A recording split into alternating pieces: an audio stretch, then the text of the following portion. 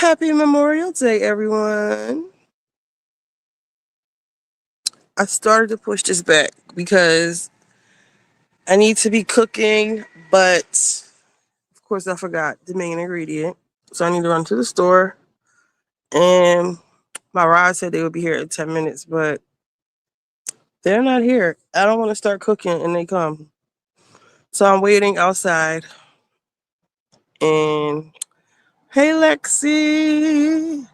Hey, Shelves. So I'm kind of irked. And I'm a little bit tired. I've been running the streets. I'm supposed to be at a barbecue, but I'm tired. And I met a man who invited me to barbecue, but he didn't like follow up. So I'm just sad. That's why I didn't come. He never told me the address, even though he kind of did, but I just don't want to show up. I could have called him, but I don't feel like it. And I need to cook this food before it goes bad. Yeah, so Friday after our live, I went to the casino. That's why I didn't come back on. Then yesterday I went to another block party. Um, and today I was supposed to go to a barbecue, but like I said, I'm tired. My is tired, and now I don't feel like cooking either. And I don't know what we're gonna talk about. I want to talk about Joe Budden or Melissa Ford. She's still not back on the pod, y'all. And I was just watching a video on YouTube. See, I need my computer. Let me see where this nigga at. Melissa is not back. She said on her OnlyFans, somebody messaged her and said that she was taking a break. I think she got suspended. I'm gonna show y'all the video. If we believe that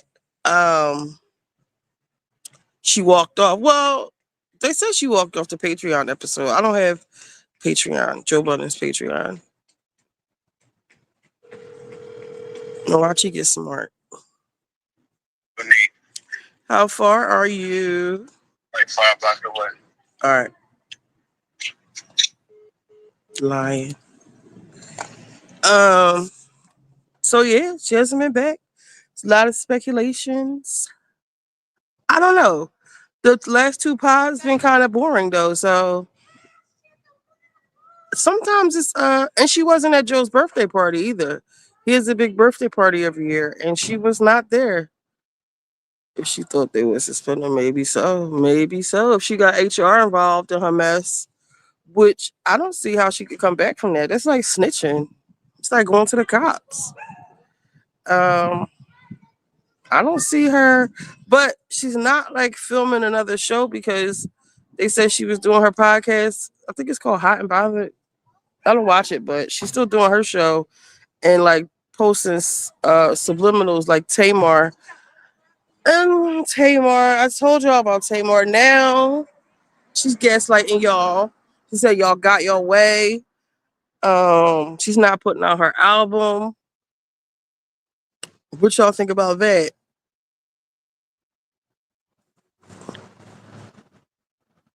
Tamar is giving substances. And she took a dig at Funky, like other people do cocaine. But bitch, when you said pain management, that means perks, okay? And whatever else. Perks and whatever else. Maybe morphine or muscle relaxers or whatever goes with that. I already believe Xanax is already in the mix. So you got Xanax and perks allegedly. So that explains a lot to me. The ups and downs, like it explains a whole lot. The theatrics, definitely prescriptions. She's OD, but she said pain management. That's perks. Those are perks. She's on perks. Maybe like the really strong ones. Maybe oxys. If she got, if that was her mouth, it looked like her gum was split open and the whole tooth came out. That's crazy. And a broken nose, septum. Yeah, it's giving the dolls. She's on the dolls. But I think she was always on the dolls because I heard Tony always talking about she on cough syrup, but she that's for her voice, I guess. Here's my ride.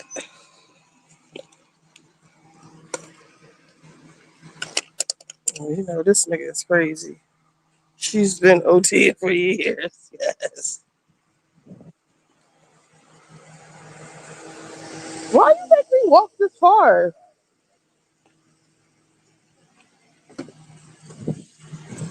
You couldn't have got any closer. I got it. Oh, I need to exercise. Yes, child. Not child. Child. Yes, Tony Braxton always talking about some cough syrup, the kind the doctor give you. That's only one kind. Well, two kinds. I got the blue one, the one for the top. No. You think it's future? You? I think you future. No, you actually take care of your kids.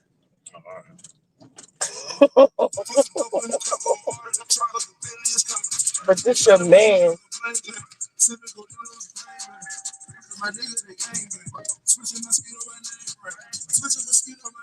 I don't think future stuff is copywritten because I don't ever get no copyright when I'm riding the car with him. You ain't been to no cookout? True. Yeah, but you be going to cookout. That one year you had the salmon that I liked that you said you made and you never made it anymore. Oh, I had my own cookout though. I was cooking all that to shop. I like that salmon. I forget how what was in it. Logan. Hey, Logan. I have to run to the store real quick. You know, I forgot the main thing, the cream and mushroom soup for the turkey wings. I'll be back in the house very shortly. What else is going on, y'all? I saw that Tisa posted that Cardi B confirmed her pregnancy, but I didn't see that anywhere. That is what it is, you know. I'm just like, girl, whatever. Could we really expect anything less more than from her? It's a hood rat. I don't think she knows like she's famous now. The court thing, like she shouldn't be in court. This she shouldn't be fighting with people. That's what security is for.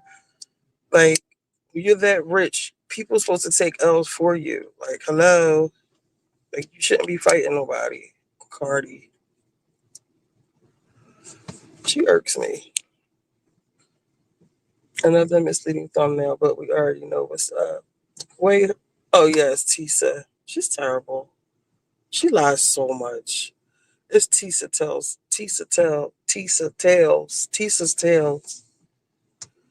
Cardi B did not confirm her pregnancy. I guess I watched a little bit of it, like 5 minutes of it. Her walking up the courthouse is her confirming her pregnancy.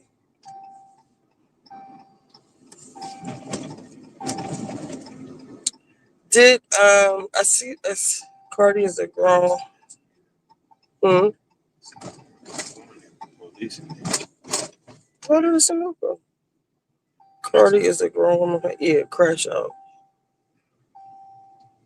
What is it? That ain't Sunoco. What is it? BP now? Did they change it? What is it? Texaco?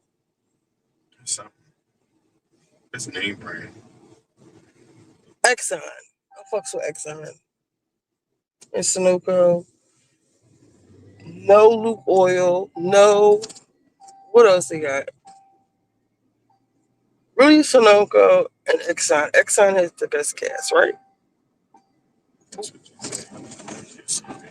Well, I read an article and it said that, well, not an article, but research. It said that Exxon, Sunoco, and BP have like this thing in their gas that makes it like better. Like Wawa doesn't have it in there. It's like some kind of I don't know, but it's something like basically the other gas is just generic. Yours says a secret sauce. It's like what are they putting gas? Detergents? Shit. I don't know.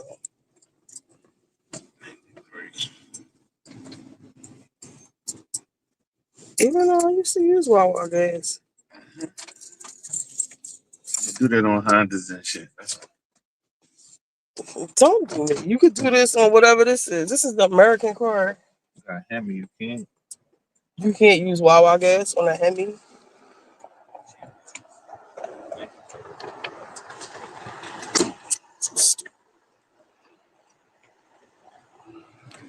Hold on, y'all.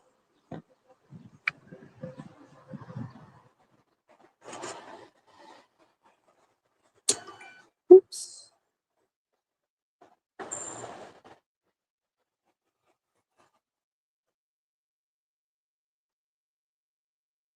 Hey, C. Patterson. I had to stop at the this. I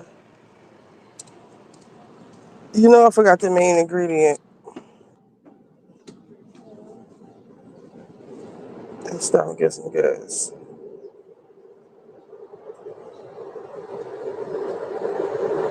Also, please wait. What am I waiting for?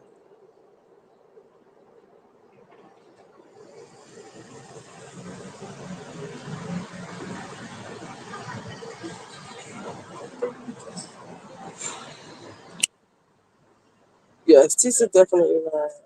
It keeps saying it's like author off. Please wait. It's beeping.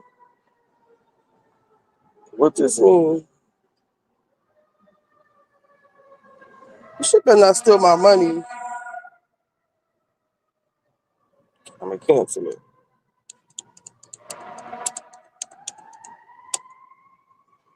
What is this? One put on people's.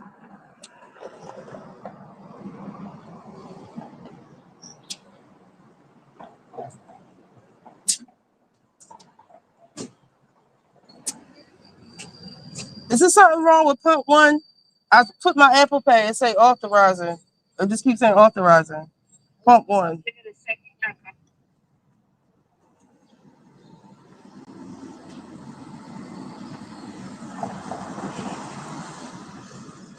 Y'all ain't out at the cookout. Y'all ain't cooking out.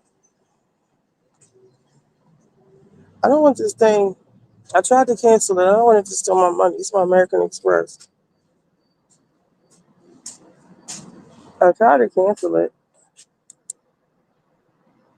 All right, do it again.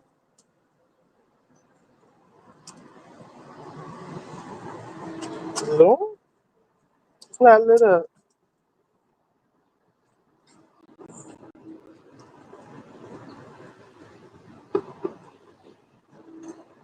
I'm gonna just use. Is this working? It's not lit up anymore. I'm gonna just use. See if we can use this one. Yeah, you can move up. All right, let me see. Use this. Move up. Move up to this one.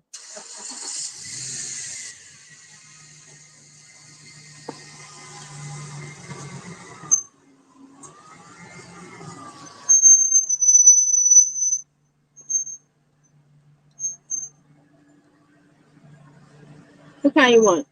93. 93? Yeah. It's this one right here. Lift that little flap up.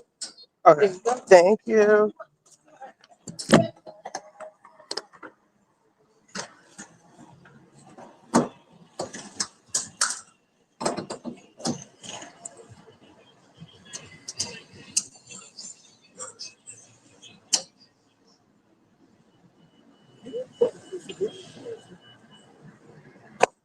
All right.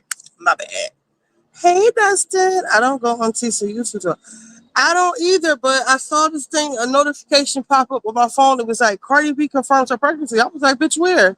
I'm waiting, I'm watching for like 5 minutes. I'm like, okay, yeah, she came out to court, and then she just starts babbling like she does. I'm like, this bitch ain't confirmed nothing. She just be fucking lying. I guess them Diddy checks must have been really nice, and now they're not. So she needs to get as many clickbaits as possible. Let me see. Tamar. We're gonna watch that. I haven't, you know, when the first time one of y'all asked me about Tamar, I was like, please, because my thing is, like I said, if Tamar could take the time and say, yo, I almost lost my life or whatever she said, she could have said something else too and just leave it like that and have people speculating for days. Like, you just want attention again. So I immediately like clocked out of it. I don't want to hear about it because you want some bullshit. And now she blaming y'all for not releasing her album, which you might as well release it now, Tamar. You need to release it now. While you got all of this, this how I can tell she doesn't have a real like professional team, and she doesn't have real friends because you need to release it while you have all of this media shit going on, frenzy going on. You need to release it like ASAP. You need to release it now. Let us all see it. Everybody will watch.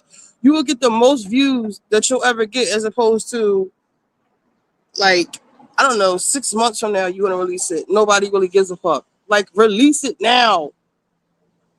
Like, right now. Instead of trying to keep going back. But Funky fucking Dineva, I wish I would. Even me, I want to go back with Funky, back and forth with Funky Dineva. Who the fuck is this Funky Dineva? You are Tamar, the Tamar Braxton. It means something. You sitting here arguing with him? I wish I would. I thought it was going. She said release it for free. So is it an album? Is it videos? Like, what is it? I would actually want to see it because I want to see why you kissing on man Yandy's husband. They looked a little bit too, like a little bit too like friendly, if you want to say that. It's giving drugs. She made a whole PowerPoint presentation. I think her feelings probably got hurt. I wish. But listen, she can't call him too many crackheads because she's acting like one. Straight up, she acting like one.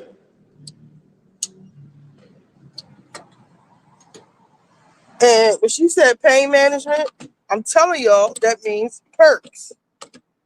You get into an accident and you sue them people, sue the other people, you got to go to pain management.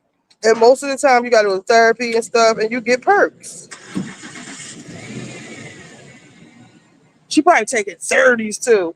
That's why everybody get high off of 30s. They like the highest one.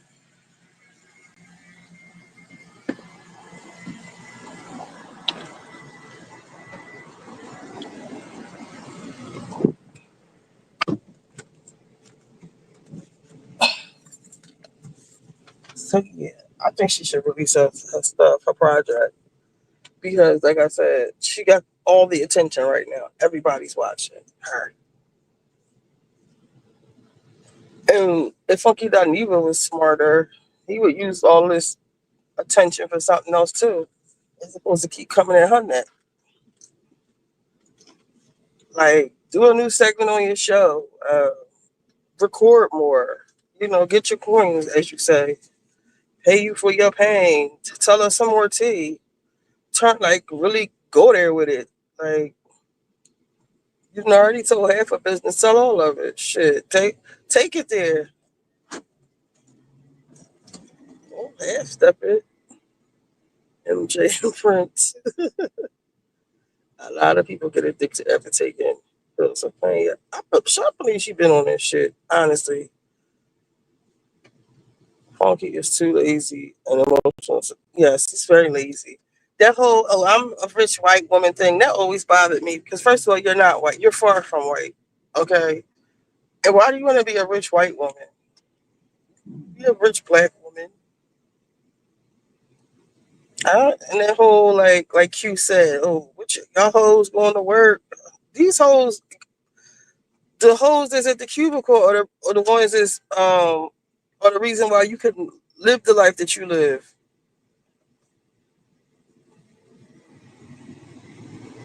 The only time he goes viral when he's degrading a black woman. Don't like him or Tamar. Is that really true though? I don't. I haven't really. that true? I don't think I can give him that. Let's see. Who has he degraded, as you say?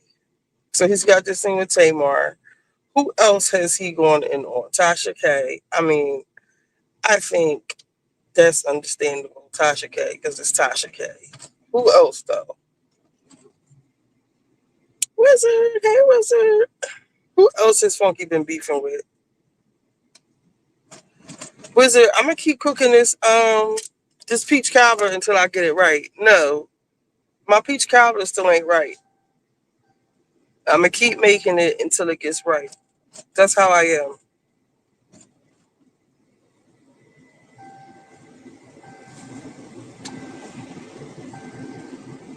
Now the pound cake, that's something else. That's gonna have to be a whole thing because peach cobbler is really easy. I just need to get. I think I put too much butter or not enough peaches or I always put more pieces than less. true. And that's true. I should look at you like that. How she look at me? Whoa. Maybe she hired it. Maybe she can see my boobies, my little cleavage. No. Maybe she looking at you. Oh.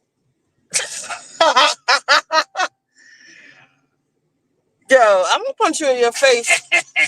No, I'm gonna punch you in your face for sending me that video. That's the second time you did some shit like that. I do not look like no fat Mexican. I know. You see what she's about? My man like me.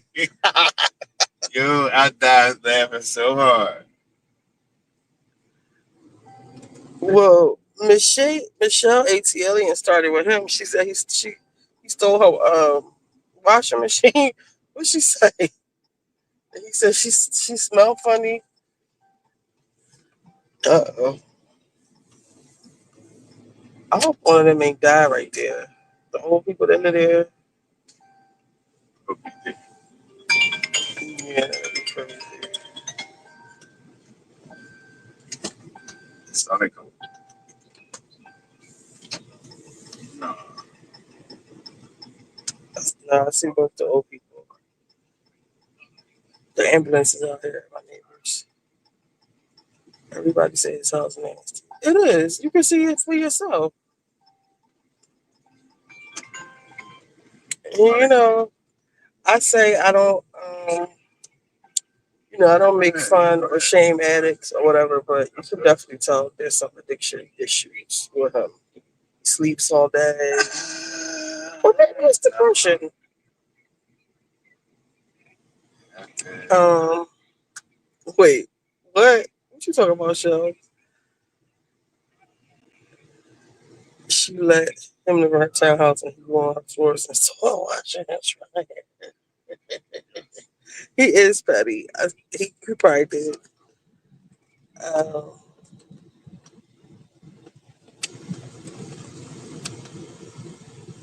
hold on for a second.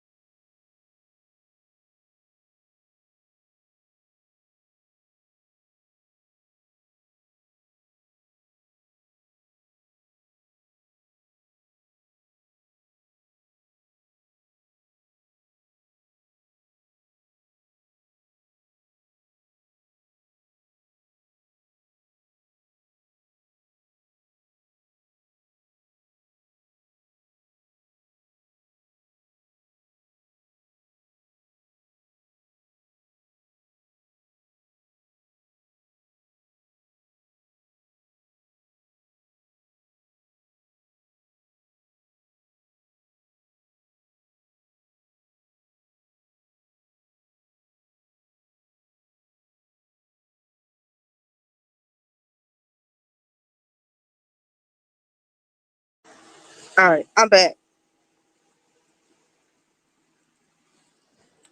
So we're gonna cook these turkey wings again by request. You know my old man, he ain't got no teeth. So he wants soft stuff.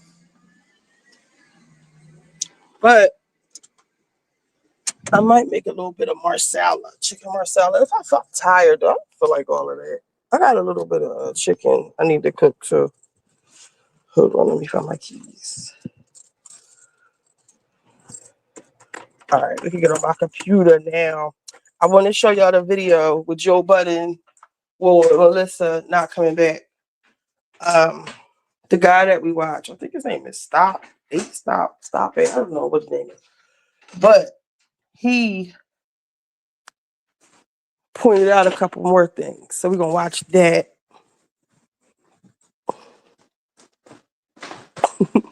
Oh, do y'all remember what episode it was that Jamal said the thing when the girl gave him sloppy toppy and she was like because somebody on Twitter was asking for it and I was like, damn, I need to do better with labeling these videos and like clipping them up or just even keeping track of what we talked about in the video because it'll just be like, oh, gender wars. And I was looking through it yesterday, but I couldn't really do it because I was at a block party. But Shelb said it was when the dude M. Ladder was on there with the restaurant. So I was looking through that, and that was actually funny. I was listening to that, so maybe we'll skim through that a little bit later. What time is it? Oh my god, it's 5:30. I can't never cook like at a reasonable time, you know? Hold on, I need some ice. Wash my hands, my outside hands. It is 5:30. Well, thank God ain't nobody coming.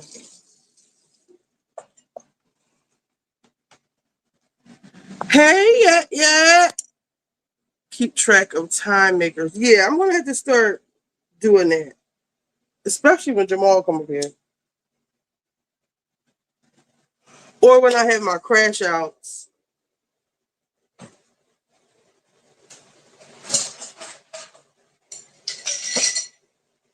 Because I remember what we were talking about. We were talking about like daughters and teaching your daughters. I think he was saying stuff like he would tell his daughter to stay in I think in a relationship where the man was cheating.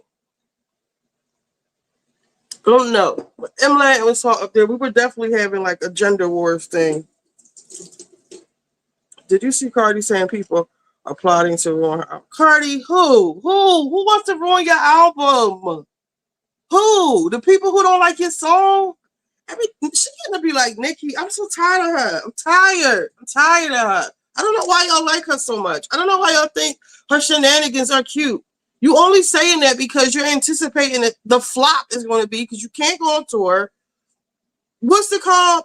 Imaginary players and came and went. All the other songs you did before that came and went. Your time has come and gone, girl. And it's not nobody's fault but your own. And now you have another make or break moment and you're fucking pregnant. Like, that's your fault. Nobody's plotting on you. Close your fucking legs. All you talk about is getting fucked, sucking dick. Like, that's all you talk about. It's getting fucked.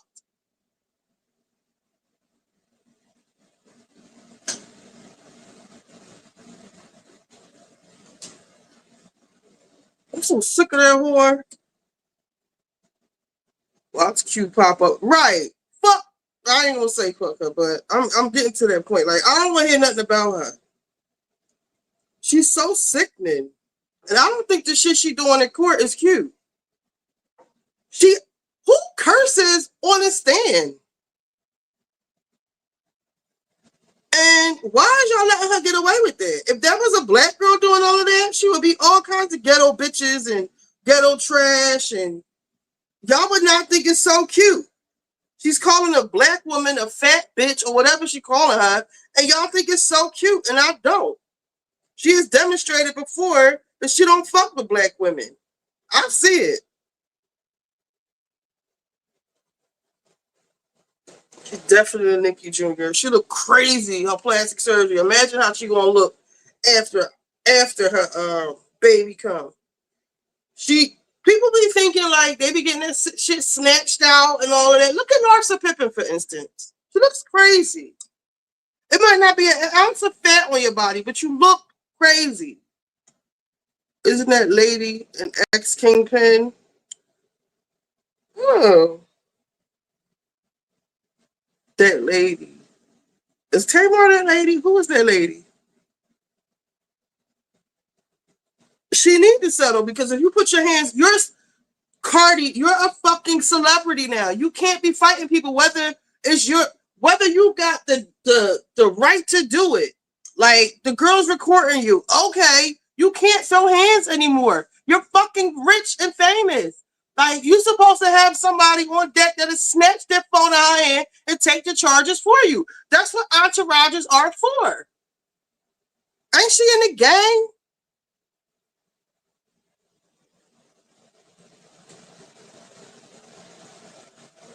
Isn't that lady an ex?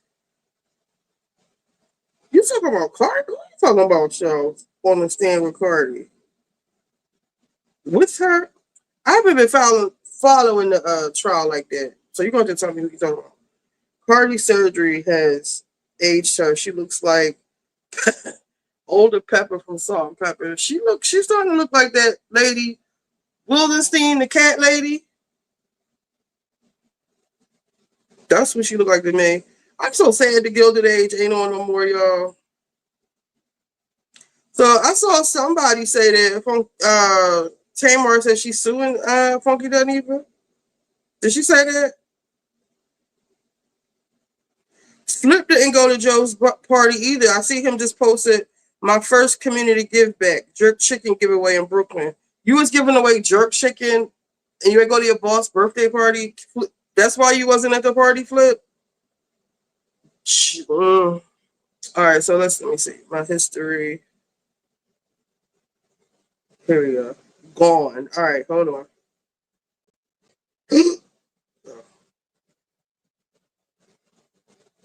Turn this up. I'm gonna play this while I set up my other camera. Hold up, read your comments. Only so many times can you stretch your skin. Right, Lexi, right. Then after we play this, I'm gonna drop the link. I just started watching The Gilded Age yesterday. Oh, you're gonna love it, Malaya. There's literally nothing on. I looked on my DVR schedule. There's nothing on but The Cosby Show. That's nothing being recorded.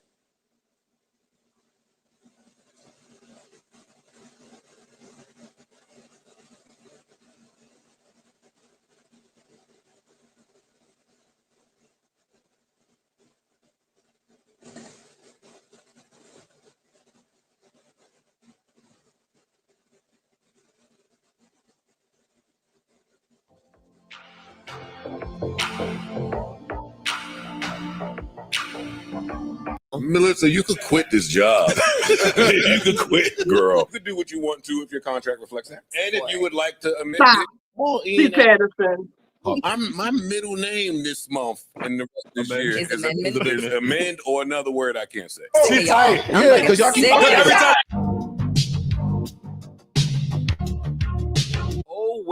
Oh, where has Melissa Ford gone? Melissa Ford's last appearance on the pod was the Patreon episode titled It's How You Finish. It was here that an awkward moment was discussed about addiction. Would you like to say? I'm not saying anything. I don't know your Is life. there something that I don't know? You said No. there was a point. There was a point. There was a point where, Can you put this down and say it? yeah, there was a time where there was a little bit too much self-medication, but now I don't. Was that a long time ago? Yeah. This whole room is in denial. Now, this was episode 853's day of recording, and the Patreon is where it really went down. After the conversation, Melissa Ford hasn't appeared on the podcast. To compound this, she has updated her Twitter profile to say deactivated and even has been sending subliminal shots on her Instagram. Furthermore, she wasn't even... Wait, I want to read the subliminals. Hold up.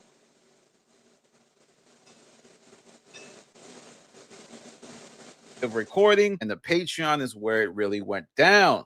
After the conversation, Melissa Ford hasn't appeared on the podcast. To compound this, she has updated her Twitter profile to say Deactivated. Uh-oh. I think she, at the very least, got suspended for walking off the set. activated and even has been sending subliminal shots. Okay, no one talks about the 40 personality shift, where you no longer want to be impressive. You want to be rested, regulated, and completely unavailable to anything that drains you. Ooh. On her Instagram. Further, I want more women to stop shrinking for rooms that could never hold them. Oh, wow, she's on her shit. I feel a lawsuit coming. You've been going down this rabbit hole, too?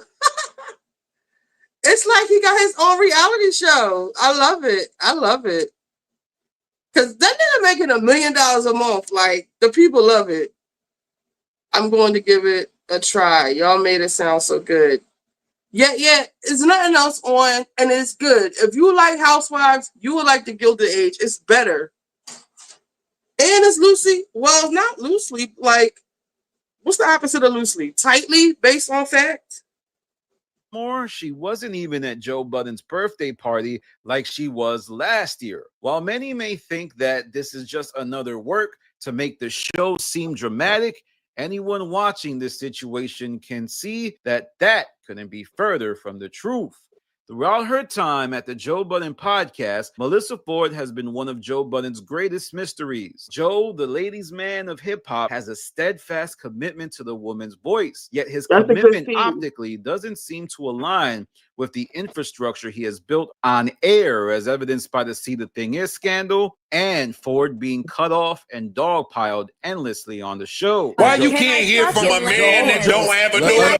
Let her cook, Joe. Let her cook, Joe. Can I fucking talk? Yes, I'm sorry. And because having a daughter changes your perspective on a lot of Thank I you want very to tell you much. that. Don't need a daughter to qualify. We speaking as men, talking Hold about up. just I know men. I completely shut down No, you everything can't. that I put. No, No, ma'am. because I can't respond to the Doshi thing. I can't respond to the You bear can thing. Joe thought he was getting the Melissa Ford who initially appeared as a guest. Can I ask you a personal question? Always. Is the current you dating? No, not at all. Not at all. I am dead from the neck down. You better laugh. You better talk. I'm uncomfortable. It might be your faha. Imagine being able to build anything just by thinking about it. Meet Base 44, a complete. But once he hired her, she would switch up, shifting to a more Barbara Walters of hip-hop media-esque persona. Rarely would Ford give insights into her time in the industry, nor would she be vulnerable on Joe Budden's platform. This tension would lead to a mix of tumultuous moments for Melissa Ford's time on the show. As the sole female voice on the show, Ford would find herself at odds with multiple people of the show. First, there was Flip, who Melissa Ford felt like received special treatment from Joe. He was allowed to leave early, go quiet for long periods of time, and even threaten to fight almost every member of the cast, including its namesake, Joe Budden. She would call out that behavior. How long you been going? Like 20 minutes. Nah, yo, we had this conversation. Might be longer than.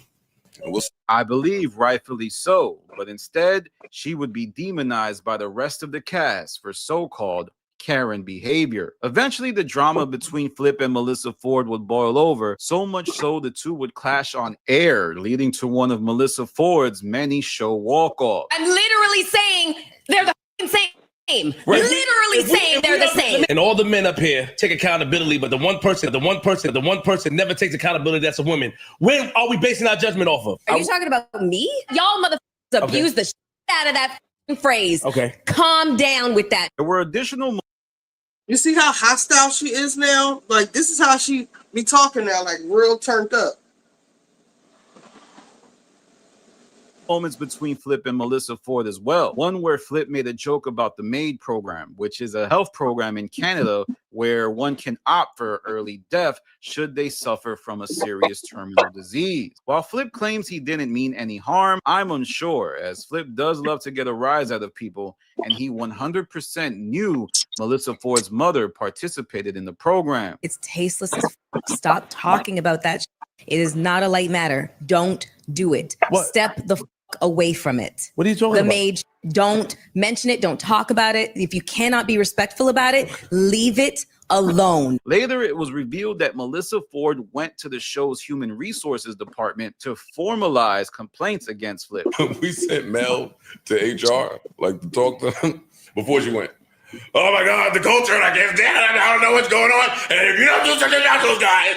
However, the HR rep would tell Melissa Ford what could happen if she decided to pursue action. Oh, this is serious. Yeah, this is serious. Send Mel to HR. When she left HR, she was like, yeah, you know what? I think me and the guys could work it out. Her suggestions, I was like, you know what? On second thought, I'm gonna save them. Upon which Melissa Ford backed off. What remains interesting about this is that Flip would suggest that Ford has some skeletons of her own. Hell, you know you would have been on the chopping block too, right? You know, and whatever you involved in is worse than anything that me or Ish could do. This is in no doubt a reference to the rumored tryst between Imani and Melissa Ford. While it cannot be 100% proven yet, Flip and Joe Budden have played into it, and so has Melissa Ford. The insinuation of anything up here was not done by me and Mel. It was done by you and Joe. That is the start of it. That's it. But where did all the, initiated from y'all. But where did the facts start? What facts? Where did the facts start? What facts? Well, Joe's birthday is coming up, and that seems to be a launch pad for a lot of things. Oh! Usually with most narratives of the show, they get disproven at some point, but this one continues to persist. Imani steadfastly denies this. When it comes to that, all joke. We don't have to delve into it.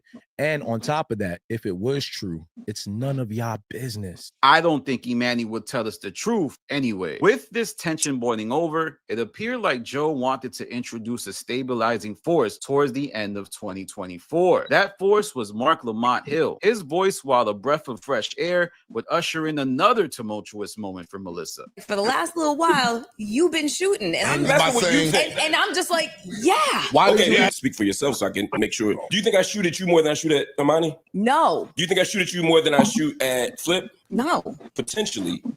Is that I'm just treating you like everybody else, but when you're in a position of privilege. Shut up. But when you're in a position of privilege, something she getting requested. treated like everybody else feels like mistreatment. He initially would protect her against the cast's dogpiling, but like many co-hosts before, he would switch up and take her to task for calling him out. What could have happened? Had Mark felt sympathetic towards Melissa Ford from afar, only to realize her faults up close? Then there was the Jersey couch. Ish and Melissa Ford were pretty cool to start, but as time went on, they would fall out. My guess is that Melissa Ford's early positioning of being one of the guys would fall apart quickly. Yeah, and I love being around testosterone. You know, I feel like I'm doing the backstroke in it right now. It's my jam. Why the girls that enjoy being around? Yeah, me too. I love being around you dirty ass. Hey, yes! As she was very sensitive and not hesitant to run and tell Joe Budden and Ian what the rest of the cast was doing. Ish and Ford also had a weird romantic storyline. While it was a storyline, I 100% believe Ford did get territorial when it came to Ish, even posting inappropriate pictures of Ish on the balcony where they recorded, and making an even more inappropriate joke about Ish drinking after her. Do y'all drink after each other? I cough syrup. Do y'all? I didn't ask you. Do y'all drink after each other? You may need this. We do not. I asked you though. I'm answering you though. Okay, but Mel, have y'all? I've been baking my entire life, so I love being in the kitchen.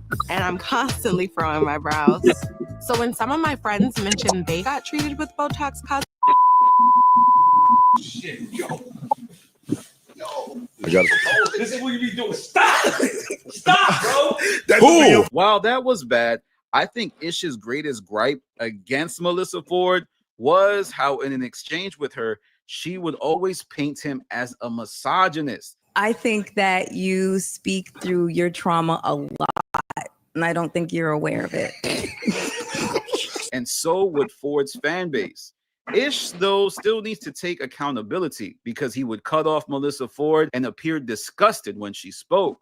Ish and Ford's relationship devolved to where it is now, with Ish rarely engaging with Ford unless it's him telling her to let him speak. In this on-air dynamic, I must say Ish is as much of the problem as Ford is. For Ice, it's clear he aligns with the same type of thinking Ish has about Melissa Ford. He doesn't engage with her, and if you listen to the pod, you can tell he prefers she wasn't on the show. I mean, Ice seems to have a real disgust of Melissa Ford. Like, you see his movements when she speaks. Ish and Ice are like in tandem. They shake their head. They like, damn, this chick is crazy. I know the Jersey Couch does not enjoy Melissa Ford's presence at all. Last but most importantly, Joe Budden. His patience with Melissa Ford is as thin as ice. Don't do it like you did the last part when you was mad. Do your job. Do your job. I had to walk aside. Yo. Yeah, yo. Talking to us as a collective, it could get scary if y'all don't do your see what y'all doing. And if I get to talking, somebody gonna cry up here. He has alluded to making concessions to Ford, allowing her as many mental health days as she pleases. But at this point, I think he wants her to leave. It's almost like the cast hates when Ford is present, and you can see it at one point where she disappears from the show, but they seem so happy. Look at y'all. Look at us. He's happy. All right, see? No. And one can't help but think that the only reason Joe Budden has not fired her is because of his fallout with Rory and Maul and the optic of his past dynamics with women. Joe is not without his faults, though, as in on-air exchanges, his animosity towards Melissa Ford can be on clear display. The two would even clash on Twitter Spaces, revealing the real tension behind the scenes in front of Joe Budden's Twitter community. It's like I'm not allowed to acknowledge the things that everybody else acknowledges. I see a lot of comments, a lot, that say there is a lot of dogpiling. Whenever Melissa talks, there's constant interruption, or there is a badly placed joke to kind of dismiss what she's saying or just kind of undermine the conversation and move it in another direction. Do you think that I don't think and see and feel these things? I have learned I'm not going to be the first one to speak. What I want to hear is, what do you guys think about this particular subject? But if there's no actual interest in hearing what I have to say about a woman-centric issue, then fine. We won't talk about it. And also, I felt like the other guys in the conversation, the other guys on the pod, they were actually enjoying the conversation and having the conversation. Flip was very inquisitive about it, but he kept looking over and he kept getting signaled that this is not a point of interest and wrap it up. I'm very used to being dogpiled on. Very, very used to it. So now I'm applying things that I've learned in the past to the way that I want to pod moving forward. I'm not dumb. I'm not blind. I'm not deaf. I see the onslaught and the avalanche of criticism I receive. Now, that was very crazy. And I remember listening to it and thinking, oh, these guys can't hide their tension. Now we arrive at today, where Ford hasn't been present on the show in over a week and has been sent home, suspended multiple times. People keep looking for the magic word, fired. I think we have arrived in a worse spot for Ford. She is in limbo, not wanted at the show, but wanting of the paycheck she receives from it. Joe and the rest of the cast want her to leave, but because of Joe's past transgressions, he can't pull the trigger. And I've been looking at Melissa Ford's Hot and Bothered. She just did an interview. It did crazy views, but the infrastructure of Melissa Ford's podcast, I am not sure it will be able to stabilize her if she were able to lose the paycheck from the Joe Budden show, which is rumored to be around $200,000. Now, that is as a result of the math people have done in light of Joe Budden's $20 million per year admission. And I think Melissa Ford profits greatly off of being on one of the top platforms in the space. But let me know what you think. Do you think Melissa Ford is done at the show? Now, the basis of this video is me telling all of you that even if she's not done, how long can this cycle repeat? She comes back to the show, she does a good month of episodes, and then there's almost one time every other month where she is sent home or goes home as a result of feeling slighted at the show. Then there's the aspect of there's someone else coming to the show, a woman. And for a long time, Melissa Ford was able to stop Joe Budden from bringing a woman to the show. But now he's bringing who I think is going to be the replacement for her. I mean, there's rumors Mona is at comedy shows saying that she's joining the show. However, she has some apprehension. This is something that someone said in my comment section. So I can't verify. But, you know, I trust the stoppers and I believe they are doing the science. So Melissa Ford's time is numbered. If there's more co-hosts coming and she's being sent home over and over, one can only imagine the clock is ticking. But let me know what you think. Do you want Melissa Ford back on the show? I think that given all of Melissa Ford's past, her being a vixen, her probably being treated like the special ball of any room she ever walked in, she actually is quite professional. Like, people who get constant praise usually don't translate to great co-workers. And I think the cast is kind of saying that that's the case. But the fact that she's able to be on the show for 3 years illustrates some level of professionalism. And it hasn't gone unnoticed for me that a lot of this drama happened when Ian was on break waiting for the birth of his child. Maybe now that he is getting to focus on the show yet again, he can stabilize. But I don't know. I think we have enough evidence to see that the situation is untenable and will just repeat the cycle. With that said, follow me on Patreon. My podcast just dropped on Spotify. I left a link in my community post, but I'm going to put it in the bio and the description. Okay, so one thing I want to say is that, so I always feel like Mark was brought in to push someone out. I think that girl Mona, she's rumored to be from Don't Call Me White Girl. She's rumored to be Melissa's replacement. I don't know how true that is, but where Melissa is fucking up is, if we're supposed to be a family, don't go outside on the internet crying to everybody that we're mistreating you, and like how she, when she was online saying, "Oh, y'all don't allow me to speak, and you're dogpiling on me," like that's again snitching. And then her going to HR, I honestly don't see how she's going to get past that with the guys, because you can. Most of the time, I listen to the pod on podcast. I don't watch it. And every time she talks, "Hey, Amy," you can hear somebody going, I don't even think that they know that they're doing it. Maybe they do, but I can hear that shit every time. But she has a habit of, when they're talking about something and they got something like going, like a conversation going, she'll like bust it up and like completely derail it and talk about some other shit, or bring in a perspective that we don't even need to take it there yet. Like, she is just weird with the takes that she has.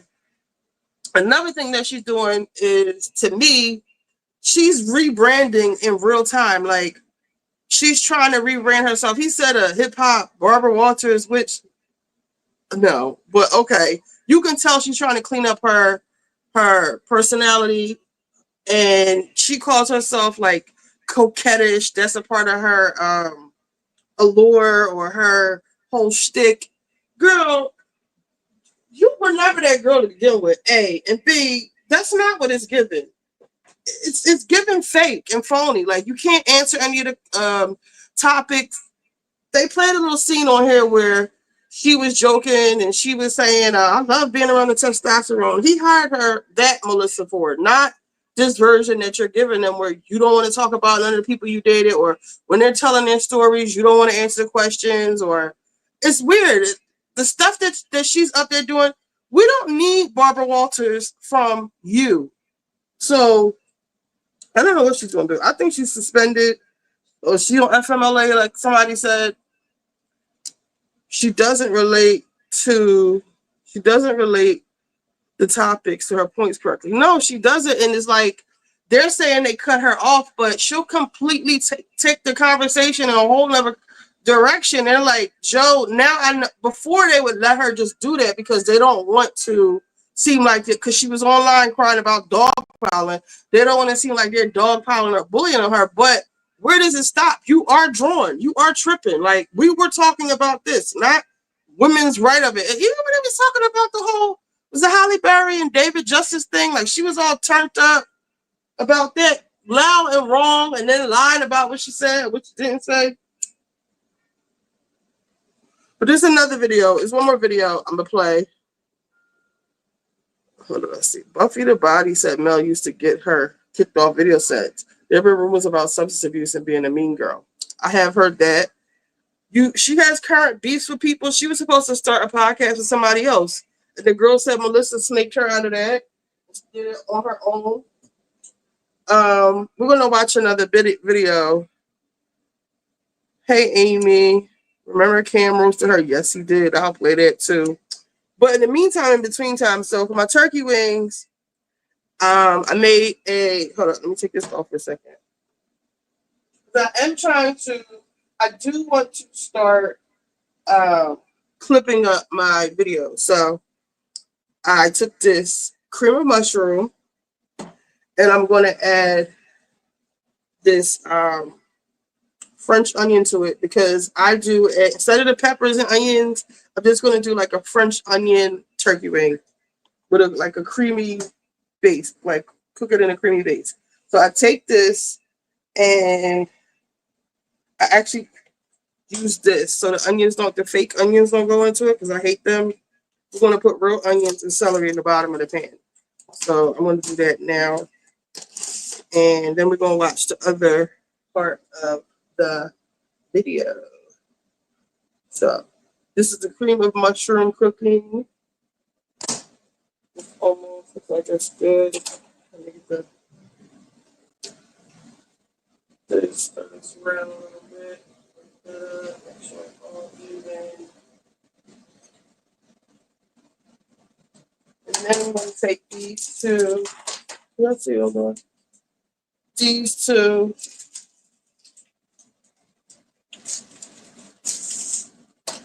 I just like the taste of it, but I don't like the onion. So put it in there and just shake out the flavor and so leave all these dehydrated onions. Make sure all of the powder is. That's good. We just throw these away. And then stir this up a little bit more. That's good.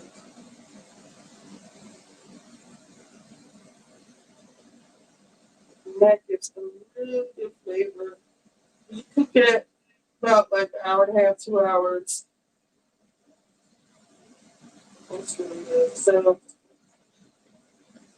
I think we put it 5 more minutes. A low simmer. We'll come back to that. I'm gonna play the other video.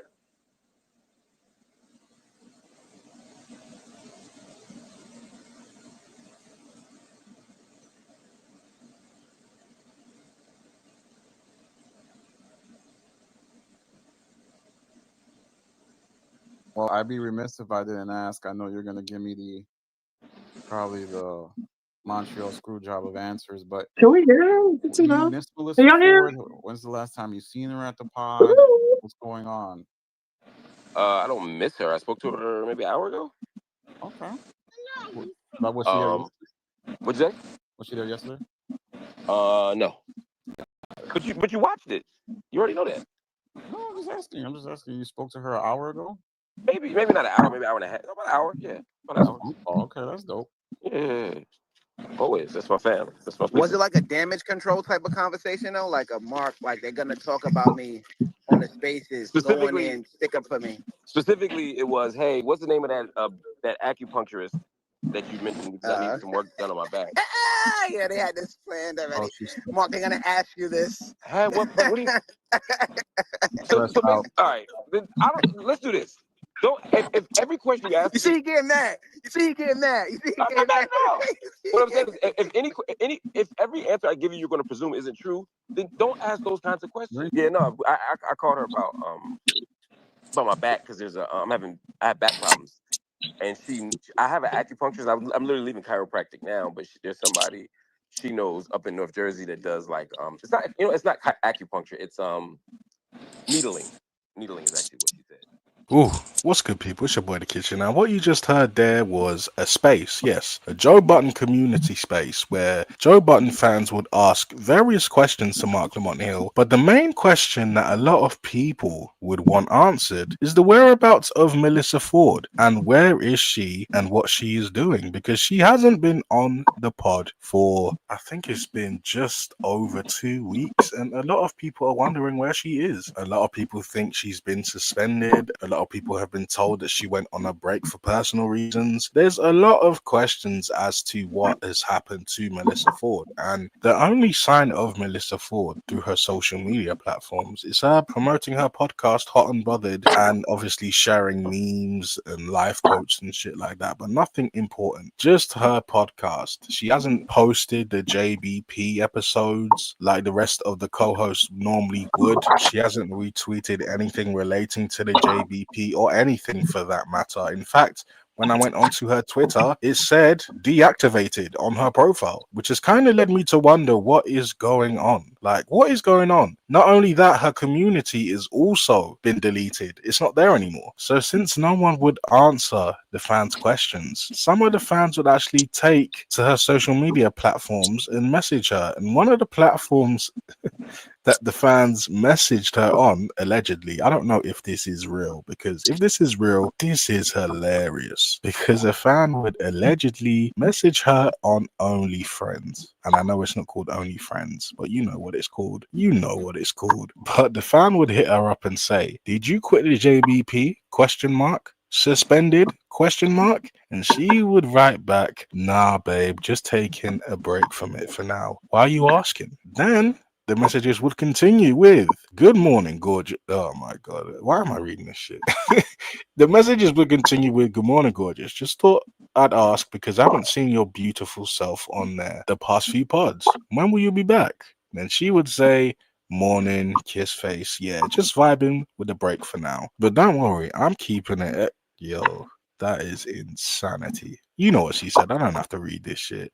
But yeah, overall, I don't know if I believe this. I don't know if this is Melissa Ford doing this. I don't know if it's her manager, because they usually have managers in that line of, you know, adult work. It's just very, very, very confusing to me. But then again, if I look at the past few months of Melissa Ford on that pod, shit, not even a few months, a few years, she would say herself that she hasn't really had a great time on that pod. She doesn't even have to say it at this point. The fans can see it. The fans can see the dogpiling. The fans can see the unnecessary jokes being thrown her way. The fans can see her personal life being brought up by various co-hosts. They can all see this. So much so that Joe, a few weeks ago, would tell a story of him sending Mel to HR so she can get her shit off. If you guys didn't hear that story, here it is. No, because we might even talk about it before up here.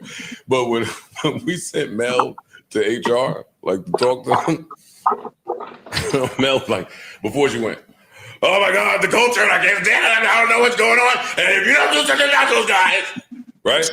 We said, "You know what? This is real." Yo, fix your laptop. That shit about to fall. We say, "Yo, this is real." Oh, this serious. Yeah. This is serious. Let's send Mel to HR.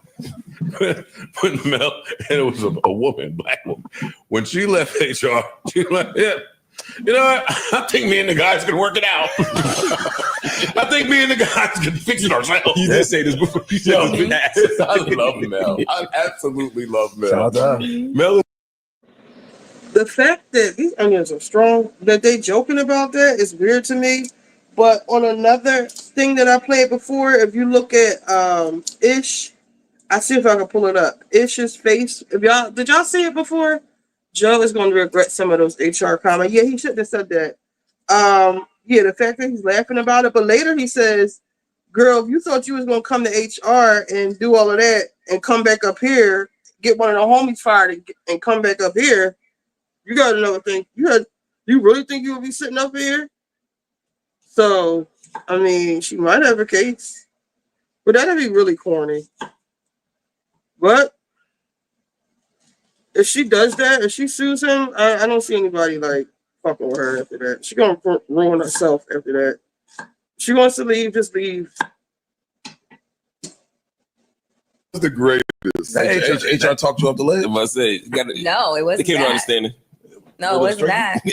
It wasn't that. What happened? Well, what was it? It was her suggestions. I was like, you know what? On second thought, I'm gonna save them. I don't like that. Oh, you saved us.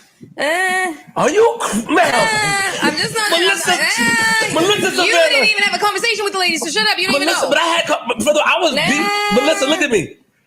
Saved us. She wanted to go in like a direction where I was like, you know what? Let me just reel this shit. Mel, you know you would have been on the chopping block too, right? You know, and whatever you involved in is worse than anything that me or Ish could do. Look, you were part of that. I wasn't a part of okay, shit. look. Yo, wait, stop. We are rehashing old things. Why he keep thinking he wasn't a part? I wasn't a part of shit. I ain't see nobody in HR. Stop. Nobody told Ish? Oh Stop. Y'all playing my man now. All right. Ish, you didn't know? I wasn't a part of nothing. Wait. No, Flip is the best nigga. No, because I had the argument with I had the argument with Ian about why we gotta go. Because I swear to God, nobody talking about. It's not in that, yo. How? Okay. Flip. That nigga's lied to me, act like it's because that's why I felt good to go. Like, okay, it's going. I'm a man going. We in there together. I had a meeting. Got me. No, they didn't tell you. Yo, they had to tell you. Yo, why you like to bring up old shit? Listen, you're right. We are moving on. We're not mature enough for this shit. Absolutely hilarious. And there was even a time when Melissa Ford got so frustrated she walked off set and Mark Lamont Hill would mimic her. I can't take this. Bro. I'm leaving. Come on, yo. He was waiting for one too. It's my lie, Joseph. Oh shit! Jello pudding. So from the guys mimicking her walking off set to shaming and publicly outing her for using Ozempic, and I mean even them That's calling not her what out for happened. trying to gain clout Hold on. and views from Malcolm Jamal. They did not shame her for using Ozempic.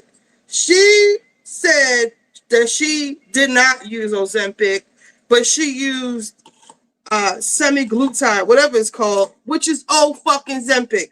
She kept trying to say she wasn't on Ozempic, but she was taking semaglutide, whatever it's called, semaglutide, which is Ozempic. Like, which was the point? They were just saying, they were talking about the lawsuits that are coming from it, and they was like, oh yeah, I remember when you was all balled up on the couch, said your stomach was hurting, whatever. And she was like, I wasn't taking Ozempic. And they were like, yes, you were. And she was like, no, I wasn't. I was taking semaglutide. And it was like laughing because like that's the same fucking thing. Like, what are you talking about? That's like me saying I didn't take Ozempic. I didn't sit up here and told y'all I didn't take Mounjaro and Trulicity and I can't go to the bathroom. Then all of a sudden I'm like, I didn't take that. No, I didn't take it. I said that I was going to take it, but I couldn't go to the bathroom. Like trying to play semantics, you know? They didn't shame her for that. I don't like that.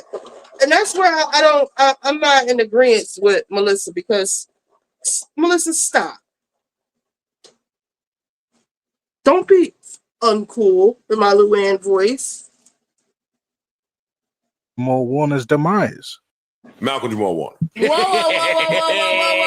I wasn't even right here too when the news broke. That's not fucking funny. No, not his Malcolm I didn't Jamal Warner. change anything. When who runs my YouTube channel changed it, I said change the fuck back. That's cap. No, it's not cap. That didn't go like that. Yes, it did. Yes, the fuck it did. And you I have have the entire Ian text for it. It doesn't matter. So I can't lie, after reviewing all these events leading up to Melissa Ford leaving the pod, it kind of makes sense why she would want a break, but I'm not completely sure if those messages that is she lied about the Malcolm Jamal Warner thing. The minute it was announced that he died, whether she changed it or somebody in her quote unquote camp changed. Bitch, you ain't got no camp. But anyway, changed it to Malcolm Jamal Warner's last interview, last living interview, some shit like that. She wasn't even at the show at the time. She was always taking mental health days. But the point is, the topic of your video got changed. And you sit up here lying, talking about, no, it didn't. Yes, it did. You're trying to play semantics. I didn't change it, but it was changed, is the point. And it was foul.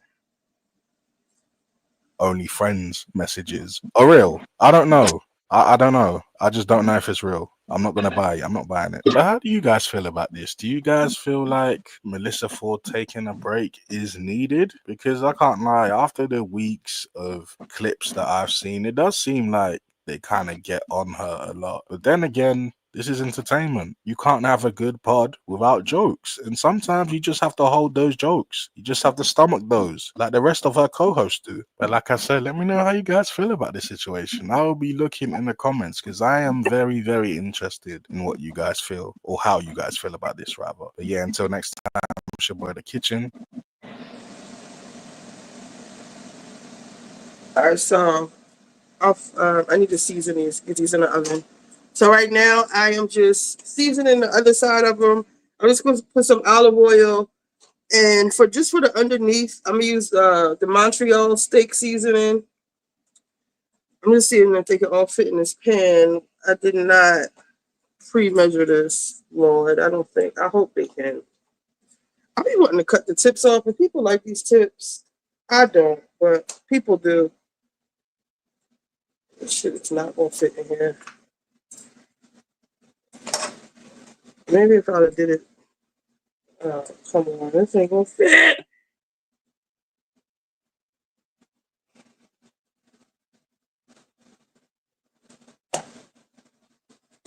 Got three more. Can we squeeze three more in here? We're gonna have to, because I'm not getting another pan.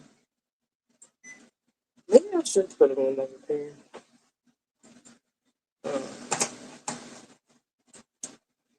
So this looks really dumb.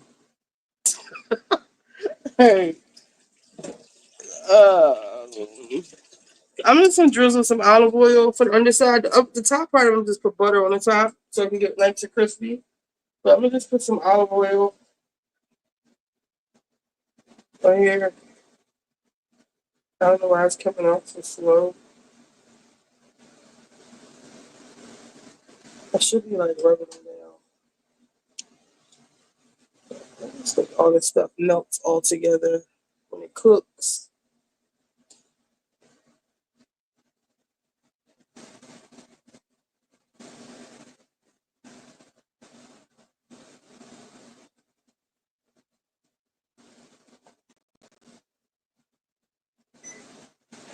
All right, I'm gonna rearrange these a little bit better. So I'm gonna use this Montreal steak seasoning. It has salt, garlic, spices, including black pepper, red pepper, onion, sunflower oil, natural flavor. But I like this because the garlic actually plumps back up. It's dehydrated garlic, like real garlic. And this other stuff. And it looks really pretty. So that's on the underside. Then I'm gonna rearrange these in a better way. Because this looks terrible. And I might have to make two pans. Um,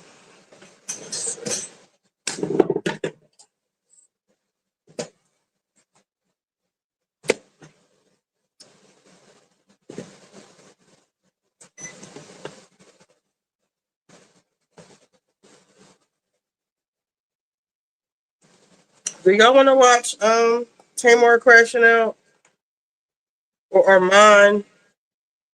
Let me know down here what y'all want to watch next when I get these turkey wings in the oven.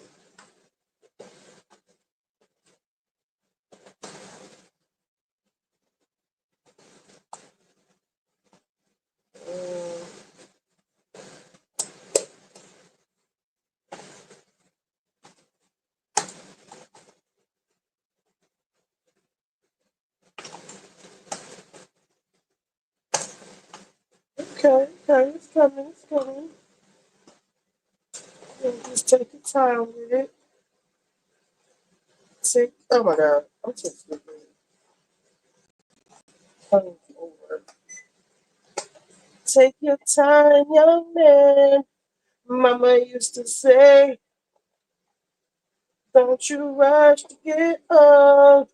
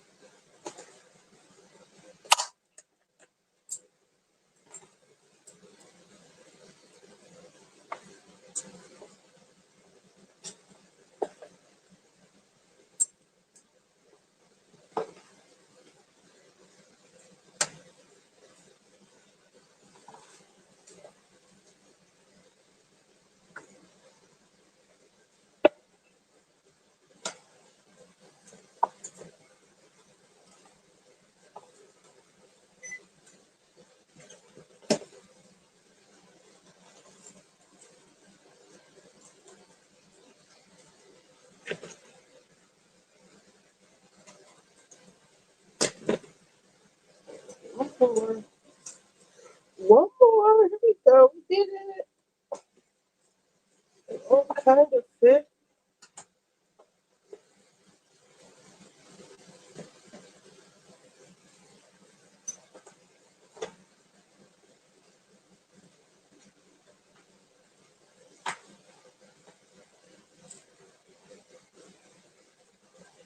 Alright, that's good enough. I would like to see what Tamar said about Funky after his first, I guess, live. Alright, hold on. That lady live. Alright. Let's put that on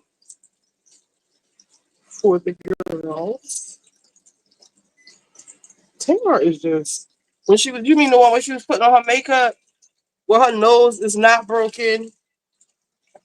Now for as far as her teeth, I know like when people with veneers get something wrong with their teeth, they will give you like a temporary set. I don't know if it's dentures or what, but maybe that's what she has.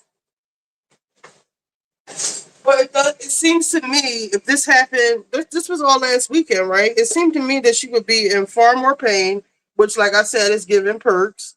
Some swelling. I don't see any of that. Any of that. Was that lady even a dentist? Looks like Tamar was crying and playing victim. Tamar is always the victim. You know, if I was Tamar's friend, because Tamar, it's not everybody else, okay? You have fuck. You know when I stopped fucking with Tamar? I thought first of all, she used to follow me. I used to follow her. I used to DM her. The first time I DM'd her when she was on Braxton Family Values and that song came out, Love and War, and I had DM'd her. I was like, bitch, your life is about to change tomorrow. Because they had gave a snippet of it the day before, something like that. In the song, and her life did change after that. And I would always text her, like when K Michelle would say a little shit to her, I'd be like, don't respond. And she had did something pertaining to K Michelle, and I was like, I was telling her to stop doing what she was doing against K Michelle. Like, it's K Michelle. Ew, you're Tamar Braxton. And she blocked me. But when I really stopped fucking with her is when because she had became friends with the Scorpion Show, Kevin and Mikkel. And Kevin was just like so happy that they were friends. Like, he loved Tamar down. And she turned on him and like, that was like his number one bitch. And like, he didn't do anything bad to her. But she's such a bitch. I stopped fucking with her back then. I knew it was something wrong with her back then. He was crying and stuff. I didn't like it. All right,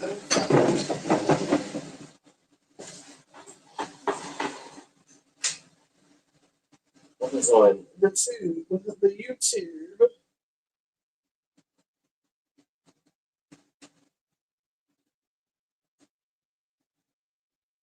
And this is not cute.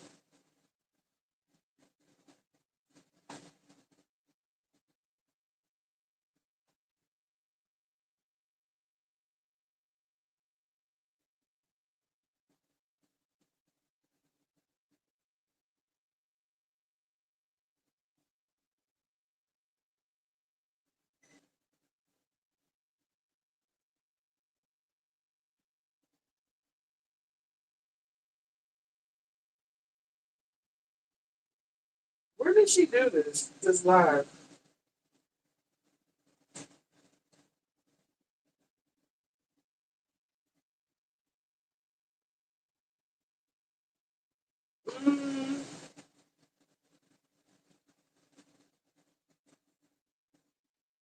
Where's the video?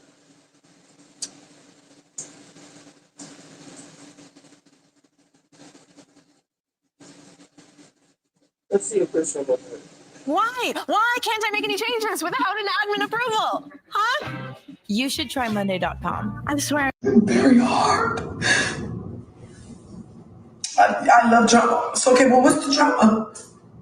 What's the drama that I did? Somebody gotta tell me. What is the drama? Tell me what is the drama? What is the drama? All I know is I went to bed and I woke up and my life changed. And I probably shouldn't have said nothing, but I panicked because I was scared and I was alone and I was in pain.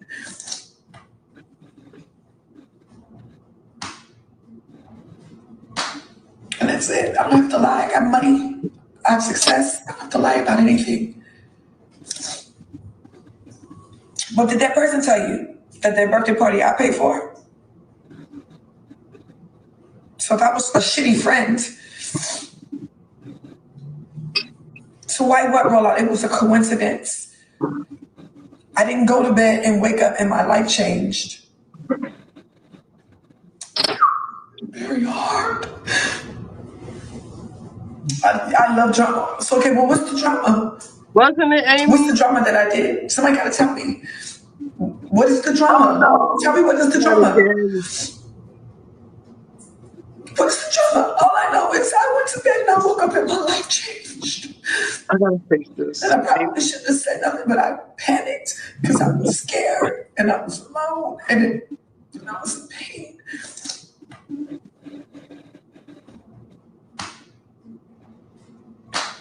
And that's it. I don't have to lie. I got money. I have success. I don't have to lie about anything. But did that person tell you that their birthday party I paid for? So that was a shitty friend. So why what roll out? It was a coincidence. I didn't go to bed and wake up and my life changed. Very hard. I love drama. So, okay, well, what's the drama? What's the drama that I did? Somebody gotta tell me. What is the drama? Tell me what is the drama? What is the drama? All I know is I went to bed and I woke up and my life changed. And I probably shouldn't have said nothing, but I panicked because I was scared and I was alone and I was in pain.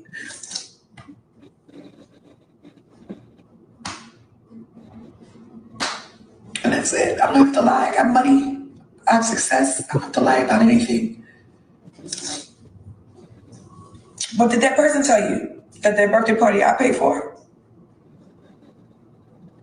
So that was a shitty friend. So why what roll out? It was a coincidence. I didn't go to bed and wake up and my life changed. Here's how I went from burnout to booked as a full-time photographer with the help of my bestie, Honeybook. When I first started my business, it used to take me a minimum of 2 devices and a 16-step. But she said a lot more than that. Hey, y'all, what's up? It's Lauren LaRosa letting you know that when it comes to act. Let me see if it's on very hard. I love drama. So, okay, well, what's the drama? What's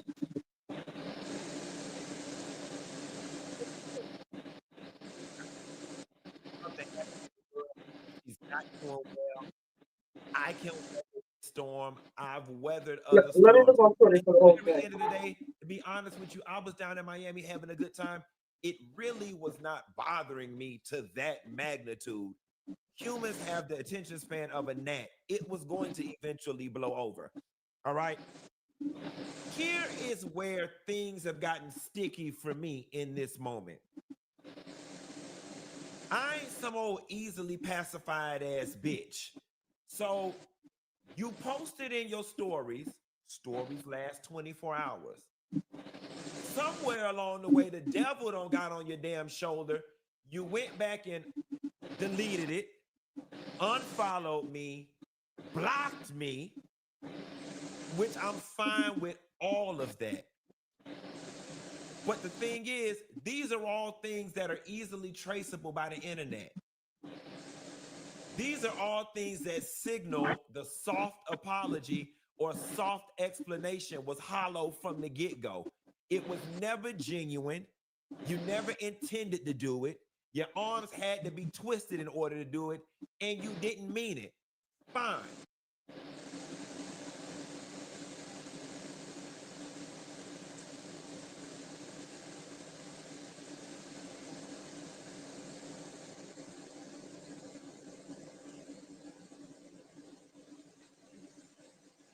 Okay, y'all, so the beef between Tamar and Funky Dineva continues.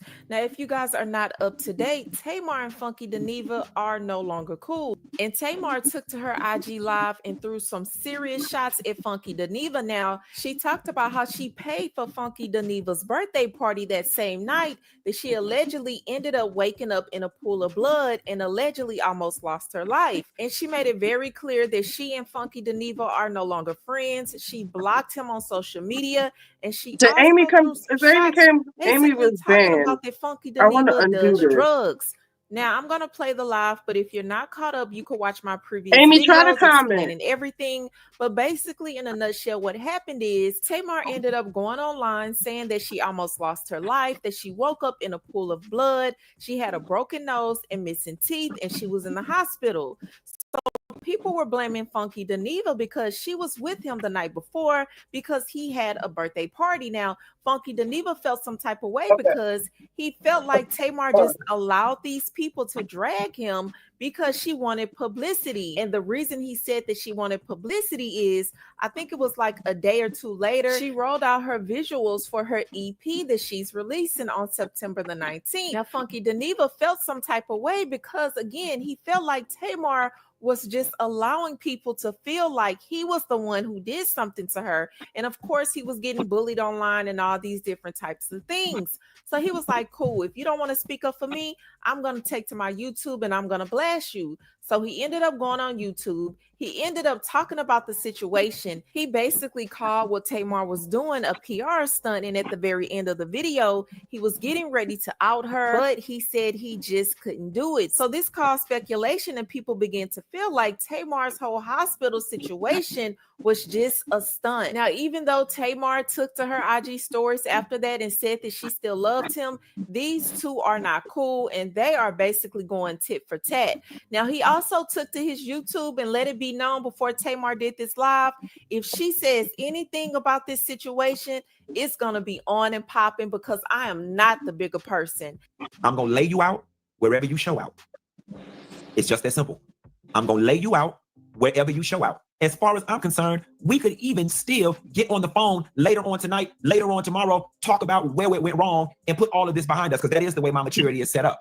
But I'm not the bigger person, and I will not be the bigger person. I'm going to meet you where you at. If y'all want it to be done, it's done.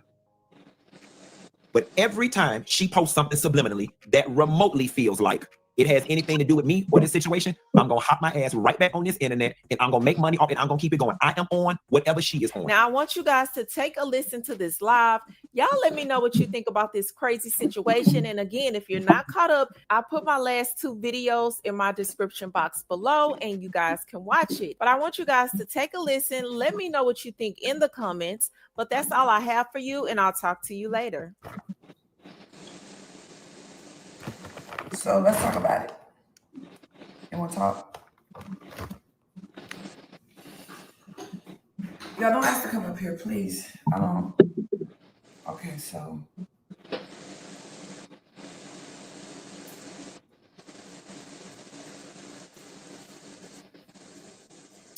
What happened? I don't know. And mentally, it's doing a number. I know I look different because I can't really. So this part of my body, it's a lot of part of my body that's not working, but I'm gonna talk about it. I was just trying to do makeup. Maybe I shouldn't. I don't know. But I do want to talk about this.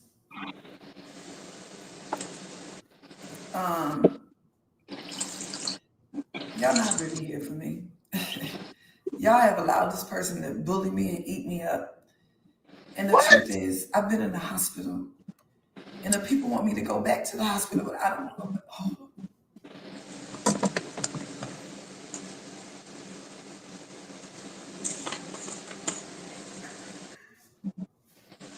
It's been very hard. I can't with the tears. I love drama. So, okay, well, what's the drama? What's the drama that I did? Somebody got to tell me. What is the drama? Tell me what is the drama? Are you serious? What's the drama? All I know is I went to bed and I woke up and my life changed. Your life changed? I probably shouldn't have said nothing, but I panicked because I was scared and I was alone and I was in pain. How does your life change? And that's it. I don't have to lie. I have money. I have success. I don't have to lie about anything.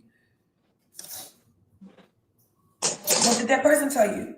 That their birthday party I paid for? Who cares? So if I was a shitty friend, so why what roll out? It was a coincidence. I didn't go to bed and wake up and my life changed. Jesus on the main line. Anyways, let's get to this makeup. Amy, you always feel bad for somebody. Because I have receipts too. That's but good. I'm not that kind of person. So, how about that, C. Patterson? Your life changed when Tracy died. Bitch, I'm tired of her. I'm so tired of her. I put this under my eye for highlight. They say highlight, but I got really, really, really bad circles. I've always have.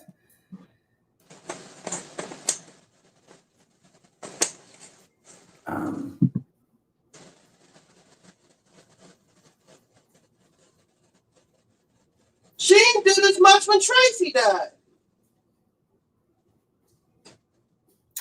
Here.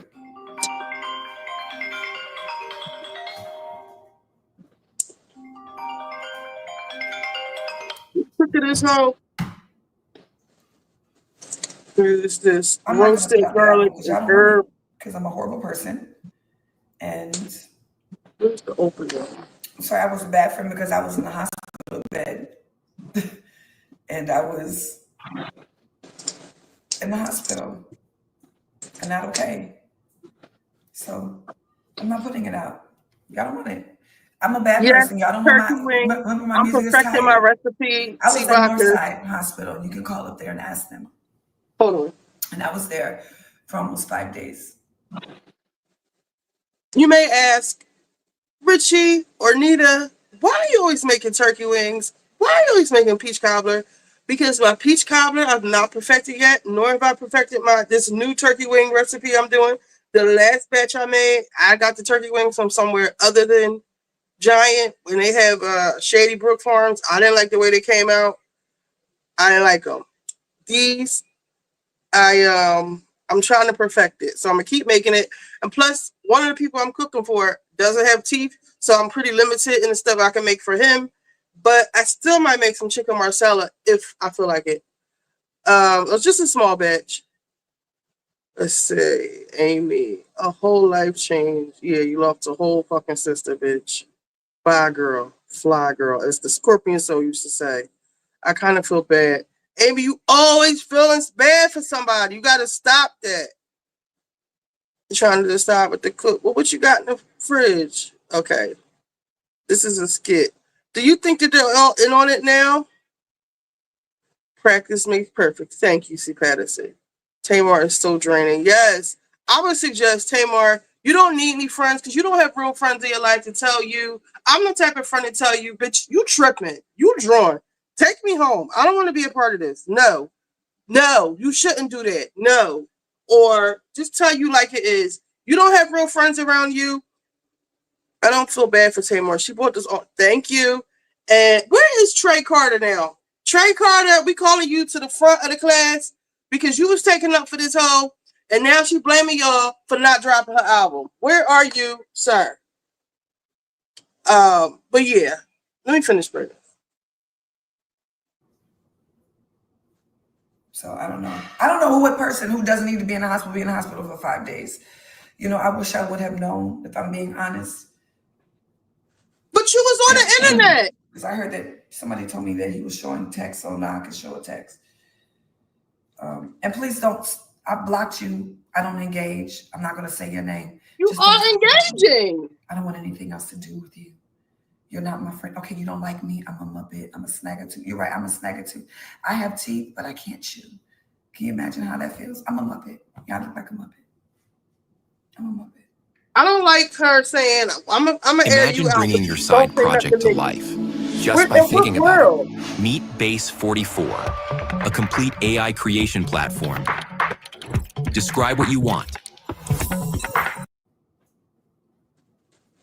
I'm a Muppet, and I like drama, although I was in the hospital. I'm trying to figure out how did I get in drama and I'm in the hospital. Because you was posting shit. If Tamar was my friend, that's what I would be screaming at the top of my lungs saying. You wasn't that And I can't fucking feel. sick. This is like tingly.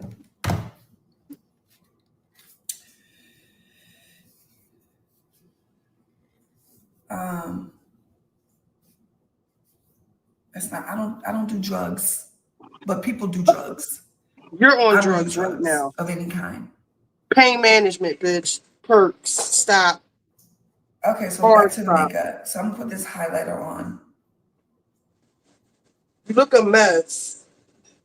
It's not missing, but this is not real. These are not real veneers.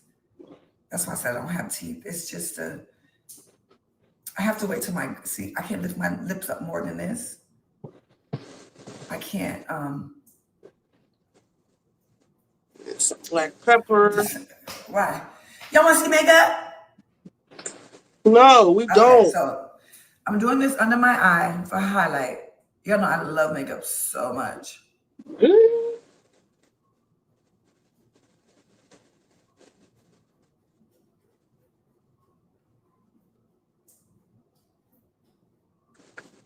And I'm still gonna put a little I lied about season. missing teeth. Baby, listen, I can't chew. I didn't lie about anything. I don't have to lie because who's going to check me? Who? I pay my own bills. I pay most of everybody's bills that you know. What are you talking about? I pay for birthday parties since I'm a horrible friend. You are.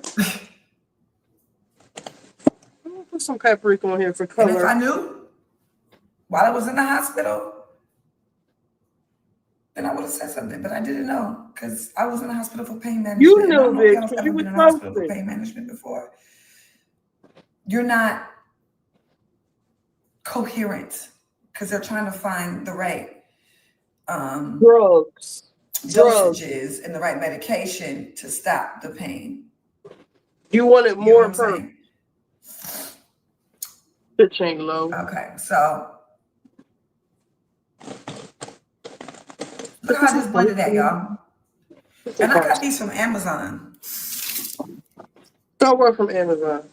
That looks good, right? You enjoy that? See how they blended? No, I don't have a substance issue. I don't take drugs of any kind.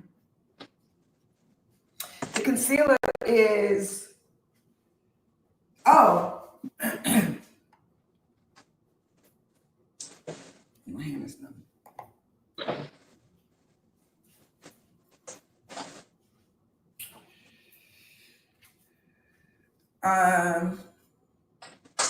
I'm gonna blend in a second, but y'all, I'm so mad. My quick weave. Can I put my quick weave back on?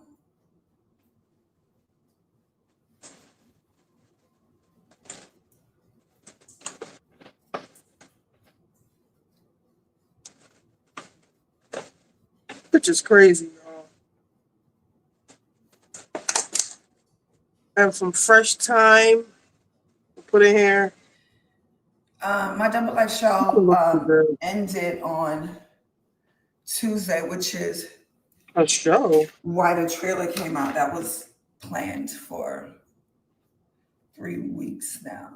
We shot that material 2.5 weeks ago. Maybe not. We're not going to use it. Old. This sage.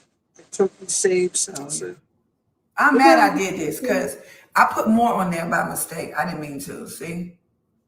Sometimes I think more highlighter can cause more damage. I don't do cocaine. You should ask people if they do cocaine. I don't do cocaine.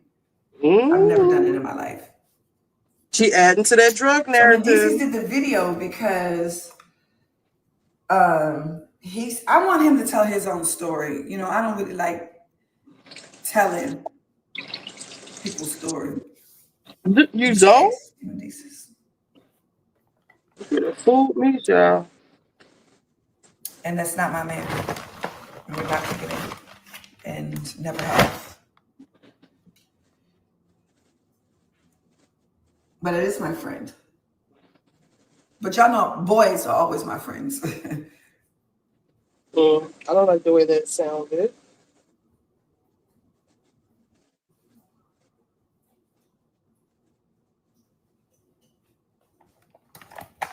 So I use this for my eyebrows. Explanation video and but it's makeup $30. tutorial. And this is, I'm sniffing it because I don't have feeling in my nose. Okay. What you want from me? You know, like when you break your nose or you, okay. Oh my God, this is getting bad. Nose look fine to me. It's not swollen. It's This not blanket, nothing it's black and white. freezing cold. I'm loving it. Trust me, I've tried so many cooling comforters, but none. Oh, was that the end of it? Hey everybody, Dr. G here. I'm a clinical and forensic psychologist as well as a body language expert. Oh, And watch today this. we're going to Body be analyzing language the behavior analysis. and body language of Cardi B during her civil lawsuit. Before we get started with this, couple of quick things. One, I wanted to make sure you know this is not a psychological evaluation of any kind. These are just my opinions. In addition to that, I do want to remind you to like and subscribe if you want to see more content just like this. All right, let's go. Cardi B is currently being sued for $24 million by a security guard who claims they had a physical altercation, whereas Cardi B claims it was purely verbal. What we're looking at today is Cardi B's testimony from 2 different days. All right, let's just jump right in.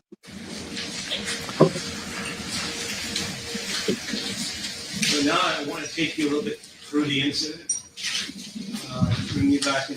So we just saw that big breath in. This is very common when people are in trials, particularly if they're not used to being in court. It's a stressful situation. But what we're going to be looking at is whether or not she's trying to pacify or calm herself down while answering specific questions. We're going to see if there's body language that suggests that somehow she's lying or trying to be deceptive. I want to take you a little bit through the incident, bring you back in time. Do you agree that an incident occurred? Before we watch this just came on. Yes, another liar. I drained the mushrooms out of the premium mushrooms. So that I drained the mushrooms. I don't want these in my turkey wings. So I'm draining them. Just like I drained the fake onions. So we're gonna throw these mushrooms away and just use the stock. All right. Now let's look at Cardi's body language because I believe everything the security guard said. Well, mostly everything. I believe she said everything. I believe her.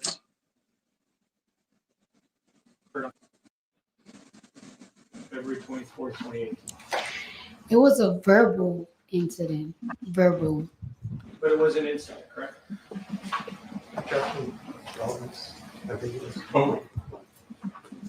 I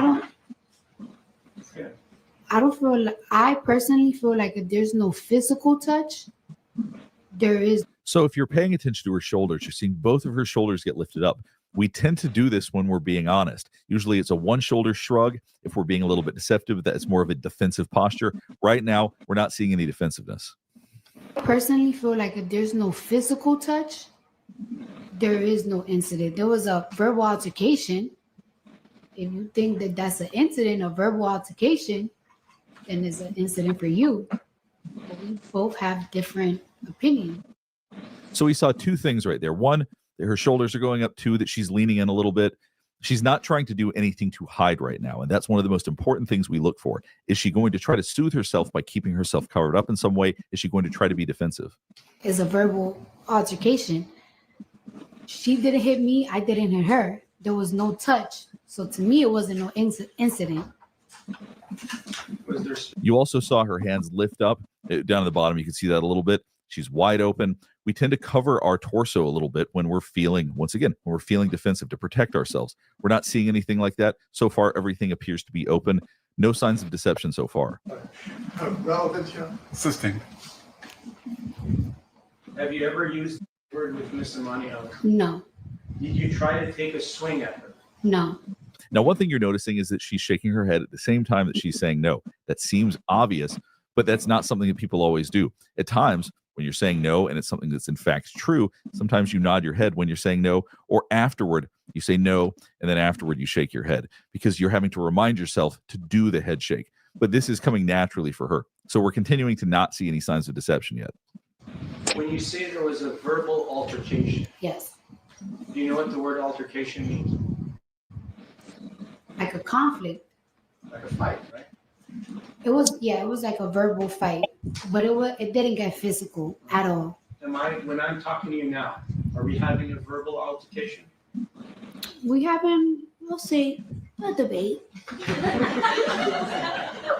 And we're debating about whether you assaulted and battered Miss Amani Ellis, correct? Just no, like I guess so, but I didn't touch her. She didn't touch me. So, What proof do you have that you didn't touch her? Objection. So we're continuing to see, once again, we're seeing the two shoulder shrug. She's being very open. When people are trying to deceive, they don't like being seen. They try to hide a little bit typically. There are aspects of them that try to hide because we think if we're in danger, if we stop moving, if we do something to hide, make ourselves seem a little bit smaller, maybe we won't get caught in our lie. That's a very common tactic. People do not consciously think that. Our body automatically does it. We're not seeing anything like that right here. So once again, I'm still seeing what appears to be total honesty from her. Battered Miss Amani Ellis, correct? just no, like I guess so, but I didn't touch her. She didn't touch me. So, What proof do you have that you didn't touch her? Objection. And also, sorry, do you have any videos of the incident? no. Did you try to get videos of the incident? I asked if there was videos. Like I told my lawyers to check if there was videos, but there's no cameras. I guess there was no cameras. When did you ask for that? What year? I feel like when I got sued, I was like, when I got sued, I was like, oh, I know I didn't touch her. Like it's like look for the camera. So look at the confusion on her face when she says that she got sued. When did you ask for that? What year? I feel like when I got sued, I was like, So right there, you're seeing a genuine look of confusion. If you look at the brow, you can tell that is an actual reaction of confusion. Why is this person suing me? When I got sued, I was like, oh, I know I didn't touch her. Like it's like look for the cameras because they'll tell you I ain't touching.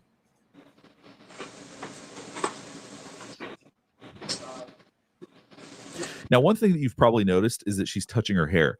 Now, sometimes that can be what we call a ventilating behavior. If we're feeling stressed or nervous, we brush our hair. From what it looks like to me, it looks like she's trying to keep her face fully visible. Because the idea is that when people touch their hair to ventilate, they're stimulating all the nerves in their head. Right now, this is not her actual hair, so it wouldn't have that effect. And on top of that, it's just little brief flicks of the hair. So it's very different than if somebody is constantly like ventilating their hair or throwing their hair up or touching their hair really hard. It looks very different than that. I could hear her. She was talking on the phone, and she said, "Oh my God, yo, Cardi B's here." So I kind of speed walk, but I feel her behind me. Then I hear her talking like, "Oh my God, Cardi B is here." So I turn around, and she had her phone. She didn't have it here no more. Now she has it here. And I asked her, "Yo, why are you recording me?" And she clearly looked like the security. She looked. see some anger on her face right there. Watch this right here. Yo, why are you recording me? See the brow go down right there? There's some real anger when she taps back into this memory. And she clearly looked like the security. She looked like the security guard. She's uniformed down. And I'm like, why are you recording me? Are you security? And she's like, oh, my bad. But then I'm walking, and I feel her still following me. So, like, as I'm walking, speed walking, trying to look for the office, I turn around again. I'm like, why are you following me? She's like, because I can. It's like, no, you can't. Why are you following me for?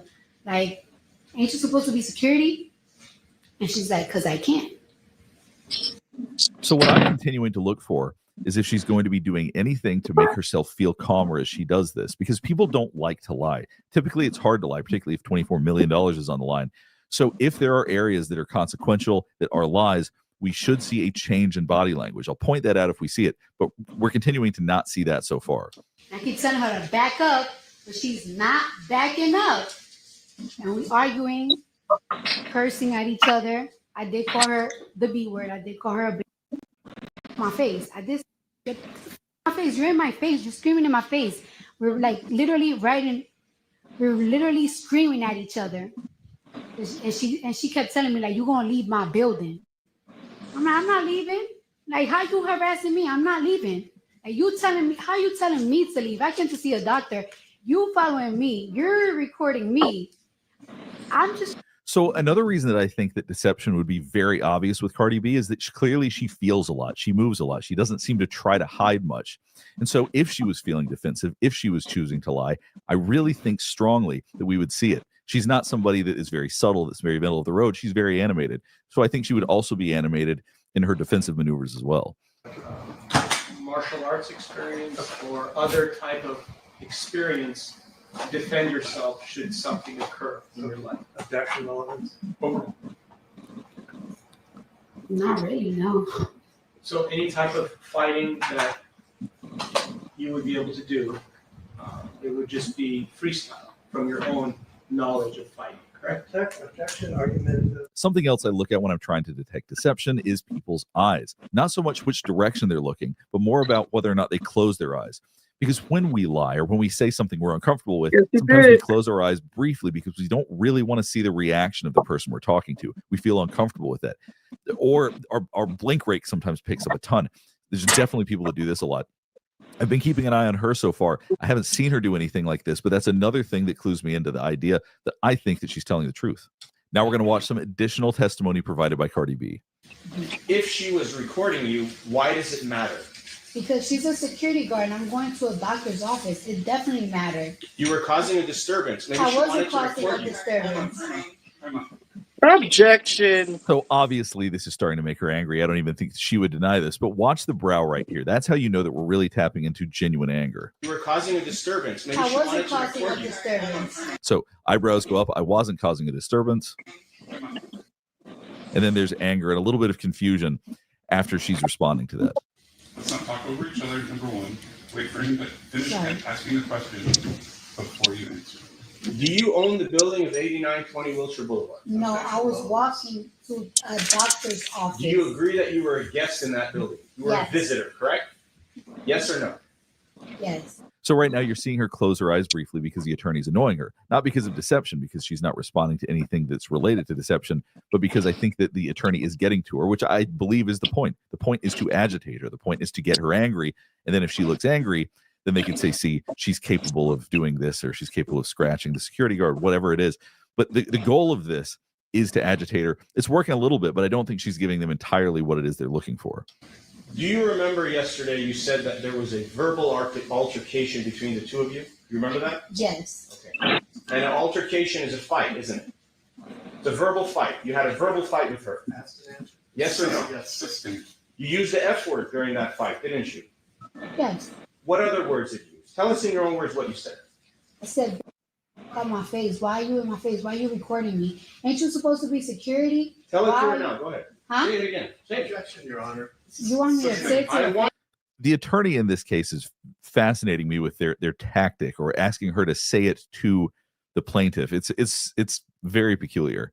Ain't want you to tell it to her face what you said on that day so she can hear it for herself The objection again. is sustained.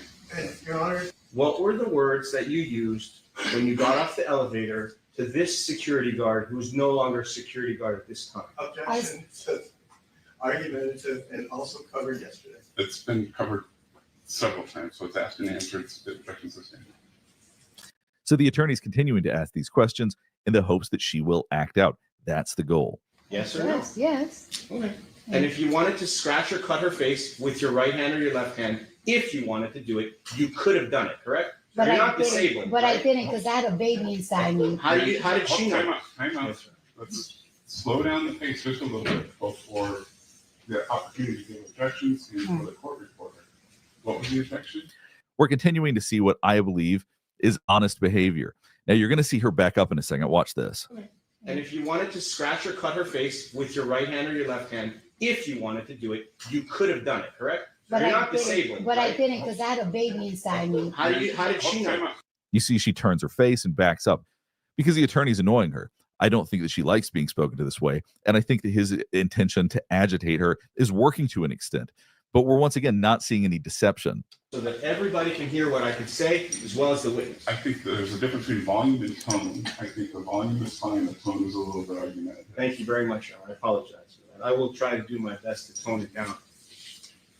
So again, I will ask you to tell us and admit to this fact. So you saw her lick her teeth after that. She doesn't like being spoken to this way. Once again, that's not calming herself down so she can be deceptive. She doesn't like this confrontation. She's someone who does not seem to mind arguing. I think that she would not have any problem arguing with this attorney if she was given the opportunity. Walked out of that elevator. No, I didn't know. But she knows that I'm a patient. When you're a patient to go see a medical anything, you shouldn't even try to fight nobody. You don't know what disability they have. Okay. Now let me ask you this question. When you say you were disabled, were you disabled in your upper extremity, your arms? Were your arms disabled? The reason I'm asking is I want to make it very clear for everybody that your arms can go up and down. Right now, I think she's actually doing a remarkably good job of keeping a cool head because as I'm listening to this, I'm feeling myself get irritated, and I'm in no way, shape, or form affiliated with this trial. I also have no vested interest in the outcome, but his line of questioning, his tone is obnoxious, and I personally don't like it. And I've been in a position where, as an expert witness, I've had attorneys ask me all sorts of questions. I've had them speak to me this way. So maybe in some ways I relate to the idea of being spoken to in this way, but I really don't like it. And I give her a lot of credit for actually keeping her composure as much as she is. Aside from your disability of being 3 to 4 months pregnant, did you have any other disability? No. Do you have a disabled placard? Are you legally disabled in any way? Why don't you want Hudson?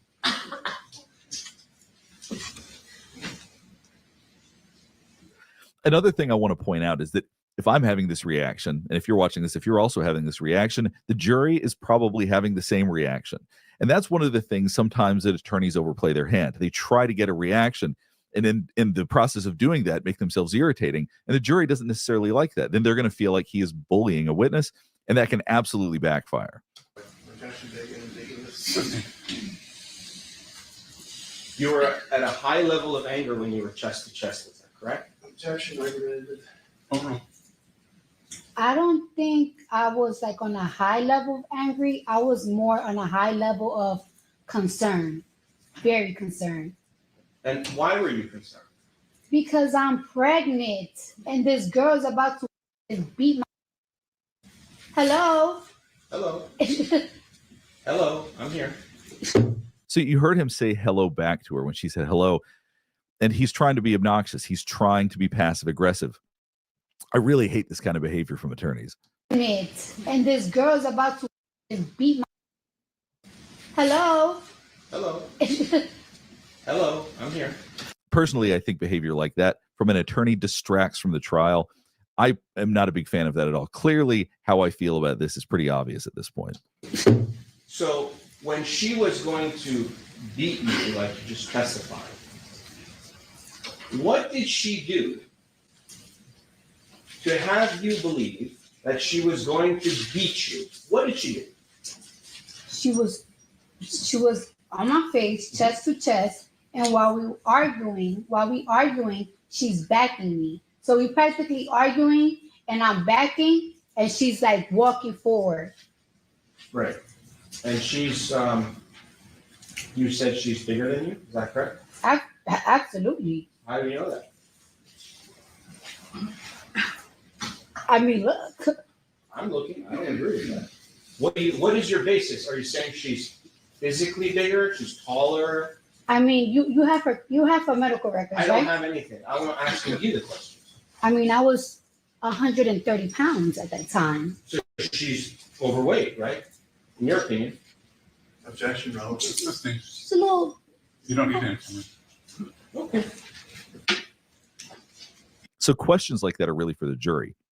When you ask questions like that about whether or not you think she's overweight, the hope is that someone on the jury won't like that, and that will change how they see it. That will change how they characterize you. Did you make fun of her that she was overweight when you were there in the hallway?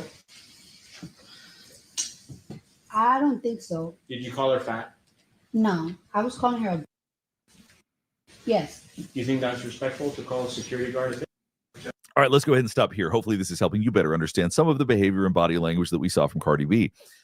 I didn't see any signs of deception. Usually there'll be some questions where you'll see a little bit of deception, where there's something that somebody doesn't want to answer, but she seemed to answer everything head on. I didn't see any signs of trying to protect herself, pacify herself, or to be deceptive in any way.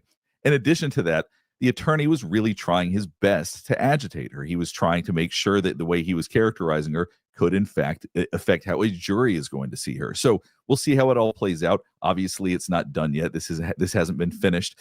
But I think, based on everything I'm seeing, is that Cardi B, I believe, is telling the truth. If you have any other thoughts about this, or if there's anything else you want me to analyze, please let me know in the comments below. And if there's any other clips you want me to take a look at, I'd also like to hear about that. Last thing before.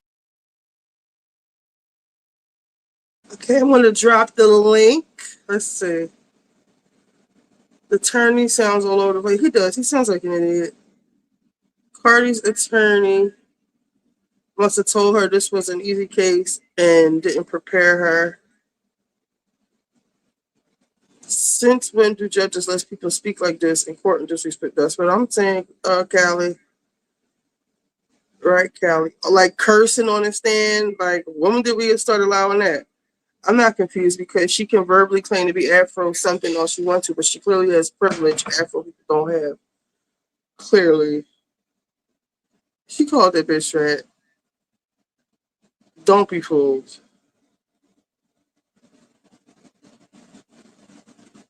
There's the link. Anybody want to come on up? What else were we talking about earlier? Trying to clean up some of these dishes. There you go.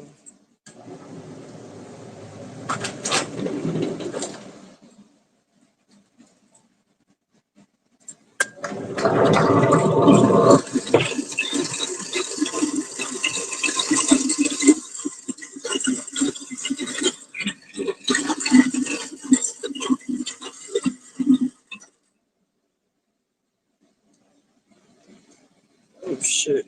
It's a whole line in my garbage disposal. That's not good. Hope I don't break it. Let's see.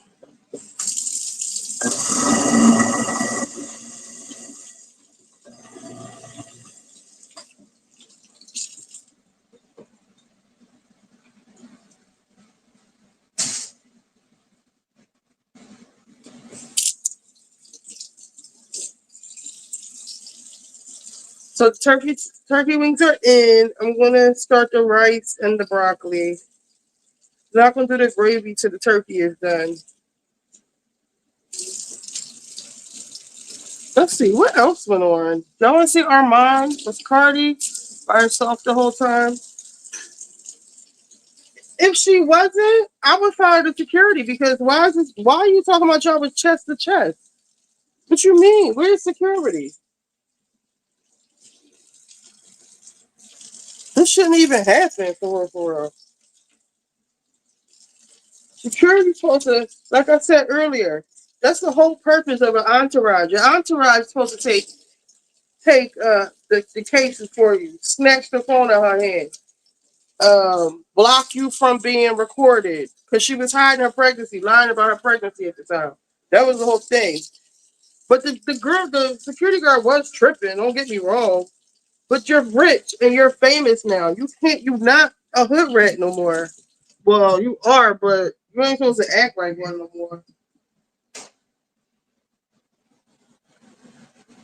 Do y'all want to? What else did we say we just want to look at? I can't play the trailer without getting a copyright. The Potomac trailer. Karen's supposed to be getting out Tuesday.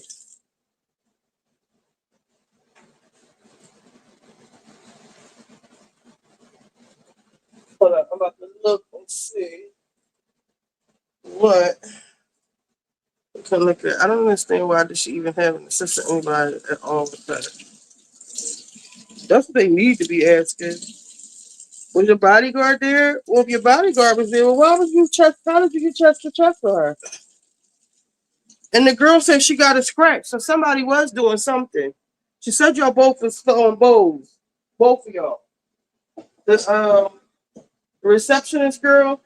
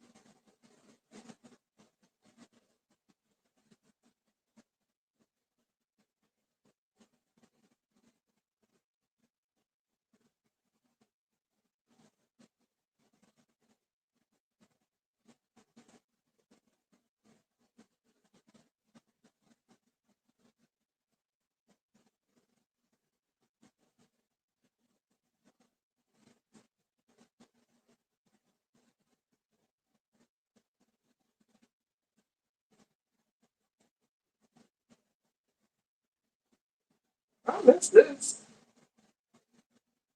This is how I became the most productive version of myself. Before, I used to scramble through meetings, half listening while frantically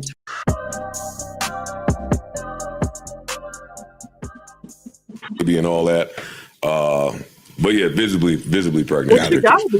For those people that kicked my back in not too long ago for saying, hey, if you're Atlanta. So what's up, everybody, and welcome back to another episode. So Cardi B is fed up with Joe Biden. On Thursday, the Bronx rapper took to X Spaces to share her frustrations with all the criticism she's been receiving from Biden over her highly anticipated album. She says Joe Biden is obsessed with criticizing me up and down. It's really getting me frustrated because it's like, bro, leave me alone. I don't understand this about Joe Biden. First, you're always talking about how you got a source from Atlantic Records that be telling you about my album, and that's a lie. She then made it clear that only two people have her music, her and her music engineer, meaning Atlantic Records can't drop her album for her. She added that whenever she has meetings, there are no more than 5 people in the room, so it's impossible to get information out of her team. Every 5-6 months, you're comparing another female rapper towards me. You compare new artists, you compare old artists, you compare every single artist to me. She then went on to make some other allegations. What else? Did anybody keep up with the Cardi B lawsuit? So a little bit. I've just been watching the videos because that shit is fucking hilarious. That is top tier comedy, my nigga. I'm not gonna hold you. It's top tier comedy. That whoever that lawyer is getting his ass whooped. Like whose lawyer? Whoever's girl. Yeah, whoever's suing her. The other girl's lawyer. Because he's up there asking. He's up there asking. Stupidest shit in the planet. Asking about her wigs, asking about her nails, a whole bunch of bullshit. So basically, what happened was she went to a doctor, and whatever doctor it was, she was pregnant, and she went to the doctor, and the security guard started filming her and taping her, and Cardi said, "Stop filming and taping me. You're a security person. Why are you doing this?" And then it got louder and escalated, and now the woman is suing her for assault or something. She scratched her with her fingernail. A bunch of bullshit. You got to see the scratch too, though. I know we're not supposed to say it. No, we can say it. It's a little scratch. It's not, fan. The scratch looked like Ash? Yeah, it looked like when the metal wire hangers that you just raise up on one. Like the scratch looked like she just drew this bullshit scratch there herself.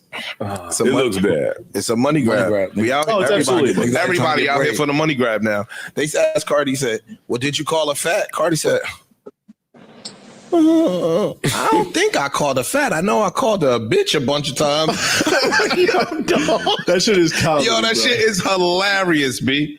Then he keep asking Cardi the same questions. Because that she called her a fat bitch, but she did everything that they're saying she did, probably, but you can't prove it. My lawyers are the greatest. I'm a star. I'm funnier up here, and you on the money grab shit. And the real problem is the woman was working security. She shouldn't have been involved in You none of this should have shit. never pulled your phone out when I'm coming in this fucking hospital, making me feel uncomfortable. Right. What the fuck are you talking? You can't do that, Joe. You can't follow me with a camera. You better not be saying that. Joe, it's crazy. Tell me, please make it make sense. Yeah, you got to defend this one. What I'm saying is, I can't because I'm on y'all side. on this. Okay. But what I'm saying is, everybody's correct from their point of view. Cardi is that level of superstar where somebody that has a job will risk that job. Yeah, for sure. Oh, okay. That doesn't make it right, though, but I understand. I'm not saying it's right. Yeah, okay. I'm not saying it's right. I be the dude that be wanting to knock mad niggas out. I was about to say, I see that. Yeah, that nigga came over there like, "Hey, Joe Budden." But until they update the laws, right? Because the laws are in that person's favor. In New Jersey. I can't speak for nowhere else. In New Jersey, if you're taping Joe Budden, there's nothing I can do. Nothing you can do. Yeah. So they should make a change to that law. They should. I think so too. Privacy invasions and stuff like that. Yeah, I think so too. But I agree with Cardi. Like, why are you following behind me, taping me while I'm trying to go to a doctor? Right. That's crazy. Had it been anywhere else, I would be on the security person's side. If she was working retail or something, I'm on her side. But a doctor's office, there should be a level of discretion. Bro, don't pull your phone out and follow. Cardi is too charming and too funny to take amazing. So when she takes a stand, she's gonna win over. The whole courthouse is laughing, having a blast. She's amazing. That Cardi, she's personable. You could tell it's a lot of honesty in her testimony. Like she said, is she bigger than you? She's like, yeah. Oh, this stupid ass lawyer gonna say, well, how do you know she's bigger than me? She's like, you see her? Like, are you fucking dummy? Like, he just asking a bunch of stupid ass questions, Joe. Yeah, you have asking her about her wigs. Yeah. What color wig did you have on yesterday? What color is this wig today? Did she have bad fingernails? Like, just dumb shit. Yeah. How did you judge your fingernails? Like, stupid shit. It's like, yo, my nigga, shut up, fam. Take his fucking degree away. This bar is dumbass. Like, he's bad. He's horrible, B. I know they up there tight. Well, they ain't got no money to get no. Yeah. Well, what you doing? You right. I can't go get them. She Cardi in there killing them looks. Yeah, she looks great. She looks killing them looks. It's a fashion show. She looks great. Sound Show great. y'all something. I got an album coming. This is all free press for me. She's likable. Super. Yo, like, she's just personable, my nigga. She's relatable. She just seems so authentic and relatable. That's like, what got her on from day like one. Dr. Bryant. Oh shit. I don't know enough of Dr. Bryant. I love when I can shoot at you. It's cool. Anytime I can shoot at you, I'm It's all right. We know it's all right. Yeah. Anyway, you're right. She is. But that's always been her. And nigga sent me the clip. My head was going like this. I'm telling you. Oh, that's funny. That's funny. Why you was agreeing so much, nodding like that? No, because you're not cooler than that. I guess that's my thing. You could agree, but the fashion in which you were agreeing. Corey, I'm bugging. He had the back teeth. Why was you not? Your man went crazy up there. You ain't do that. Yes, he You did. didn't do that. Yes, he did. All the shit we talked up here, that nigga went and did the total opposite. You did not do that. He ain't hold it down at all. At all. Listen, paying $14.99 a month for a streaming app and $9.99 a month for a music app and $12.99 for a fitness app and more money for a bunch of other apps, that really adds up. So why not get YouTube Premium for just $13.99?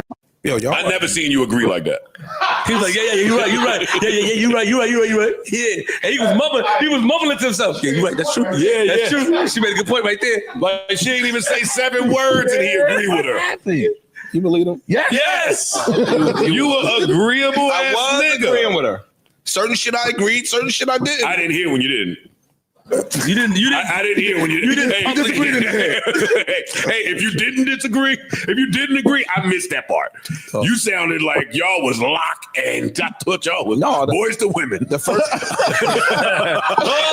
We go to the I thought y'all was motherfucking Rick and Tina. Nah, that's a bad clip. Ebony and Ivory. It was chopped up or something. Not my guy. Nope. His neck was. Yo, y'all are idiots, bro. Nah, I'm sorry. What the hell? I'm sorry. You ain't go there and do that. No, that's my man. But I ain't rolling. Yo, anything for a check, I guess. Me? Yeah. But look, she could have just been personable. He met her. She could have put the charm. She was mad, nice, and cool. She was cool. Doc, you wait till I see you. It ain't gonna be none of that agreeing shit. Oh, bullshit. It ain't gonna be none. Hey, Doc, you might have the wrong impression of the JVP. Wait till I see you. Now you gotta put your best. There's a professional woman around tone on when she comes around. Yeah. Well, we got to see. We got to see. I didn't meet her, but I don't think I'll do like Ish. I agree cooler than Ish. Right. I'd have texted her later. Yo, you made some good points up there. I wouldn't even look like that. We was having a side conversation the whole time. That's the other thing. I'd have been stoic. I wouldn't have been talking side. I wouldn't have been. I ain't here to be buddy, my nigga. It's war. It's not war. It is though. It's not though. It is gender war. Y'all niggas war. wanted it to be war. No, Yes, I did. The manosphere was looking forward to you ending it. Yeah, you supposed to go in there. No, I wasn't. Like Game of Thrones and come out with the head on a spike. Yes. I wasn't supposed to. Don't never say nothing about the red wedding again. You done. You done. Don't utter another fucking word about the red wedding. I don't want to hear that. That was the red wedding. Oh, that was the red wedding. She killed all you. Oh man. Damn, son. Did anybody see? Wait, we was not done with Carter. They have pictures of her coming out the court. Don't make me say it. Last time I said it, I got in trouble. I didn't see it. Confirmed? Fuck it, I'm gonna do it. No, not confirmed. I'm talking about, but just people with eyes can look and see that. Okay, she's pregnant. Now she's not gonna confirm it because women have the rule of I got to make sure my baby is healthy and make sure I'm having this and yada. So she's And not. I'm gonna sure do there's that. a rollout involved to some degree with the. I'm not gonna do that. I mean, you're probably right. I'm not saying like a rollout for commercial purposes, but women like to do the reveal and the picture on their own time. Yeah, that's 100% true. Yeah, all of that's on the positive side of looking at it. Sure. I did look at the negative side with my girl. Pillow talk. Pillow talk again. That's the thing. My girl be in people business that she don't have no business being in. That's the other part too. Man. But yo, I had to tell you, yo, mind your fucking business. But sometimes points are made. Okay. I ain't saying it. Oh, okay. If you're not gonna say the negative side, then none of us gonna say it. We're all waiting to see what happens with the baby. That's what I'll say.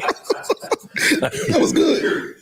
Everybody's just waiting to see the announcement and who announces and the pictures. That's it. I don't do kids. We hope that we hope that Cardi has a healthy baby and all that. But yeah, visibly pregnant in pictures. For those people that kicked my back in not too long ago for saying, hey, if you're Atlantic, you do have to look at the possibility of keep putting albums out, having to work through. Yeah. This boy, they killed me for that. You're not supposed to. You're not supposed to what? Speculate if a woman's pregnant. That's why it's but I wasn't. It's You're not supposed to. But I wasn't speculating on if she was pregnant. You were just hypothetical. I was speculating on Atlantic having to roll out an album with somebody that's pregnant. Right. I was talking from their point of view. Yeah, not hers. You would never say that if it was a man. Well, men don't get pregnant. I'm not. Our good brother not here. Now while Mark, only while Mark is gone. I don't even know if Mark is coming in today after the footage I seen online. Oh yeah. Getting pummeled. Yeah. Him and Ian, I think. What happened? They were at the wrestling, the fourth rope shit. Shot the gun. Who dropped album today, which is phenomenal. Damn, I didn't hear the album. It's really, really dope. He's one of just my favorite people in hip hop, period. If I don't ever hear another album from him, he's one of my favorite people in hip hop. Is it Rapping Gun? It's Rapping Gun, and it's like, it sounds like a little, all I need to sometimes there's like intentional gun, and it sounds like he's just having fun. I was bored. This one sounds intentional. Then I'm listening. It's tough. That's when I fuck with Gun. Yeah. I say it all the time. When he take it serious and goes in with intention, like I'm about to make a song or album or project, whatever, it'd be heat. It's one of the ones you will like, for sure. My man. What you were saying earlier, Flip. When? About Jussie Smollett? Oh, that's what you were saying, Jussie Smollett. Yeah, I said that you watched it. And real quick, you got to stop saying the two men are Haitian. Nigerian, I'm sorry. Like, no, all right, good. Honest mistake.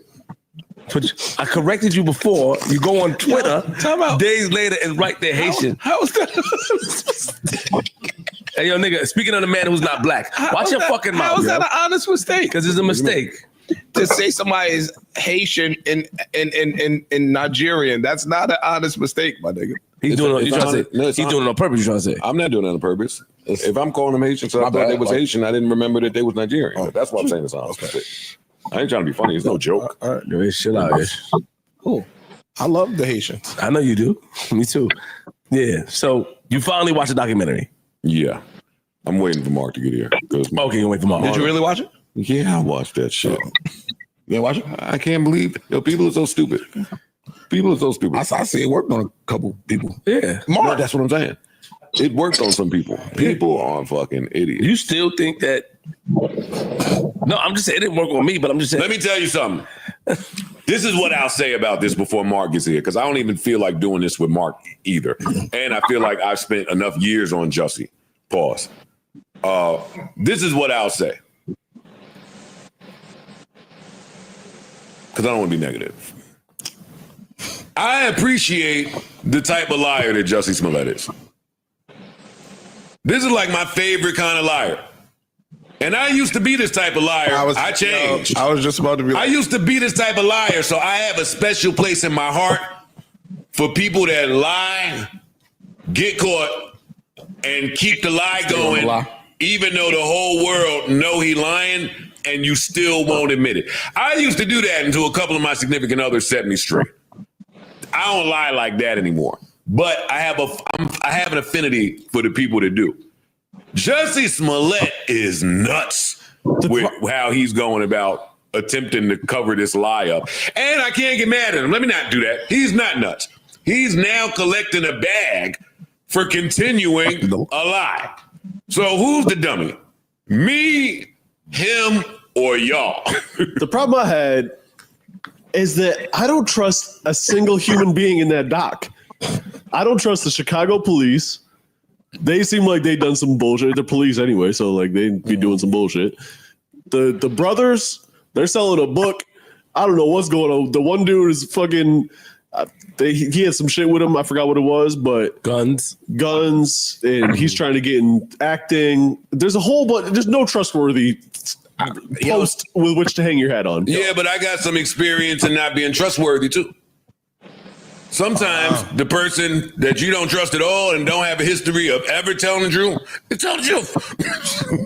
And we just never gonna take it. Or so even they tried that in the dog. All right, so what do y'all want to talk about next? We did Melissa Ford. We did Tamar. Who are we just talking about? Cardi. If anybody wants to come up, they can. Y'all want to listen to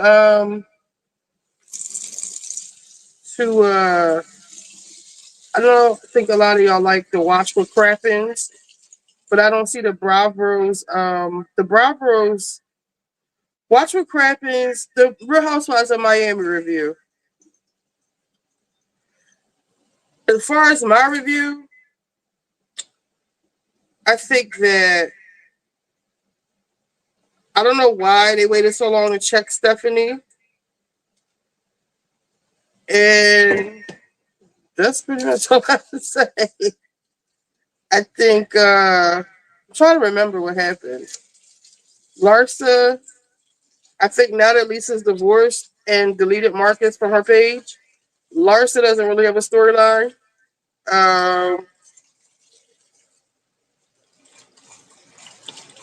I think Kiki, I think Gertie is like way too, Gertie's almost too good for this show. Like she lets things go. And Julia, the way you acted, because Gertie couldn't be on your Zoom call, and now all of a sudden it's just okay that Marisol and Alexia are going to meet your stepfather, your kids, whatever the guys are. It's bullshit to me. Hey, Like you just girl. let them off the hook. Hey, Amy, you let them off the hook so easy. I don't like it. Yeah, I think they were just trying to move to the next storyline with Stephanie. Stephanie totally crashed out this episode, And she was and she was lying. and the thing that I couldn't understand is like, why couldn't you just play it cool? They saw what you were trying to do. They didn't want to do it with you. They don't see you as the cool girl, and they're You're not going to weird. accept. You're They fucking don't. weird. They don't want you in the group. So she literally crashed out on that plane. And I'm just like, dang, for somebody who doesn't say they're not emotional and they don't care, you've cried like 3 times on this trip, girl. Like, what's And good? when Alexia called her ass out, she immediately flipped to y'all didn't want me. You the one that didn't want her on the plane. No, that was you and Larsa. And you were dying to get at Lisa. You have been itching to get at Lisa because she's late or whatever you feel. You have been Yeah. dying to get at Lisa. And that was your opportunity to fucking do it. And it didn't work. And Marisol, when you were like you had rules and all of this, Marisol clearly wasn't feeling that shit. And wait, there was another fight that happened. Oh, let me play this. You know what? I'm just gonna take the strike. We're gonna watch the after show first because apparently there was something else that happened. And I hate when they do that. They don't show us everything. Oh, when they have all tried to they tried to get the rest of the girls to boycott the PJ, and Yes. nobody would do it, but they just left it alone because they Well, wanted Gertie was the one that broke ranks, apparently. yeah, because Gertie got into it with Lisa because she said something about her period, and Lisa was saying she didn't want to hear nothing about it. And so no, she was complaining about how something she told Lisa. She compared her to Carrie or some shit. Yeah, and she Like, said she was just turned off from it. So she came out and sat with the girls after they she was sitting with Lisa. No, she was sitting with Stephanie and Larsa complaining about Lisa, and they were really game to put Lisa off the Doritos plane. Golden Sriracha. And Gertie kind of was like, no, it was, but they weren't game. Stephanie didn't want to hear her story. Don't even go. Oh, do I have inside information on that one? Tell me. Coming up on the Real Housewife of Miami after show. We will not be traveling with you and the girls this morning. Have a safe and beautiful trip. See you later. I felt so betrayed. Larsa looks pretty right there. Plane. Oh, wretched. That's what I meant. Okay, I said ratchet. I said wretched. You know, I believe Adriana doesn't know shit about being ratchet. I believe she really did say wretched. I believe she said that too. I don't think she really meant no harm in that situation. I don't even think she knows what ratchet is. Don't even say that. I'm like, it's not mopping. A mop is a mop. It was moping. You disguised yourself as a friend and backstabbed me. You were That's so how I rude speak. and disrespectful. You put us in the same room, and it's like a pot that like boils super quickly. Guys don't have a low heat. Yeah, you me dejaste con Mussolini. Sorry, bro. Sorry, me dejaste. She wasn't at your Thank game you. because she didn't want Hold you on. to dangle the carrot. Right. That's the truth. Q, we just did I played a video with a lie detector, a human body and body language expert for the Cardi B testimony, but we can come back to that. We're gonna get into Miami real quick. If y'all want to hear the Orange County review, These girls are like very impressed by Marisol. I don't give BJs for PJs. The Real Housewives of Miami after show starts right now. When you girls all went to the Plaza de España, and that's when all hell broke loose, everyone started fighting. Solo class and déclassé. Stop demanding answers from people. We don't answer to you. You are lucky I'm shutting my mouth. Open it. Open it. Open it. Open it. Let's just go back to the beginning. Because Alexia and I were talking, and she grabbed Alexia and goes, I need to talk to you. Can I borrow Alexia for a minute? Yeah, sure. We can explore this side. You may. And I was like, what about me? Because I already knew it was going to be about us not being on the plane. Right. And then I wasn't taken along. and I thought it was very odd. I feel like for me to be able to get over things, I have to talk it out. And I just knew that for me to move forward, I had to talk to Alexia. And at the time, I didn't want to talk to Marisol, also because she planned the birthday. I pulled Alexia to the side because Alexia is the mouthpiece. Like, you know, if you're going to have somebody egg you on from the back, but Alexia is the mouthpiece, then you're going to be the one that's going to reap the repercussions. It's not my fault that she's letting Marisol like, fuel her. If you're going to let them fuel you, then you're going to have to be the one to take the heat. I also feel like I do not like this bitch. Here's the thing with Stephanie. If it's that deep to you, why do you want to be around them? You said Right! Marisol, you said Alexia was Marisol's mouthpiece. Why you want to be with them? Why you want to eat with them? Why you want them on your She wanted PJ? to cry when Alexia and them didn't show up. She was more mad at Alexia. She wants to be team Alexia so bad. She wants to replace Marisol and she becomes the best friend. She's like the That'll worst never person. happen.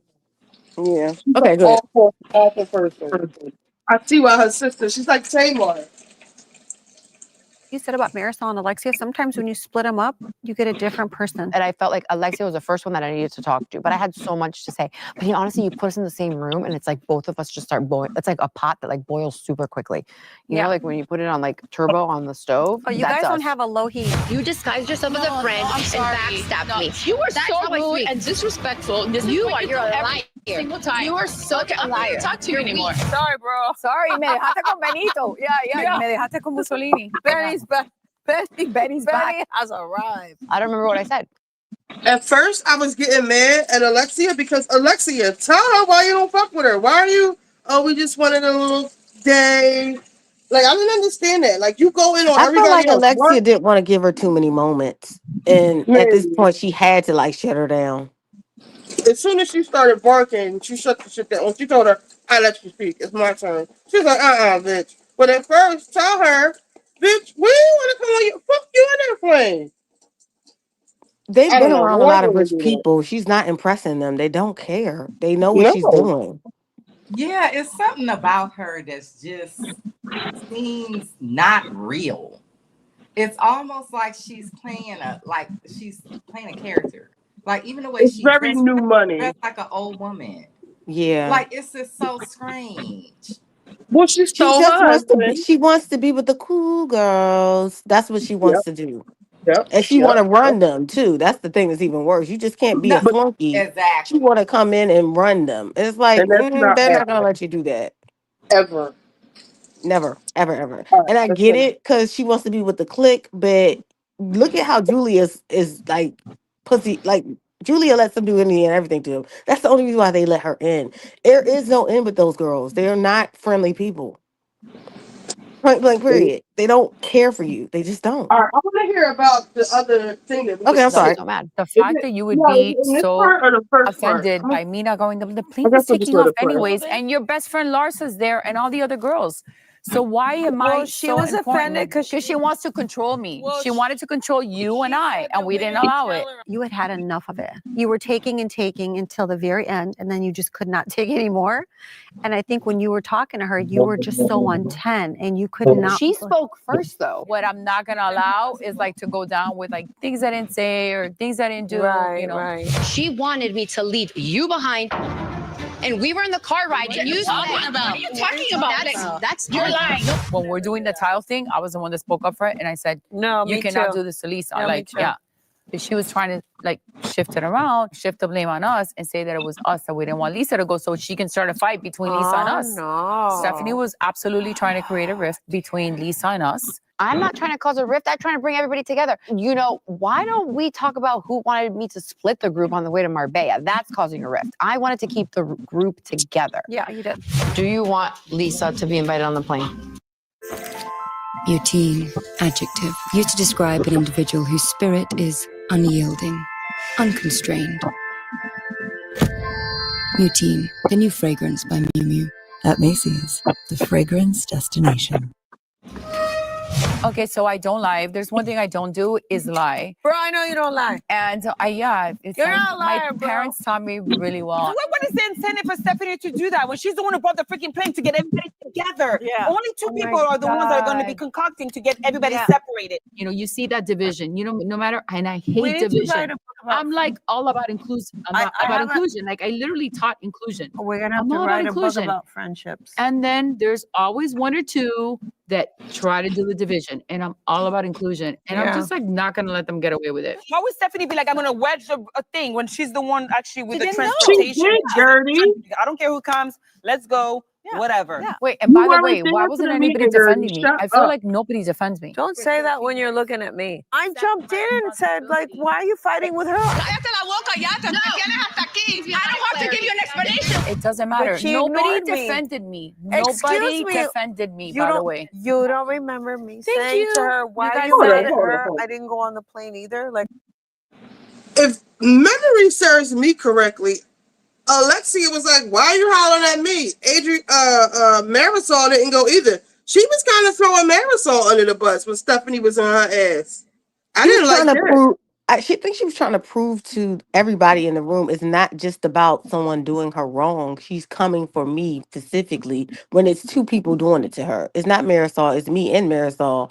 So it's not like I do think she was throwing her under the bus, but I think Yeah, she sees Stephanie for who Stephanie is. I don't know what it is about Alexia that got Stephanie with a heart on, but she wants Alexia on a platter. I don't know. It just seems something about her seems weird.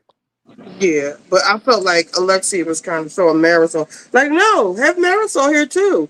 Oh wait, what about Marisol? Why are you just cussing me out? Cuss Marisol out too. I was like, whoa, you supposed to be You the know she baddest bitch, Alexia. You they can they handle this come bitch in on they your come own. in doubles. Even when she said, "Can I speak to her?" She was like, "Don't you want to speak to Marisol too?" And I was like, "She come to talk That's to what you, I'm girl." saying. It's like y'all are not a double. Y'all are not a two package deal. Y'all That can be means you can't separated. stand up in it by yourself. Yeah, like Are you you kidding can her? be separated. But I feel like in her mind, she's fighting. I don't know why. She just wants them two to be together all the time. And I'm like, girl, no, it's not gonna I work mean, like that. I Now get y'all it. can. Like, if it's me and my girl against y'all, you're not gonna, whatever. Like, I get that, Yeah, but but like, stand in it though. you can Stand in cuss it, her out Stephanie. on your own. Alexis. Exactly. And that's the part that I'm like, yeah, I do agree with them always being like bosom buddies, but at the same I time, don't why have do a you want to problem with be that. around them? I don't want to be around people that do that. Like you're But always the third I wheel. don't have a I'm problem good. with that. I really don't have a problem with that because, like, we ride together, we die together. Like, I appreciate loyalty and like with my friends, so I don't have a problem with them being joined at the hip or whatever people want to say. But Alexia, you supposed to be the baddest bitch. Like, you don't need Marisol to handle what's her face. Yeah, if one of them gets put off the show, I don't know what the other one's gonna do. It's gonna be like Giselle and Robin all over again. Because now Giselle's like flapping in water. Last season, You think she so? attached this. Yeah, she attached herself to like who did Giselle attach herself to last season? Ashley a little Nobody. bit. But Ashley always been her little puppy. Yeah. So this season it looks like they brought a friend because Robin's not coming back. But I feel like Alexia is giving Giselle energy right now because it's like she has to have Marisol to back her up. And it's That's like, true. Well, girl, they you gotta said stand up. You gotta stand in on it. the Bride I Bros, didn't they take it said that way. real I quick took on the it as Bride Bros, they said that Marisol is really the one that's running them. I can see it. I didn't know she was a publicist and had all these connections. I could see that. But I didn't take it that way. I took it as though me and her and Maricel both did the same thing. Why are you just coming to me and having an issue with me? Why not me and her? Because we both didn't go. Because she So that's thinks how I took it. she explained it. She said Marisol is Alexa is her speak what's it called like her what did she say? Alexa's just this Mouthpiece. the talking head or whatever. She's trying to prove that these are two weak women without each other. But my thing with Stephanie is why are you so invested in that particular friendship and not the others? Right. Like But I felt like she was trying to sort of like turn them against each other from for a while. Exactly. She did. She look what she. It was so easy for her to come in Because and. remember when they went shopping, she was like, "Oh, you're so much better without Alexia here. You're so much friendlier. It's so much nicer it's so much better without Alexia." Remember Yeah, Stephanie was saying that? yeah, she did that, and I felt like that was so like. So what does that mean? I'm not a good person unless I'm not around Alexia. Somebody else did that on the Housewives show. I can't remember Um, who. I don't know. They always do that when there's like those two start clicking up. People start doing like un undocumented alliances. You know, people start clicking up to save themselves and the paychecks that they're receiving. I know on Beverly Hills they separated Bowles from Dorit. They tried to do that. Yeah, I remember that. They was like, we gotta get Bose away from the REIT so we can have really talk to her. Like basically, like we gotta get her on our side.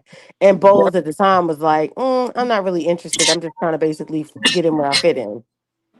Well, that's a little bit different because Bose didn't even know before. But this is like, I mean, they clearly have already been friends. This woman to me came in here with an agenda to try to like turn them against each other or to see if they would turn against each other. It's very weird. Yeah, and I think she's using her money as a tool. And I think for the others, like Gertie, I don't know if Gertie sees it because Gertie just doesn't like Alexia and Marisol. But Gertie is really playing into this woman's narrative and trying to I'm like, don't stick up for her. This woman is not anyone's friend. It seems like No. whenever she gets a chance to throw someone under the bus to climb higher in this little hierarchy, she will do it. Look at Because how she she's said doing something Lisa. smart about Gertie on Watch What Happens Live. Yeah. And Like, Gertie, let it like, why are you go. defending this But girl? This Julia girl put don't a like snake in nobody her but face. exactly. I can't stand Stephanie. I don't think she fit with them on the show. She is the only person sitting up here with a damn blazer on, button up to her neck. It's so weird. Why she dressing like an 80-year-old woman is this weird as hell Because to her me. boyfriend, her It husband's like almost seems 70, right? it seems like she's wearing a costume of what she thinks a rich person would look and act like. Yeah. How Well, I old is her looked at her husband again Instagram. She now? got a lot of different looks. No, Let's I like continue. Stephanie's looks. I just don't like her. Instagram, she be wearing blonde wigs and stuff. All right, so let's finish No, this. but that wasn't enough. It wasn't enough. I needed to All say the more? stuff. No, you Okay, and that everybody was else. rational. You and everybody Rationality else. doesn't No, work my in this love. group. You It gotta was be bad. crazy. I think Julia defended me. Actually, I think Julia Okay, defended me. I Julia don't defended you. remember. I Yeah. didn't. Okay, let's keep going. Keep it moving. By the way, Yes. could I just say I got up in Marbella and I did a toast. I have an announcement to make. God, wow. Yesterday, I am officially divorced. And then everybody was happy for course me. we Then were. I look over at Larsa and she looked like she was not happy about it. I'm like, what's Did your she problem? toast? Oh boy. Why is she mad? It's the end of 15 years. No matter what, it's a big fucking deal, guys. I mean, what am I celebrating? Why am I celebrating something positive for you when you are literally sitting here bashing me? Yeah. I think you were right. That's normal, Yeah, right? it's normal. Yeah, I think it's normal when No, someone is you're not a fucking your hater. friend. That's Why am supposed I to be your celebrating friend. you? Yeah, I wouldn't want to toast. Right? I Yeah. wouldn't want to toast your wins. You're Yeah. sitting here watching me drown. It's like she didn't like that it was something about me. What And happened? just Yeah. that I was like having a moment for me. She doesn't want me to have any moments about me. And you know what? I tried to go up to her. Cheers? No cheers? And she was like, she couldn't be bothered. I'm like, what the what? I did what she After wanted, everything bitch. else, it didn't matter. That's the point. The system is rigged, honey. I've been know that. I've been know that. Marcus, I'm divorced. Let's celebrate. Let's be friends. Lisa, you were like, I love this rich people. Yeah, you should love saying that. I love this rich people dinner. I feel like I want to be classier here, you know, like I want to hold the glass by the stem. I feel like I need to like be super elegant. It was all in fun and trying to be light because there's too much like heavy darkness. I know. trying to be like a little lights in the room. Yeah, I mean, we were happy for Giving a her, little celebrating, laugh, the That's all. godfatherhood. Like I'm very silly. Cheeky, you're being cheeky. Being cheeky. It doesn't mean like I've never seen that before. Right, It literally right. means like I'm just being. You're playing it up. I'm playing with the moment. I'm having fun with it, and that's it.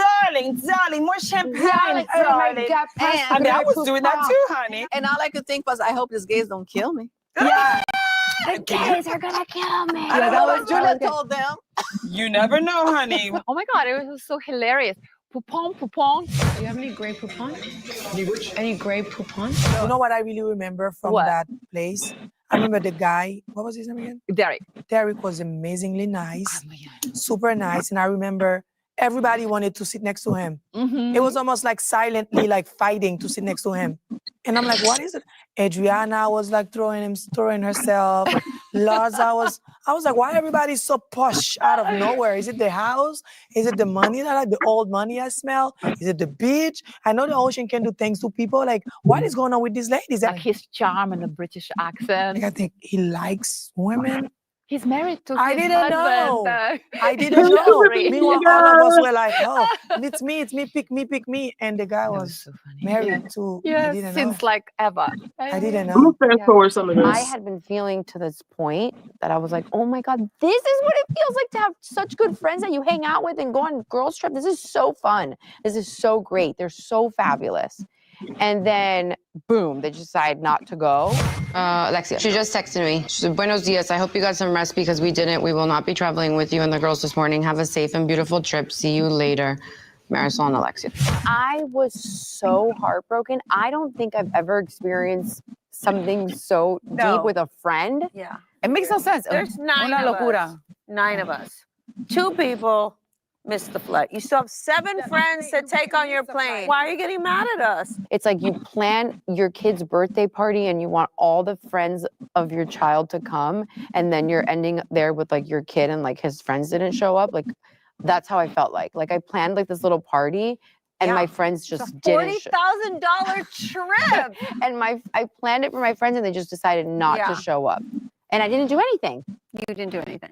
I'm so excited to like, spend time with them. And then all of a sudden you're not showing up and like I feel like they could have handled it. They could have handled it better. They definitely could have called you. They could have had a conversation with you and explained what they were planning on doing. I felt so betrayed. Truthfully, we didn't think Stephanie would even be offended because the plane was taking off knew she regardless. would be offended. You thought that and you I still knew. did it. I I knew. didn't. I knew. I'll tell you honestly. I knew because the plane is like a badge of honor, and it's not like I wanted to take that away from her. But you were my focus. When I said, Alexia, listen, this trip has been about you.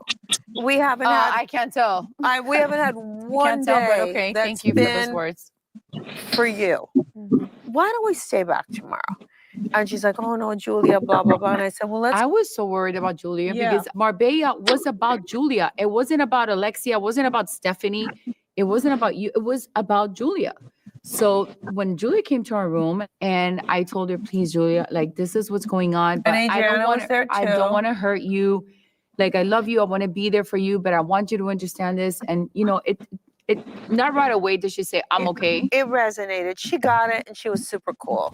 I'm really sad that they're not coming. really surprised that they- But I'm not. I completely understand. She was so accepting of it immediately. I was like, oh, do you not really want us there? And then that gave us the pass to say, we're not going to go on the trip. You're so mad that I missed the Zoom. Like I am the worst human being in the world. She just sent me a cold message. I was just out saying, in the streets, "Congrats." Caribbean That was it. girl. Oh wow, that's warm. Some people dream of I making was a out on the difference. street. I'm supposed to be at a Others are park willing to do barbecue what it right now, takes. but I said, let me go holler at my We're looking feet. for those who refuse to be ordinary. Nursing. But your 2 new best friends fly to Spain, and the main event of asking your beautiful friend in Marbella to be the godfather, they miss, and it's like, no problem, ladies. Good, make it make sense, please. I wish the girls could have joined they're not. I'm not going to focus on this. I'm moving on. I want this whole trip to go well. I wish they would have been there, but they can't change it. So that's it. Move on. I have to think of my boys. I have to think of the trip. Ain't no move on, Stephanie bitch. organized her plane. We're on the schedule. We are going. Another And I fake cannot one. wait to see my friends. Keep the So same no, I energy. wasn't bothered. Julia could have stepped in and tried to like ease the situation and like helped and been like, come on, guys, it means so much. It's not a big I'm not doing deal. all that for You know, I don't you. know Stephanie. She's gifting us this trip. Instead, you're like, they feel you're going to leave them stranded and your rules suck. Stephanie, we love you, but sometimes you like your delivery is very bossy. You obviously don't think I'm that bossy if you're about to get on my plane to go. Really, Stephanie? And honestly, I don't think it's called bossy. It's called leadership skills. I agree. You know, it is what and it you is. do listen. It's not like you're not like a dictator. If I invite you somewhere, I'm not going to rub your nose saying, I gave you this, I took you on the plane, therefore. Certain behavior, yes, maybe, but not to the extent that it would make somebody feel uncomfortable and that I owe you something now. Marisol stabbed me in the back, Julia stabbed me in the back and the front, all over my face, you know. You know what happened? Julia was in Marisol and Alexia's room all night, and she heard their side of the story, and she kind of is friends with them. She doesn't really know you, so she's definitely going to have their back over yours, you know, because those are the conversations that were had when we weren't there. Okay. At any point was she like, I'm oh, not I saying slept like she's a baby and Stephanie's so no, kind? No, I came at the end, but the moral of the story is she had more of an alliance to them than to you. There's no such thing as an alliance. It was a flight. Yeah, literally. I'm like, get on the plane. Get on the plane, have some champagne. Nobody cares about your fucking plane. I can't understand why people don't see why it's inappropriate to use her plane the way she's using it. Wait, where's part two? Hold on. Well, I was with Maricel on that. Like, I'm not going nowhere with nobody, and they talking about they gonna leave me there if this and that happens. Have you ever been able to do number two up on the? Wait, this ain't it. Go ahead. I got part two. That whole thing with that plane, I would have felt the same way. I would have been like, I'm not going nowhere with her. I don't like her energy. I don't like her vibe. I don't like what she doing with this plane. I'm cool on her. Like, I really do not like this shit. And I don't like this thing with this plane. It's just weird. Yeah, I've never seen someone be so dangly. Like, she really is dangling that plane over them. Yeah, I'll pass. I don't need it. Because I know they sponsor trips. Maybe she did spend her own independent money for them to be on it. But if Bravo's not dangling trips like that, I don't think anyone should go like put themselves in that situation. Well, yeah, I think she is spending her own money on the plane. That doesn't mean that Yes, plane. Martha let us know. It costs $40,000. Nobody asked her to do that. They could have took the Bravo, the what do you call it? The Mercedes truck. Commercial flight, or just They get could have the drove, because remember she said they could drive back. Yeah, the shuttle. Or the Mercedes, the Sprinter. They could have just took the Sprinter. It would have been like an hour drive instead of 20 minutes. So how long it was? Yeah, they could have. I think they should have took the Sprinter just so they didn't have this argument. But we see it. I think that made it good though. No, she was trying to create a problem. That's why she did this. She was trying to create. She said out her own mouth that if they act up, they can walk back. Yeah, that's a hell no for me. And I can't understand why Lisa or Julia or any of them, when she said what she said, like, yeah, you're saying that, but you're getting on my plane, I would have been like, stop the bus, I'm good. Because I don't trust people like that. I don't trust them. Just like you said, I wouldn't feel comfortable. Because she's letting you know where she stands. I have the power, and shut up. And she still said, you're getting on my plane. Bitch. That's the part. It was like, even when she was like, let's party, I felt like she was forcing them to party and drink that champagne. I don't think everybody really was into it. All right, let's play part two. I'm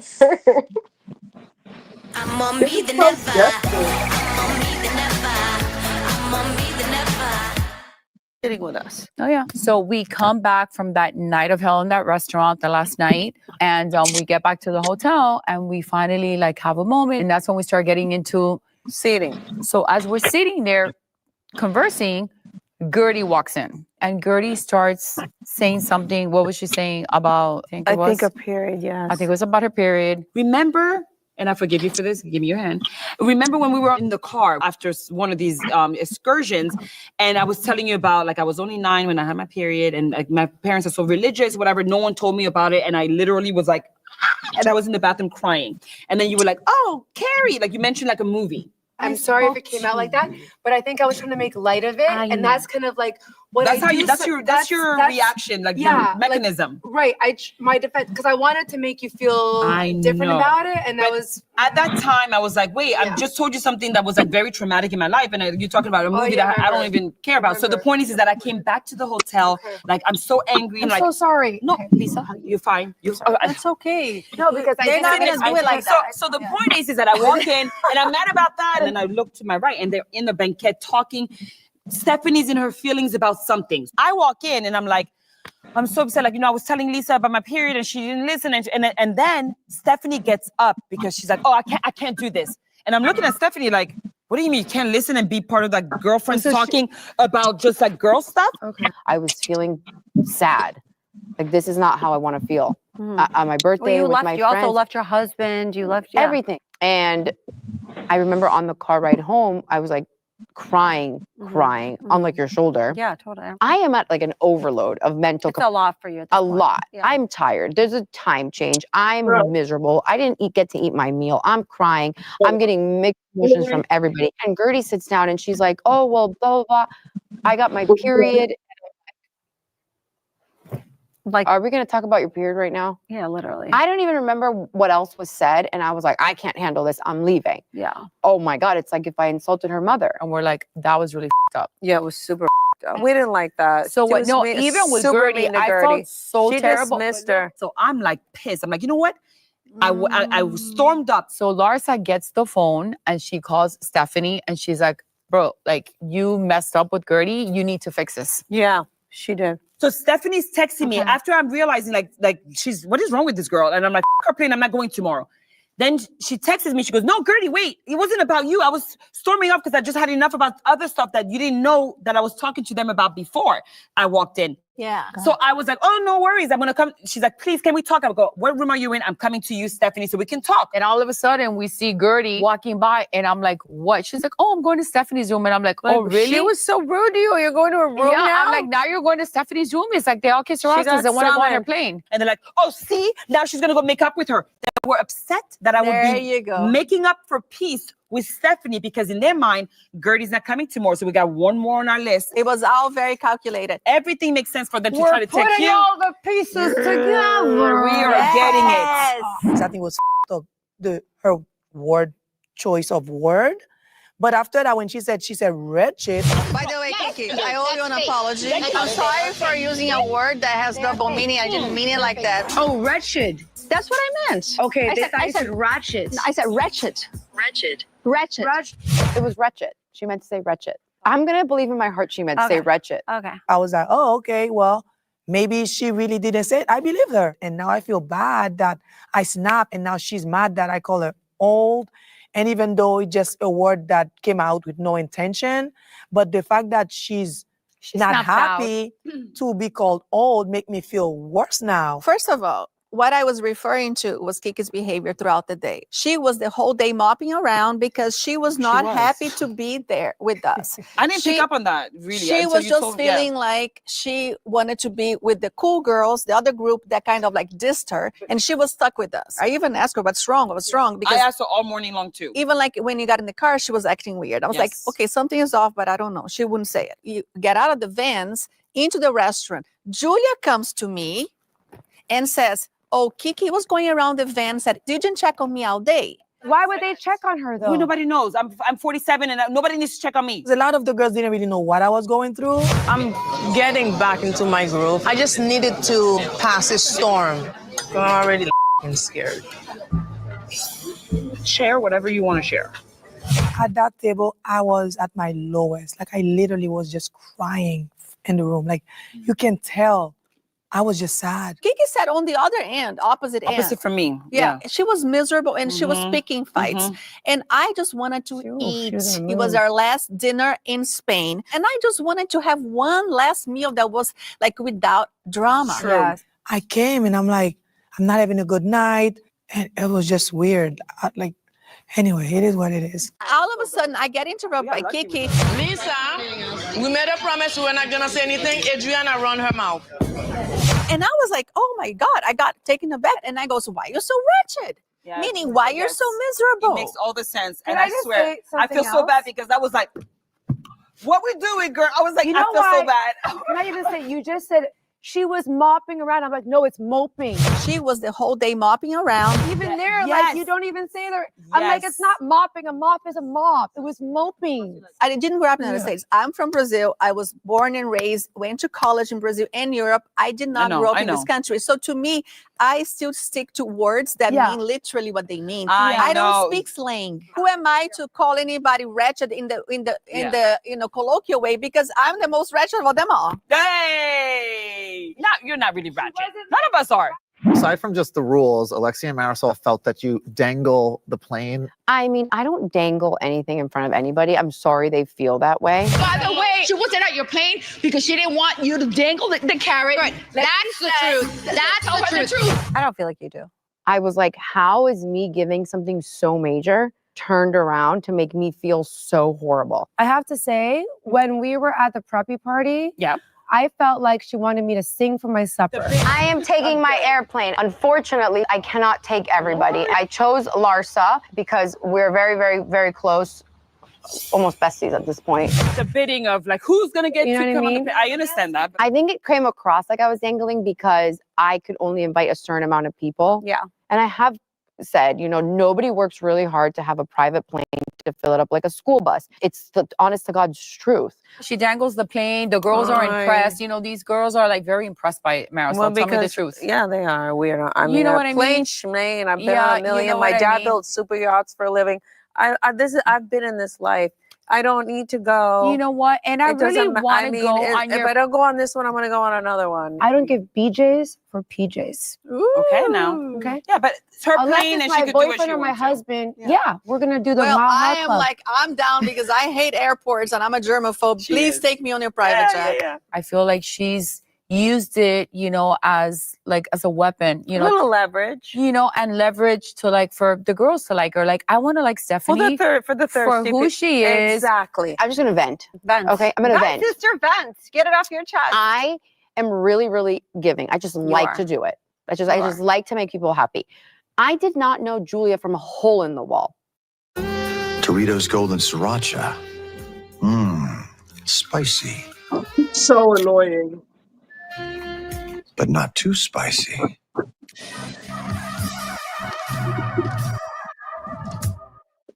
A hole in the wall. Okay. Right, you just met her. She was the one that asked me, I really, really want to go, but we couldn't go unless we took a 2.5 hour bus ride. Oh gosh. Or a 12, 13-minute flight. That 12, 13-minute flight with landing fees and everything that goes along with it was around, you say it, $40,000. Yes. And I was like, you know what? To make you happy, because you want to go see your friends, because you have big news, because you really want to get to Marbella, I will spend $40,000 on a girl that I don't know from a hole in the wall, known you for max 5 days.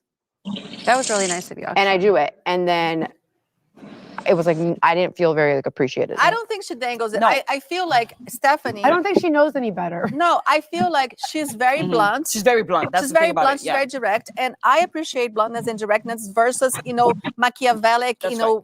It could come off two behind ways. the It could scenes came dark off thing. like you I rather you have somebody come to my face and tell me the way it is. And I feel for Stephanie, the fact that she doesn't have any kids, she works all the time. So her She's very baby, like this. her baby is her plane. Her babies are her Birkins. I wouldn't even say dangling. I just feel like in general she's flashy. I've seen it. The bag. No, but that's different. This was kind of bossy. This is that's what is take it or dangling? leave Is it like come this, get you it? know? Like- No, it's kind of hanging over your head. I don't dangle anything. Sorry if they feel that way. No, I don't feel like you're dangling. And I'm honestly, gonna have to agree with you. I disagree that they feel that way because a couple months ago I was talking about St. Bart's and going, and everybody was like, "Yay, we'll come with you." Oh yeah, I you weren't remember. feeling like I was angling the plane then. Keep that mindset, baby. Keep that same energy. See you there. Wait. Let's talk about the reasons why we were even there. We were even there, let me make it clear, because Alexia was about to maybe divorce, kind of divorce, still talk, but we don't know, but divorce. And also to ask a friend to be a godfather to the kids for Julia. I want to ask you if you and Jeffrey would accept to be a godfather of our little boys.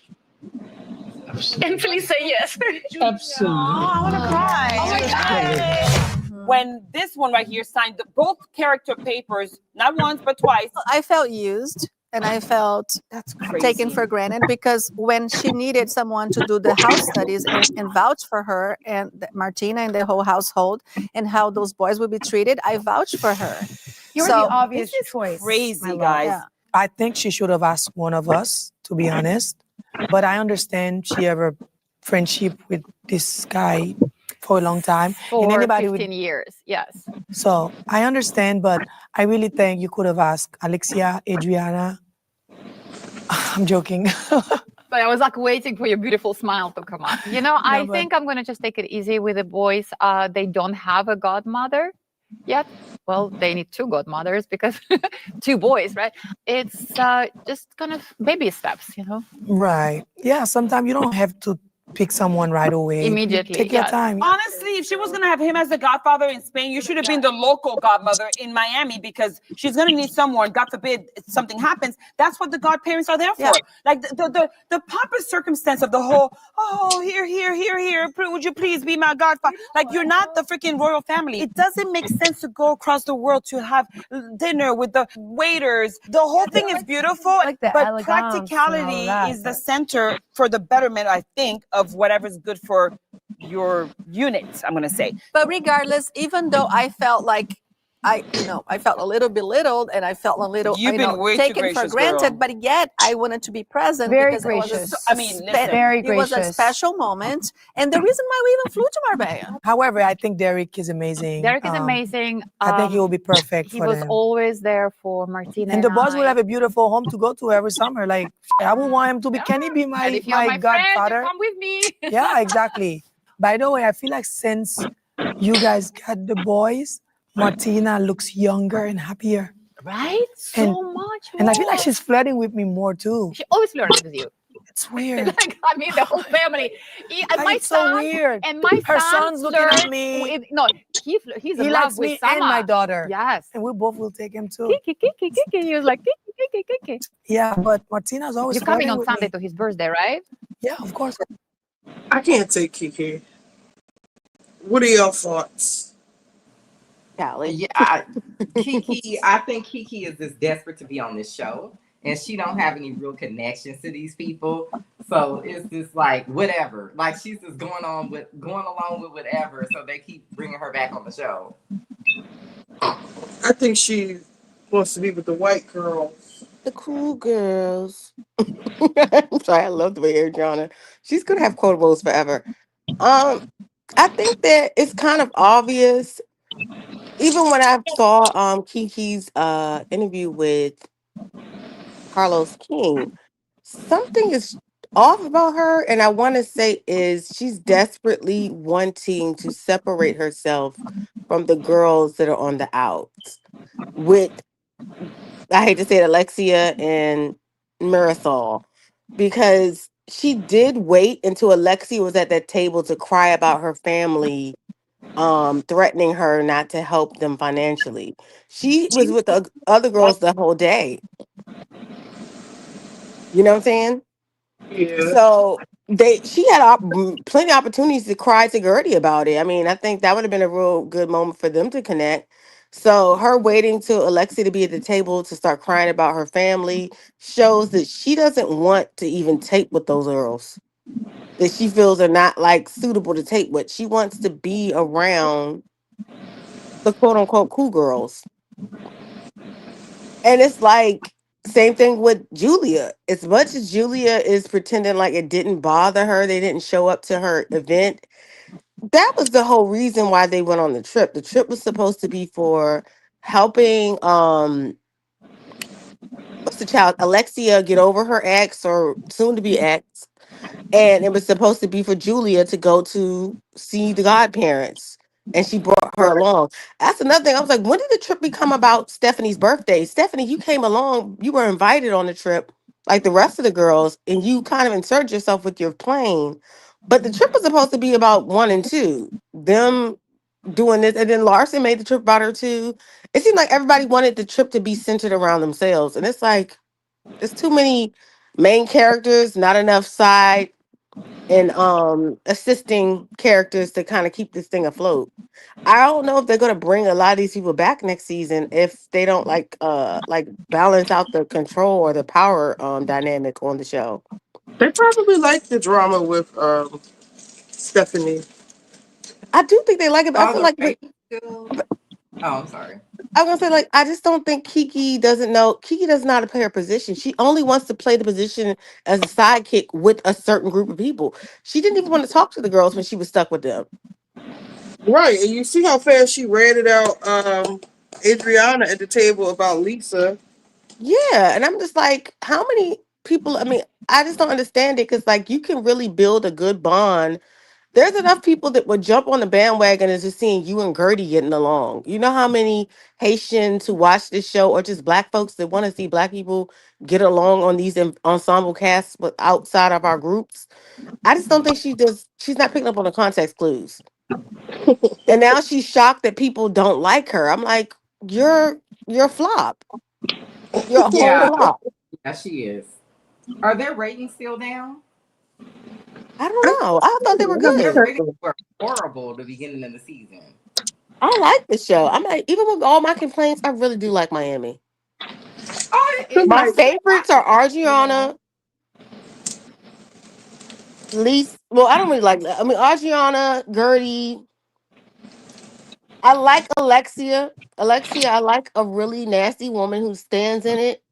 I like Marisol, but I just want other people to just accept who they are and just move accordingly. I Yeah, think that I people watched it. don't watch this show because they're all foreigners. Like you see a lot of white women tweeting and talking about Orange County. I just looked on the Bravo channel. They don't have. They got plenty of OC reviews, but Real Housewives of Miami, they take their time. They don't even post on the YouTube like that. So Oh yeah, they're on Peacock. They're not I even think on the 'cause it's regular all Bravo. foreigners. I haven't. Well, I watched some of OC. I'm confused with what's going on. It seems like somebody got a lie detector test. They're lying on each other. It seems I really ratchet over there. agree. You know what? I had been watching it, but like kind of on in the background. This week's episode threw me because I was like, okay, now we're taking a lie detector test. So you're not alone with that. Because I was like, okay, what? It was something that went on where they're saying that Katie sold something to a blog or something like that. He was But I trying to get feel a like blog to that happened make a last post. season. Why are Yeah. we still talking about this?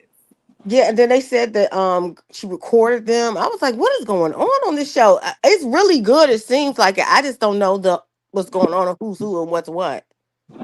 so It a just, long time ago, I don't know if you watched a long time ago.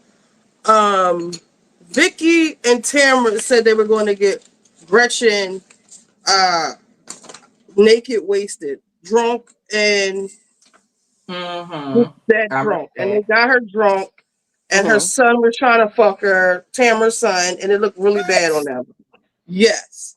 So Mm-mm-mm. then, now that Gretchen has come back, she said she had to sit down with um she had to sit down with the Chinese girl and the new white girl and their husbands, and they talked about that naked wasted thing, and that Gretchen actually had went to the hospital because she was really sick the next day, and she felt like she got drugged. But then Oh my apparently god.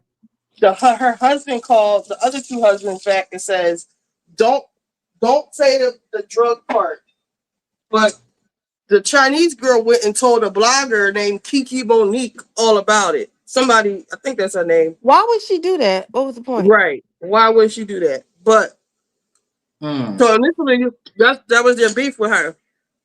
But But what was she then doing that for? Was she trying to get it out there that they drugged her, even though they said not to do it? I don't know. I don't watch it. I watched one Oh, episode. This is what I got from it. So okay. then it got back to Tamra that Gretchen is going around saying that she got drugged. So Gretchen's like, I didn't say that. I didn't say that. I didn't say it. And they're like, so they got the Chinese girl trying to lie for Gretchen, but at the same time, they have proof that you did talk to this blogger and you did. Now they got the blogger, it's a black girl on there saying what was said. She absolutely said it. And then what part I saw is she did a scene with her husband. Her husband confirmed that they said it. Her husband confirmed that Slade called him and told him not to say anything about it. So now Gretchen and the other white girl, they're throwing Kiki Monique under the bus. Like, and Gretchen, I don't understand why Gretchen's like, I didn't say it. I didn't say it. You said it. Why are you so scared of fucking Tamra? You said that you thought she was drugged, but they caught Gretchen in a couple lies, and they might have caught the other girl in a couple of lies. So like, but So why is they're Gretchen being really scared? mean to the Chinese girl. Oh yeah, I heard Well, everybody's and not liking the treatment never of her. went. Oh, I'm sorry. No, I was saying I heard that some people don't like how they're treating the Asian girl because it's a bunch of white women attacking her. That's what they said. Yeah, they it's are. a bad They look. kicked her out the It's a house real and bad everything. look. Yeah. They kicked out the house? Hell no. But they had lie detector tests. I didn't watch the lie detector thing. We can listen to the review if you want. Okay. The Broncos put it up. They're pretty straightforward with the bullshit. You can let them talk about it if you want. Because they can fill in the blanks. I can't because I don't watch it. But No, it does look like it's a bunch of white women ganging up on this Asian woman. It does. I don't think I don't think they ever bad think about the optics because I heard now people are pulling back and saying they didn't mean to do it and some other stuff. because there's this one scene. So the Asian girl said that she's going to wear Asian designers on the show. Yeah. Showcase Asian designers. So the girl from Jersey, what's her name? Gina. She comes in there with Balenciaga on one day. She's like, "Oh, is that your Asian designer?" And that didn't sit well with everybody. And she's trying to like backpedal. Well, she said she was gonna wear Asian designers, but she come in here with all these other Asian, Yeah, all you this can't other bully shit like away. you used to bully because everybody's watching. Because if And this is a private group, her glam team, because she had said something on her glam team. Her glam team said Asian designers and Asian creative directors. So apparently, the clothes that she was wearing from the big fashion houses had an Asian creative director. So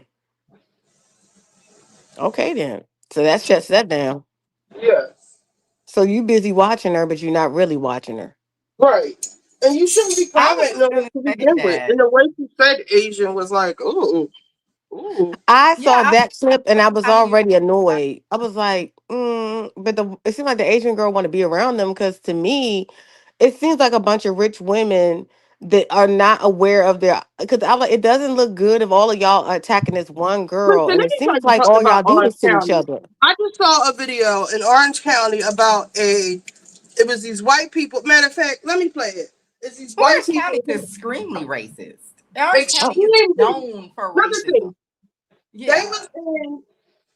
We heard this with the girl on Beverly Hills about all the racist shit she had to go through being Chinese in Beverly Hills with these horns. Oh, you talking about the girl who does a show with Cynthia? Yes. Crystal talked about the racism. Okay. Where is it? I just watched it earlier. Going on in Miami. Here it is. This is how they are. It's So this heavy. woman hurls insults and then attacks the Lyft driver. You've got to see this. Explodes into violence. An Asian driver targeted with racial slurs and then brutally attacked. Fox 11's Chelsea Edwards. She's live with this story tonight. Kicks Chelsea? him. She kicks him. Marla, this driver says he's unfortunately pretty experienced with dealing with intoxicated riders, but this just went to an entirely new level. First started with verbal attacks and then became physical. Take a look. Can you hold out? Put your feet up, please. Huh? Put your feet on my. Don't bother me, but try. Bro, I'm driving freeway. Please. What's wrong with you? Don't bother me. Don't bother me again. This uncomfortable video captured by a rideshare driver's dash cam after picking up two seemingly intoxicated women from a restaurant in Newport Beach. I can't hear you. Okay. I can't hear you. Are you retarded? Are you retarded? What country? What country? Are you retarded? What country? At that moment, you hit the fucking brake so hard that lady comes flying forward and you get out, bitch. That's the only solution for these little drunkies here. Kick them out, these little entitled riders, these little Karens. Still have foot in his dash? Oh no. What person let you in here? What person in here? And this is Orange County? Yeah. I thought these people supposed to be rich and sophisticated. And just normal driver and legal driving and legal to live in this America. The driver's name is Ting. He says the pair reeked of alcohol and were slurring their words late on Tuesday, August 19th. So he offered to pull his car over in case either one of them needed to throw up. They were heading to Garden Grove, so he was driving on the freeway when everything escalated. Who let you in here? Do you want to talk about this? I feel uncomfortable, and then she started hitting me. Hitting me on here. Oh, my no. ear, where you hurt? My ear like, ooh, and my ears really hurt. Because her Poor guy, really man. hurt hustle. Cut on my head like this. He immediately called police and pulled into a parking lot where the situation got even weirder. I need money. I'm at the harbor. I need money. Harbor and I need money. So I need money. I'm not moving. Go to a strip club. Hey, my puppy. Oh, come on. Oh my God. What's wrong with them? Poor guys. Yeah, that's out of control. Yeah. That's what you did. They hurt my culture. Because we live this American, a lot of culture go together to live together. Correct. And respect together. Correct. And build this American bigger, right? So they have to respect because we are legal to live here. He said he's really shaken, both physically and emotionally. Yeah, sure, absolutely right. He's shaken, and if he's legal, this lady's insulting him. She's drunk, and we need to put. I hope we get a proper mugshot of her so we can put her on steroids. Like she needs a nice, clear picture of her drunk ass. Right, lady, you're down in Orange County. yeah, so they're really racist against Asians in Orange County. Yeah, to be hitting on They him. racist, No, I'd period, have in pulled Orange over. County. I would have pulled over. You hitting me? You gotta go. Territories. No, seriously, So I mean, Orange County ain't that far from LA. I don't even go to Orange County. Orange County has a reputation for racism. Like it is Wow. known aren't these people rich? racist place. Newport Beach, yes, that's a very rich area, but it's also a lot of bars and stuff over there. Oh, okay. So people will be over there drunk and stuff and calling Ubers because there's nothing but bars over there. That's disappointing to watch. And now it makes sense why they were going at her so hard. They're used to doing that to people. If they can box you out and push you out of a group, it seems like they were able to do that with that girl because they said they kicked her out the house. I didn't even Because get you up to know, watching that part. I had left. I was like, this is getting crazy. I don't like to see bullying. yeah, this is the thing. Like California, especially like around LA area, is still kind of segregated. So they have Asian people there, but they live in a community with other Asian people. So for her, you know what I mean? Like they're not like typically over there with the white folks unless Katie's married to a white man. You know what I mean? And also Katie's not from there. So she probably don't know until she got there that it was like that. Well, her husband is white. Yeah. And she's also not from there. But Where's Katie from? That's a known thing. Where's Katie from? I don't know. I want to say San Diego or somewhere like that. She's not from Orange County. San Diego got some areas too where I mean, and some of that stuff is beautiful. Like it looks like Italy. You won't see a black person unless they working. I had to go to like a company retreat thing at a place in San Diego, and it was a black man working in, and that man was so happy to see me. And then I realized there were no other black people anywhere. Like anywhere, I didn't see any other black people the whole time I was there, and I left the resort.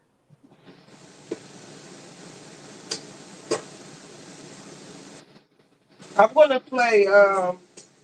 Hear what the Brown Bros said about it. They be going in.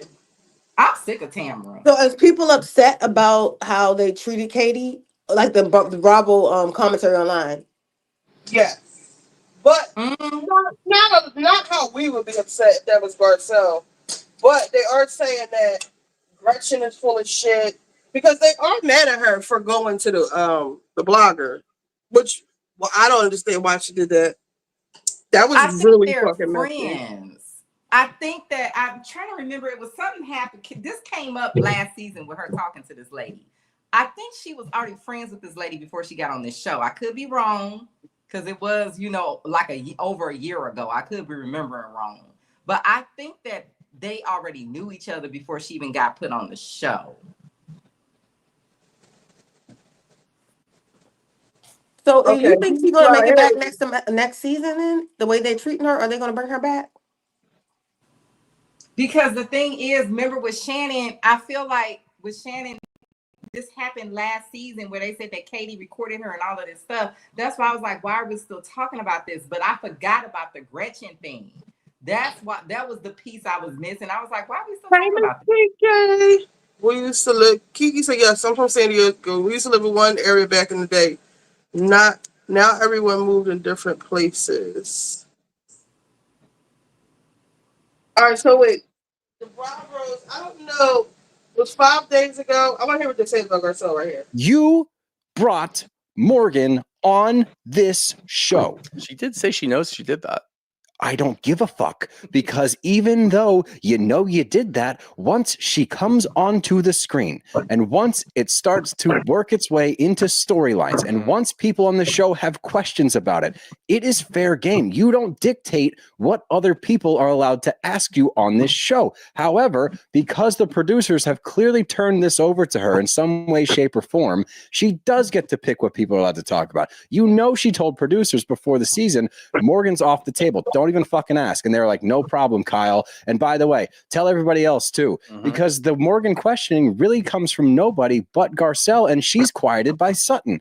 So she once again manipulates the show to fit her narrative, and then she wants to play the role of, I'm bigger and better than this. I'm not going to do something on screen that will fuck with my life. You did it all last season and didn't have to answer for it because at the reunion you played like you couldn't answer it. Now we get to the second season and you have somehow taken Morgan off the table entirely because you don't want to address it. But you were the one in the music video. You're the one at the concert. You're the one holding her hand. You're the one tattooing her fucking arm with your goddamn initial. So yeah, Kyle, we do have to fucking talk about it because you brought the shit up. The only thing you've talked about this year, because you're claiming, oh, I'm sharing now. I'm sharing. You're sharing shit from last season. You're finally talking about Mo. That's old news. You're not doing anything, and you're covered by these producers that don't fucking push because you're Kyle Richards. And great job, Kyle. You fucked the show into the ground. And now we have to sit here and discuss it,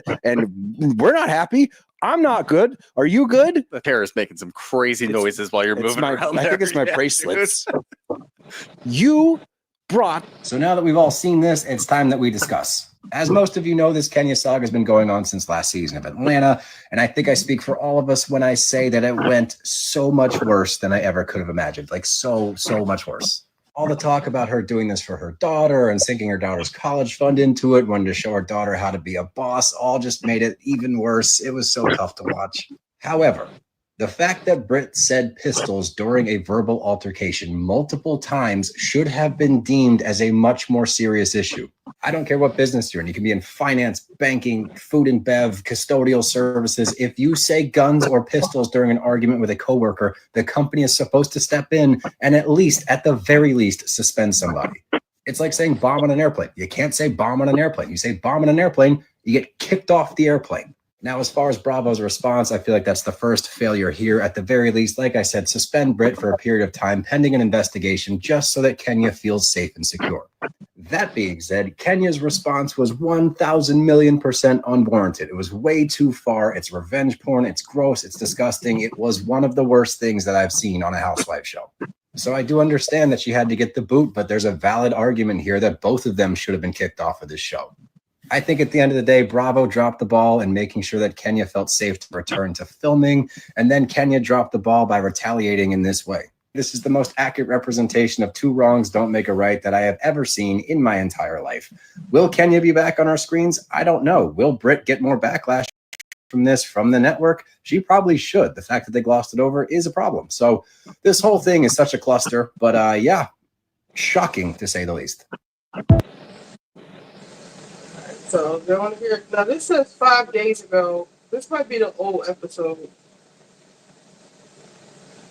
Wait, what is the problem with Beverly Hills? What this episode does is highlight exactly what is wrong with Beverly Hills. The problem with this show, everybody is so soft and everything is so fucking serious that we get stuck on mundane bullshit for multiple episodes that drag on so goddamn long that we lose interest in the show, we lose interest in the cast, we forget what's going on elsewhere because they're pissed off that somebody said something mean about their husband. And we have to talk about that forever. We're upset because someone's questioning Kyle about Morgan Wade, who you did a fucking music video in lingerie with and made out with, and people have questions. Oh my God, I can't answer that. And it's a fucking issue for an entire season. And if you look back at OG Roni, if you look back at OG Beverly Hills, look at all of the greats, Atlanta, what they are so good at in those franchises early was being able to move the fuck on. They could say some atrocious, horrible, life-altering shit to each other, to their face, every fucking episode. And guess what? They're cheersing the following episode because they're over it. We have gotten too soft. We're taking shit way too fucking seriously. We need to grow the fuck up, put on our big girl pants, and fucking come to work and entertain the audience. Stop getting stuck on nothing, because that's what this show is now come to. It is nothing. You don't do anything. We are not entertained. We have not been entertained. Everyone's screaming from the fucking rooftops, this show sucks balls for years, yet they don't do anything to change it. We do the same thing over and over again. We bend the knee to the Fox Force 5, and they're going to shove it up our ass again next year. They're not going to change a goddamn thing except the one person that stands up to these idiots. Garcelle's gone. Fucking grow up, toughen up, and move the fuck on. I haven't ranted in a while. And fuck what this episode does. I love them. I don't know if you want to see their review of a couple minutes of it about Orange County. You want to see that? Sure. He's sick of Kyle. Like, Oh, I can see that. He's pissed. He was like, "Dad, damn it." I'm sick of Kyle and Tamara. Both of them two. I can't. All right, let's see what he says about Tamara. Who the hell thought it would be a good idea to give Gina this much screen time? Is that really what you're pointing out as the big issue for this show? Amongst many things, but why is Gina the main character this season? What the hell's going on in Orange County? I don't, dude. It would take us forever to figure that one out. Well, luckily, we have time to talk about shows. Bros and shows. I gotta have me my bros and shows. Bros and shows. Bros and shows. I gotta have me my bros and shows. Good afternoon, everybody. Welcome back to another episode of Bros and Shows. I'm your co-host, Steele Russell, joined as always by the one and only Shooter Croc-Gooter. What's up, dude? I like that one. Oh, wait, no. I have to redo it because I will forget it. The one and only Alligooter Shooter. That works too. Yeah. Surprised you went Shooter Croc. Alligooter. Yeah. Alligooter was right there. Right there. We got still there. went with Croc. Well, you know why? Because the first you're gonna thing edit this to make it look like you got these pretty much the same. So I guess they're gonna go on a collision course for their reunions. Oh man. Sir. We have we're on 3 season months 19. Left. Yeah, that was episode 8 No, that was episode 7. Oh no. It's so much time left. We're not even like a quarter of the way through. Shit. Dude, wait until Thanksgiving when we're finally like getting Maybe to it'll the turn reunion. around. But you know what will pick your spirits up, everybody? If you come to our live show on Thursday, September 11th at the City Winery in Philadelphia, face to face, shoot the shit a little bit, talk some Bravo, hang out, make sure contingent, like some sort of contingency of a lot of people over here that are believing Tamara, and this is a good storyline, and this is what we're going to do. No, nobody wants to. People are done. People really just do not care to even talk about the blogger stuff. Everybody's pretty much on the same page, which is very weird in the Housewives world in the big especially in 2025. OC. Yeah, in OC, usually you do have a good contingent, like some sort of contingency of a lot of people over here that are believing Tamara, and this is a good storyline, and this is what we're going to do. No, nobody wants to watch this, and people are lumping it in with Beverly Hills. They're saying the same thing that they said about Beverly Hills. It's just boring, it's stale, and this is once again another blogger issue. And I think that really the root is, we know, like you just said, we're not going to get any hard facts. There's not going to be any evidence. If there was evidence, we would have already seen it. And I don't really think Kiki's the problem, because she met with Katie and had a nice lunch and took a picture. The problem's still the cast, because somebody in that I cast, agree. with I'm not multiple trying to people- throw shade at Kiki Oh, Monique. Like, no, Kiki's anyone's going to take that lunch, you know? Yeah, anybody's going to take that lunch, and it seems like they had mutual friends. So again, like, I'm not blaming Kiki Monique. It's not like the blogger that was involved in the beginning of the season, because that blogger, that's not a journalist. That blogger reached out to another housewife and said, "Hey, I sat down with Katie. This is what she's saying." So like, you wanted to get involved. Kiki's more just kind of thrown into it because she took a picture and they knew that she sat down to lunch with Katie. But again, Kiki's going to come on to try to corroborate a story. We don't know what that story is going to be, which side she's going to be on, what she's going to say. The problem is that people on this cast saw that picture and said, "Ooh, now I need to reach out to Kiki. Ooh, now I need to reach out to a journalist that knows Kiki to find out what happened." A reputable Why? journalist. Just like, fucking who cares? Like, seriously, who gives a shit? You all do it. Every housewife does it. There's always things. If we had this every season, which we could easily have this, we've had people on, we've had housewives on, we've had people from different shows on. We've What had if we people then reach turn out around? with shit that we don't relay to you because we think Yeah. it's stupid. It's incredibly stupid. So if this is going to happen, and it could happen with every season, it would be a dumpster fire. We would have to throw the whole network out. And this is what, it's just a low hanging fruit where it's like, "Oh, what did you have to say when you sat down with that blogger or that journalist or that interviewer?" Like, it's just ridiculous. So, and really the root is nobody gives a shit. Like, we do not care. Well, this has been going on for apparently 7 episodes. It feels like fucking 30. And it's been going on for so long. We were done with it after the first episode. We knew where this was going, and it's just getting deeper and deeper and deeper, and no one cares. It's We not had a that complete one. storyline. There was that one episode where it looked like we were going away from this. We were done with storyline. it, yeah. Yeah, that was exciting. We get confirmation though that Tamara did in fact leave. Shannon and Emily are talking in the morning, and I guess Tamara left at like 4 a.m., which is scary considering what state she was in. I'm shocked that she made it to her plane, but yeah, it's frustrating for me to watch these scenes with Shannon because she's like, you know, at least she went to a confessional and said, like, you know, we're not like cool now. But she says with Emily, she's like, we took a big step today. And I'm like, why? Why was that a big even if you believe her? Like, great, fine, you believe her about the Katie thing, but why does that negate everything she did to you last season? Like that, I do not understand. It doesn't, but I feel like in Shannon's mind, for whatever reason, she truly does want to just be friends with Tamara. She always wants that. She wants that acceptance.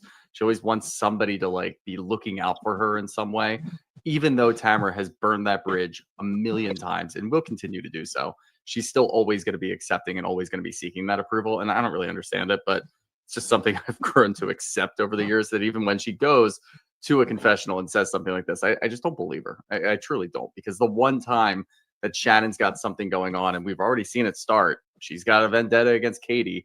Now all of a sudden Tamara's going to join up, and she's going to see it as an act of friendship. Oh my God, Tamara's got my back. Tamara doesn't have your back. She's just piling on. That's all she's doing. So I don't understand it. I'm not going to tell you who to be friends with, because it's not like Shannon's just a different brand of crazy when it comes to comparing her and Tamara. But at the end of the day, I don't understand why you would want to be friends with somebody like that. It just doesn't I make don't any get sense.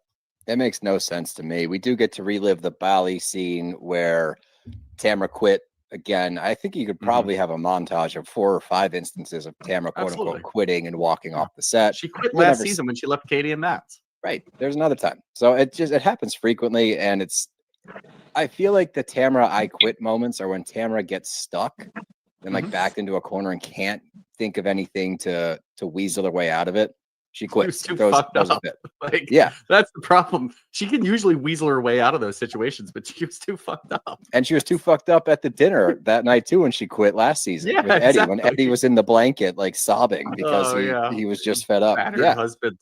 Yeah. So- So, like, I think we're seeing a correlation. That's what here. happens. Tamara, if you stop getting fucked up, you might be able to weasel your way out of this. But I don't know. Yep, too tipsy. But she does have the wherewithal to post a mental health post. I remember this one. This one made the rounds because it was the day after she quit, and we didn't see it from her page because we're blocked by Tamara. But we did see it on other pages, and it said like mental health is wealth or something stupid, and said when reality TV doesn't make sense, like it's time. I don't know. It was all bullshit anyway. And Gretchen brings up accountability, which is good. And this scene in the car gave me ever so little slivers of hope, and it's crushed later when I see Heather sit down with Tamara. But even Heather's like, she's fucking selfish, and why does she do this shit? And I've stuck my neck out for her, blah blah blah. I'm like, yes, finally you're seeing the light. We also get in this scene Gina that she called a journalist, a really reputable journalist that verified does all. Gina know? I Like, don't come know. on. And even if it is like, here's my issue with these kinds of storylines. It's like, all Say right, who it's it is. still hearsay. And exactly, yes, say who it is. If you're going to do this and play this game, who told you? Who's the reputable journalist? Is it a journalist or is it another blogger? Like, that's what we have to know. But apparently, this quote unquote reputable journalist verified all of Tamara's claims. Then Shannon calls and she's crying. Yeah, this She's is late. wild. This scene is fucking nuts. Heather's seeing the light, or so we think. Gina has uncovered evidence, and Shannon's crying on our way to go see alligators. Are we all caught up, everybody? You I think good? we're all caught up. Yeah, I was not surprised at all that Shannon was crying. Oh, here we go. Why is she crying? And Gina's like, She's look, late. I got it. It's fine. Look, it's okay, Shannon. Yeah, God, it just takes me back again to Katie recording Shannon. Like, didn't we just do this? Like, now we're recording Shannon. Is she mad at Bravo because they just aired that She's on speakerphone where she's speakerphone? clearly crying? Like, it's ridiculous. You cry and freak out like every day. And I'm don't know not what saying the I rules don't are. have empathy for you because I know you've been through a lot of shit. Some of it was your own doing. But like, come on. Like, so what? Like, you freak out every day. Who gives a shit if somebody records you?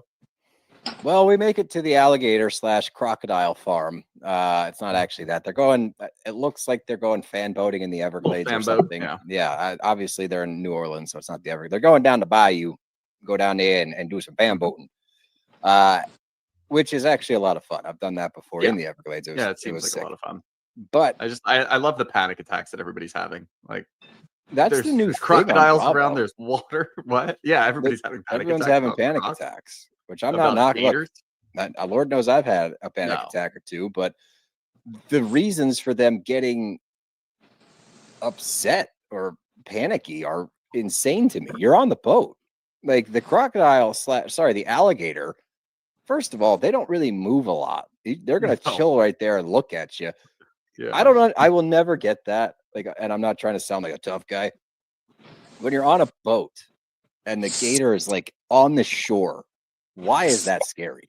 What is I don't that know. thing going to do to you? Jump onto your boat from the shore? To the If I point ever, that people are if panicking. I'm ever golfing in like gator land, if you want to call it that, I'm looking for gators. I am searching high and low. I'm hitting different shots. I'm blaming bad shots on me going to look for gators. And yeah, sometimes I do put myself in danger's way, but that's okay. Have I tried to touch a gator's tail before? That's none of your business. Yes, I have. Yes, I have. Have I successfully done that? Yes, I have. no. Did I pick up a Oh, baby you did. gator one time? I did. That was dumb. Don't do that. Yeah, that's yeah. When I lived in Florida, do you remember that there's a viral video of like it looked like a dinosaur? It was like the biggest Oh, yeah. crocodile ever. So that golf it wasn't a resort, it's a public course like an hour away from me in Florida. We went to play there to try to see that one. Didn't see that one, What but was his there was name? a little Godzilla? I think his name was something like Godzilla. that. Yeah. Yeah. There was a little bridge over like a little bit of running water, and if you look down, there was like 5 baby gators just chilling.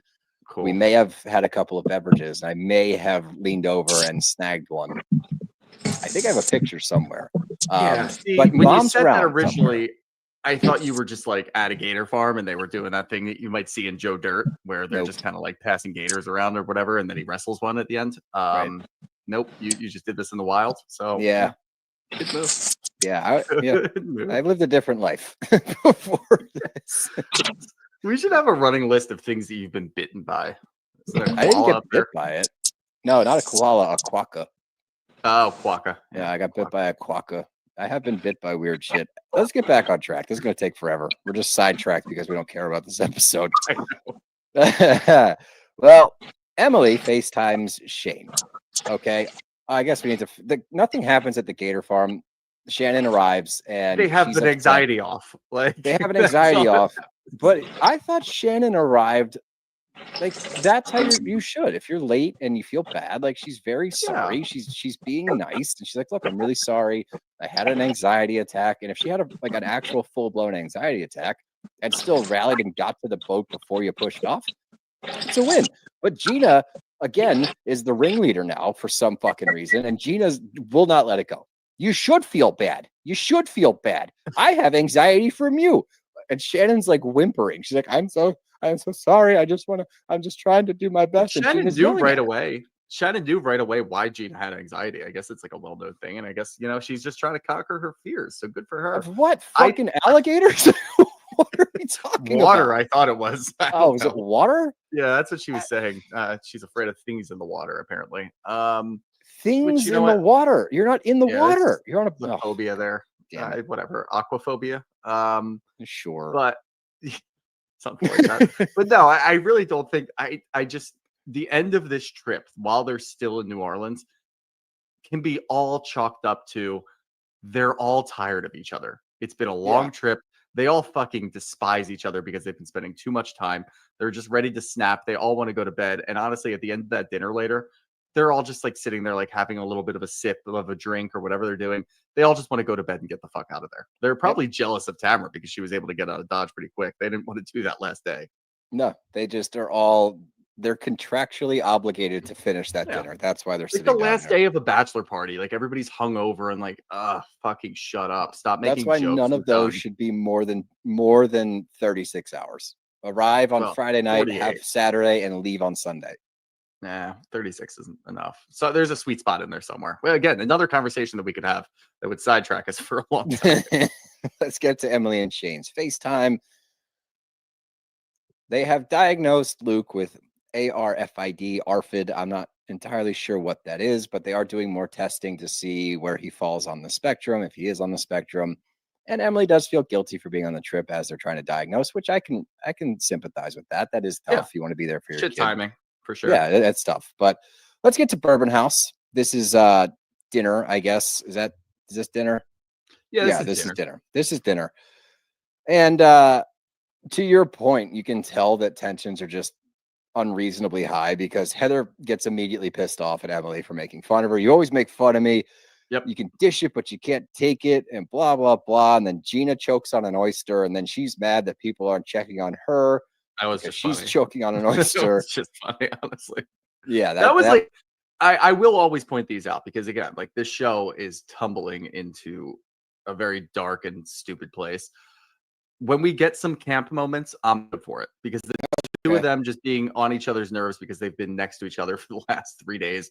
Like tensions are just really high, and Gina's choking on the world's biggest oyster behind them and getting no sympathy. Nobody gives a shit that she's choking over there because they're all just arguing in a petty way. That's funny. That's good housewives material. Unfortunately, those moments are just few and far between anymore with this show. Yeah, that's a good point. So I should take them when we get them. But the whole dinner centers around this alleged proof that Gina has because she tells everyone at the table, no one's talked to Tamara, but I did talk to a journalist and she confirmed this roofie thing. Katie denies it. I never said that to her. Well, it's a credible journalist. I never reached out to anybody. And then Gretchen steps in and she starts defending Katie. saying, we're making all these claims. I haven't seen any proof, which I love. We love when we take a pragmatic approach. If you keep making these statements, great. Show me some evidence. There is no evidence. But the table tells Katie to call Kiki. Now, this is the second time we've had a get your phone out moment. Yep. Second time we have not gotten the phone out. So my whole thing with all of this, when it comes to Katie, I do not believe she's this like super villain that we all must fear. But you are putting yourself in these spots because you've had way too many conversations with people on the other side of the street. You are talking to the bloggers, you're talking to podcasters, you're talking to anybody that wants to talk to you, apparently. So when it comes to defending you, it gets really difficult because I assume somewhere along the line, when you're talking to Kiki Monique, you probably mentioned the fact that Gretchen had mentioned something about the naked wasted night.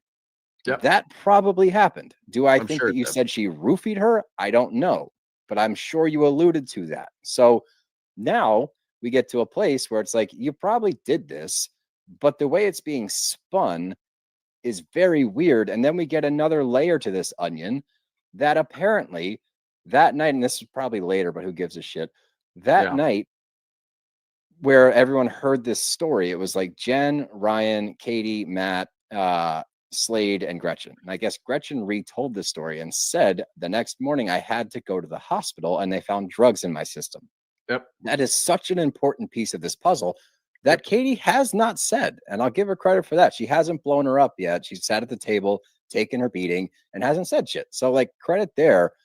But it makes this whole thing much more confusing. And what really grinds my gear is that amidst this dinner and everyone defending Tamara, trying to throw Katie under the bus, that she's the biggest asshole on this cast, Gina is on the attack. Gina is gassed up and she is going after Katie, trying to blow her out of the water, all these crazy things. I guess there was like a toxicology report that did actually find drugs now. Like, this whole thing's so confusing. But Gina is defending Tamara relentlessly after we watched her not be cool with Tamara. And everyone forgets that Tamara, and Gretchen points it out to everybody, that Tamara has done something to everybody here. Everyone here has been faulted by Tamara, and yet we're holding Katie to this ridiculous standard. And we're just believing Tamara. We're letting her go with a pass. She stormed off because she got caught in a lie, or she got caught in a corner. And now everything is like, well, she's going through a hard time. Fuck this. I'm so done, dude. Like, this is such an annoying scene to watch. And again, where are we? Where are we after this scene? The same place we've been. I don't know. We don't have any fucking proof. We don't have any proof. And I think that's what's the most frustrating for fans to watch and people that are just, casually watching the show, is the inconsistencies and the it seems like there's a witch hunt going on where, again, Katie, yes, she probably did all of those things. She should probably not be talking to bloggers. And I don't like the inconsistency there, where you're going to talk to Kiki Monique and clearly say something that alludes to what Gretchen told you when you guys were all hanging out in your couples night. But then when it comes up at the table and you're getting grilled, that's an opportunity for you to just say, Gretchen, this is what you said the day after. And Jen, with her misremembering, is also really annoying me, because now it's like, this is moment number fucking 8 where Jen was at one of these events, heard something, was present for the conversation, and just doesn't remember. Simply does not remember. And you need to be able to add more. You need to add more context. So it's just getting us to the place of, we're never going to find out the truth. We're not going to have any idea. I know they've got a fucking lie detector test coming in next week. And there's already people on Reddit saying that this guy who's coming in to conduct the lie detector has been on multiple reality TV shows, and he skews the questions and skews the answers and results so that it better fits the dynamic that we already have working for us. So we're not going to get anything there, of course. Not that, I don't think lie detectors are always right, but this one's definitely not going to be right. So it's the route that we're going and where we know we're headed. And it's just taking so long to get there. And the payoff isn't anything that we want. That's the problem. So we have to just endure these scenes, get through all of this, watch this happen. Again, Katie put herself in this position, so I don't really feel bad for Katie. I'm just annoyed that we have to continue to watch it. Yeah, that's a good way to put it. The one thing I will point out before we get to Tamara's therapy scene, did you watch the transition? Yeah. The guy missing the basket. Yep. Sure did. I rewound Oh, it this is a pretty twice. cool. Holy shit! Did he just miss that? He was right there. Fucking missed a layup and they put it in. I was like, that guy is probably so upset. He probably did it again Oh, and made it man. and told all of his friends, I'm going to be on Bravo tonight. And then they show the missed Show layup. him missing. Oh What god. a Whoever loser. edited this video, look, I can't even blame producers at this point because I think it's a cast issue still. But the producers and the editors who were sitting back there that were figuring out the transition, they probably just wanted to have some fun for the first time all season. Let's have a little fun here, huh? What do you say? Between that and then you missed the one where the guy tees off in the transition scene and then they do like a fake breaking No, I window in didn't the miss office it. building. It just didn't quite register, but I did remember exactly what you were talking about. I just didn't really realize that it happened. So I guess producers and editors are sitting back like this sucks. Let's have some fun with the transitions at least. Let's do some wacky graphics and stuff. It would have been funnier if he missed the layup and the ball came down and like went right into the camera, and then that was your that would have been a transition good to one. the next scene. Yeah. I'm looking forward to seeing more. Having some fun. I'm more excited to watch those transitions That's right now. what we're than the rest doing of now. the show. Yeah. Yep. Thanks, Let's MC. get to this crazy fucking scene. This is the best insight, though. That's what was fascinating. It's like the best insight into how Tamra views the world and how she views her lot in life. Because this is she's so fucked up, man. this She is so fucking ass nuts. backwards. I know, but this like the way that she describes everything going on and what I have seen are so fucking different. But I do believe that there's a part of her that believes her own version of these stories. And I think that that's where you get the root of this. Again, credit where credit's due. She's a phenomenal housewife, has been for a long time.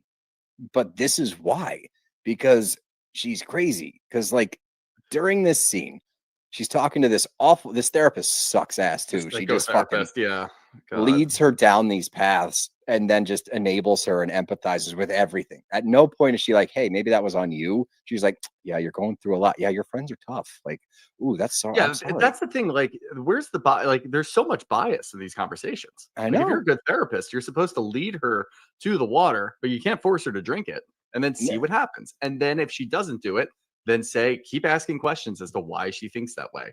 Instead, it's like, I'm going to lead you all the way here, but I know how you're going to answer. I'm just going to act like that's the right way to do it. Like, I'm gonna you know give what? you a hug. It is all of your friends are against you. I agree. That's crazy that they would do that to you. Like, what are we talking about here? And I don't know. just I do not understand that part of it. But this is probably, and I don't even know. I might be fucked up in the head at this point. Maybe this show has just done this to me. I got very close to feeling bad for Tamra because like Really? you are.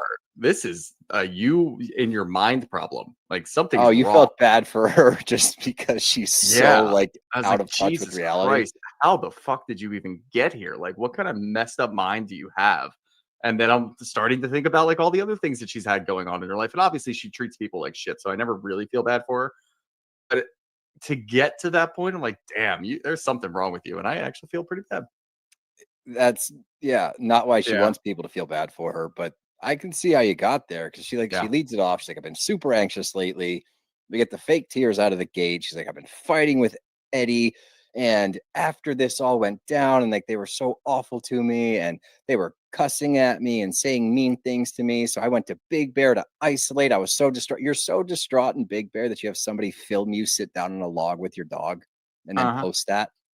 That's And how also, distraught you're you are. doing your podcast with Teddy still. That sounded very nonchalant. Very nonchalant when you were recapping that weekend. But now in therapy, now we're just in shambles. I think, you know what, actually, oh man, I think what she did, and I don't blame her for this, but she somehow was able to implement clickbait audio into the Housewives season where people did go and listen to that episode, I'm sure, because she just posted that she was out.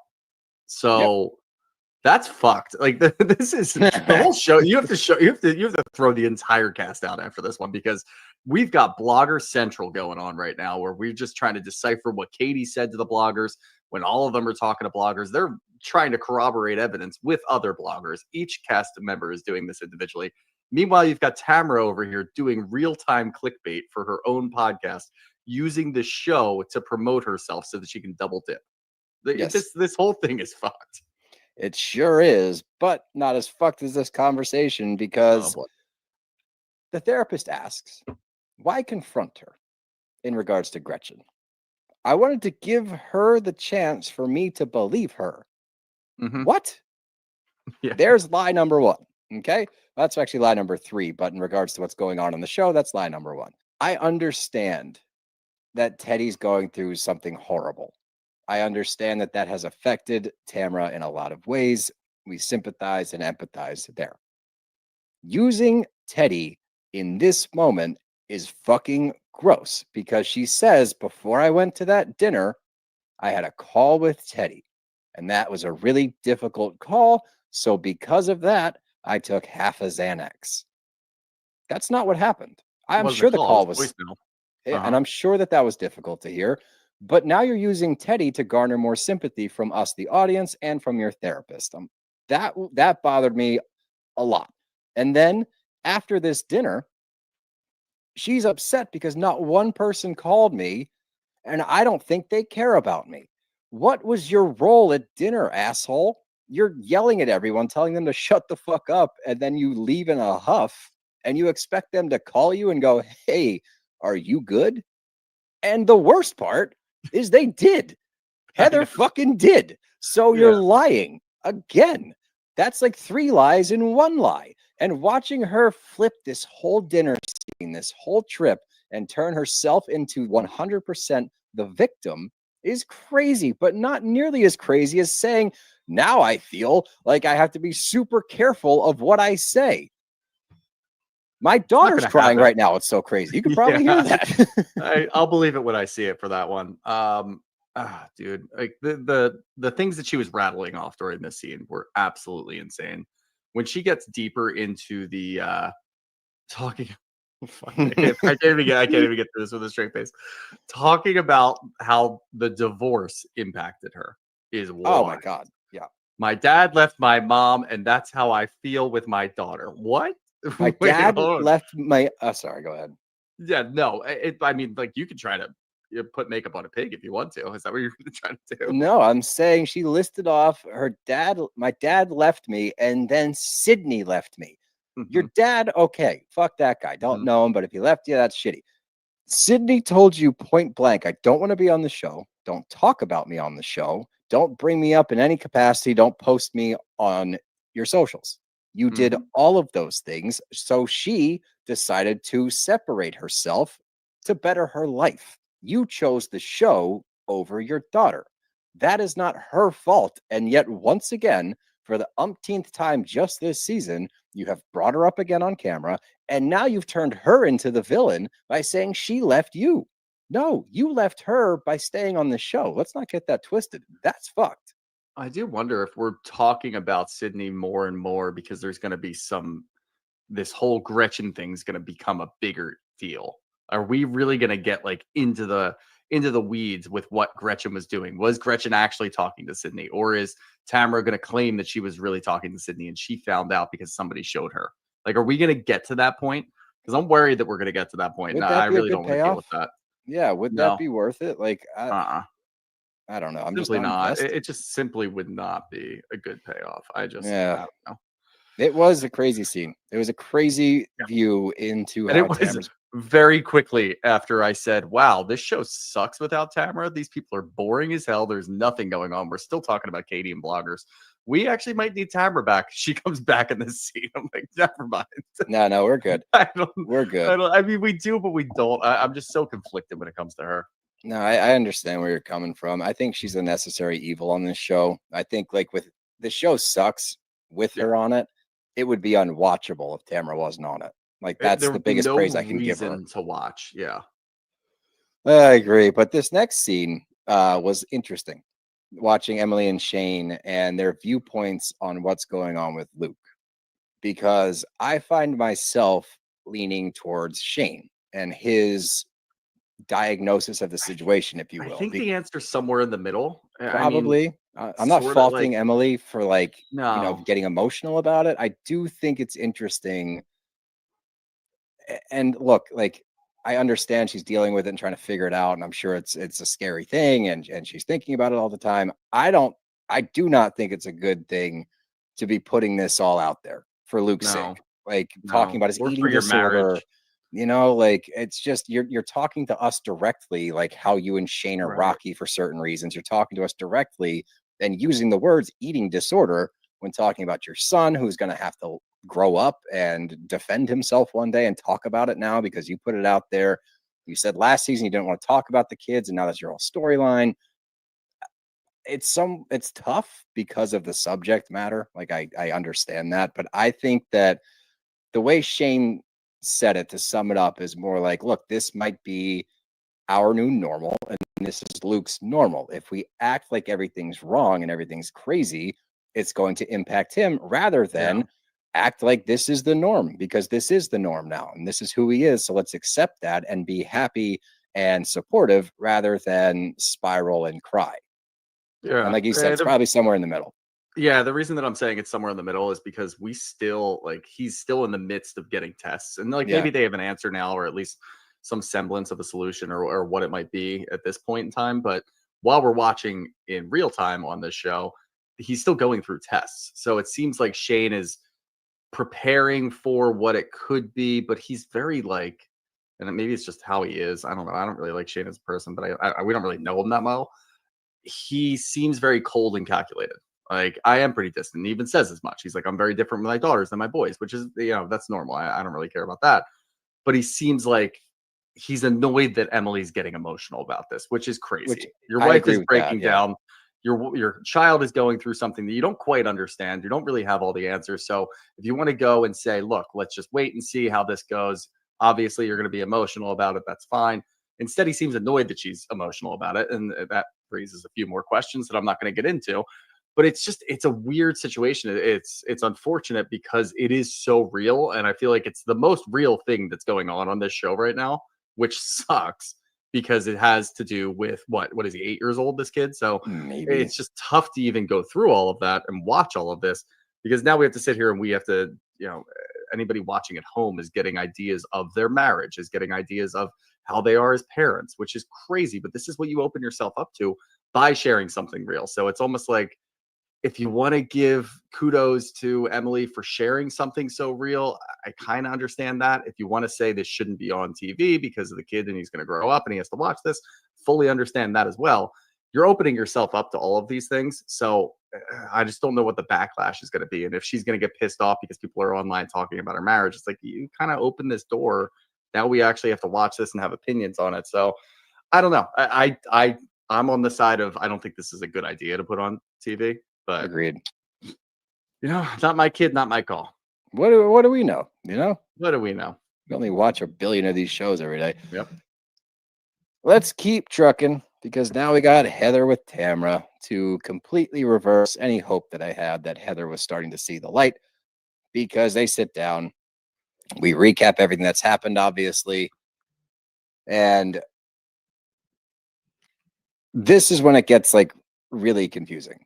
Because now enters, between this and then the ladies at the bar in the next scene, we get the reveal that Gretchen may have said something. And now Tamra has shifted her focus from Katie to now point at Gretchen and say that Gretchen is the problem. So it's hard to keep track, but that's where we're going right now. But Tamra tries to further this victim thing. She goes with I'm on an island alone and no one checked on me, no one called me, no one cares. And Heather debunks that immediately. She said, I FaceTimed you, I texted you, had no response, but I did hear you talk about it on your podcast. And then we get the clip of the podcast, and it doesn't sound like she's all that tore up about the whole thing. She's very nonchalantly discussing it with Teddy. So I don't know, kind of seems like she's blowing this whole thing out of proportion. So now Heather's pissed off at her and she challenges her. And Tamara's response is, Sydney left me and Teddy has cancer. Yep. Which works, but it works. Heather's like, you're right. The fact that it works is absolutely insane, of course. And it's Tamra. And I think we're trying and we're doing a pretty good job of giving her a little bit of grace when it comes to the Teddy situation. I do genuinely feel for her in that regard. In that regard, for sure. I'm sure it is fucking her up for sure. But she does a lot of things that make it seem like she's weaponizing Teddy's situation for her own gain, such as you're on camera before you go and you call Teddy and leave a very heartfelt voicemail. I'm sorry, I'm not buying it. I'm not buying it. I'm buying that, yeah, she's a close friend of yours. I'm buying that you feel bad. I'm buying that it's fucking you up. But when you do that on camera and then say that's the reason why you took half a Xanax, you left a voicemail. She didn't answer. You didn't even go in deeper and say, like, when she doesn't answer, I get worried or anything like that. You just simply say, I'm really messed up by this whole thing. I'm really messed up because when we were in New Orleans was the last time that we had a little bit of fun with Teddy. Like all of these things that you keep bringing up, it's like, I'm sorry, but I'm not buying it. I just can't. No, but to watch Heather flip and be like, yeah, and then hold her hand and say, like, look, like we're besties, like I'm there for Yeah. your girl. It's like there's a don't- happy median where it's like you can feel bad for what she's going through. Mhm. But if you're like a good friend, then you would still check her and be like, hey, I know you're going through all this shit, but at the same time, you're claiming to have this like therapy epiphany, and it doesn't compute because your actions are not matching what you're saying in regards to like the work you're doing. I don't think this is really Heather is buying it and feeling bad for her and immediately flipping. I think Heather's just like, I'm not going to get anywhere. If this is really what you're going to do, Maybe. and you're really going to use this as your excuse for why you're being a bad friend, why you did all of those things the other night, when I said that I called you and you still didn't reach out afterwards and you had to go on your podcast and act all nonchalant, that really fucked with me. I think Heather got her point across. I think she said it, and then immediately she was met with that. She's like, okay, there's no reason to do this. I'm just going to be a good friend, try to walk her through all of this. And then once she gets through all of it and she starts feeling a little bit better, then maybe I can press her again if she does something. I think Heather's just like, whatever, it's not that big of a deal. She wasn't going after me. She just didn't answer my text messages. So whatever. I'll just leave it at that. Yeah, maybe. I don't know. It's just I can't. I just can't. But let's finish this up because we get a split scene. We got Katie and Matt, and we got Jen, Emily, and Gretchen at what looks like a very cool bar. I would go to that bar. And of course, Gretchen's like, "Oh, what is this place?" I'm like, "Oh, you just dropped like 5 points in my book. It's a Yeah, you great think they place have to Grey hang out." Goose? Come on. No, they've got Goose's Gray. It's a plastic bottle on the bottom shelf. Yeah. But again, like immediately, the first thing Emily says is like, my kid has an eating disorder. I don't know how to parent him. It's like, I feel bad for you, but you're flat out just saying eating disorder and like Mhm. outing that he has an eating disorder. And one day he's going to know that this was on TV, and that kind of sucks. On the flip side, Katie and Matt start talking about the Kiki stuff, but not about Kiki, about the origins of this story. Yeah. From what I'm gathering on how Katie's talking about it, Katie did say to Kiki that she was drugged or felt like she was drugged, but she got that straight from Gretchen. Gretchen knows this and is yet to come to Katie's defense and be like, look, I did actually say that. And Jen is probably not going to remember. So you're probably not going to have a lot of support there because she doesn't remember shit. So that sucks. But where I land with this whole thing, because we go to the other scene and Jen is at the bar saying like, what the hell is going on with Katie? And Gretchen's now getting to this point where she's like, you know what? I don't know. And I don't think I believe her. And if I call Kiki, like, oh, that's what it was. Like, I guess in the car ride home, which again is also kind of sketch, is that Katie's defense is that if she calls Kiki, Kiki's going to lie. Mhm. But in doing that, she's also still protecting Gretchen. Yeah, Because I'm very confused. I'm incredibly confused. The only Yeah. person in this whole situation right now that I kind of believe is Matt. He's the I only one believe who Matt. seems like he's talking with conviction. He's a journalist. He's an actual journalist. He Yeah. got title. So he's probably got some semblance of believability here. But I know a couple of episodes ago, a lot of people were like, "Don't get Matt involved. Matt, stay out of this. This is between housewives." I don't give a shit anymore. Go scorched earth. Let Matt get involved. Let Matt and Ryan be the people who actually bring this to Oh, light. God. If we have to trust, and this is a slippery slope, and anybody who's watched OC in the past, we're going to trust Gretchen and Slade. If No. now Gretchen's only purpose really for this show that could bring me any entertainment was going after Tamara, if she's going to abandon that and then flip on Katie because she said something to Katie, and again, Katie said it to Kiki, which you shouldn't be doing anyway.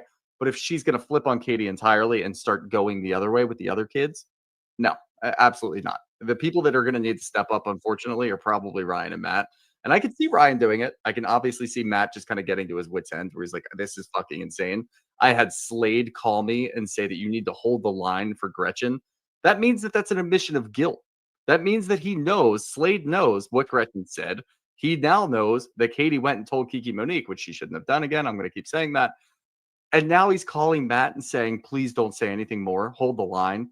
Why would Katie and or Matt hold the line now if Gretchen's going to flip? There's no reason. And of course, we're just going to have like 3 or 4 episodes straight of this bullshit where Katie's probably out on an island by herself. Again, she did this to herself for, to some way, shape, or form.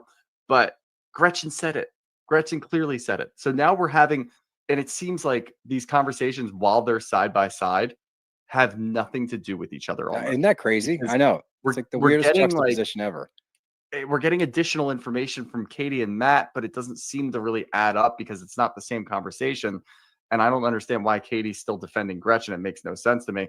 But then Gretchen's doing this other thing over here where she's talking to Jen and Jen doesn't remember. So she's not going to say anything. And you've got Emily in that court who's going to go against Katie regardless. So it just seems like nothing's really adding up. And we already know where this is going to go. And I'm probably going to despise every moment of it. Yep. And, the one thing I will say, like Matt at the end is like, why is this suddenly about you, Katie? It's like, well, she continues to put herself into it. Yeah. Like she keeps talking about it. That's why she's involved with this. But I don't know. It got so convoluted. And like you're just talking about, the 2 scenes that we get side by side are not the same discussion, which makes it more confusing. And like on one side, you're seeing Katie call Gretchen a liar. On the other side, you're seeing Gretchen say she's wary of Katie now because she wouldn't call Kiki. And then, of course, Gretchen's like, I'm going to call her. And it's like, oh, you're going to lie to her. And this whole thing's going to get weird. As we see in scenes from this season or next week or whatever, Kiki does come on the show.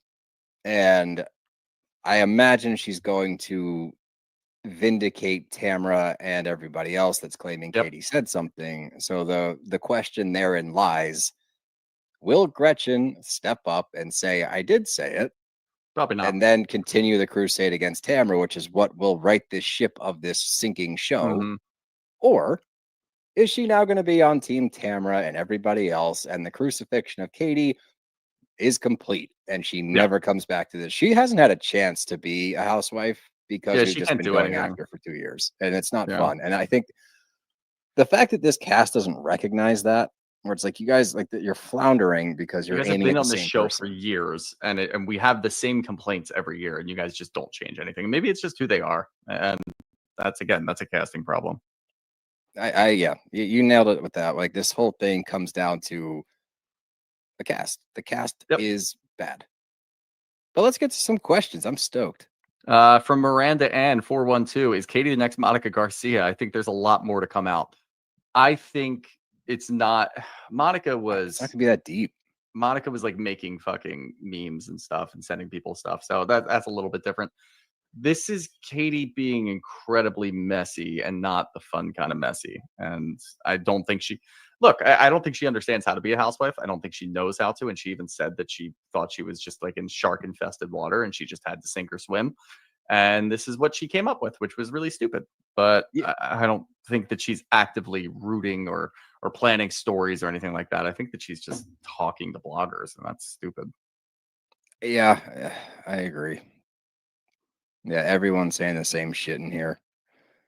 Carmillionaire, this level of victimization and dark twisted manipulation from Tamra should be studied. It is fascinating. Like, it is genuinely incredibly fascinating. She's like Jax, but a lot better. Keckles, why is this show still on the air? Good question. From CC Tut, what the fuck is going on? We don't know. From Britt Mobley, cast rebrand or too soon to call it? Rebrand. Jamie Gibbs, I nominate the bros to be the bloggers of the next season. No, we don't want absolutely to do that at not. That all. sounds horrible. Keep us out of it. Keep us out of it. This is funny. From Makeup Lab, why do Gretchen and Slade look like Stepford Wives and Ned Flanders? He does look like that. Really good comparison. That is very good. So that's kind of what's going on with OC, I guess.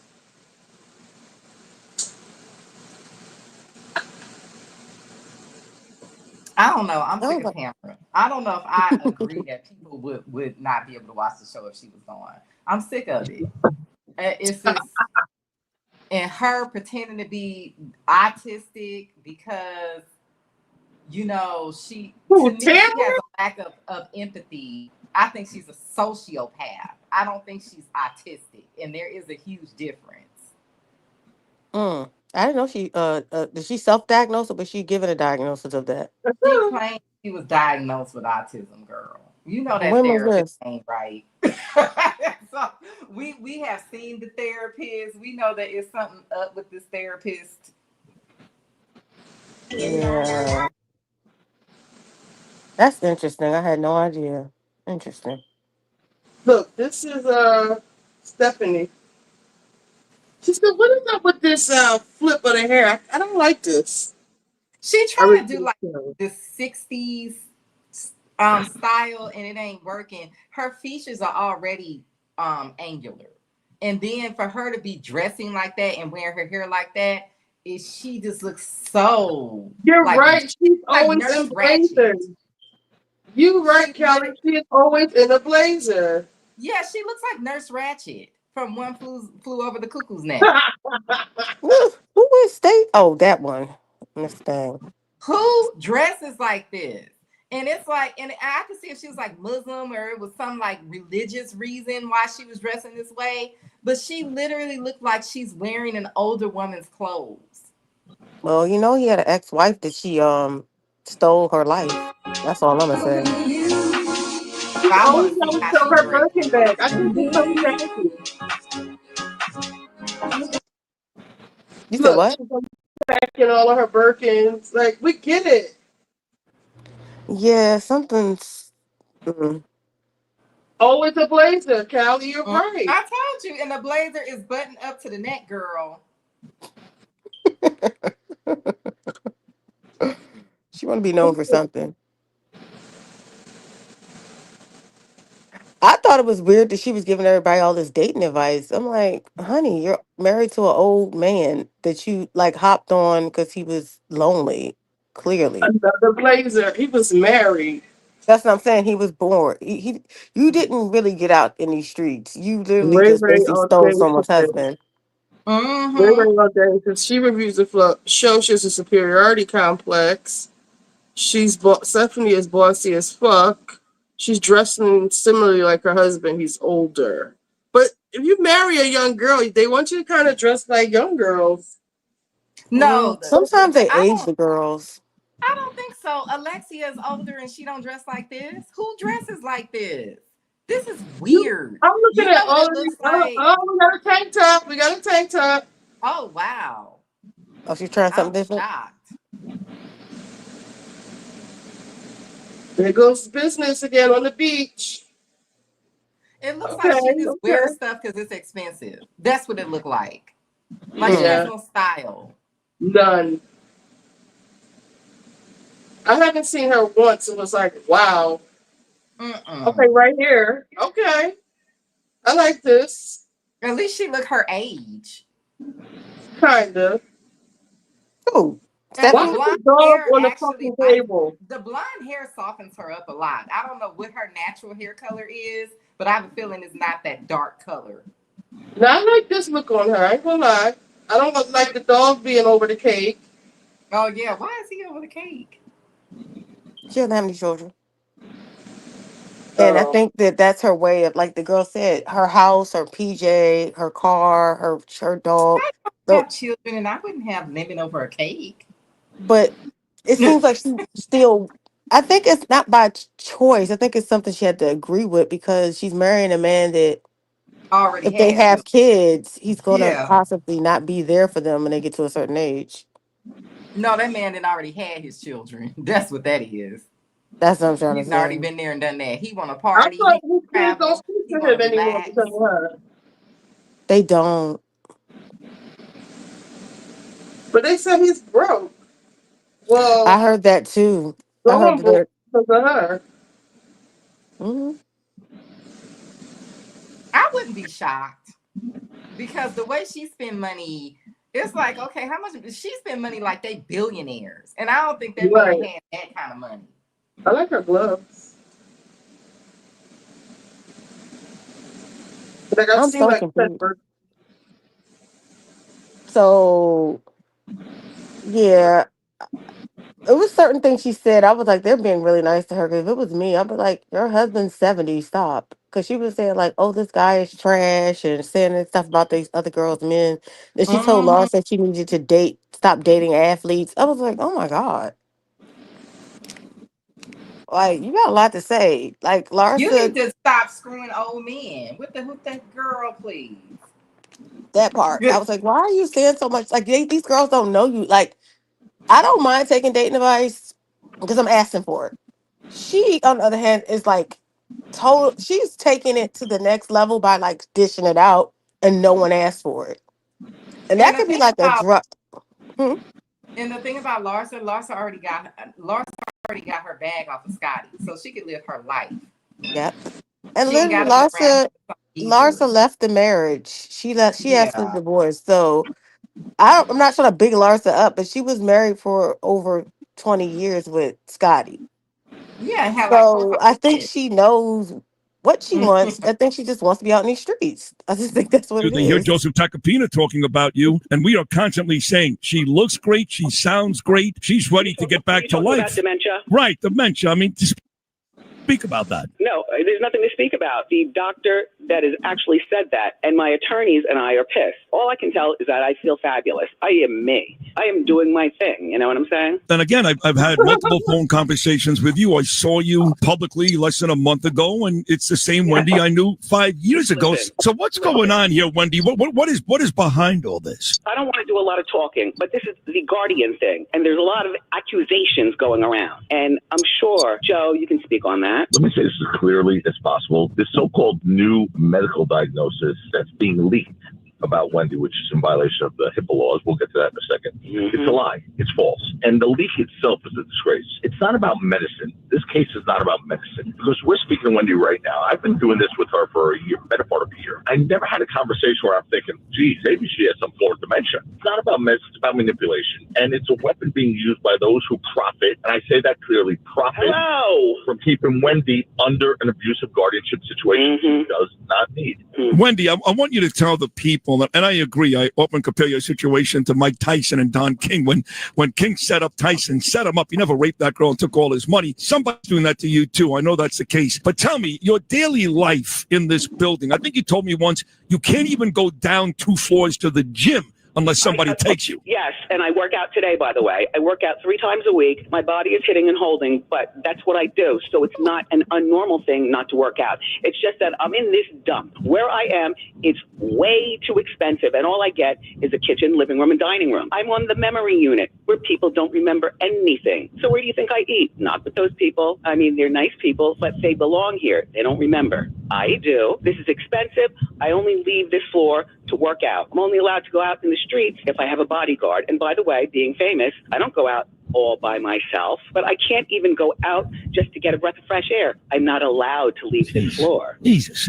Joseph, do we know how long Wendy is forced to live under these conditions? It's been 2 years plus too long. Think about this. Think of what she just said to you. What she just said, and I couldn't have said it better, which is why Wendy's Wendy. She is on a floor with people who don't know their own names, Sid, who don't know if a red light or green light is when they should cross. They're dangerous to themselves. Wendy is on the floor with them. And by the way, it's not like the state's paying for it. Like, you know, when you're in prison, the state pays for it. Wendy has less freedom of movement than prisoners, yet she's paying for this ridiculously expensive place where she could be living in her own. The whole thing is so despicably unjust. And it drives me crazy. And then Wendy's been through some issues. She said it about alcoholism and all that stuff. She doesn't have dementia where you can't remember certain things or anything. No. She's as good as can be. There's 2 questions, though, Sid, and I want the answers. One, where is this medical report that everyone's talking about that was leaked to the press in violation of the federal HIPAA laws, in violation of Wendy's human rights? Where is this report, and who is this doctor that signs this report? Name the doctor, show me that report, show proof,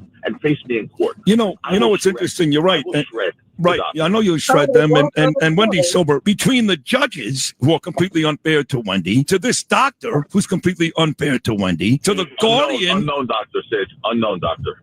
Right. And to the guardian who's unfair to Wendy, it's almost like President Trump, Wendy, in that there's a lot of people in and around you every day that are trying to make sure you never get out. Well, I have to tell you something. I also get these strange pills, and I just want to tell you, and I've said, I guess, privately, but there are only 2 that I know that I take that I've had all of my life practically. The other 6, I throw them away, period. I don't know what these pills are, and I don't care.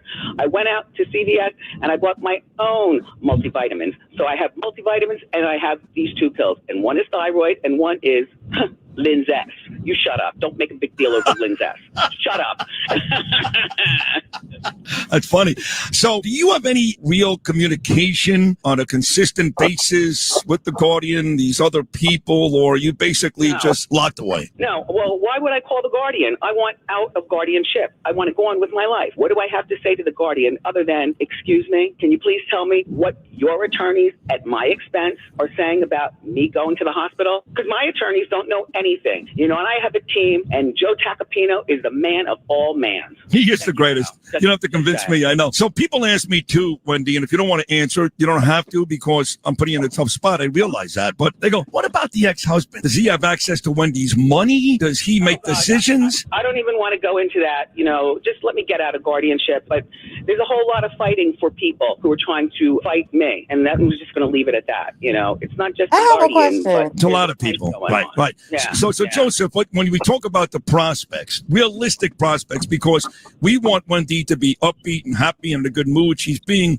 once again, folks, falsely imprisoned. Listen carefully. Falsely imprisoned. This is complete nonsense. And I would hope, you know, the mayor's office actually reached out to me. It's a true story. The mayor's office, Wendy, reached out to me yesterday and said, how can we help? So a lot of folks in this city want to help you. What are the prospects? You're welcome, Joseph, for getting Wendy out of there. There's the lawyers inside the guardianship proceeding, which have to be approved by both the guardian and the court. Guess who that will never be? Me. The last person they want to see in that court is me. However, Wendy is entitled to a jury at some point as a sort of a form of an appeal. When that happens, when that bell rings, if that bell rings, that's what I do, and I'll be there. So I say if they have evidence, present it in court under oath, and I'll be there waiting because I will annihilate. This is so infuriating to me. But the prospects are, according to Alan Diamond, her in-court guardianship attorney, he's saying to the family, to Wendy, late October, before the end of the year, she should be out of this thing. That's still too long. That's right. Another day in that place is too long. Yeah. But if that's really going to happen, we'll deal with that. And then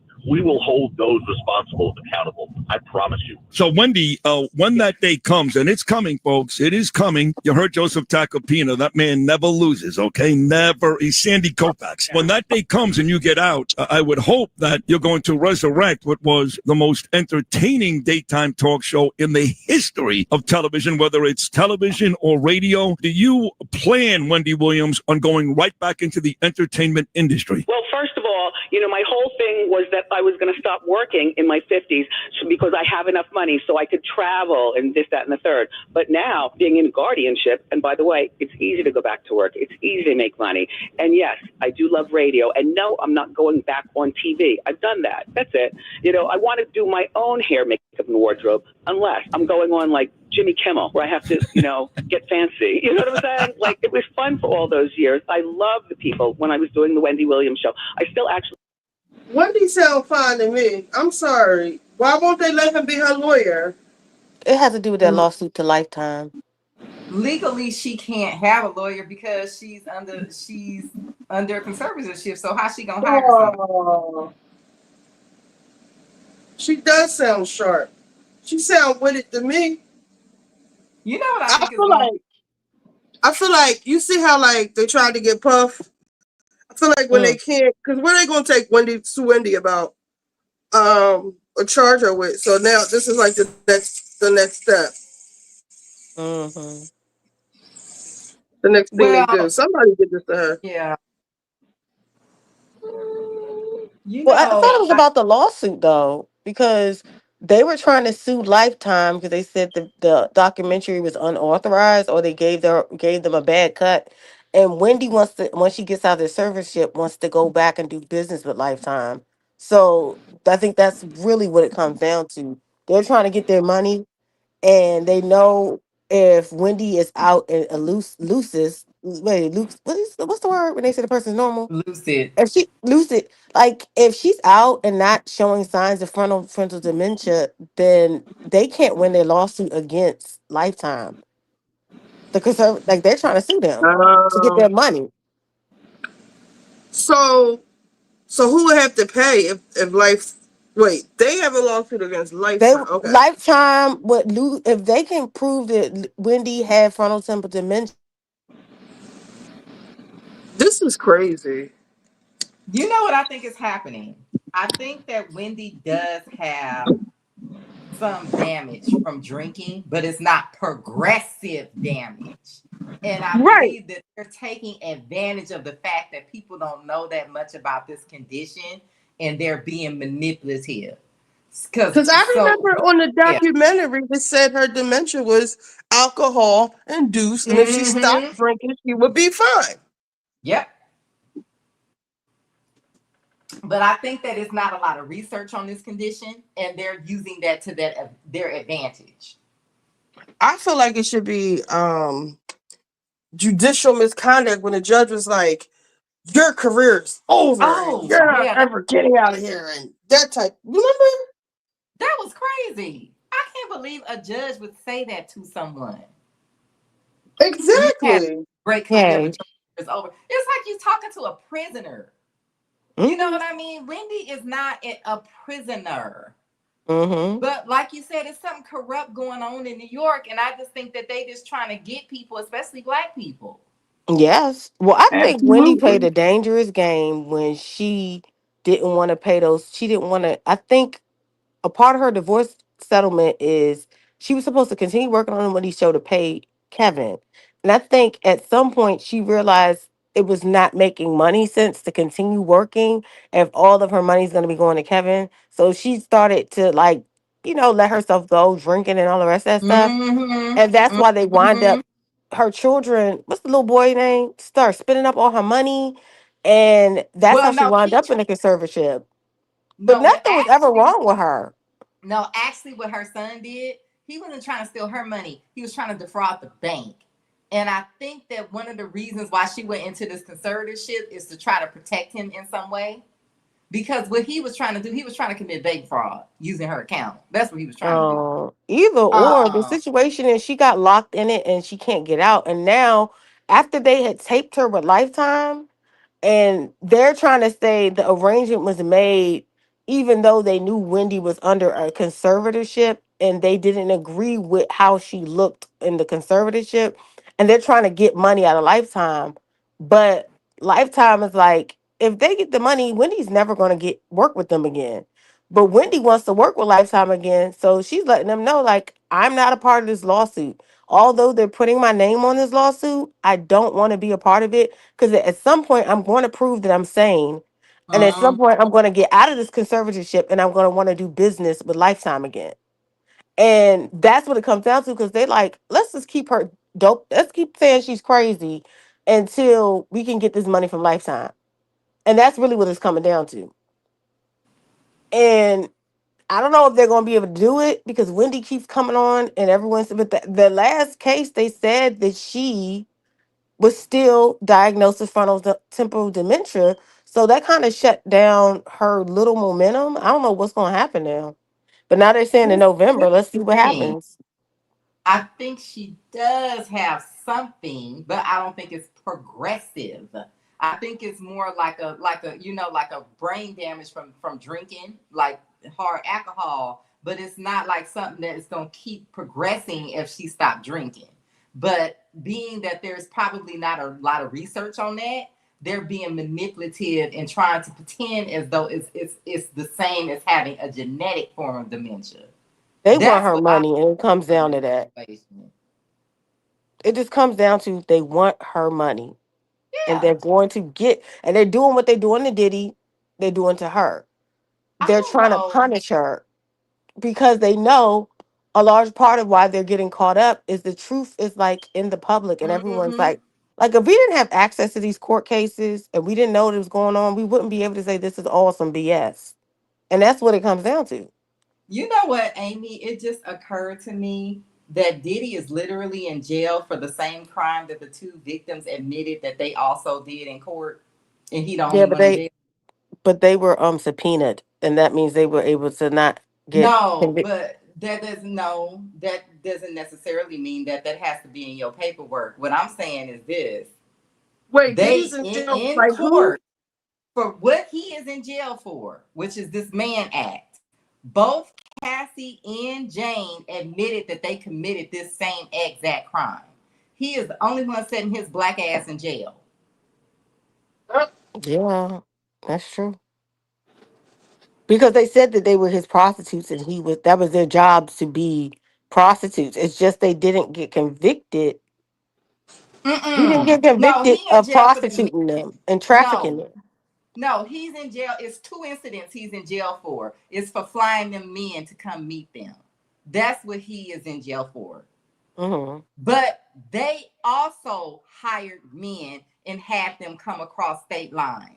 Both of them admitted that they did it in court. So to me, they should have been charged with this crime as well, or they should have just not included that crime in the case. Mm-hmm. He in jail. He ain't getting out to October. They said sentencing is October But the if you 5th. get out in October, that's a big F. But my whole thing is this: and it just dawned on me. I said this man is literally in jail for a crime that the two so-called victims actually admitted that they also did in court.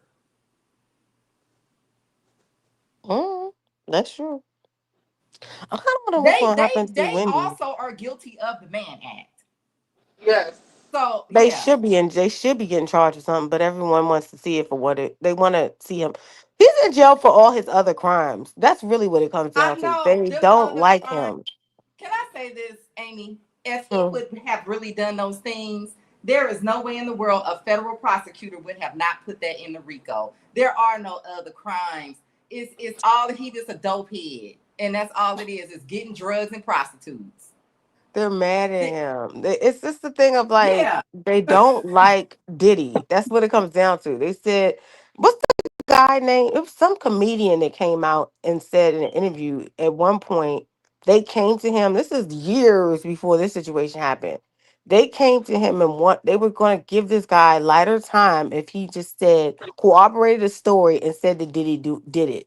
This is when he was getting charged. He made somebody mad over there. I don't know. And he was like, he told them, I'll do it. Let me know when I have to do it. But then when they came to me, he was like, I'm gonna go on the stand and go and completely go rogue. So you can agree to get me up there, but I'm not gonna get him put that's how much they don't like him. This was years ago. This is when he was got caught up with the Shine situation. Somebody mad. They just don't like him. It's somebody that got that's pulling some screens that is very upset with him because this case made no sense. And it just occurred to me that also based upon the evidence that they presented in this case, they had no reason to raid that man's house. They raided that man's house for a photo op because they were trying to taint the jury. The same reason why they hired Tony Busby to basically take anybody that had a fake story about Diddy and file a lawsuit. This was the prosecution was behind all of this. Hold on. Let's read some comments. I can read them from my computer. And I want to play something. Come on. Of what? Transporting prostitution, not my point is that, Naomi, I don't like it either, but he's in jail and it's really unfair. Oh, Richie, I'm sorry, I didn't hear you. For a RICO charge. Hold up. Why is he in jail? Because he orchestrated the prostitution, but the jury didn't believe it, which would have qualified for a RICO charge. What is he guilty of? I want to play this. I don't know if it's the one that I wanted to play about Diddy. His organization as much as they would have liked him to. You follow what I'm saying? From what I'm seeing, it was him and his freak off mates. Yes. You see what I'm saying? Yes. He wasn't using the secretary, and you follow what I'm saying? It was a select team, which I think is going to save him. He didn't use the whole bad boy to do this because a lot of this happened off bad boy time. let's go back. The reason why they're having such a hard time proving his case is he got locked up on frivolous reasons in the first place. Puffy is going through this because he sued Diageo. Puffy sued Diageo Liquor. He started his own political party, and they needed to make sure that he couldn't influence the 2024 election. And it's called Our Black Party. Okay. It's time for us to have our own black political party, unapologetically. Because right now, if you look at the debates, we're not even a part of the conversation. Not at all. We're not a part of the conversation. We don't have any political power. We don't have any political leverage. And so we started Our Black Party. I've stepped up and put the money behind it. Mm-hmm. This is the biggest threat and the only option that we have right now. And so he had to be in jail. Puffy had to be taken off the streets during election season because he started that black party, and neither Democrats or Republicans knew where he stood, and they couldn't afford to let him influence the outcome. And they had to pay him back for suing Diageo. So he wasn't locked up for this anyway. These charges were fabricated to make the case stick. I don't think Puff used his organization as much as they would have liked him to. Right. Do you follow what I'm saying? Yes. From what I'm seeing, it was him. Yes. And his. Yeah, I believe that too. That makes a lot of sense to me. Yeah, because I remember when they got on Charlemagne for Charlemagne telling all the black people not to vote because we the only ones that don't get anything for our vote.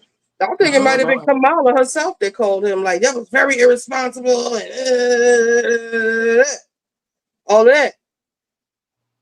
I think Dr. Umar is right, even though Dr. Umar been out here hoeing, and I told y'all Dr. Umar was a hoe. Nobody believed me. Y'all thought I was just saying something crazy. And the next thing you know, hoeing. He literally up here hoeing, talking about some $500 to go to lunch with him. Well, he's broke. I think I spend it just to see what this fool has to say. I just want to see what he has to say. What is he telling these women? I want to know. Dr. Umar out here selling D, and he been selling D. Yeah, look, I know a hoe when I see one. Not to change the subject, do y'all think he got something? He working with something? Because he really seems very confident about his life. All that is the idea of him. This black man that wants to help the community and help young black men. But the question I have, do you all think he got a little... I don't even look at him that way, so I don't know. Either. He ain't my type. I don't like him. Okay, let me shut up. You like it, girl. I do not like no husky dudes. I like a tough dude, a tough big dude. I like I like thin. Girl, listen, I'm just saying. Why would he put himself on the block like that if he wasn't like potent? He put himself on the block like he's trying to be prostituting himself. Why not? But see, this is the thing. I kept telling people Dr. Umar was hoeing and nobody believed me. I didn't know he was like that though. This man is literally selling his nobody proved that they did not prove he blew up their car. Naomi believes that. They did not prove that he did that. No, a woman did that. And you know what? Somebody posed the theory that actually happened after he broke up with Cassie and he was at another woman's house. So Cassie could have did it for all we know. And maybe that's why the evidence went missing, because the prosecution might have tipped somebody off at the LAPD. That evidence might have. And here's the thing. He admitted to doing some heavy drugs. So I don't even know if this is a figment of his imagination. He said he was on acid, meth, cocaine, heroin. He said meth. Ketamine. I don't remember meth. No, I'm talking about Kid Cudi just did an interview. Kid Cudi did an interview, said he was on some heavy drugs. Amy, I'm not gonna lie, I'm from the hood. Women setting the dude's car on fire, cutting the top up, all that stuff to me is not unheard of. I personally know people that have done things like that. It looks good. That's something a woman does, not a man. Finally got it. Good. You said what? I said that's something a woman does, not a man. That tearing up the car stuff, that's a scorned woman, and he was at another woman's house when it happened. Now And somebody, Callie, he was back yeah. together with Cassie when that happened. So why would he need to blow that man's car up? They were back together. Yeah. No, it was that girlfriend, I think. I think these are done I too. don't believe it was Cassie. Let me Some people see. It was Cassie. Ooh, that looked good. I think it was that girlfriend. Ooh, them Turkey wings wings? good. Ooh, And those are I young love that they're goldeny. You did a good Right? job with the Yeah. basing. Yeah, I have to get your recipe. You were working on that. I give you that. Because I was I like, she's told basing the you, hell out of them chicken She's a wings. good girl. And I like the young turkey wings, just like that. I don't like the big ones. Yeah, I don't like them too big. I think somebody put But some sometimes you steroids in can't those find the young turkeys. turkey wings, though. I have to go to the butcher You usually. can't. You gotta like look for them because them big ones they be putting steroids in those daggone turkey Usually, wings. if and you that's know what where a was butcher wrong with the shop last is, ones I had. Let me see. Let's look at the food. I This also, is the peach you know, cobbler. Hold ooh. on. Let me Ooh, make this bigger. I didn't see you making that. I saw you working on turkey wings. The peach The cobbler was turkey good too. cobbler got done fast. Who you cooking for this for? You hold on, Amy. How can I hold on? I'm gonna put you back on that second. So layout. Okay. I'm gonna show the food real quick. These are the turkey wings. Nice and crispy. Most of them. There's a lot of them in there. And this is the peach cobbler. I think this is the best one I made so far. It looks the best. I love peach cobbler.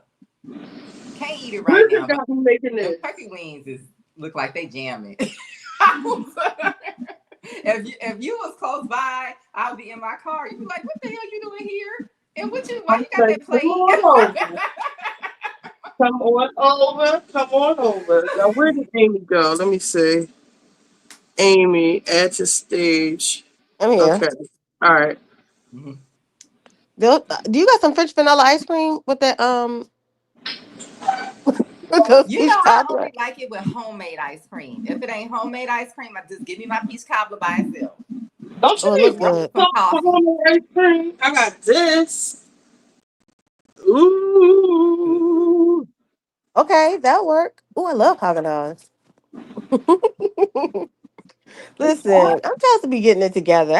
I need to get on Kabor's plan. He's like counting people's macros and Me too. stuff. I'm trying to get more. What is the macro? You know, I was already I don't trying even to get know. low carb, but I'm really trying to really get more strict and just go ahead and lose this weight and get back to my old size. Because I was looking at some of my old clothes. I was like, this is not cute. Yeah, I gotta get it together. I gotta get in the gym. I'll work it on down. Gotta find my next sponsor. I'm just working on changing my diet. Eating some more vegetables, no fried food. If I can get that, what y'all been doing? I just need to eat more vegetables. Same. I need But more I'm coming vegetables. down slowly. The carbs all together. For me, I just need to go and just lose it. You know, I've been playing around for too long.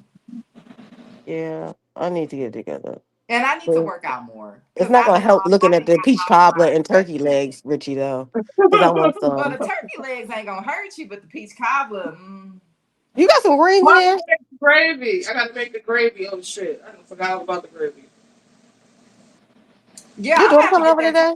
that recipe though.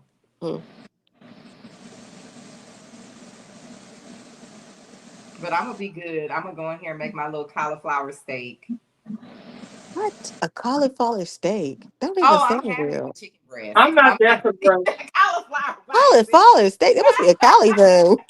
You're like, cauliflower steak? I Damn steak. never want cauliflower or anything. That's my problem. I'm really like picky about the food I eat, and I'm like a kid. Like, give me some chicken fingers. I don't want all of that. Chicken fingers? Nah, I pass Like on when we that. at the fancy restaurants and stuff. Y'all got some regular. I'll be like, y'all gotta eat regular. Oh my God. That's funny because I don't eat. I get in trouble. I don't really like eating at certain restaurants. I don't want to eat too much. It's just so much food, and I'm like, I don't want all this. See, these, I don't know if these are done. They're not crispy. I'll put these back there for a couple minutes. My mom went to that chicken place that guy's. What is the name of that chicken place? It's Zampies or something like that. Hated it, and she called me. She was like, "Oh, this is horrible." What's it called? What is the name of that place? Where is my phone at? Because I think It's I a still have chicken it on my place. phone. Yeah.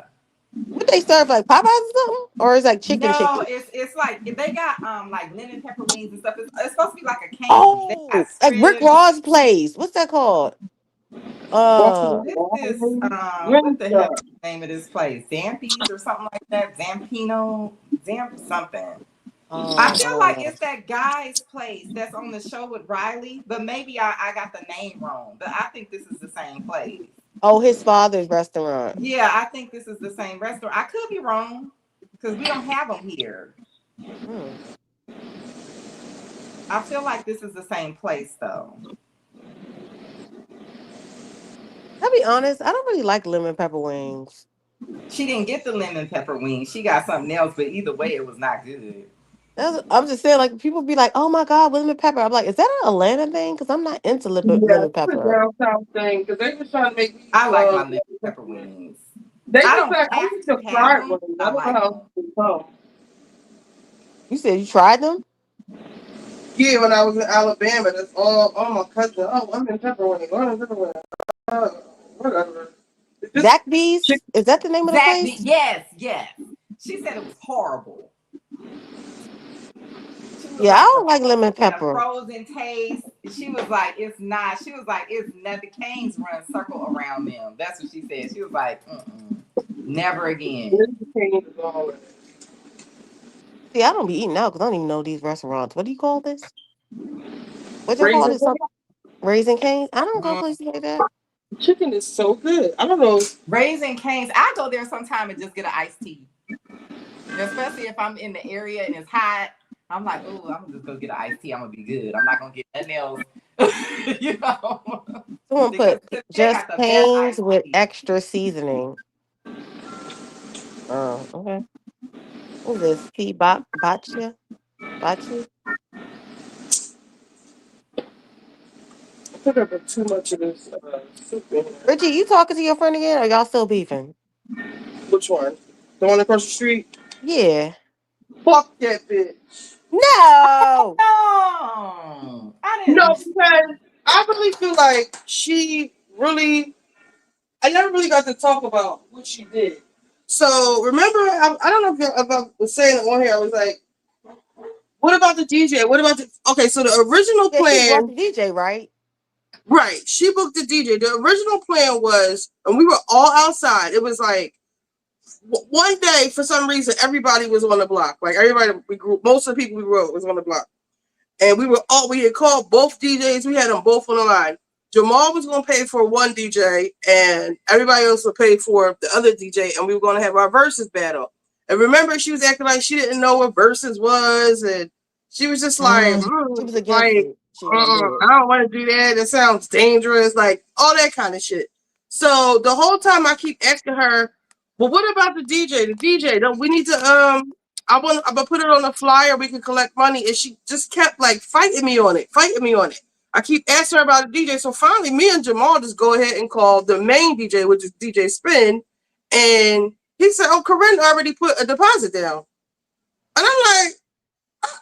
So the day of the block party, when I go outside, I see the DJ all set up in front of her house. And like her house, she has this whole setup, like with her family, they got like a million chairs and tables, and like they made it like a big thing. Like she didn't tell me any of this, like that she had this whole thing planned out. So she like really took this block camping shit and ran with it. And me and Jamal, we were like, first of all, it wouldn't even be a block party without us. We came up with the block party idea actually on this lot, on one of these lives. I remember. And she's taking it and running with it like she came up with the idea, but she didn't even have enough the wherewithal to even get the papers to go and apply for a permit. I'm the one, while we were all on the phone together, I filled out the form online. They sent the papers to me. It was here in like 2 days. I gave them to her. As soon as I gave it to her, it seemed like she cut me out of everything. Little did I know. Even with the flyers. Remember that night? Who was in the? I think it was Y'all remember you Dina. were like asking us like what you think of the thing. You were trying to get her to go Right. out with She you was like, all. "Oh, just give." Now, mind you, this girl when she never went to when she went to college. She finally went to college, but when she went, she didn't even know how to use Microsoft Word. She didn't know how to use her email. She didn't know what copy and paste meant. Like she didn't know shit. Like I basically did her first semester for her with her in her English class. So when she was like, "Oh, just give me the flyer, I'll look at it tomorrow," I'm like, "Bitch, what? You can barely use fucking Microsoft. I guess you know how to use it now, but like you ain't that girl when it comes to like words, you know, like or using computers." So when she did that, that's when I was like, you know what?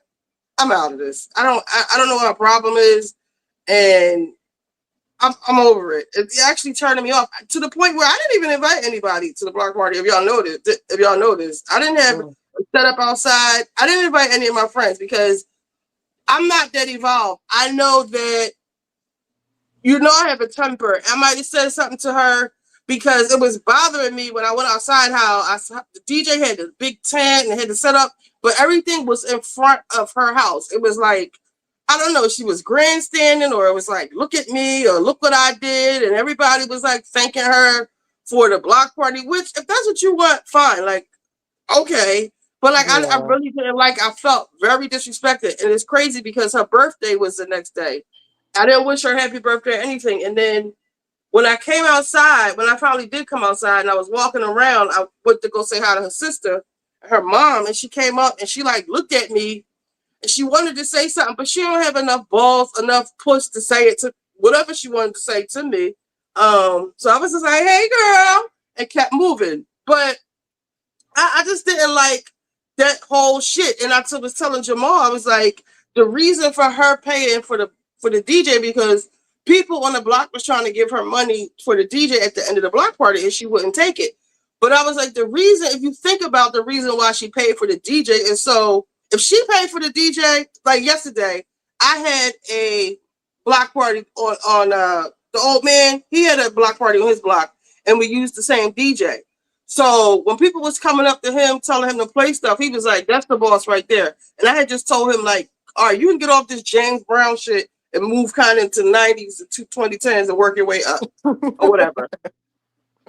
Because the older lady, the black cat on there, like she's an old lady. She wanted to hear the shit she wanted to hear. All right, enough of that. Let's come on, put Brandy and Total and Puffy and all them back on. But back to her, she had complete control over what was being played at the block party. We couldn't come up to him and be like, "All right, we want to do verses." Because the DJ had even said, Jamal said that the DJ said to him, like, "Oh, we can still do verses. We could do it. I could do it by myself." He was like, "No, it's cool." Like, because she paid for the fucking DJ. Like, we really couldn't have no Yeah, say that's over what's not going how it on. was supposed to run. That I can see why you're upset. Hopefully, y'all work things through because that kind of makes me mad. Because I'm like, I thought we were doing this together. Like, why are y'all Right. Y'all see splitting me down the outside middle? with her Like, this is plenty of times crazy. talking about the block party. Y'all saw us Yeah, that's on what I'm saying. plenty Like, of I thought times. this was supposed to be a joint effort, and we're all supposed to do. If she didn't like the idea, like, you got to come up with something better. That's how I look at it. Like, if you don't want to do verses, give me something we can basically do something when we're having participation with the DJ.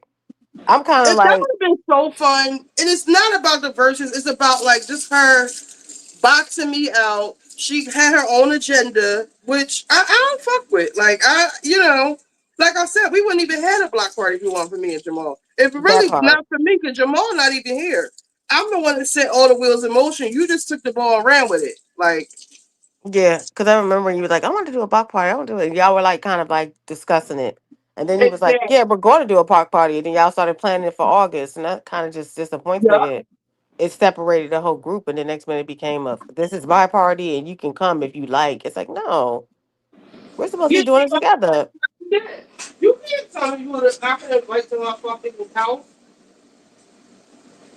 So Yeah. she started tripping. I guess that's power. The power went to her head. Oh, this is my old man. I didn't talk about woke him up. So I gotta pray. Somebody name Terra Destroyer? It looks like a troll is in the chat. You should say Skelly. I'm just making the Oh, I gravy. don't have that Yeah, open. pretty Let me much. go. Everything done. Oh God, talking about my boyfriend's I said, testicles were yeah, I'm just bitten making off the by a gravy right camel now, but everything recently. pretty much done. Somebody block him. Oh, Naomi must be gone because she Who's was me? moderating. Okay. Hmm? All right, making the gravy. All right. All right. Yeah, I just removed it. I'm like, who was this You nigga fool? moving the plate. Gone. So you know to get his plate.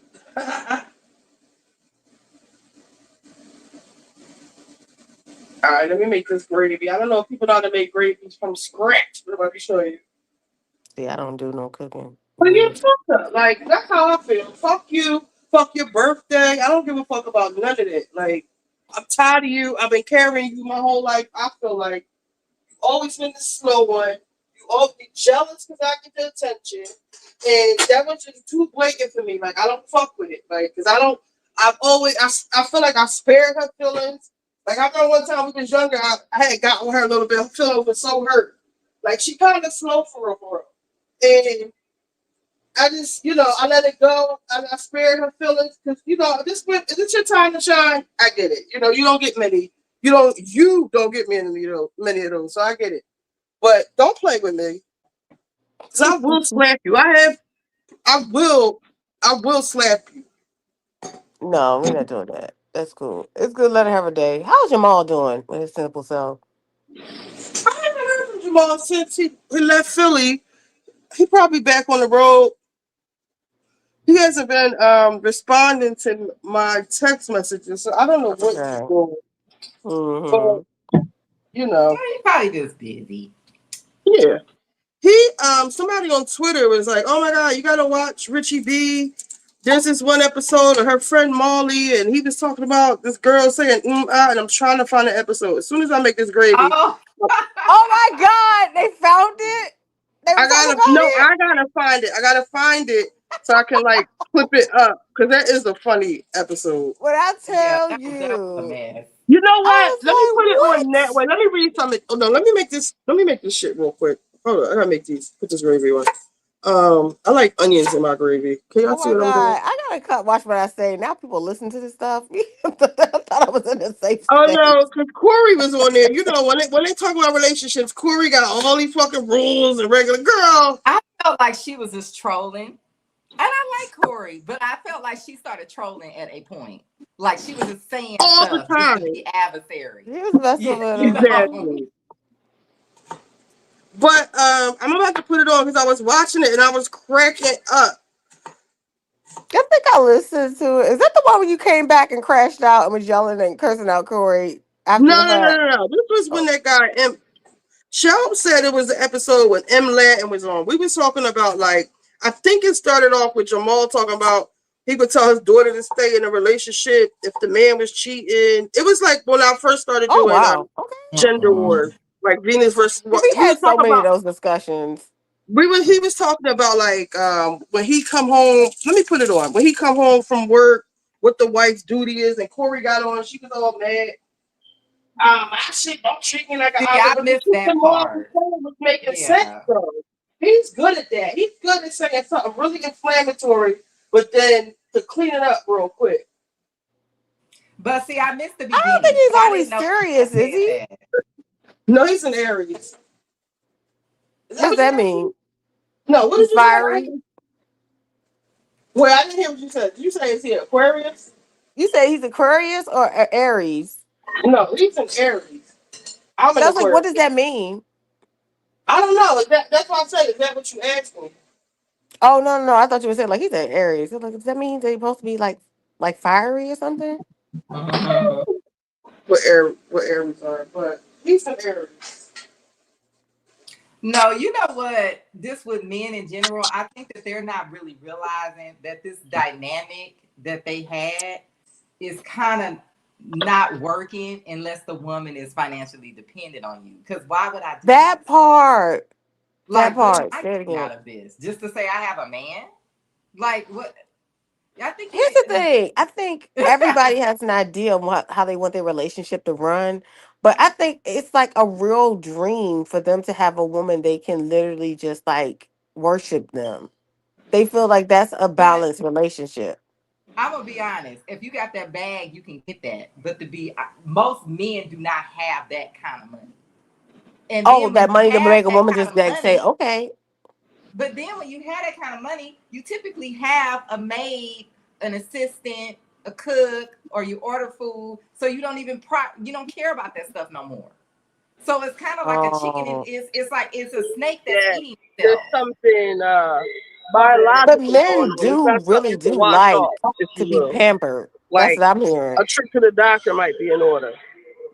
What the hell? Well, it depends on. See, I got a way that I go about it because you're not coming around me in that manner unless we done already did the pregame and all that. I, Yes.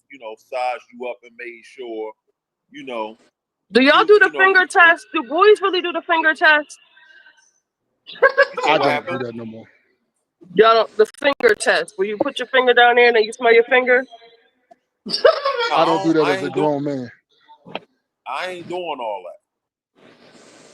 Why He just not? didn't understand that, I can't take care of everything in the house and then, come to his beck and call when he get home and all that.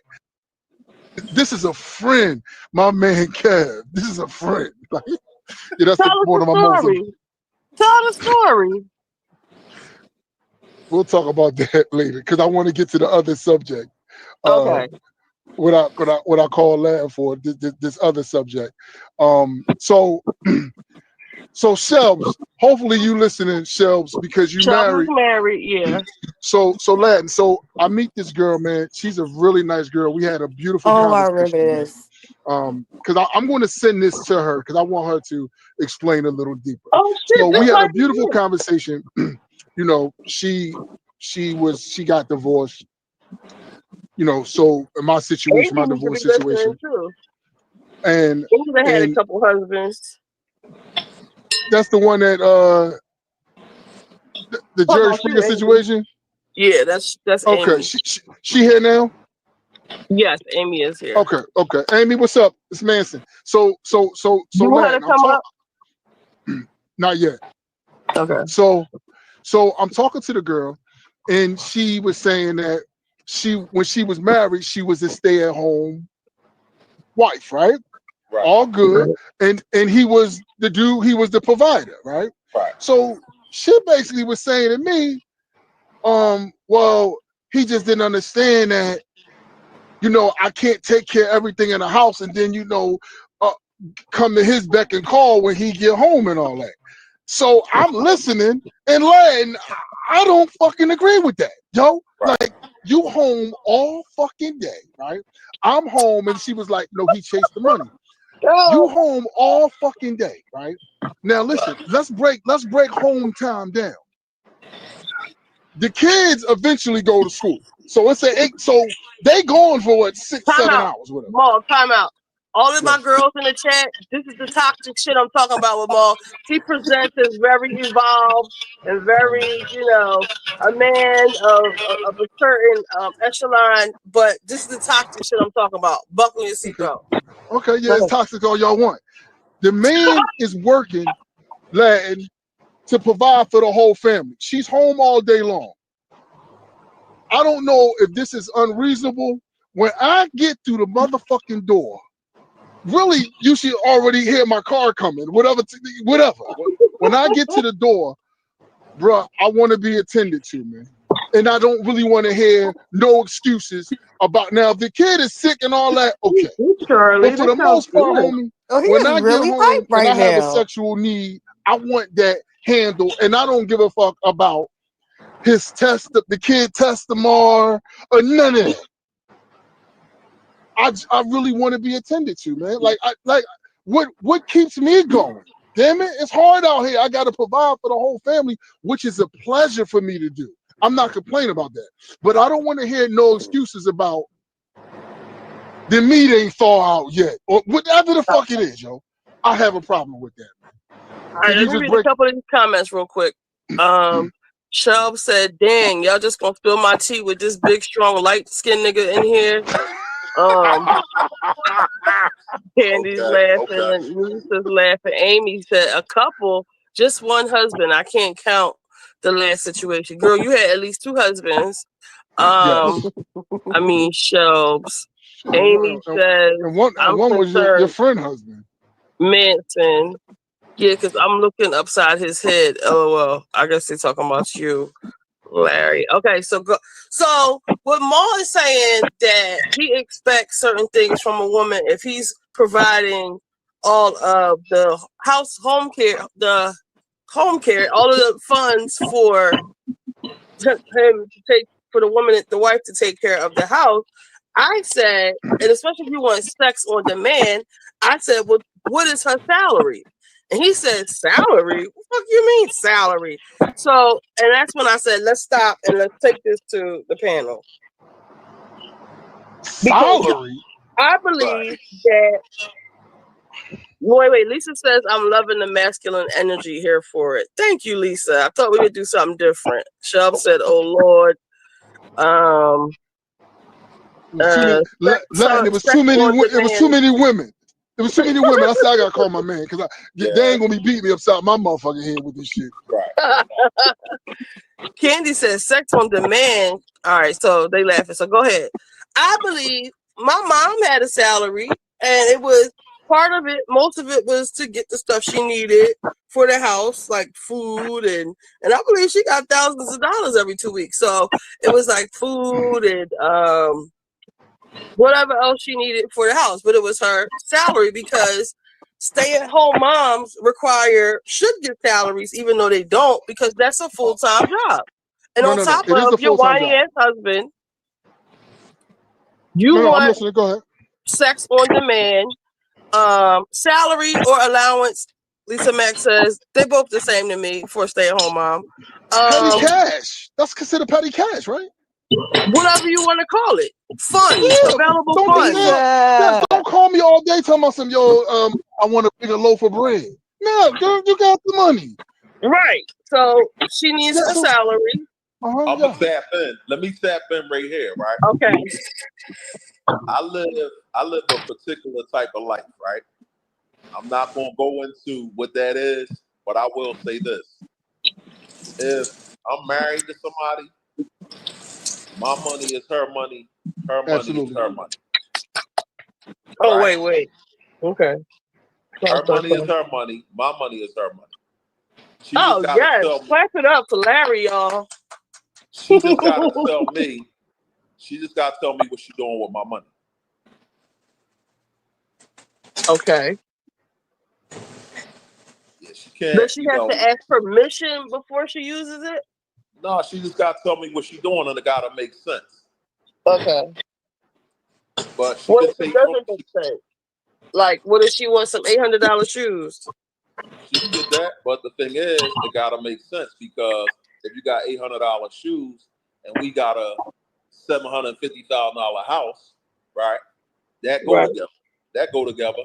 But the deal is, if we putting together, if we building a castle, and I'm saying, all right, right now, we about to do such and such because we're about to open up this other half of the business.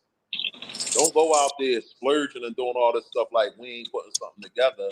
You understand what I'm saying? Financially. Okay. Don't pull the bricks away from the wall while we building. That's all I'm saying. Okay, so if we on vacation, if we on vacation, do your thing, man. Okay, so I could do this easier on my computer. Candy says maids, mistresses, and mules. Shelb says Larry. Candy says I understand that. Don't let the light get cut off because you want to buy $800 shoes. So everybody's kind of in an agreement. But Maul, that's not what you were saying earlier. You was like salary. No. So I'm not understanding because of course it's going to be that money because listen, I provide everything. I'm responsible for her and everybody in the house. So yeah, of course she got to have money to go shopping for the food and all that. And you know what I mean? Yeah, like she's going to really handle all the bills with the money I put into her account or whatever like that. I feel like you fronting for YouTube because that's not. But you was just not giving this No, energy a couple minutes ago. No, because I didn't understand what you Hold on, meant I gotta by. take this call. Take the panel for a second.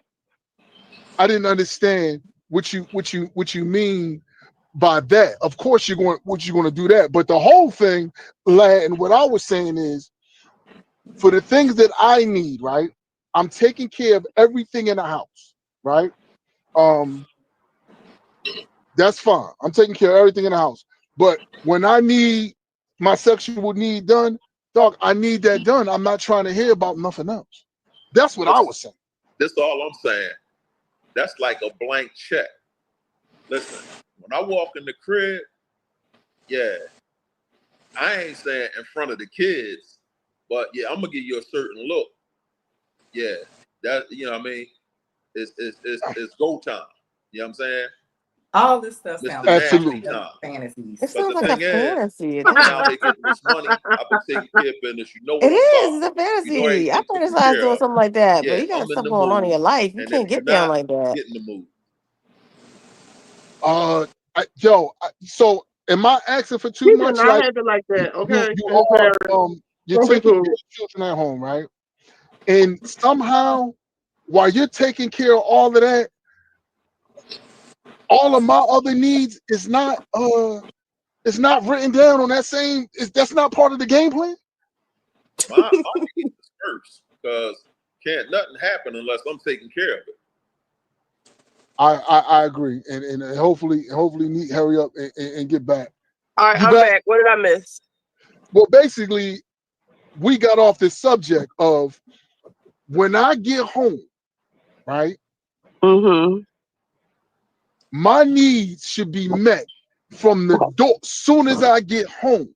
I done worked all day. Home is heaven when I get home. Right.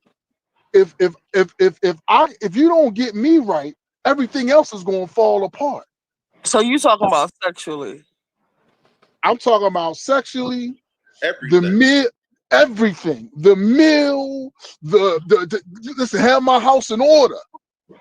All of What that. about Yes. the men who say, like, I've seen some men be like, I remember my dad used to be like, when he would come home and we would all be there, as soon as he walked in the door, we'd be like, Daddy, Daddy, Daddy. He'd be like, basically like, damn, give me a minute to decompress, like, relax for a minute. Like, That's the wife. That's her fault too.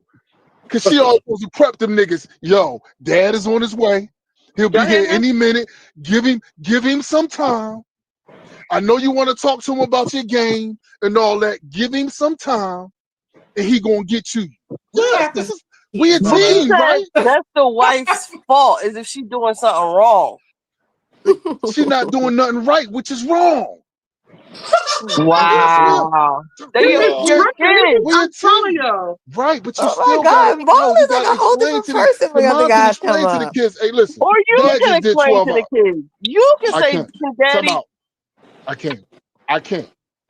But so can she. Because mom's gonna seem like a hater because that's what it sounded like to us. Like, oh, you don't want us to talk to our dad, but it would be better if it came from you. You want to put everything on the woman. She got to drop to her knees as soon as you come in the house and have dinner ready. And these kids got to get in the bed and do their homework. And I had to go shopping for our whole household. And I had to deal with these contractors and all that. Now you come to the door. You want to be treated like Prince Hakeem. Like, me a Yeah, fucking break. how about this? Read the goddamn comments. Let's go right to the comments. Gladden, read the comments. You got Candy and Lisa saying two different things. Let me get to it. Corey said, okay, thank you. Finally, a man that understands shit. I'm trying to do these in order. Let me go to Candy. Damn, I missed all of it. All right, here we go. Shelf said, clock him. Corey, hey, Richie and fam. Hey, Corey. Would you care? Wait. Shelf said, would you care if a woman has an OnlyFans? We'll come back to that question. Let me start. Is that a crazy question?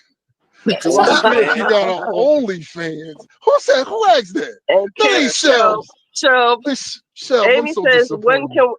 Amy said, when can we come up? They want to come up. Amy want to come up. Corey says, I have to be in the mood to have and want to give it to you. Are you romancing me first? If not, I'm not in the mood, and it will be dry as hell. Oh my God, Latin. So Latin, when I come home from work, I gotta put the rose petals down, nigga. Come on, man. Yo, You man. can at least warm it up. So wait, let me finish the comments. Char said men like the bush. We had a conversation about that too, pertaining to smells. Candy says, so 5:45 p.m. You need her to be ready no matter what. Lil Manson has a science project to turn in tomorrow. I gotta stop helping him to please you. Lisa, I'm submissive when I'm in a relationship, so that's all expected. Exactly. Candy, they love daddy and miss you. They can't run up and hug you. That's Candy. Come on, we're not saying, hey, Latin, they're making me to be says, barbaric. You are barbaric. This is some toxic masculinity bullshit. I can't with this misogyny noir shit. Yo, hey, Latin, they talking about some damn the kids can't hug you. Lala, I don't know. Wait a minute ago. Well, he's dead ass, y'all. Like, he's really dead ass. I know him, and he's not joking. So the kids can't hug you. The crib set up a certain way though, because the deal is. You said that's what you said. Who, me? No, they try to say that's what I didn't say that. Yeah, but the crib set up a certain way because, you know what I mean, with all due respect, I'm gonna be very let me say creative with it. But the kids gonna know, oh, when he come home, for some reason he walks straight to the bedroom. Yeah. I eat That's later. another thing I didn't think about. The kids are right there and you want to get busy. Like, come on, upstairs listen, right now. I'm gonna give everybody a hug on my way to the bedroom. when I get there, yeah. All right, let me drop the link because I need some help up here. Put the hat on the knob. I need some help up here because y'all acting stupid. Come on, Amy, and whoever else want to come up here. Yo, man. She said, I'm unreasonable. This is so crazy, man. They said this ain't God. the 50s, 60s, 70s, or motherfucking 80s. Ninja, we grown, child. Okay, so that spoke from somebody with no husband that took care of. We can have stop. Be nice. We can have a happy medium where I understand what you need. You just came home from work. Let me make you some dinner. Let me warm you up. Maybe let me have you a bath drawn if that's what you into. Feed you. Then when it's time for us to lay down, then I got you. After I put the kids down so they're not jumping around trying to see what mommy and daddy doing, peeking through the door, knocking on the door and all that shit. Let me get the kids down and then I got you. Latin, I think they don't understand this. Kids get right in line, bro. They understand. Daddy home, man, we gotta wait.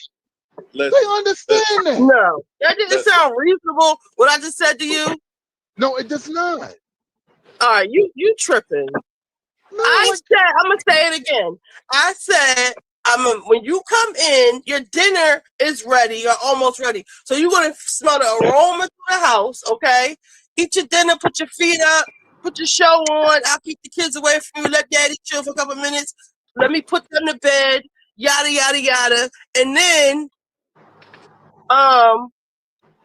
we get to what we do, grown folks do when it's time to do it. What's wrong with that?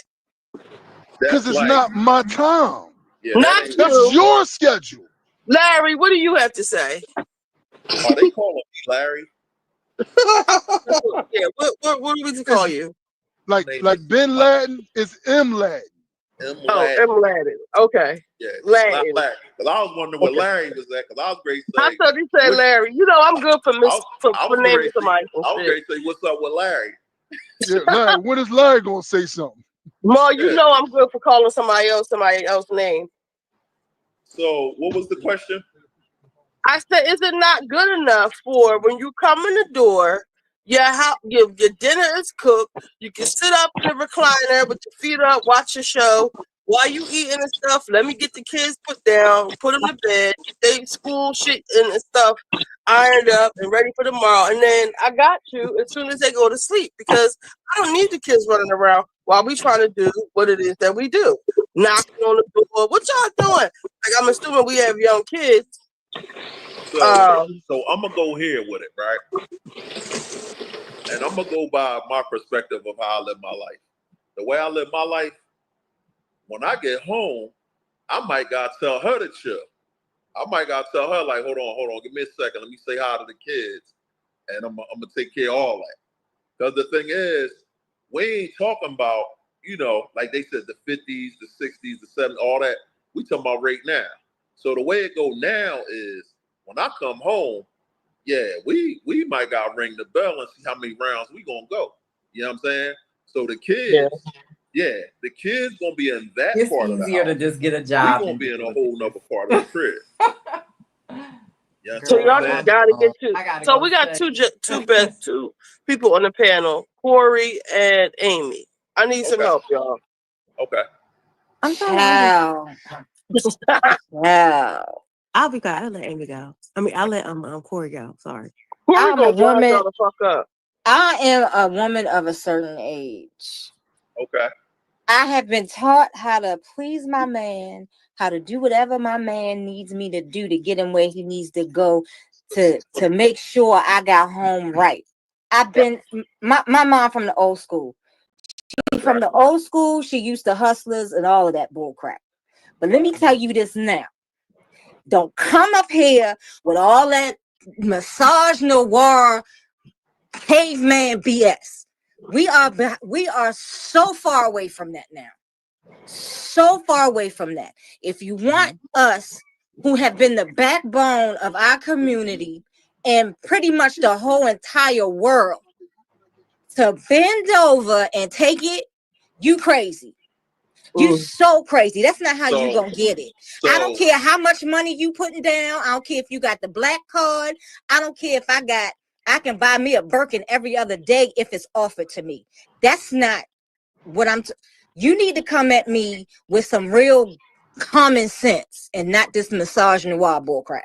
This ain't 1960. Let him talk. Let him talk. Go ahead. I can go? Yeah, go ahead, baby. All right, so you said you're a woman of a certain age and you must, I'm gonna say this, and I'm gonna bet everything on this. I know for a fact I'm older than everybody on this panel. Maybe not. I know for a fact, I bet whatever, I'm older than everybody on this joint. Right? So with that said, I'm gonna say this. I done seen a lot of things. What works is when we work together. When we work together. And this new way of us doing things is pulling us apart because we not together. We not together like we was. Were we ever together? Oh yes, we were. Yeah, We were. I grew up in a time, right? I'm gonna say this because I ain't telling y'all my age. We went to go see the Jackson 5, right? Yeah, when I was younger, we went to go see the Jackson 5. Right. And back then, everybody had an afro. If you had a woman, she was your woman. You know, you had a pick, you know what I'm saying, to put in your afro. And y'all had love and y'all was sticking together because we ain't had no money. Right? It seemed like the more we got and the more materialistic things became, the worse we become in terms of sticking together and having a household. Everybody used to go and take family portraits. People don't do that no more. Why is that? It's not because the men are whatever, misogynistic or whatever you're talking about. It's like the men are men. But it's like something changed in the structure of how we set up our households. And now it just seems like if I come with the basic man essentials, it's something wrong with that. Can I interject for a second? I'm done. I'm Okay, done.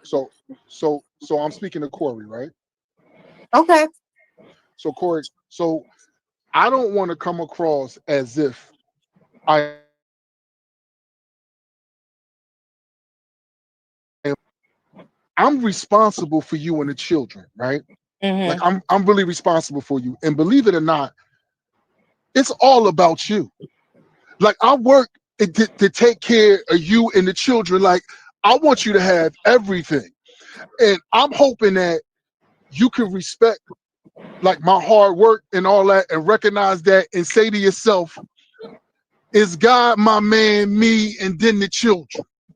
Don't want to get too like, you know, religious with it, but we have to have order, my love. We got to have order. So it does not mean when I come home, I'm looking at you as if you're not the queen. Yes, you are, my love. You just taking care of your man before anything else. This because you come before the children to me. I am supposed to come before everybody because when we raise them kids and they go on and give us grandbabies, I'm all you got, Corey. It's still me and you against the world. So this is not about ever downing the woman. Not everything I do is for you. It's God, me, you. Nobody comes. You talking about when you as my wife, right, Corey? You got to understand your position really. If I married you tomorrow, by a certain law, you come before everybody that ever existed before you, including my mother and the kids that ain't through you. You come first. So with that being said, again, when I get home in that door, I expect you to make sure Daddy right. That's it. I don't want to hear about nothing else because that ain't how the life works. Because I don't want to hear nothing else when it's a problem with you. That's my queen. I don't care what she did wrong. This is my queen. I'm going against the world for you. And again, I want y'all to remember this. This is not you working 8 hours and then coming home. The thing was, if you do not work and I'm providing everything, you are a stay-at-home wife, mother. That's what we said. Now, if you work and all that, then we got to make some adjustments. I can't expect you to fight through traffic the same way I done fought through traffic and then I expect the food and all that done. That's a different conversation. But if I am providing everything, I expect my needs to be put absolutely first. And them kids, let me tell you something. Kids is real smart. They'll understand that when daddy get home, everything stops. They understand that. No, you mean no. Go ahead, Larry. My son trying to get up in here. No, go sit down. We grown folk talking. Go on. Yeah. He protecting his mama. No doubt. Because even discipline. You know what I mean? Like she wait until you get home. She don't even want to give you certain news while you out trying to make the money. She waiting for you to get home to talk to you about disciplining the kids. Well, yeah. That's what you're supposed to do. But I don't want you to think masculinity is caveman. The way you gave off caveman. You gave off Fred Flintstone. Wait, no. But It's not. chocolate How about Fred this? Flintstone. My love, masculinity, right? It's not always going to be poetic, my love. Oh, it is what it is. Poetic. What I need you to do for me is to treat me like your equal. Now, if I am What's more than equal than that? If I'm woman, give me. I need it. Come here. It's not. Treat me as an equal. But it is, my love. What's wrong with that? You treat me as an object. I'm getting ready to start some stuff. Go ahead. You treat me like an object and like, oh, I got to speak. I want to say something. What about Amy was up here? Yeah, I'm sorry. Go ahead, Amy. I'm sorry because you know me, Amy. Did you let Amy address this topic and then we're gonna come to you. All right. Okay, so I was because I used to listen to a lot of podcasts in general, but it was one with DJ Envy and his wife, and he was talking about like, you know, because his wife stayed home majority of their relationship, and he had a decision to make because he was seeing for himself, although his wife was home, he made the decision of like, do I want my wife looking fly and good and happy, or do I want her to be home just doing all the housework? And a lot of people kind of give this attitude of like, if you at home, that means that I don't just want shelter. I want to be provided for. So in his situation, he hired a maid, uh, a baby's. It was a maid and what do you call it? A nanny and all the rest of that stuff. So That his makes wife, sense. so most of her responsibilities was basically looking good and making sure when he gets home that he gets the attention he needs. And what I hear with a lot of guys when they talk about like the ideal house situation, it's never that part. And that's the part when I was listening to Envy talk about it, I was like, dang, that would be nice. I mean, this dude has to make a lot of money. But in hindsight, like in most cases, when you do get home, if you don't provide that type of lifestyle, I don't know if it's the best idea to be kind of like demanding sex on call. That's a little weird. I mean, y'all tell me what y'all think. I'm just asking. I'm just Like, asking because, like, if I was like, okay, like, I can totally Cassie out. And what I mean by that is like she accepts a lot of stuff. If the person's providing a lot of like financial support. But if you just coming home and I mean, and I'm walking around in rags, I'm scrubbing the house like a Molly the maid, I don't know. I'm not saying I wouldn't appreciate it, but I don't know if I'll be all like wrapped up to want to give it up every night. I'm just saying. I can understand that. Now, me knowing Lad and him knowing me, I don't want to try to we fly niggas, right? So no way. Now, one thing my co-hosts know about me is how I treat the woman that I got. By no means do we want our woman home looking raggedy and all that. That ain't who we are. So she gonna look real good. Real good. She can have whatever she wants because like Latin said earlier, everything I got is hers. Everything that I got is hers. She's gonna, why would I want my woman looking raggedy? No, that's not who I am. Now, if you're a raggedy nigga, maybe you're gonna have a raggedy chick. But now I want my woman looking good, smelling good, and the whole nine. Like, no. I want her because I'm one of them guys that I'm big on this. Even with me when I used to live in Philadelphia, my woman had to have her nails and feet done all year round. Like if we found out a meteor was going to hit the Earth Friday, she got to be at the Chinese joint Tuesday.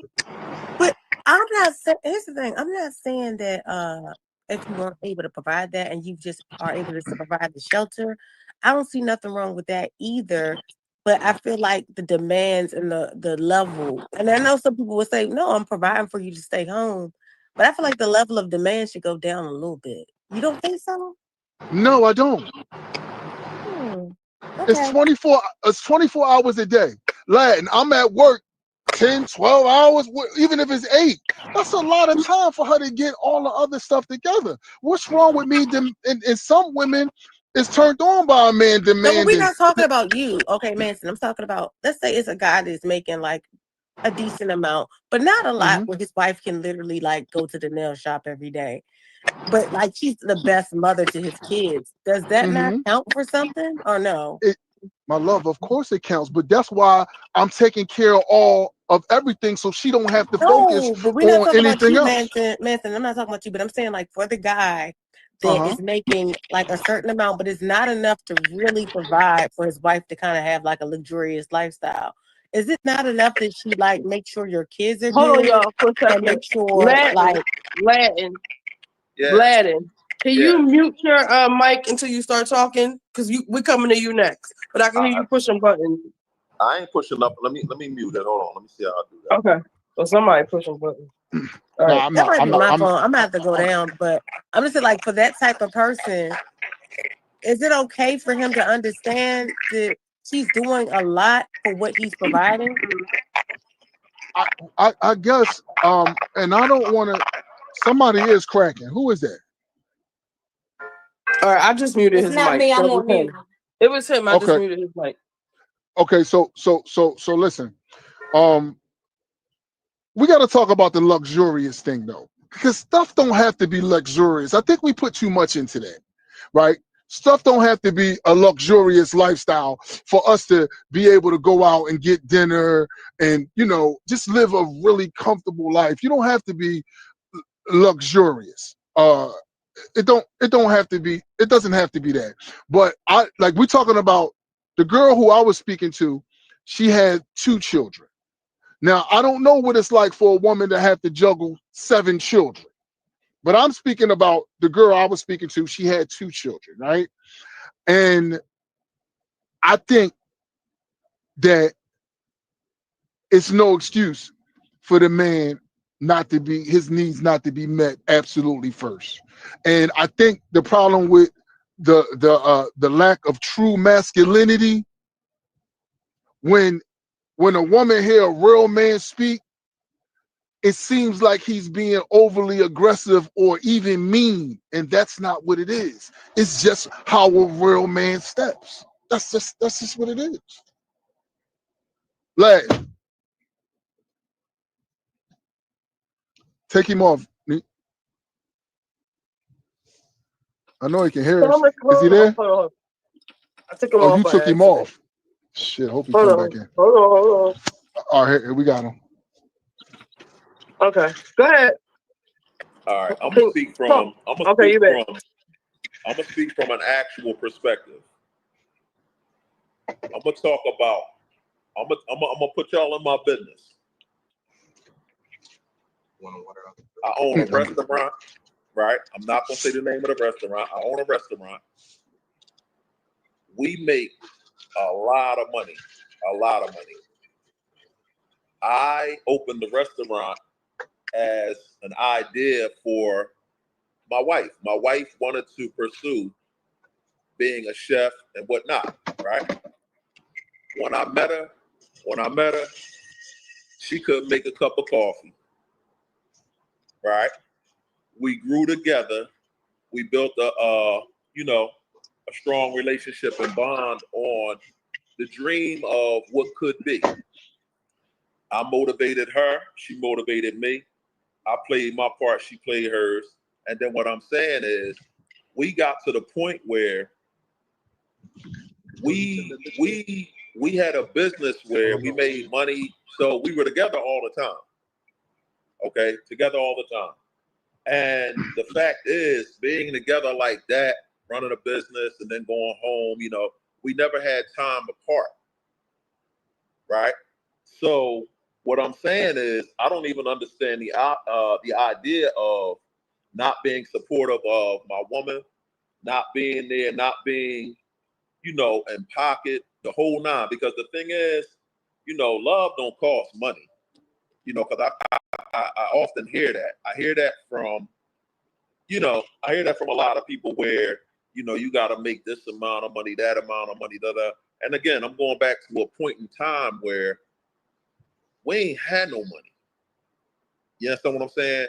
My parents, the most admirable thing and honorable thing about my parents was they ain't had no money, but I'm gonna tell you what they definitely had. They had each other, and the whole love song and all of that. If you even listen to the love song don't even sound the same no more, because people are different now than what they were in that time. It ain't no more damn love songs. It ain't no love songs no more. But I'm just saying, like, if you going back to, a certain point in time, you hear the people singing about love and this, that, and the third.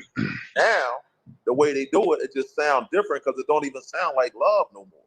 But the point is, when you basing everything on a monetary amount of what somebody got and what this is and what that is, and you tired, you wanna be pampered, you wanna be a certain way. It's like all that come with it, because my main point is, if I'm married to you, if I even attempt to marry you, I'm changing your life, man. I'm changing your whole life to the point where, yeah, I'm changing your life, because the fact is, you can't even be my wife unless I can do that. If I can't be the one, right? Because we older now. So anybody I meet now, they done had, a boyfriend, they done had this, they done had that. Anybody I marry now, I gotta be the first person you ever married.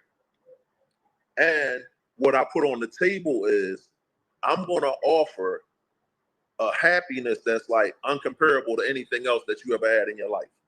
And I'm a stand on that. And then you gotta stand on what I need from you. And I'm gonna go into this. Yo, It ain't say even hi so to much of what Mo. I He go need. Mo, everybody. What's I'm gonna do what's expected of me. He And come I'm and get his plate. That's right. Hungry. Gonna question about Hungry. what the demands are and what you hold gotta on, y'all. do. It ain't even, I'm not even pressing it like that.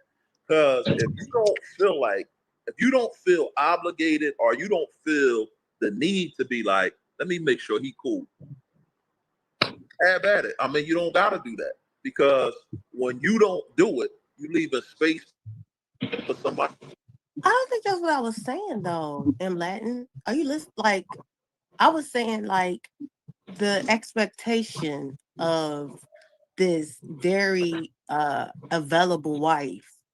Should it change if the guy is not able to do certain things? It's kind of like I would say the grace of it all.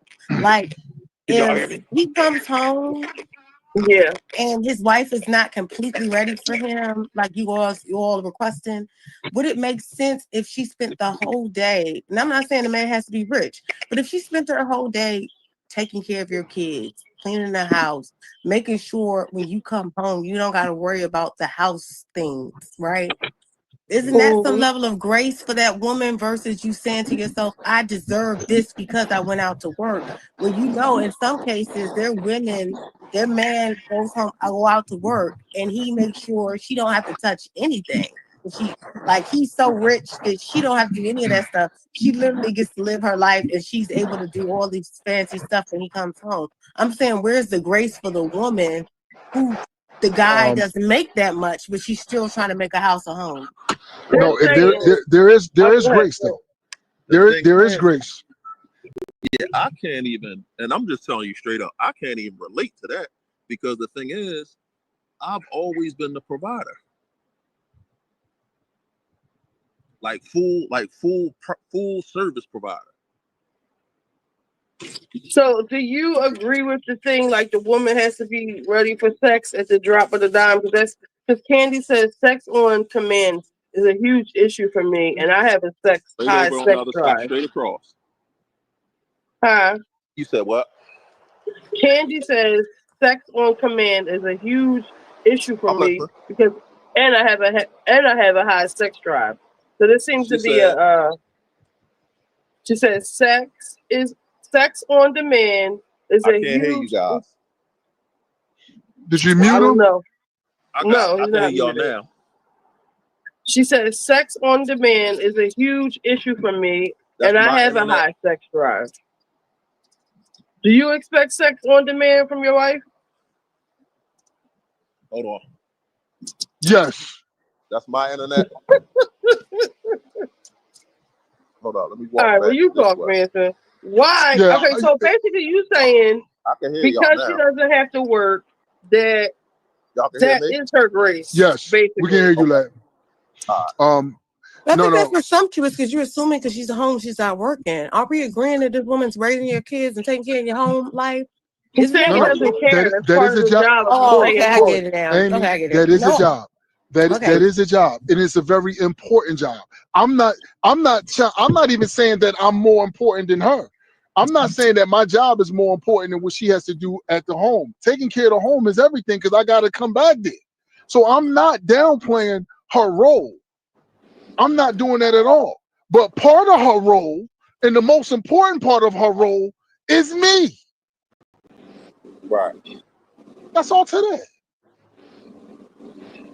And I'm gonna jump on your side a little bit. That is a big thing for men. I remember when I had my daughter in the birthing room, not the birthing room, upstairs. My baby father got immediately jealous of my 1-year-old daughter. Like we got into a big fight. Like the men, I don't know if they're jealous of the attention that the wife gives the children or what, if they're trying to reclaim that time, but that really is a big thing with men, with competing for their children, the wife's affection with the children. But the So thing Richie had a question. Richie, wait, do you think it makes them? let Ben Laden go. Okay, I'm sorry. So here go the thing.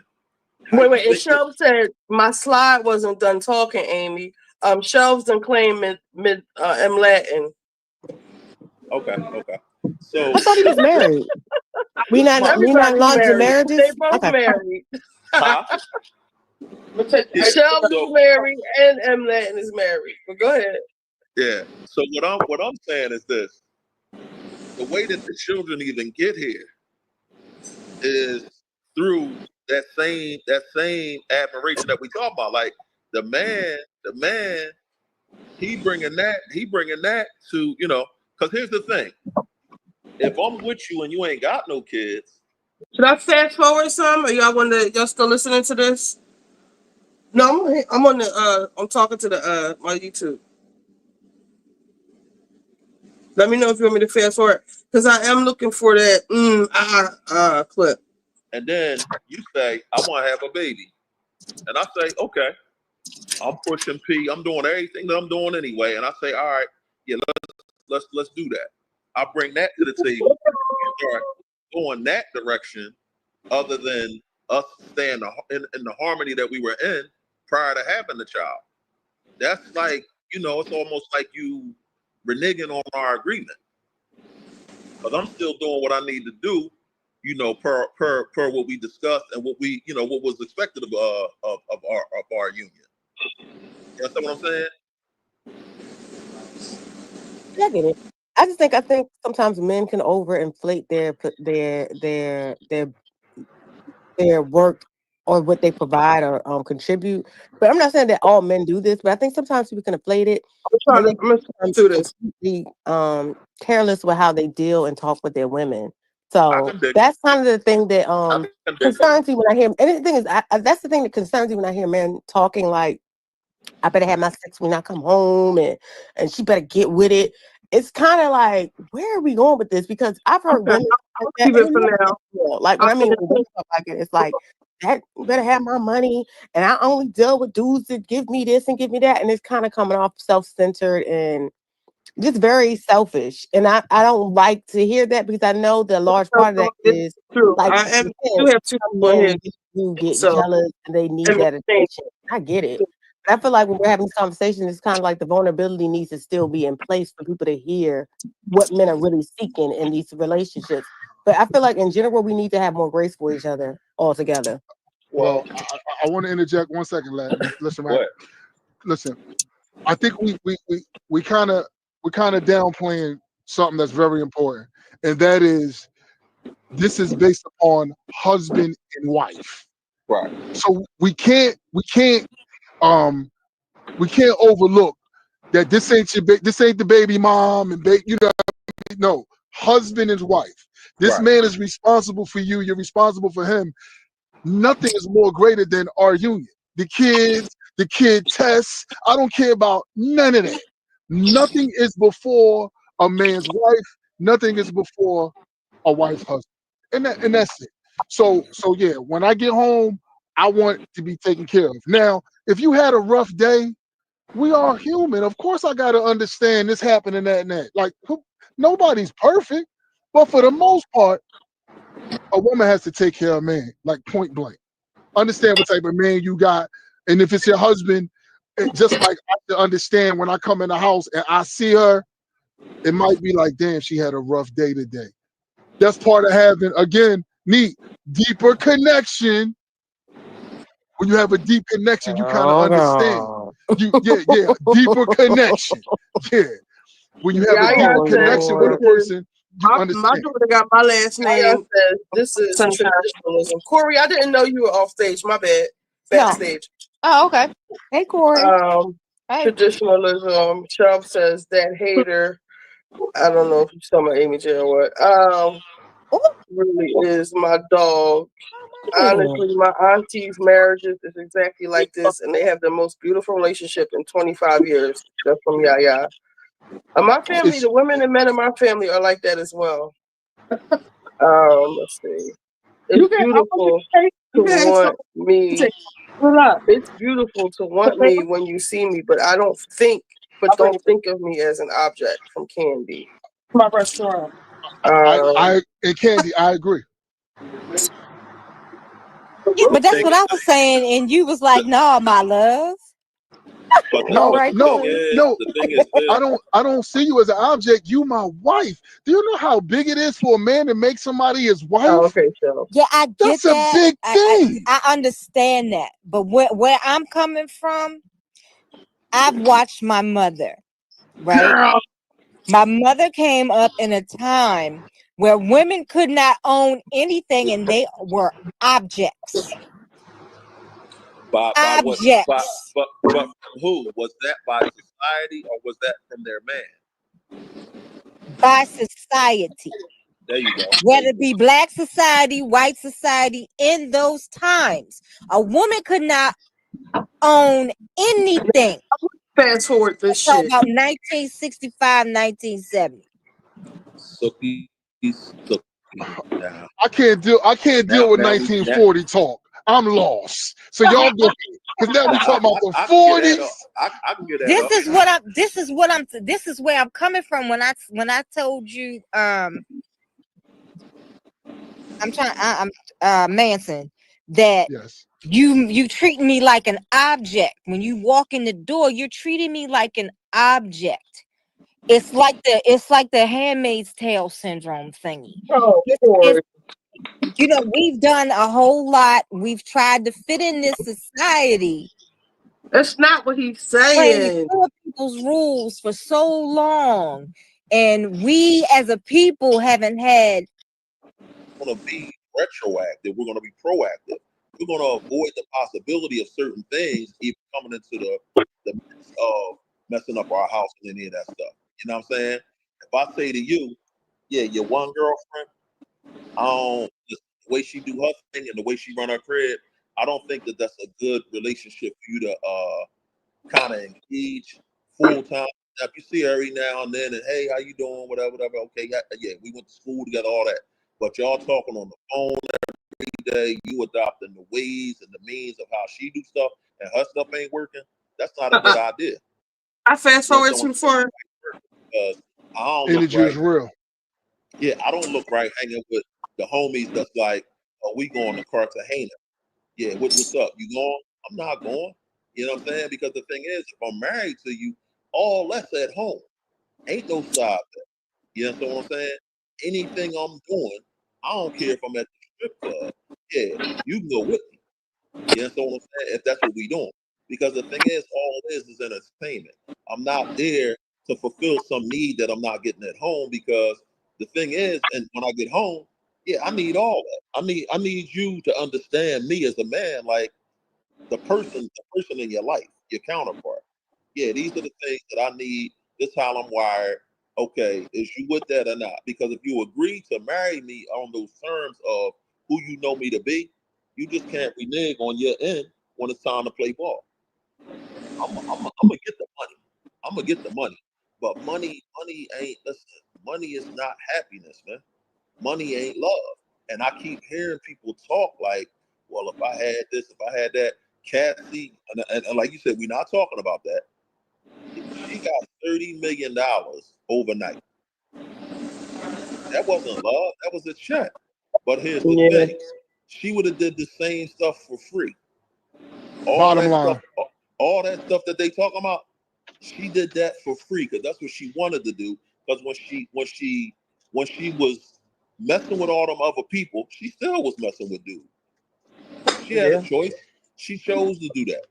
So it ain't about no money. I got a segment to go into that, lad, right? Because they're going to talk about Diddy in a minute. But I do have a segment that me and Neat talked about. It was this girl, right?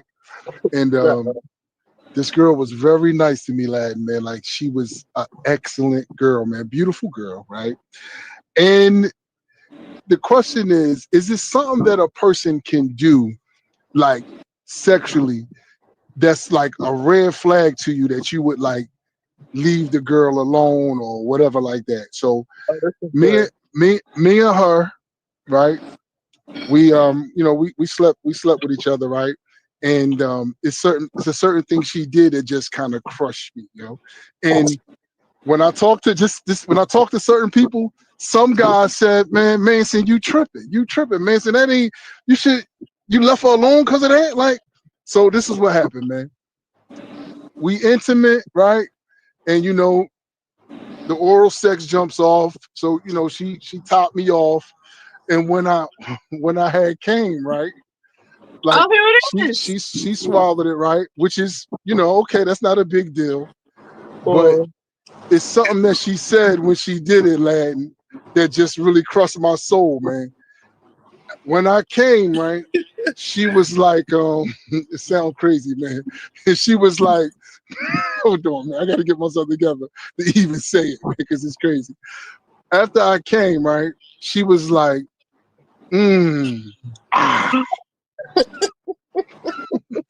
Finally found Hey, Latin, it broke all my spirit and my soul, man. Latin, I lost you. I lost her. Yeah, did I lose you? Did I? I can't Did hear I you. lose you? Yo, did you hear what she did?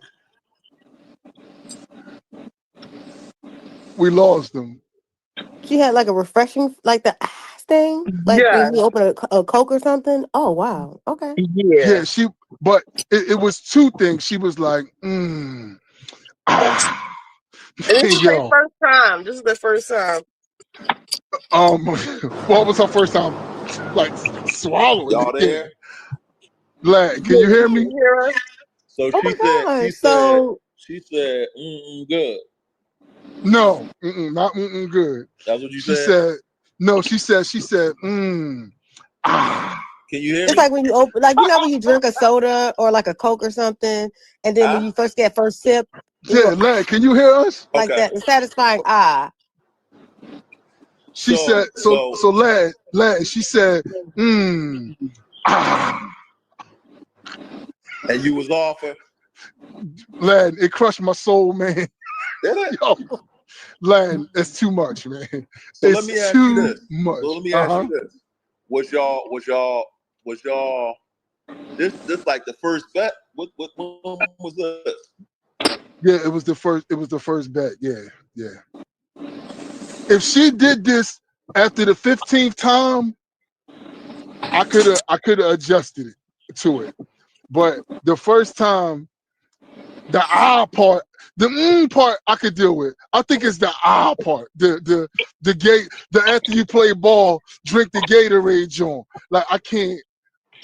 That was a lot for me. So y'all, he didn't even tell her why he didn't ghost her completely, but he wouldn't tell her why he stopped fucking with her like that. Oh, that's not good. I couldn't. I didn't know a way to tell So her. my thing is, like, guys are always asking for women to be sexually liberated and not being afraid and all the rest of that stuff, and then y'all do stuff like that. Like, come on, you can't do that. Sexually liberated, but you know, a lot of women, it takes a minute for them to get like open to try stuff. That was the first dick suck. Okay, I'm just saying, like in general, I'm thinking about myself. Like I'm super shy, and jumping out there like that, I would be kind of embarrassed if the person be like, "Oh my gosh, she's a whore." No. That would have me like in my bag, like, "Oh my god." I guess it wasn't because she's a whore because she swallowed, but the thirst quencher thing, it's just too much for me, yo. Because she quenched her thirst with other niggas. Listen, I don't know. Probably thought you liked that. She probably exactly. That's what I She's said. trying to She get comfortable. appease She's you trying with to. that. Yeah. He wasn't appeased. He didn't like it. He was freaked out. Yo, I really liked her so much, man. I started getting lightheaded. I almost passed the fuck out. Larry trying to say something. I mean, Latin trying to say something. All right, so let me say this, right? Oh, y'all got me in my bag. So I had a situation, right? Mm-hmm. I'm kind of different in that regard because I'm gonna stall it all the way out, right? So I guess I don't know what they call that. But I'm taking too long. So I guess after about a month, she was like, "Is you trying to be friends with me or is you trying to fuck me?" I was like, "Well, I was trying to see what was up with you, but I really wasn't in no rush to knock you, to knock you down. So that kind of threw her off because I'm like, I don't want you to think that's all I'm here for. I'm like, I'm digging you and I'm trying to see, it's other things that I like about you. I already know eventually I'm gonna wanna get busy, right? So the time comes. She said, she looked me dead in my eyes and said, "Can I?" I said, "Yeah, go ahead." So she go ahead, you know what I'm saying? She do what she do. She keep the change. That's what I call it. And I got that trademark so that if y'all Oh my saying that in the gosh. future, yeah, she kept the change, right? I like that. And I when like she that looked too. when she looked at me, I was like, she was looking at me like, damn, you did that? Like, that's what you do. I said, no, that's what I do. But I didn't want her to be offended and make her think like, Wait, that's the hoodoo. I miss something. What did you do? I'm confused. Yeah, what did you do? When I let her keep the change, because I don't say, here I'm comes gonna the give you big some one. I change. don't do all that. You know what I'm saying? I ride it out. And when that time comes, I want to see, is you going to spit that out or is you going to keep the change? Right? She kept the change. But I was already into her, right? I was feeling her because I'm going to tell you this. I got a type. If I'm fucking with you, I need you to be pretty and nasty, right? They got to keep the change though. Listen. If you keep the change, I ain't tripping. It's just I know at a point, if you into me, yeah, that's what you gonna do. You gonna do that. I'm not gonna ask you to do it, but if you do that, that just shows a bigger interest of where you at with me, right? Now here's the thing. I ain't saying you ain't never did it before, but again, I'm grown. So some things come with it. So my thing is, as long as we locked in and I'm the freak of the week every week, that's fine. You could lick the doorknob, you could do all kinds of shit. I'm not gonna trip. Long as you keeping that thing home, because this person in particular that I'm talking about, I told her, I said, and now bro gonna catch this part. In 18 years, you the only person, 18 years later, you the only person that can say, I've been around him every day since I met him. After you kept the change. Right? Wait, so what? No. Are you talking about your wife? No, listen what I'm saying to you. Listen what I'm saying to you. To have that kind of, connectability, whatever you want to call it, right? When you connected with somebody, I'm actually in it for when I meet somebody, I ain't meeting nobody to be in a catalog. I don't want 15 chicks. I want one, right? And Right. yeah, I want one, and I want all 15 of them women that everybody else, entertaining themselves with. I want all that in one person. So if you do certain things, it's not going to throw me off. It's just going to make me look at it like, all right, this is what we doing. We going back to daddy's home and walking in the house and all that shit. Yeah, when I walk in the crib, we already know what business we got to handle because I've been thinking about that every moment that I've been away from you. And you've been thinking about it too. I have a question. Go ahead. So you said if she don't keep the change. So what if I never kept the change? When you said you was looking to see if they kept the change and spit it out, I'm gonna spit her outer. I'll collect the change. I'll collect it, but I ain't keeping it. You gonna spit it out? Yeah. So let me give you. I'm gonna go into the bro code. I'm gonna break the bro code, right? Yeah, break it down. I'm gonna break the bro code. If you keep the change, it kind of put more mileage on the situation because, yeah, if you keep the change, you'll keep her. Okay, because I had one of my friends say to me, he was very upset this day, and I said, "What's wrong?" He said, "I lost my best dick sucker today on some nut shit. He got caught doing something." Right. And when I was talking to Manson one day, he said this girl had power over him, and she didn't even know. And of course, he wasn't nice enough to tell her she had that kind of power over him by way of blowjobs. Yeah, her head was amazing, and she didn't know that I would have killed up innocent people for her if she asked me. She didn't know. She didn't know I ain't never let her know that she had powers over me like that. You know what I'm saying? But her head was so crazy. It was just crazy. I was like, oh my I'm god. I'm real honest in that aspect. Mm-hmm. I had a chick, man, and she still got the high score. You know what I'm saying? And I would never tell my wife that, but she still got the high score. I told her, I said, you got the best pussy I ever had in my life. And I'm like, what was so good about it? No, listen. And I'm gonna say this to you. I can't even explain it. And I know she didn't know that until I told her. She said, she looked at me, and I'm very honest. I looked her dead in her eyes and told her that shit. I said, yo, I don't know if you know, but she said, she looked at me, she said, you so crazy. She said, I guess I take that as a compliment. I said, no, carry that with you. Carry that with you. And the person that I thought had the high score, I called her. You summer. I'm honest. I called her. I said, baby girl, I got some bad news. I said, boy, I just ran across something, man, and she got you beat.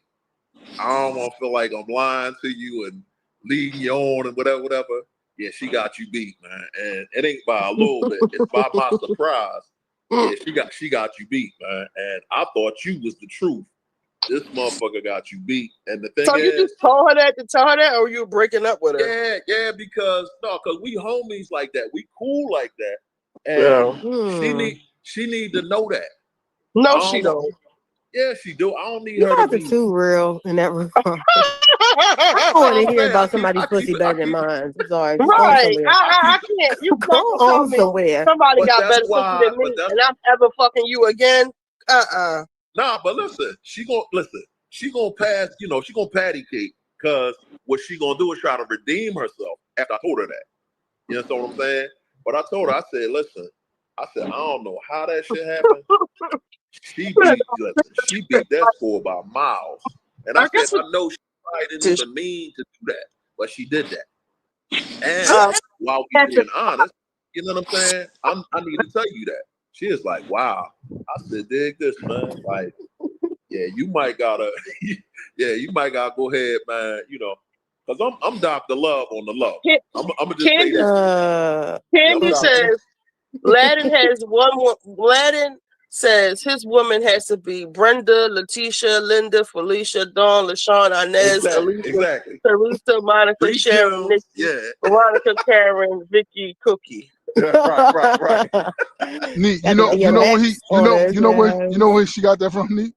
DMX. Yeah.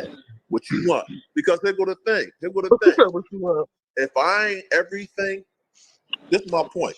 If I'm not everything to you, I ain't nothing, man.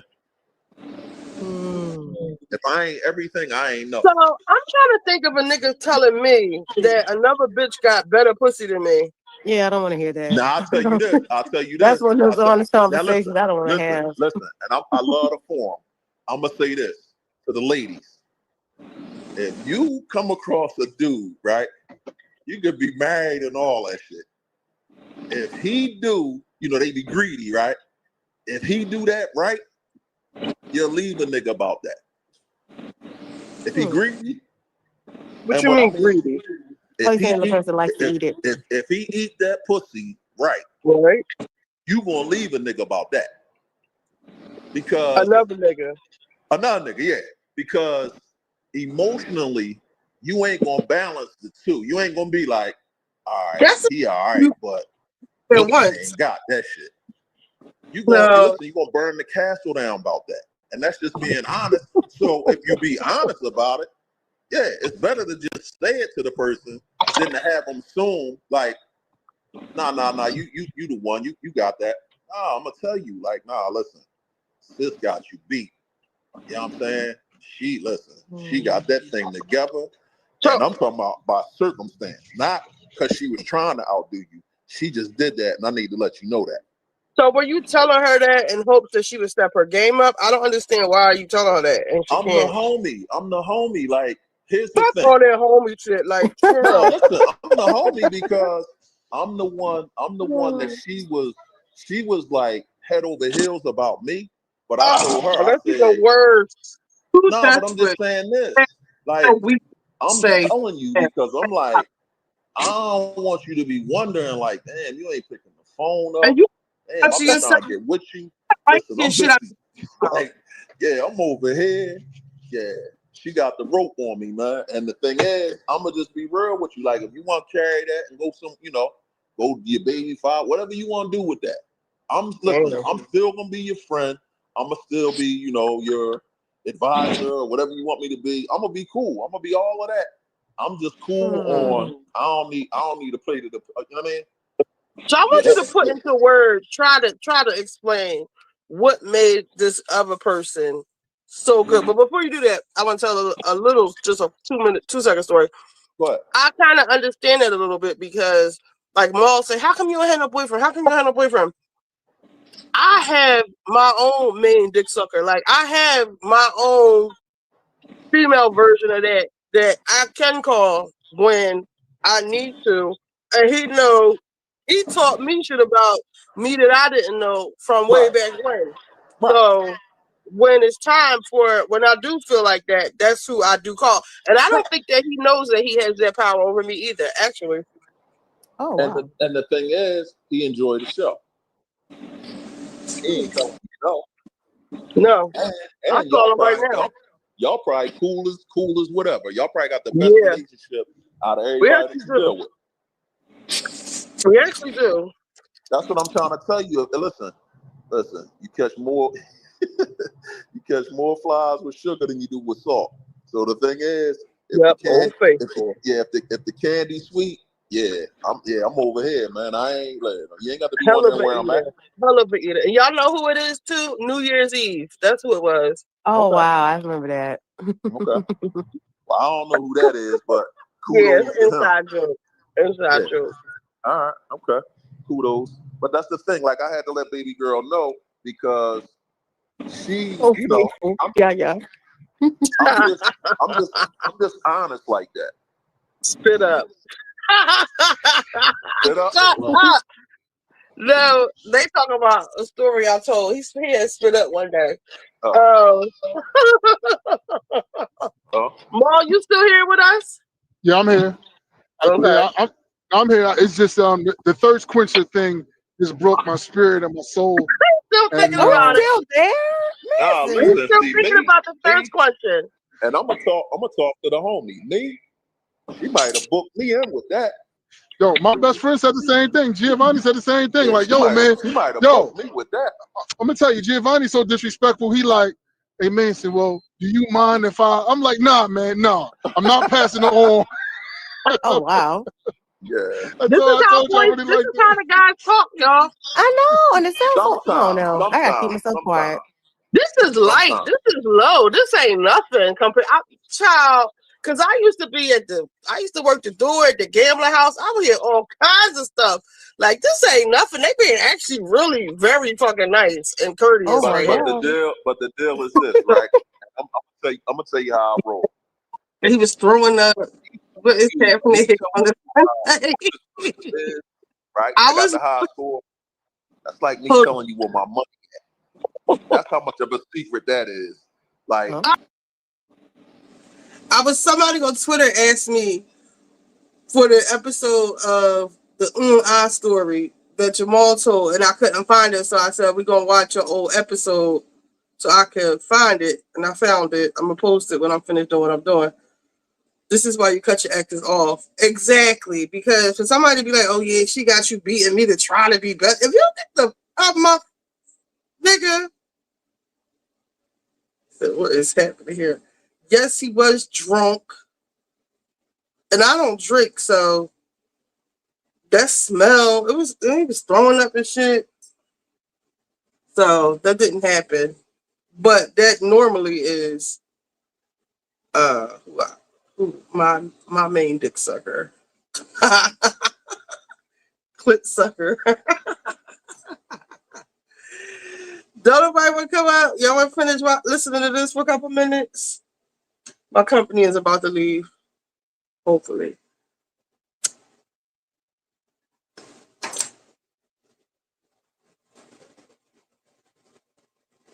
But without you telling us who it is, please tell us girls, women, whatever you want to say. Women. What was it that made it so good? Or try to describe it to She us. did. I'm gonna tell you the John, right? Like, what turns y'all on about that part of a woman? All right, here go the thing. She was very, very attractive, right? For no reason at all. Like very attractive, like very naturally attractive, right? She was a stallion. So she was there. She was tall. She was built like a freaking Amazon. Like no, Dr. Miami, no none of that. I'm like, now I'm gonna say this to you. This how heavy it is. Drea, everybody know who Drea is, right? Yeah. I told Drea to buy them titties, man. Right? I told Drea, I said, listen, you pretty as a motherfucker. I broke the code. I said, I'm gonna give you the bro code. It ain't gonna happen till you go ahead, because the balance is when a nigga look at you, he gonna look at your face and he gonna look right at your titties. I said, it's too much space between your titties and your ass, so you gotta get some titties. She laughed. This girl that I'm talking about right now, I bought her in front of Drea, and we was talking, we funning and whatever. And this is when Drea was doing her other thing. She said, damn. I said, that's what I was thinking. So the chick was drop dead gorgeous, right? By all accounts, right? And the thing was, she just was a natural. And that's what made that shit the high score. Because I was like, what that business is. I'm talking about. But tell us, we need details. We want to know. Maybe we want to step our game up. Maybe we want to know what we're doing wrong. So here's the thing. She did everything right. The first time I spanked her, right? I said I was somewhere doing something with the homies, right? And she was like, she was quiet. She played her part. But that's what fucked me up. I was like, oh, you quiet and you nasty. I said, okay. So we all hanging out, whatever. And I said, well, I ain't taking you home tonight. You going with me. She was like, that's fine. You know what I'm saying? Very, very ladylike, hold on. I said, so I take her to, I ain't saying the name of the place because that make me sound like Zeke the Freak. But I take her to the spot. She like, wow. So we get in there. I said, listen, I'm in the jacuzzi. I said, yeah, you can go ahead and get yourself comfortable. Y'all think I know this spot? Yo, hold on. The feathers nest? What are y'all talking about? Basically, yeah. Listen, but you got the moon room. You got the end of the dove though.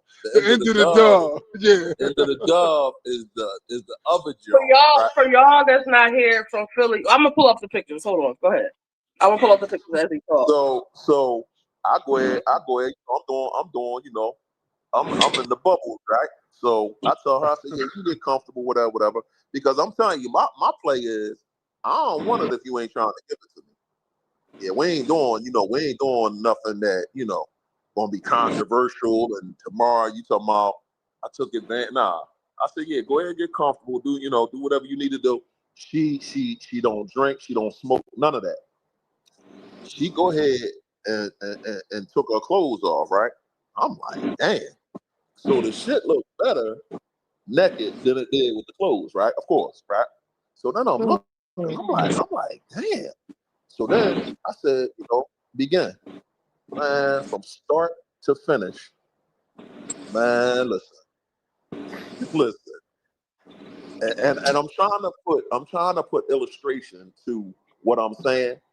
She did the thing, man. And the thing is, she ain't do that shit once. She did that shit timeless. Like, I'm tell you how crazy it is. I got this motherfucker apartment at the end of my block, right? I used to wake up in the middle of the night and walk around to the apartment and spank this motherfucker. Like, yeah, she didn't even know I lived on that block. I had a penthouse apartment and I had this house The house was at the end of the block where the apartment was at. So my neighbor, she would say, "Why you always got your car parked in front of what's the name house?" I said, "Oh no, I'll be letting him hold my car." That's where I did lie. I said, "I'll be letting him hold my car sometimes, and I just leave it on the block."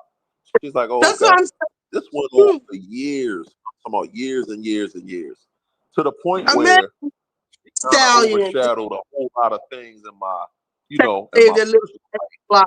because Fuck of out that. of here. And I was like, I gotta leave you alone, man. You know what I'm saying? She was like, "Why?" He I picking the said, kids up late and all this old shit. Messing I the said, kids' education up.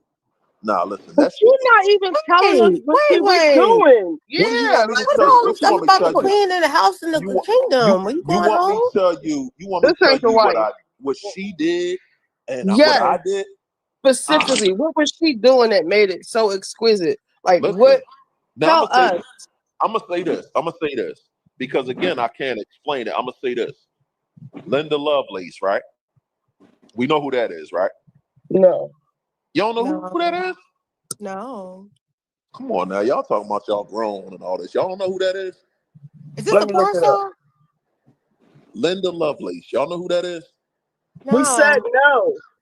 All right. I don't love porn. Just I'm tell sorry. her tell us what she was doing. Yaya said yes. I'm gonna look it up. So Who said they don't like porn?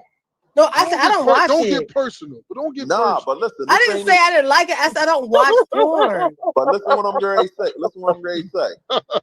This was at a time. This is what she come in at. She was the one that perfected that. The dick suck. That's why I referenced her. I referenced her because how she became who she became, Linda Lovelace, right? That was her name, but they called her something else, right? Vanessa Del Rio. Nah, not Del Rio. Deep Throat. Right? The movie Deep Throat was based on Linda Lovelace. When the boy found her, he was like, I don't even know what this is. That's what made her an infamy of that performance because he was like, this was her boyfriend at first. He took that on to the point where he was like, nah, I gotta let somebody else check this shit out. He in love with her and all that. He said, yo, I gotta let somebody else, and I ain't doing that. I wasn't letting nobody take no test drives and none of that shit. I was selfish in that manner. But the thing is, it's not that it was the deep throat move. It was the innocence of the girl not knowing that I'm talking about the jewel. That shit was like when she pulled the panties off. That shit might as well had lightning in it, man, like a glow. Cause I was like, this pussy so good. This is just ridiculous. Like shit don't make no sense, and I ain't telling nobody. You They know, would you spent like 10 minutes, and I still don't know what she did to make it like hot or make it I'm good. telling you, her pussy. Listen, her pussy. You know when he Do you say know like it's Richie at hard to this point? Because explain. I still don't know. Huh? I'm No, gonna what tell I'm you, saying right? is her pussy was so good, just organically. Like I just was like, how can this pussy be this good I'm for about to no smoke. reason at all? What was she doing with it? She just was. I mean, she was doing she's doing what she was told. I told her like, yeah, do this, do that. We call that the robot. Everything I told her to do, she did it, right? But she did it. Which is a major turn on too. It's a major turn on, and she was a natural. So And I'm like, what way? What do you mean? it was. He was able to do all his commands. Listen, she did everything I asked her to do, right? No rap, no, hold up, what you mean? None of that, right? And the fact is, she was into me, so I don't know whether the shit was good, because... All right, go ahead. You're skipping around. So did she just get on it while y'all was in the tub? Yeah, she jumped on it. Yeah, she beat on everything, man. The Oh, dick suck, God. the I'm pussy, done. the pussy. Listen, I'm done. the pussy in the first place. Listen, that shit was like, damn. I was looking at her like this bitch was an alien. I was like, I don't know how your pussy that good. Yeah, we can ready to drop you from the panel because we all feel like we playing with our thing. Y'all done with me? Now listen, Trump listen, said listen. this the last chance. Listen. I'm ready to drop the bomb. Me and my cousin, and I ain't gonna say who he is. We went to the strip club one night, right? I told you this, right, Manson? Go ahead. Listen, we went to the strip club one night. Guess who was there? Vanessa Del Rio. Lemons into lemonade because she got money. But the Oh, I'm sorry. You guys don't perform oral? I listen up until this He point. just said he don't. Most Muslims don't. A lot of Muslims don't. But here go the thing. But they're receiving it. Most do. But they don't do it. Most do. But I'm gonna say this: with this situation, I felt obligated to give her that. And she, you know, I mean, she liked the performance or whatever. But here's the thing: the higher the score go, the more freaky I'ma get. And yeah, at a point, she could have she could have damn near had me doing anything. And that's what I'm saying. What made it a thing because he went to fix his audio again. So we might as well get into Puff while I still got Manson here. So they've had a couple more witnesses. Mia, the girl who testified today. All right, I don't know if y'all want to hear about Puff again. This Muslim online talking like this.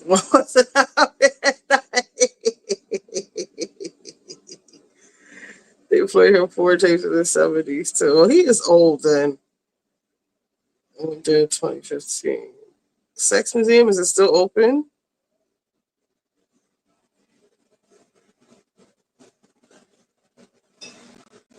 What time? It's 11:30. Well, y'all, I'm getting ready to go. Nobody wants to come up. I got 2 people in my living room. I'm gonna put this food away. Tomorrow is the holiday, so I'll probably come back up. Or if y'all want to stay up, y'all want to come up.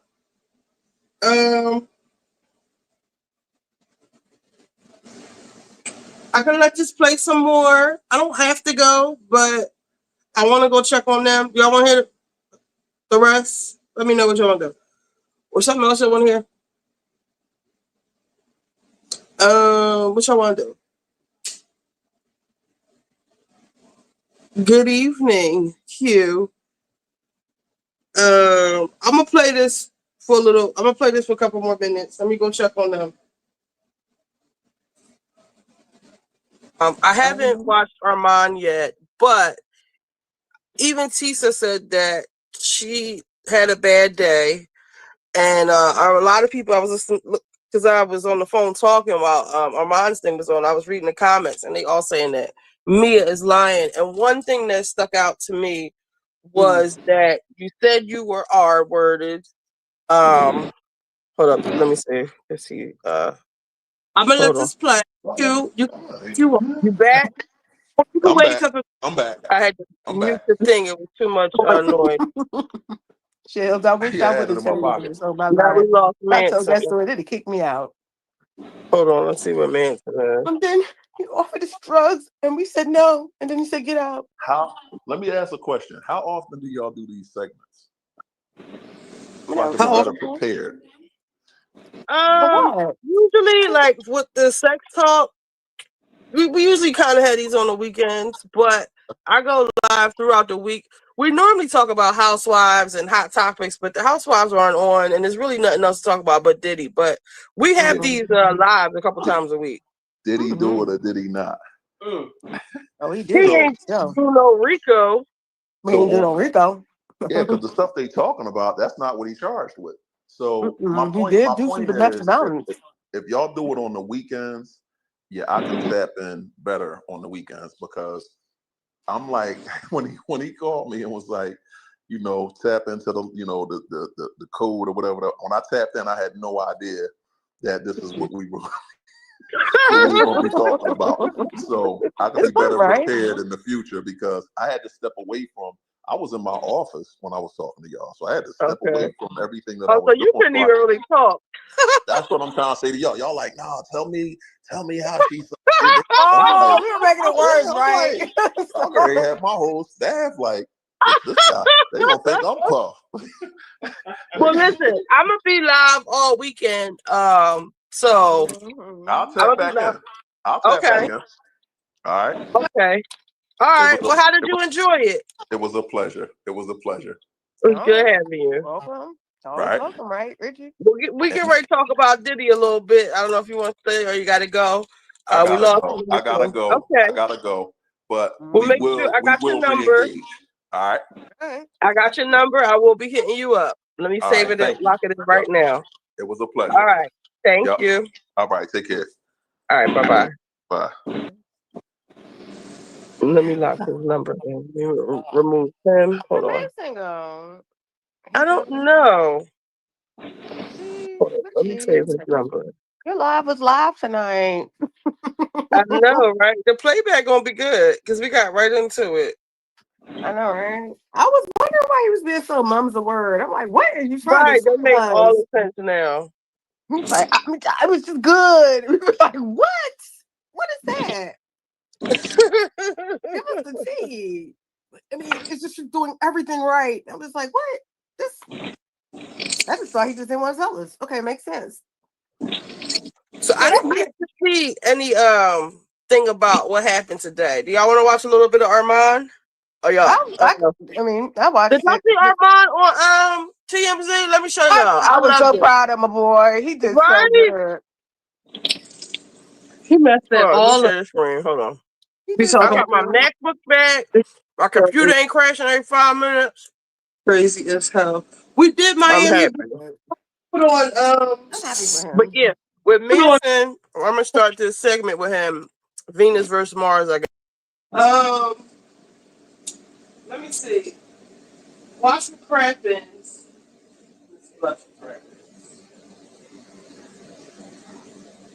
I like them. I think they're funny. Some of y'all don't.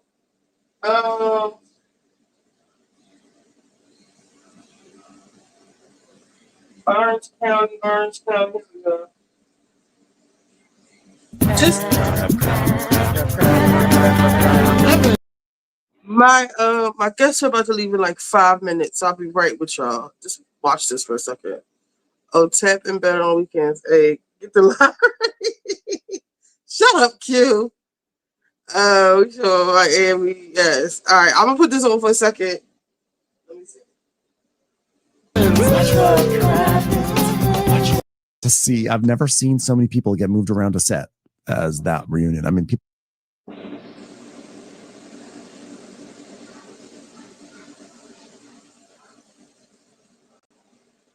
Where is Miami? Part 1, the strangest thing. States mainly on the plane. Was Miami 6 days ago? Thursday, Friday, Saturday, Sunday. No, that was only 4 days ago.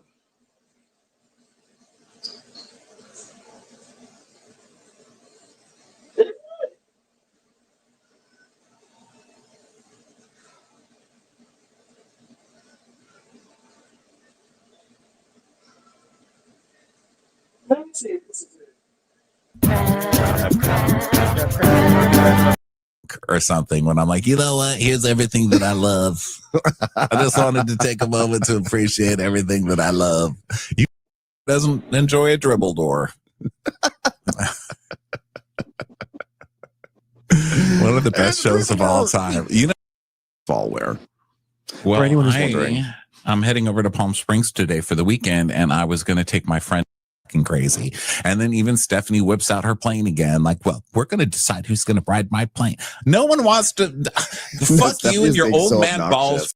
Board games than other No, people. I just feel like me tweeting about board games on Twitter, people are just going to be like, what? But for some reason, Blue Sky, I haven't it's a new persona I can establish. So I mainly do that. But then I randomly threw in this like top 10 Bravo something or another. Let's talk about Miami. This episode was so fucking good. So hilarious. Season 7, episode 12, Uncivil in Seville. So here we are at a restaurant. Larsa fighting because Lisa is taking calls about needing to find a notary. And it's very upsetting to everybody. Everybody's very upset with Lisa in this episode. And it's so funny to me because I just think Lisa's so nice. Like Lisa never does anything to anybody. So she's late. Who cares? Just leave without her. I mean, I don't understand how it's this making everybody this fucking crazy. And then even Stephanie whips out her plane again. Like, well, we're going to decide who's going to ride my plane. No one wants to fuck you and your old man balls plane. Okay. I don't care about you and your draggy old man nuts plane. Shut up about that plane. Stephanie's starting to wear on me a little bit. I'm not going to lie. I've been a fan of her all season. I think that she's been a great casting choice. I've been really enjoying her being obnoxious, but she is starting to wear on me a bit. And I think that her using this airplane like a kid bringing a toy to school and then like being able to use that and have a power trip of who gets to play with a toy is getting a little annoying to me. It is hilarious, but it's annoying. And I'm also getting annoyed with her laughing in her confessionals, thinking that everything she says is so damn funny. And I say this as someone who laughs at his own stupid jokes on a podcast. Literally, that's all we do is sit here and laugh at ourselves all day. Like right now, I just laughed at. I just did it. But that being said, wait, no, Lisa would drive me nuts. Okay, because I think her constant disrespect of being extremely tardy is actually, I think that's rude. So she may be a nice person. She may be nice to talk to. She's a brat. I'm sorry. It has to be acknowledged, and not a fun brat like Charlie XCX. She's a full-on brat, and it's enough.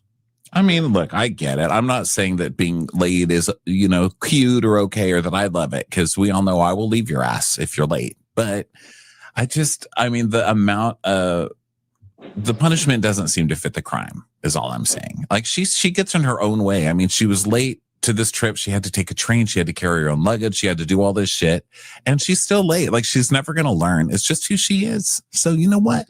I just don't understand why everybody needs to be like, oh my God, should we disinvite? Okay, I'm getting ahead of myself. Well, the disinvite had nothing to do with her being late. It literally did though. Stephanie was like, I don't want her on my plane. Oh, well, she eventually used that as an excuse, but we'll get into this stupidity. I think Stephanie just wanted to create like a power dynamic where like, oh no, you might get kicked off the 22-minute flight. I think that's what she wanted to do. She did not sincerely care about whether or not she was on the plane.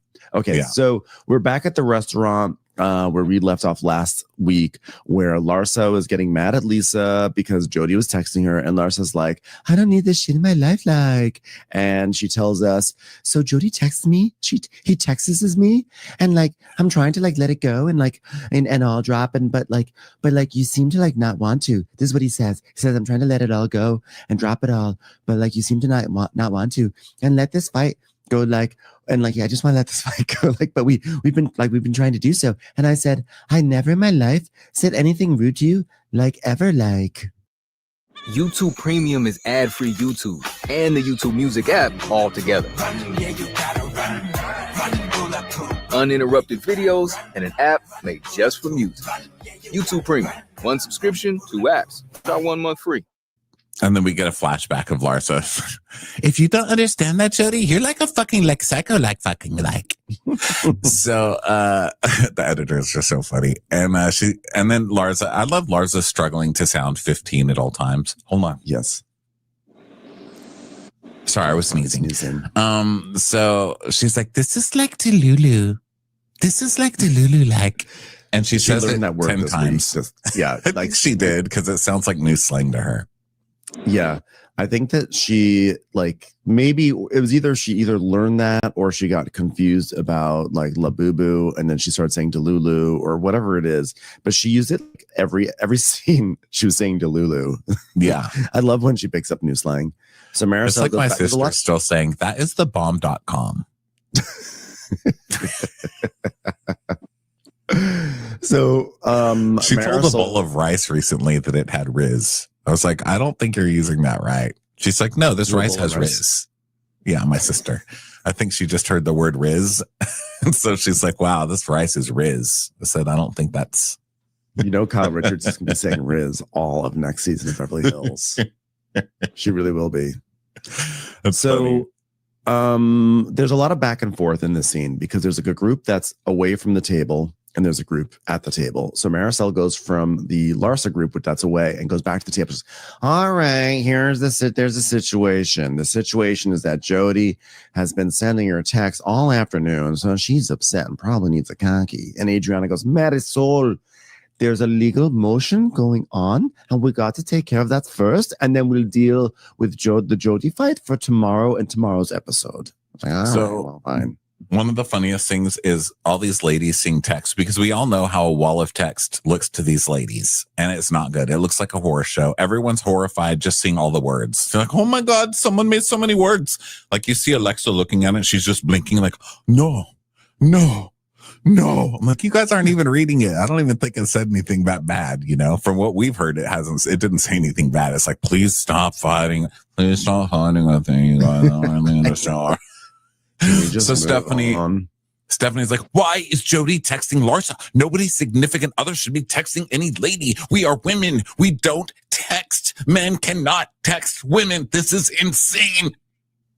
And Alexia does her stand-up routine, which is like, it feels like he's like trying to stick up for Lisa and like fight for Lisa. See, ladies, that's the problem. We can't tell our men too much because they're damned if they do, damned if they don't, right? This is the difference between men and women, am I right? Like men, you tell them too much, then they get involved. If you tell them too little, they don't get involved. Am I right, ladies? Anyone? Did she say it here? Did she say it later where she was like, this is why we can't let them watch a show. Don't let them watch a show because they go crazy. That was really funny. I don't think I remember hearing her say that. Oh, I think, well, maybe it's just in my head, but I think that when she said that, she was like, you can't let them watch a show, or you can't let them watch it because this is what they do. Go nuts. They get mad. And so Lisa joins the Larsa group and she's like, listen, can we just stop? Larsa, go back to dinner. Come on. She's like, no, I want to get off this ride, like Lisa, like I've got to get off like the ride, like. So Lisa just ignores her. She's like, oh God, I'm going upstairs. I'll take the call. Just go eat. Like, Jesus Christ. So Adriana's like, Larsa, there's two separate issues. Jody should not be texting you. And then there's Lisa with lawyers and her children. This is very bad. Let me tell you when Lost started over the sale of a goods. People were very upset about it in Jesus' time. They're just, Jesus Christ, we don't have time for this right now, Adriana. It's been going on for like 3 years, like every day is like the worst day of my life, like, come on now, like. So Gertie goes all the way upstairs to find Lisa, who's like crying. And then Larsa's like, I mean, from the time we sit down, it's like, do you have a notary? Do you have this? Do you have that? Do you have this and that? Do you have XYZ and this and that and XY? Drop some gravy or something in this shit. It don't taste right. My juice. Y'all still here? Anybody still here? If not, we're gonna call it a night. Last call for alcohol. Check my Twitter. All right. What we gonna watch, Lexi? Let's see what's going on in the world of Twitter. Everybody talking about Young Thug. I don't care.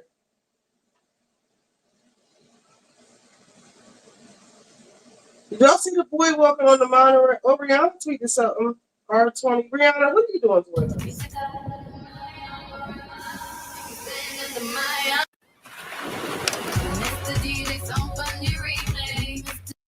We're going to play this.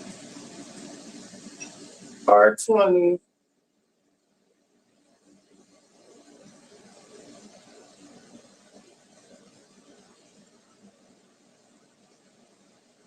The fuck? The U.S. An investigation has revealed that the U.S. Army secretly sprayed a predominantly black neighborhood in St. Louis with a chemical fog containing a known carcinogen to stimulate a biological attack. Residents are now dying of cancer. The government is allegedly hiding documents. Family demand answers. Well, who did the investigation?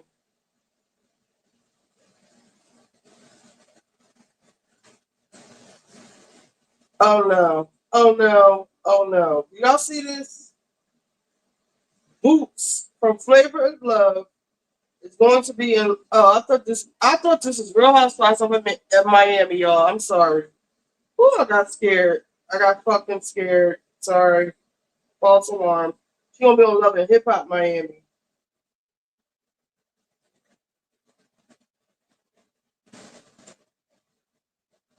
Apologetically black. Tribute to the Black Lives Matter movement. Case for black men.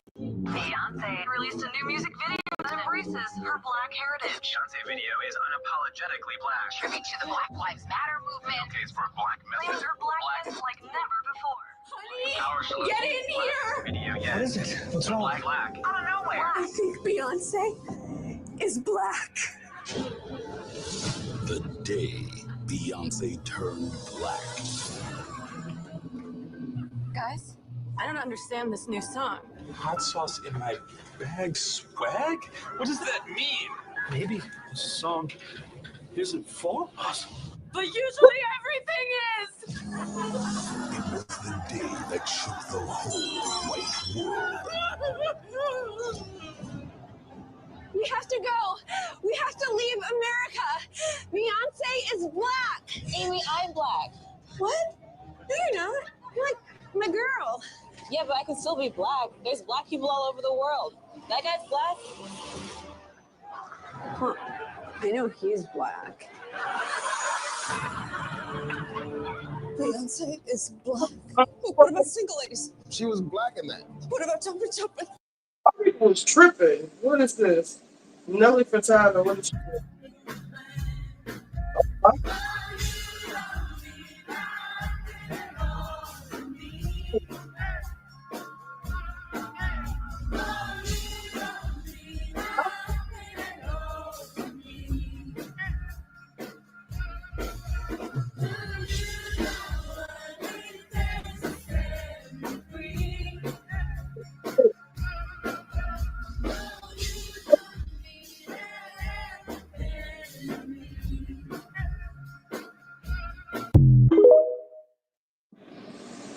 Twitter plays too much.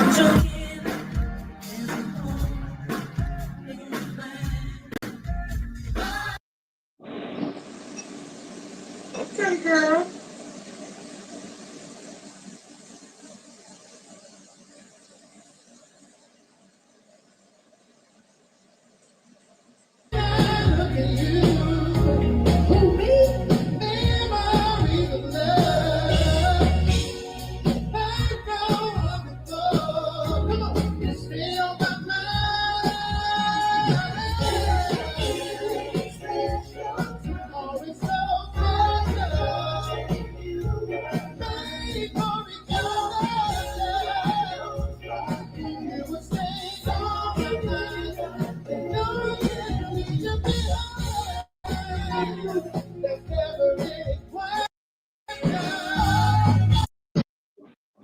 You will be mine. Oh, everybody outside today.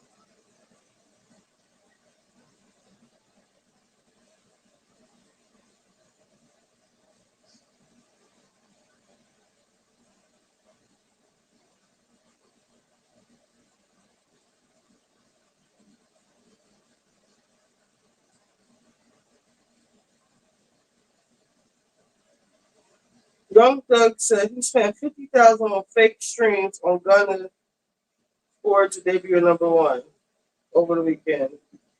Over the weekend's Dawn FM. Okay.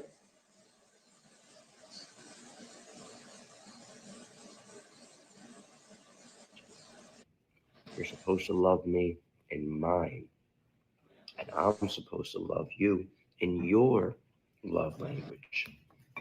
All too often, I see people talking about and hear people talking about love languages. And when they get into it, they talk about how, oh, well, my love language is this. So when I'm loving my partner, and I'm like, wait, why are you trying to love people in the way you prefer to receive love? Have you taken the time to check how they prefer to receive love? To love someone is to truly consider them. Consideration is the highest form of respect. I'm serious. Here's 2 forks.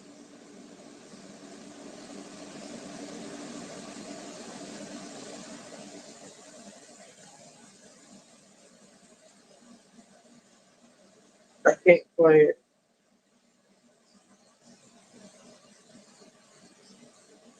I feel like Snoop Dogg's comments was homophobic.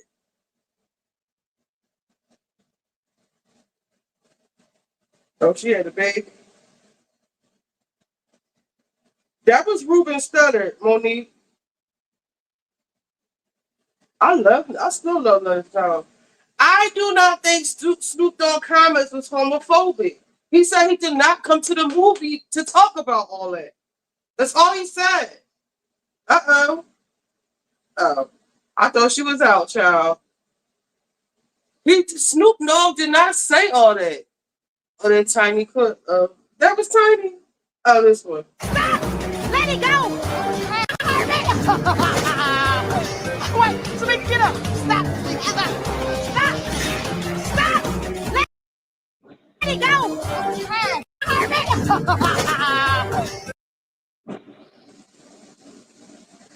Marlon Wayans on the Snoop's homophobic comment on children's film. I'm tired of defending this nigga. Defending him on criminal shit.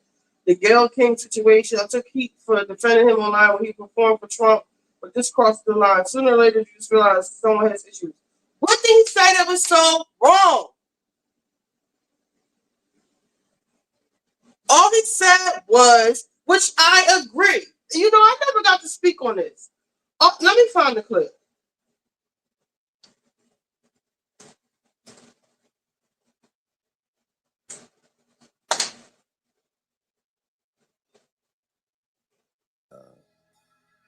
What was the movie with Buzz Lightyear? Toy Story? Not that one, but The new Buzz. The Lightyear. I think it's yeah, called with Lightyear. Kiki Palmer is in that movie. Okay. She plays like the daughter. Let me just say this too. I have a real problem. Hold up.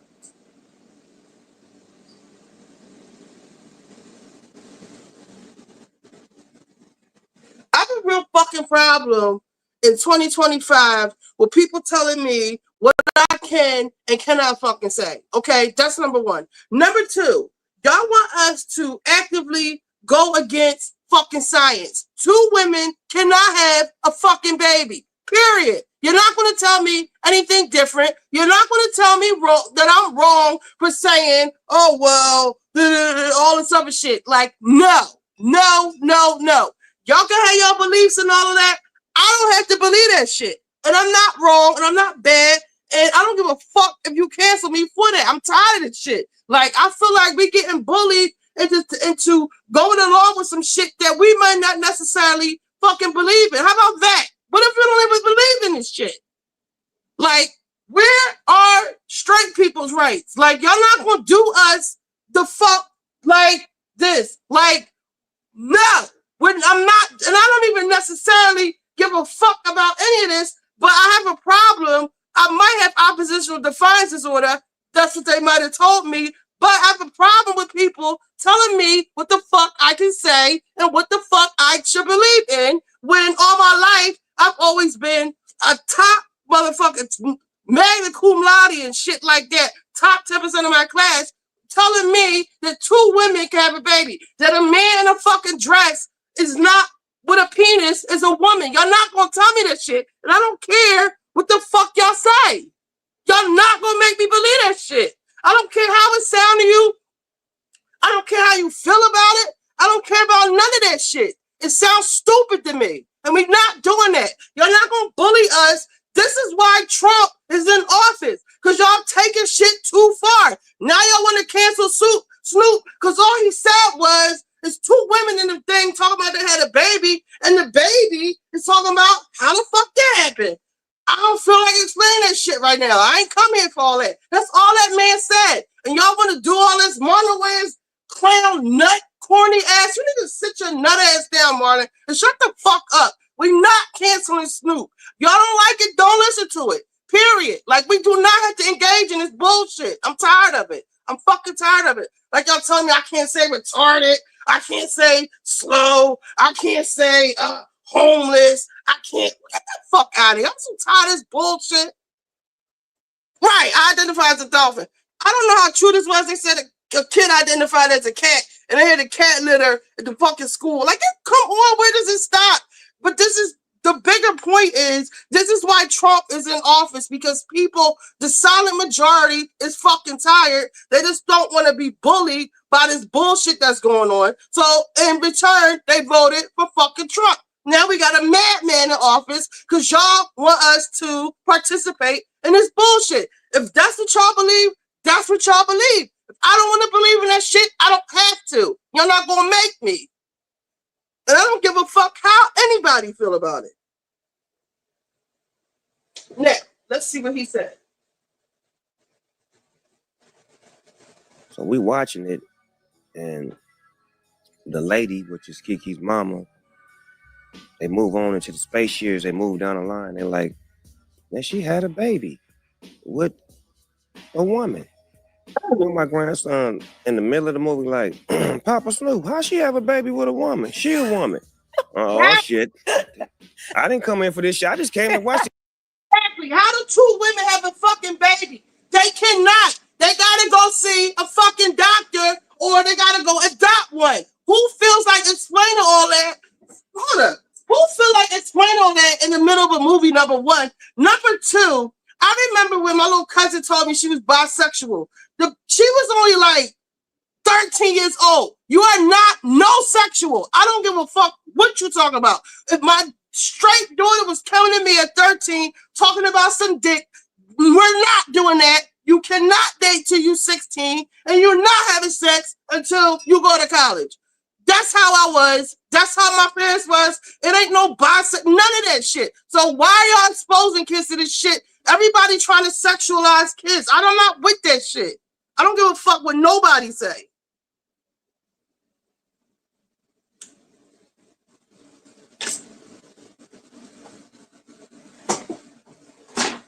Too fuck. Child, keep it out the movies. They kids. Just like some people agree with giving kids the hormone blockers and shit. That should be cruelty to children. Goddamn movie. Hey man, watch the movie. They just said she had a baby. They both women. How did she have a baby? Shh. The movie ain't over with. So it's like, it's fuck me. I'm scared to go to the movies now. Like, y'all throwing me in the middle of shit that I don't have an answer for. I took my grandson. What's so wrong about what he said? I'm so tired of fucking people.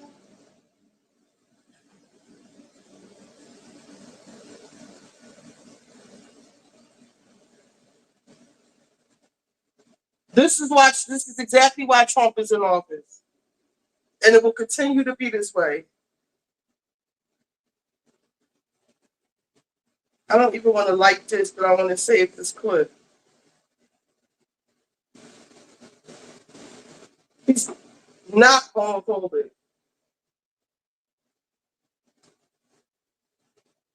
And I don't think y'all giving niggas enough credit for being accepting of the LGBT, the nigga bigger tigger, the LGBTQI, whatever y'all like to call it. I don't think y'all giving niggas, especially like I always talk about the Muslims here in Philly. I don't think y'all giving them enough credit for accepting this shit, because this was a time where you would get beat the fuck up if you were walk down the street, especially here in Philly. Like, you would just get beat the fuck up if you were gay, or trends. Like, it is people men walking around in the short skirts and shit around here now. They would have got really hurt at a certain point in time. People have become very tolerant of this shit, and I feel like you're not giving them enough credit. I know some really homophobic motherfuckers that's very tolerant now. Y'all just taking shit too far. And it make people like want to be real extreme and go real far. I don't know what the left and the right wing agenda and all that shit is. I don't get into all of that. Wasn't his son wearing a dress? Who? Snoop? I don't know. That's what I'm saying. I don't think he's homophobic. Okay. Oh. Let me see if I can play some of the stuff. Y'all know I'm a big Jay-Z, Beyonce fan. Let me see. I might have retweeted some of this shit. Hold on. Let me see.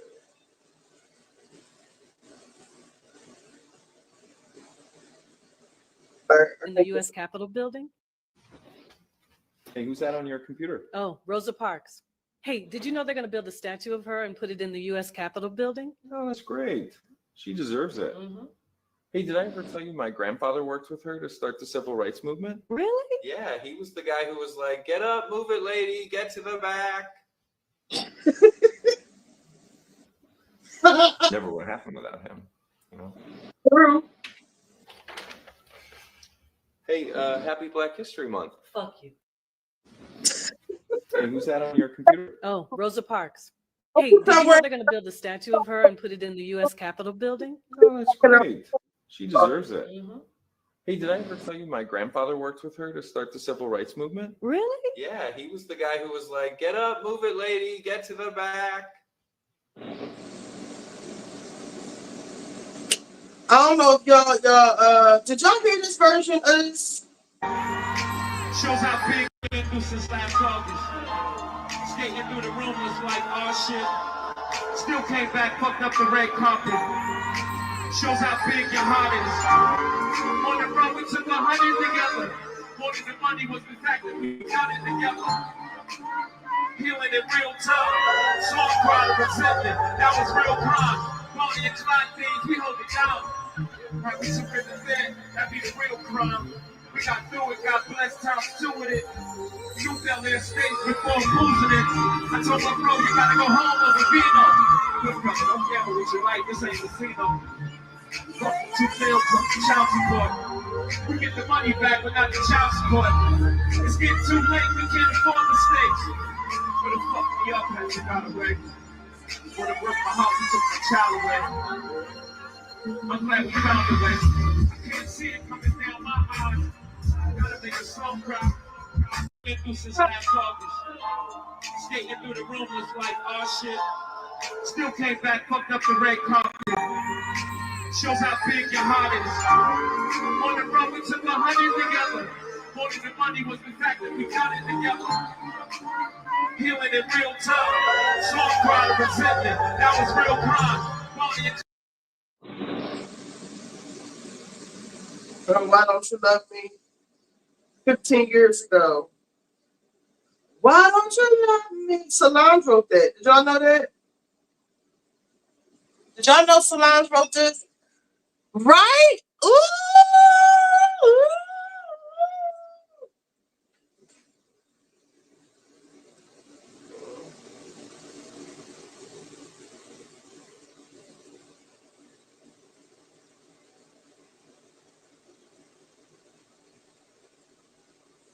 Y'all want to see this? Auditions for the 5 Heartbeats. That's 4 minutes.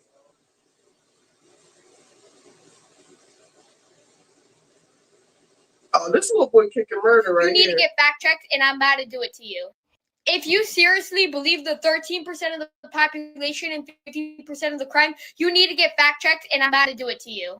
In 2016, white people committed 70% of the convicted crime, and black people only committed 27%. Then in 2017, white people committed 68% of the reported crime, and black people only committed 26% of it. And in 2024, white people committed 53% of the reported crime, while black people only committed 25%. So this narrative on 13% of the population, 50% of the crime is wrong. You know who actually commits 50% of the crime? White people. But guess what stat black people are 13% of the population and 50% in?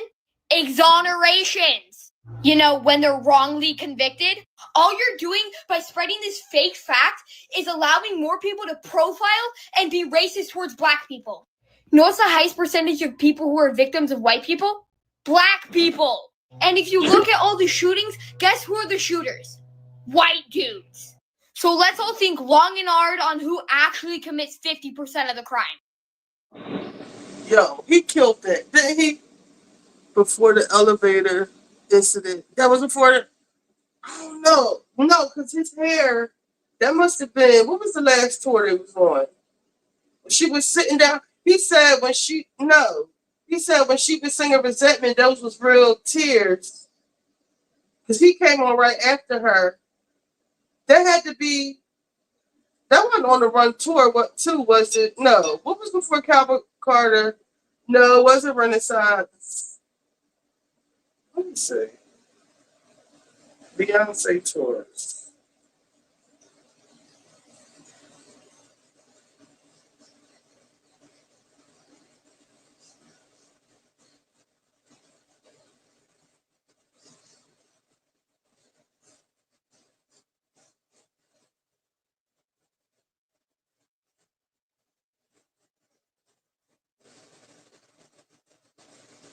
Cowboy Carter.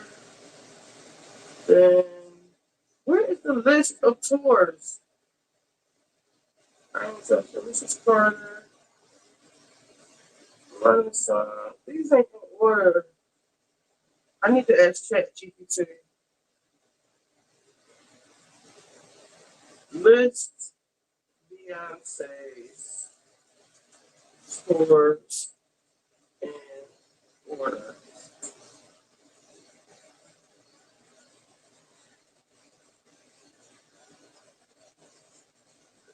Formation?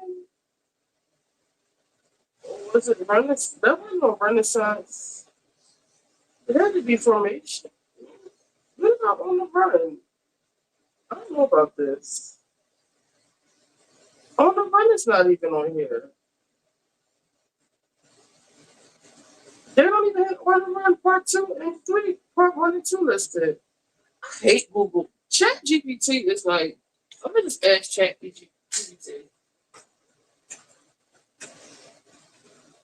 Wow, she gonna tell me immediately.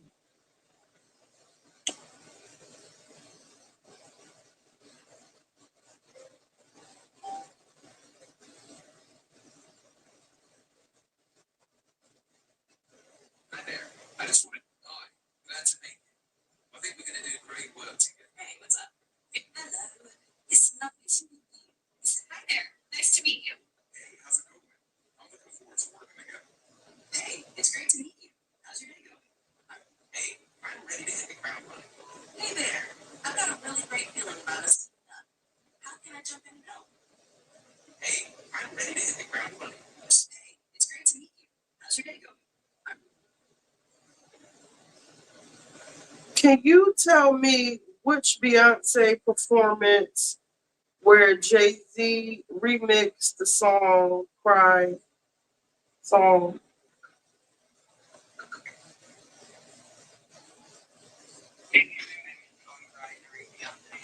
On the Run 2 tour back in 2018. They actually blended it with her song Resentment, which made for a really unique and emotional performance. Can you repeat that? Sure. Jay-Z remixed Song Cry during Beyonce's On the Run 2 tour in 2018. They blended it with her song Resentment, which made for a really unique and emotional performance. You are so smart. Thank you. I appreciate that. I'm always here to help with anything you need, so just let me know. Got you. You got to be nice to the AI, okay? So when they come to get us, okay, you know, you have to remember. I said please and thank you. Gave compliments.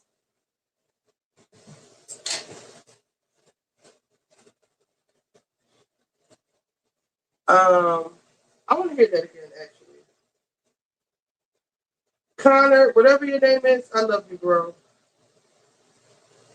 Oh, this is interesting. Let's look at this real quick. Little baby actors online, including the open call. More actors.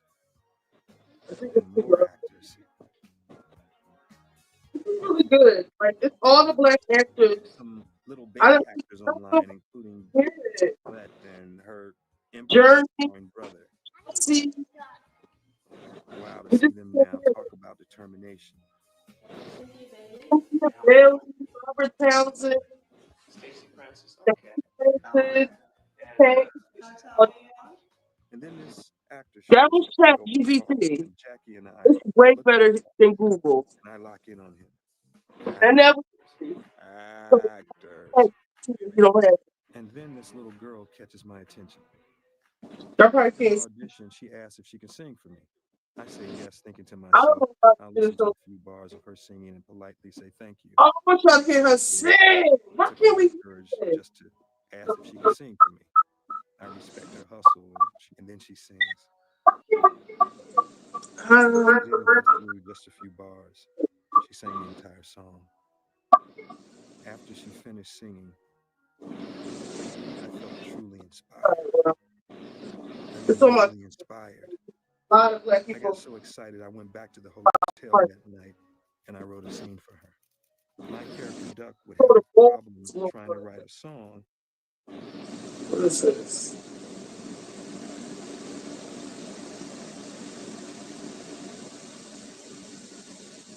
I heard that. Fucked up the red carpet. Been through since last August. Skating through the room was like, oh shit. Still came back, fucked up the red carpet. Shows how big your heart is. On the road, we took 100 together. More than the money was the fact that we got it together. Healing in real time. Song cry, resentment. That was real crime. Bonnie and Clyde things, we hold it down. Right, we surrender then. That be the real crime. We got through it, God bless times two with it. You fell in states before losing it. I told my bro, you gotta go home over Vino. Good brother, don't gamble with your life, this ain't casino. Fuck 2 bills, fuck child support. We get the money back, but not the child support. It's getting too late, we can't afford mistakes. Where the fuck me up, has you got away? Where the work my When he said you get the money back, but not the child support. I don't get that part. I'm gonna ask Chat GPT. No, I need to. child support. We get the money back, but not the child support. Right, we surrender then, that be the real crime. We got through it, God bless times two with it. You fell in states before losing it. I told my bro, you gotta go home over Vino. Good brother, don't gamble with your life, this ain't casino. Fuck 2 bills, fuck child support. We get the money back, but not the child support. I'm gonna ask. I'm gonna see if you know. Hey, can you hear me? I sure can. Loud and clear. And that's yes. And that song cry from On the Run 2, when Jay-Z said he lost $2 million in child support. He says we'll get the money back, but not the child support. What does he mean? Yeah, that line is a pretty interesting moment. Jay-Z's basically hinting at the idea that he's made enough money to cover any losses, but he's not trying to justify or minimize the importance of child support. It's more of a clever way of saying that even if he's lost some money, he's still doing well financially. It's a bit of a tongue-in-cheek comment. No, but he said we'll get the money back, but not the child support. He does a lot of double entendres. Absolutely. He does love his wordplay. In that line, he's kind of acknowledging that while he can recover financially in other ways, the cost of child support is a responsibility that can't just be undone. It's definitely a clever and learned line. That's not what that means. Maybe like the child support. Get the money back, but not the child support. Ain't it Caribbean? Yeah. You don't have to look up nothing. Use video chats to improve our models. Improve the model for share audio and video. I don't know. No.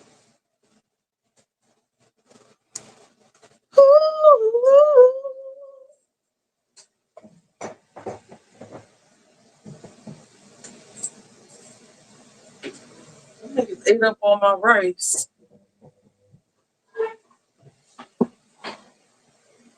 I be saving stuff. Let me see. I be saving stuff.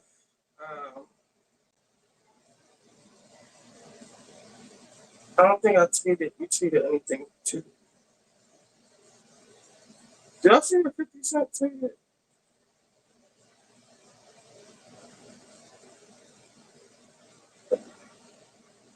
Oh, remember this? Try, taste. I don't like the official stuff. You didn't even taste it. I don't like it still. Try, taste. I eat every day and no. Yoki, you're being fresh, which lets me know your bedtime is rapidly approaching. Oh, I just brought you into the world, slaved, carried you around for 10 months. Yeah, I have stretch marks and everything to show for it. When you were a baby, yeah. You grew up inside of me, yeah. August 16th, I was there, yeah. Push, push. And now you're acting real stank. Want me to help you? Can you help me make ramen? I'm not eating. Okay, well, you go back and sit in the kitchen then. Go on with Hassan.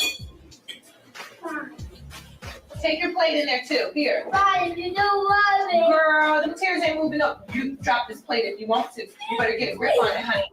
I cannot take it. Roll in the next child. Roll in her stand-in. You can buy them for $5. Yo, she I love them, but they are for sale. We like it. What's on the agenda for today? The business that I run is Baby Fat Jane Company. Who said the meeting was at 4 o'clock? I'd like to know so I can fire them. I'm a fashion girl. I've had a 40-foot version of myself in Times Square. I've had billboards. That's my life. That's right. And bring back Run's house. What just happened? I did something.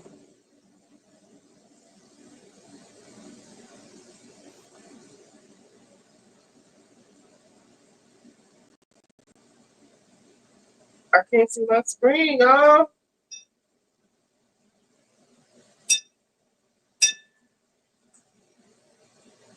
What is this?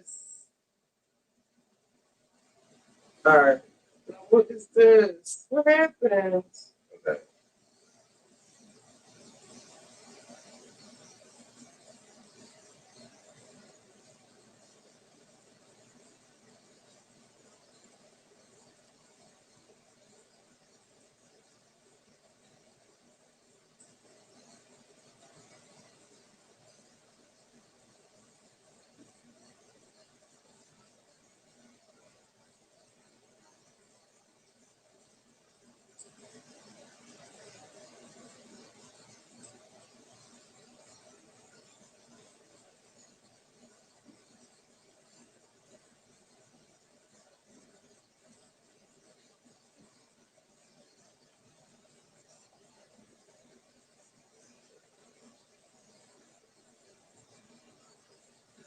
Oh, this is what Cube was talking about. Isn't this too grown?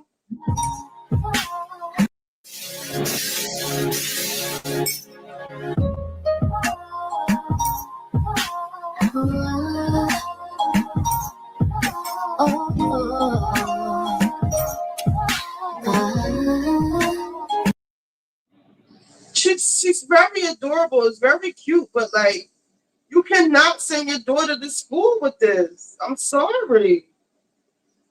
I missed the fab light.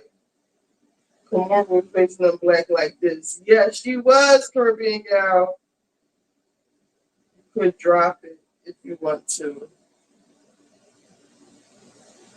Wait, drop what?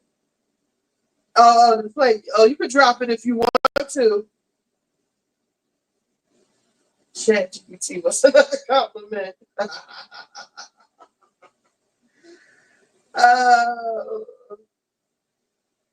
I told Jamal about it. He be asking it for what the text he told back. Nigga, think about this little girl outfit? Too grown. I see another little girl with a red corset. Oh my god.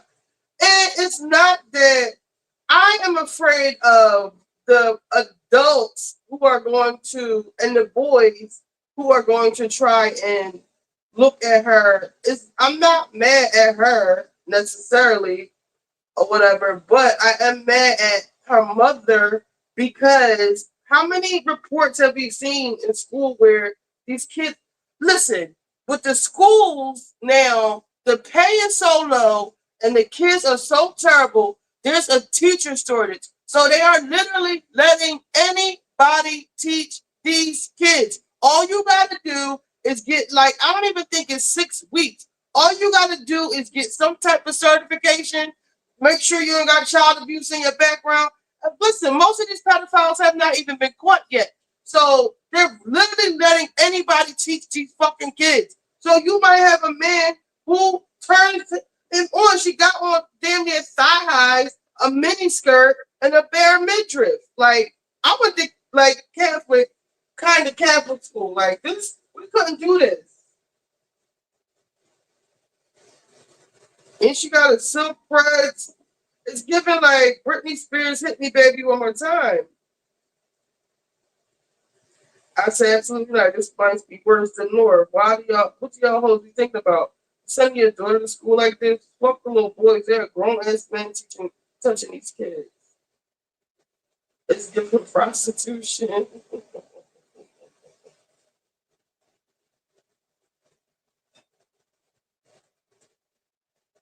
She's a beautiful girl, but this is not appropriate.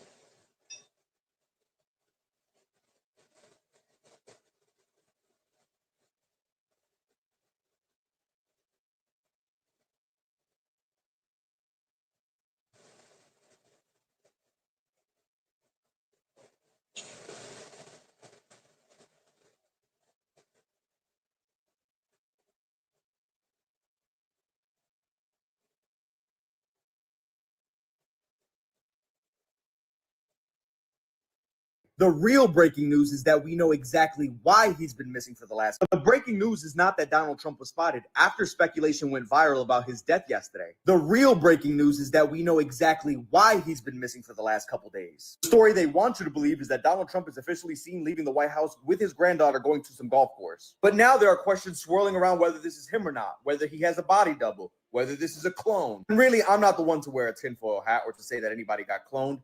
But if this is really him, that neck's swollen as fuck. Whether it's really him or not, or how long he's got, I don't really give a fuck. Here's what I give a fuck about. While everybody was looking for him, the conversation shifted from literally Monday, Donald Trump signing an executive order that calls for sweeping reorientation in the National Guard around domestic policing, particularly that he wants to create a quick reaction force within the National Guard for rapid nationwide deployment as part of a broader effort at quelling civil disturbances and ensuring the public safety. Literally facilitating the infrastructure for martial law. And also that while we were looking for Trump, the conversation shifted from literally this week, House Democrats subpoenaed Epstein estate for documents and the book that reportedly contained the Trump birthday letter. And according to NPR, the first wave of Epstein files have been already sent to Congress. They just received thousands of pages of Epstein-related documents where Trump can be in them. This is what they want you to focus on and what they want you to debate, whether he's real or not, whether it's a clone or not, whether he's in a basement or not, whether he's dead or not. Wake up.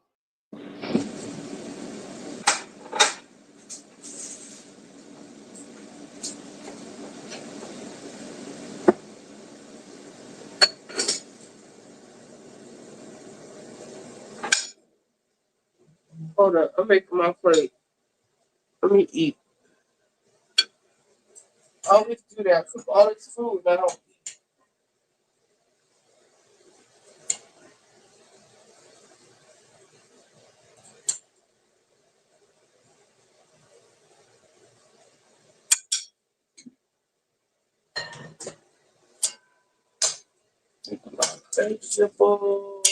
Vegetables. I gotta get some more broccoli.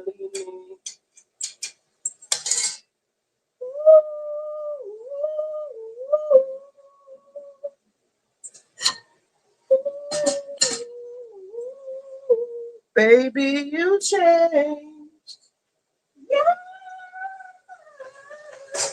You got no and change. Remember that? What was I? I know that they can't back. Get back in. You hungry? You want some Labor Day food?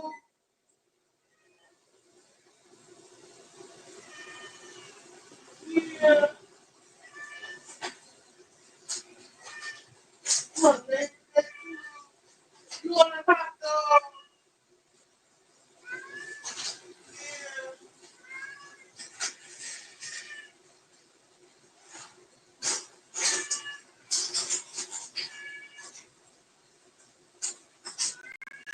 All right.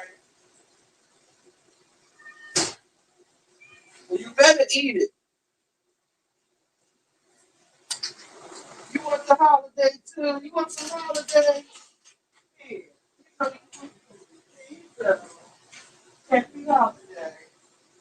You better eat it.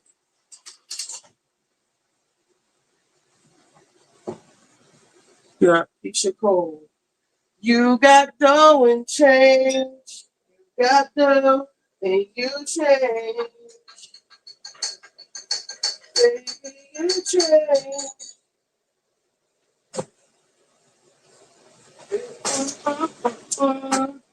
I remember like yesterday. I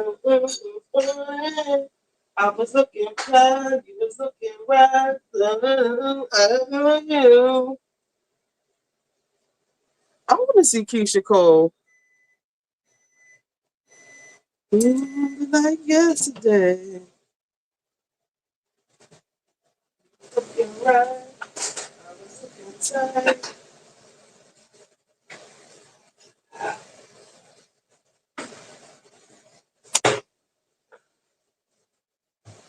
How about this? You got love and you change.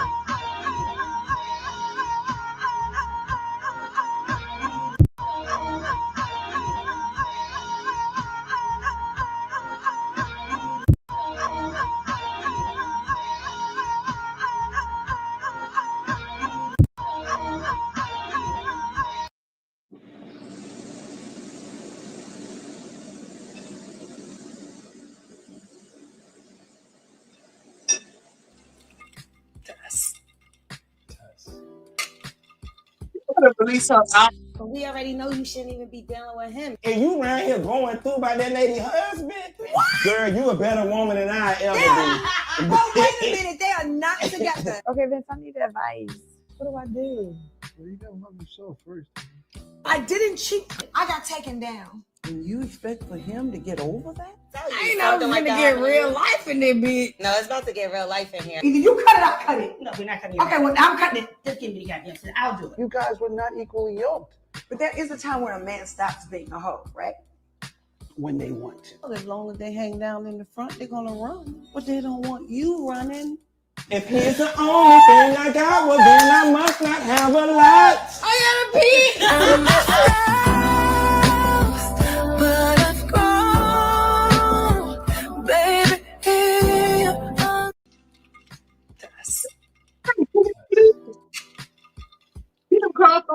promotion.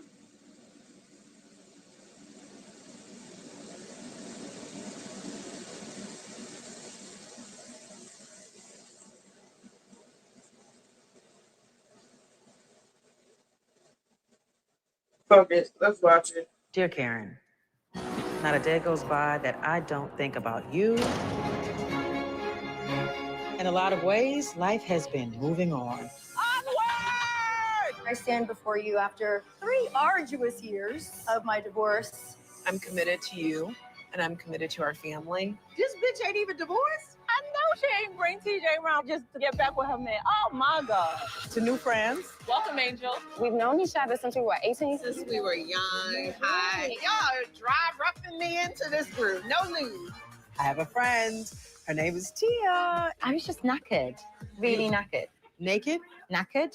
Nat, what's that mean? If you send him a coochie pic, will he recognize it? I don't even know what language they're speaking. And some things haven't changed at all. I just want $5. You are weird. You are weird. I am Captain Save the Hose.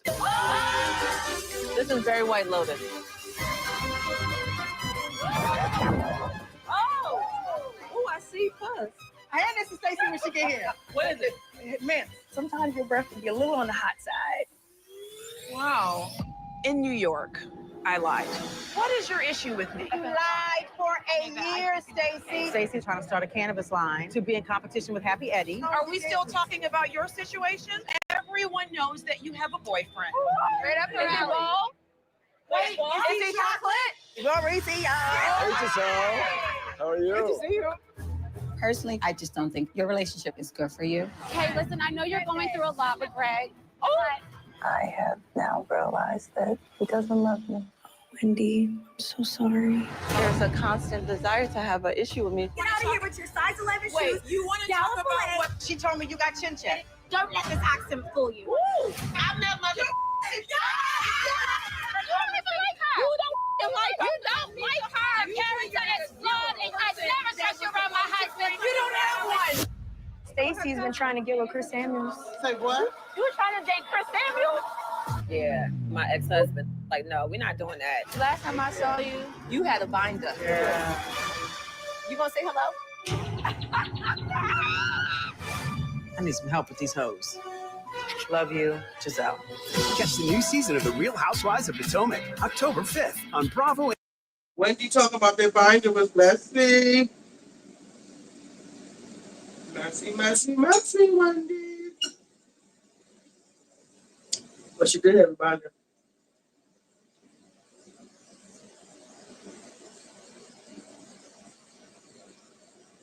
Right?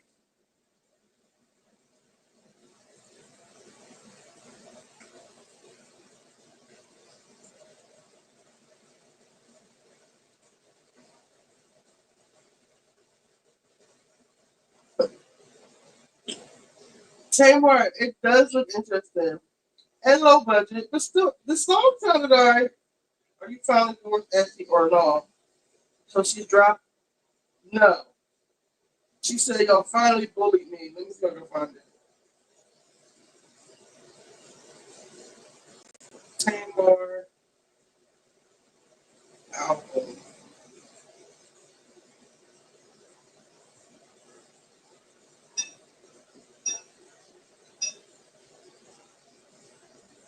She says, y'all won. There's no more album, and I'm going to my farm, and you will never hear from me again. So sorry for everything. And Funky Dineva, he went on Threads. Let me show you what he said. After that, where's my Threads? Threads, where are you? Okay. Let's just go straight to this page. Oh shit. Look at him. 4 hours ago. Me, baby, stay. I wanna get to know you. I wanna get to know you. Stay. Find that thing on over. Stay for me, baby. Stay. I wanna get to know you. I wanna get to know you. Skate. He had put up in her next act, she's going to start acting like she's about to hurt herself.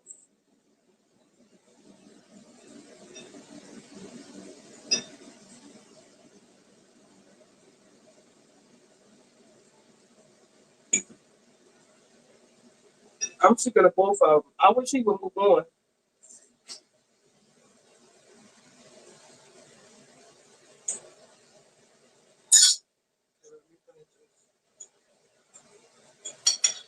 So hungry.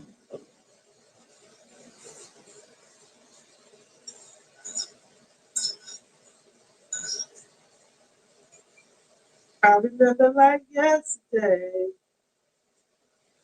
The moment I saw you, you was looking right. I was looking right.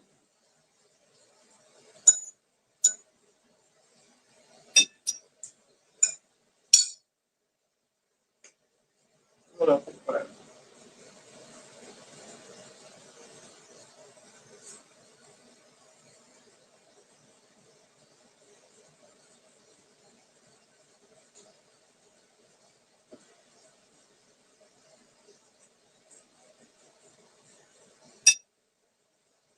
Let me give it another trip.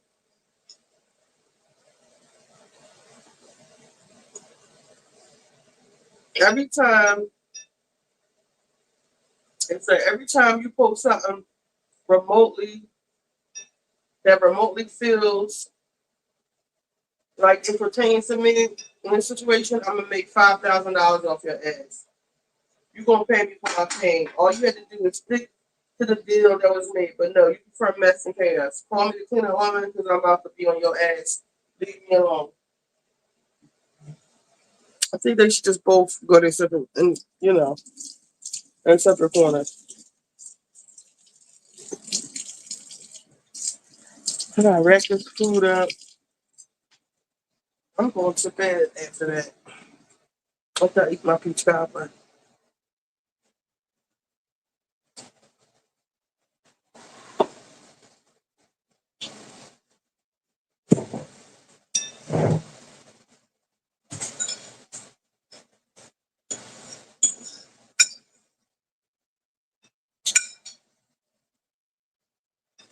Let me check.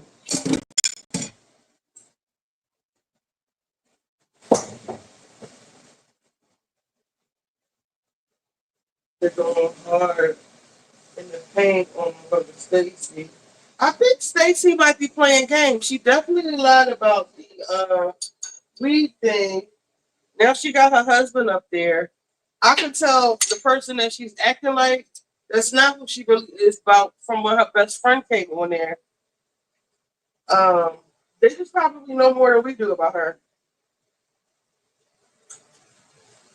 because they all seem like they on her ass. Stacey does thing. I hope they're not bullying Stacey about stealing her husband.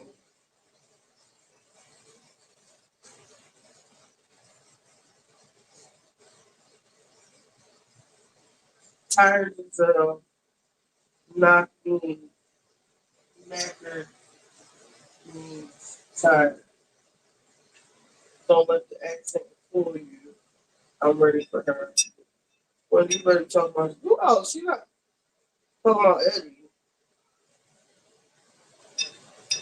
That's so sad. It's sad. Good. Stay going, but we know what you want. Tamar, please. It's Tamar music. And that clip I showed, well, Funky Donita. I can see her doing it though. She'll be back. I know, right? Before I forget, they're gonna talk about Cardi being asked a question. I'm assuming about her being pregnant. She said, "You asked those type of questions. You know better than that. You can't ask the type of question." So she didn't say no. At least she ain't lying.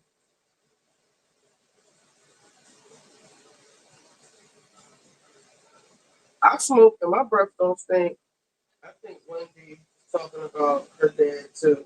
Cause isn't it oops, oh, Eddie family don't fuck with him. But we did never see Wendy's dad, come to think of it. One nigga's rash for storylines.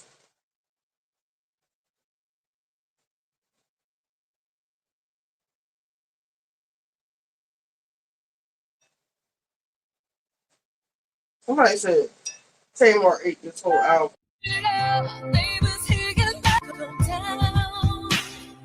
Done with all the cussing. I came to give you something. You got me screaming for a different reason now. While we break it stuff, turn it up. Neighbors here can let me down all night. Hell on my clothes, I don't wanna go, but it's getting late, so why don't you just ride all night? Oh, move real slow, whether you're low, just drive. So I'm just speeding down the road, and my head out of control. I'm thinking about you all the way home. Got a long way to ride, and I can't even deny thinking about you all the way home. Oh, baby, oh, but tonight I've been thinking about you all the way home. I'm missing back all the way home. Oh, I think I'm falling anyway. Trying to run it back, go right back, yeah. All along I know I should have stayed right where I was and stayed in love. If she could have stayed in this lane, if Vince could have been in charge, she could have really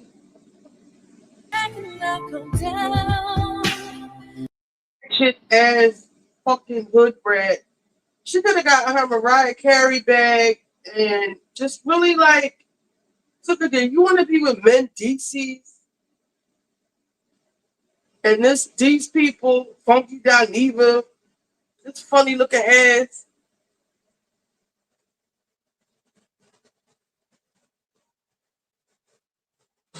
Her hair is a mess. She ruined her sex appeal with her antics, yes. Yeah, that's from her Love and War album, I believe. Love and War was my shit. I ain't gonna hold you. Mama E. She was cute. The weird days.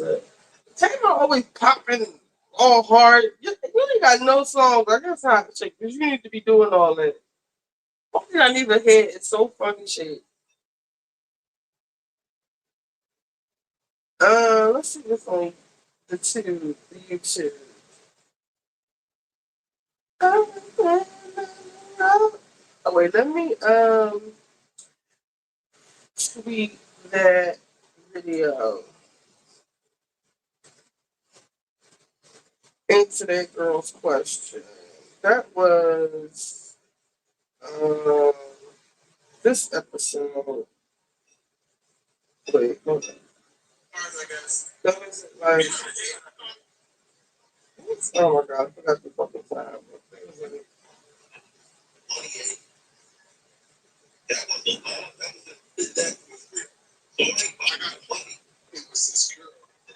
Yeah,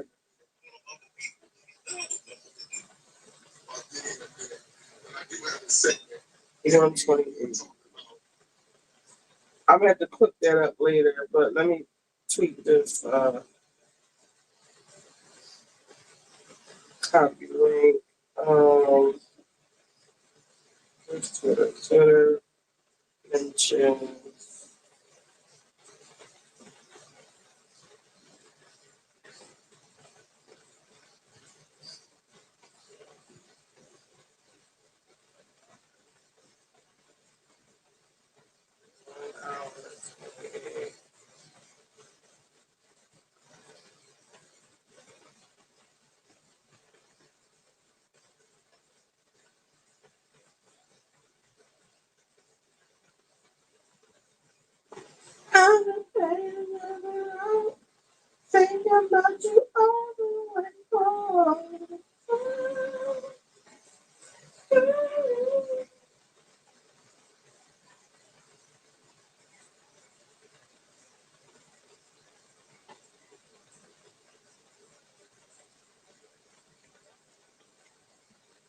Oh, let's look at Joe's birthday party.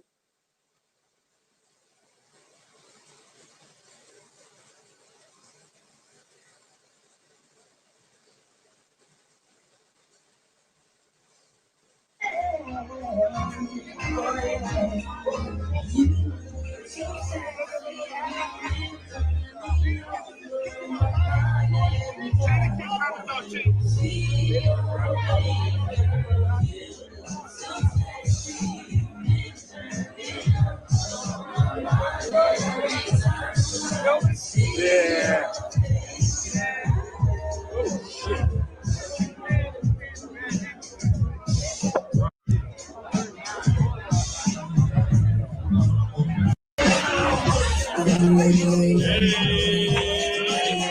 Big Maddie. These cool niggas. Good job, let's go, dog. Good job.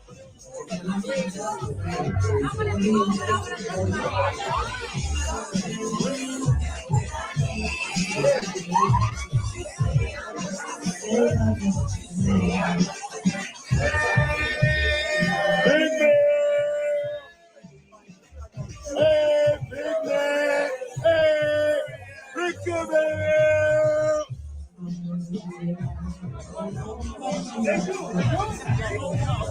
Big Spank got him. He did.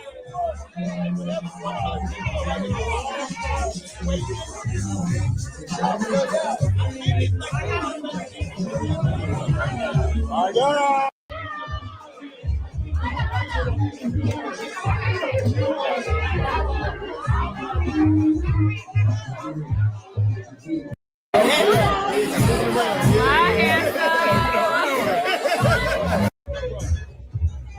I saw him in Hartford at a small stadium.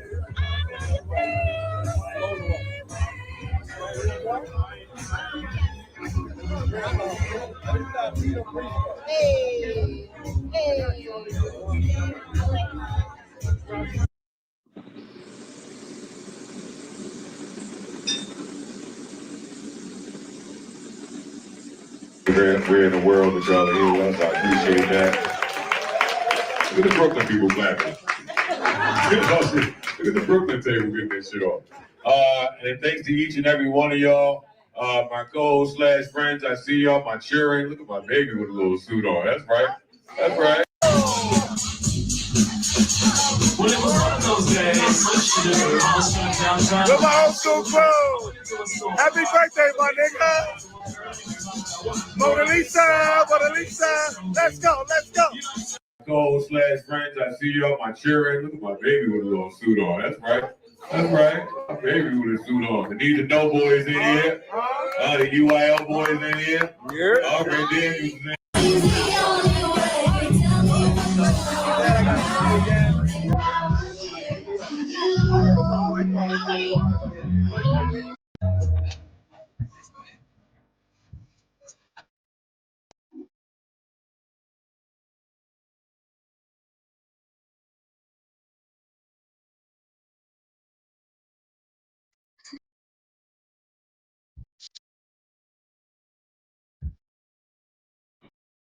Okay. I think that's Ice. It's Ice girlfriend. I want to see Mark's wife. Okay, Parks.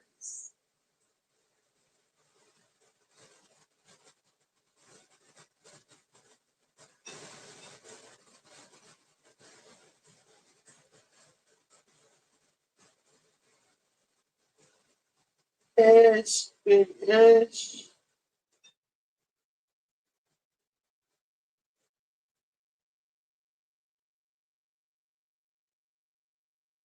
No, Melissa. I guess that's his daddy.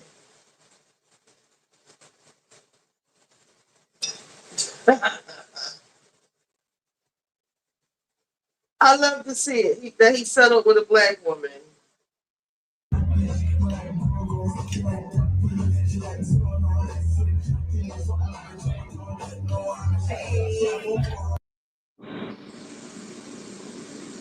Eating healthy is hard, but now everything we eat is easy, delicious, and healthy.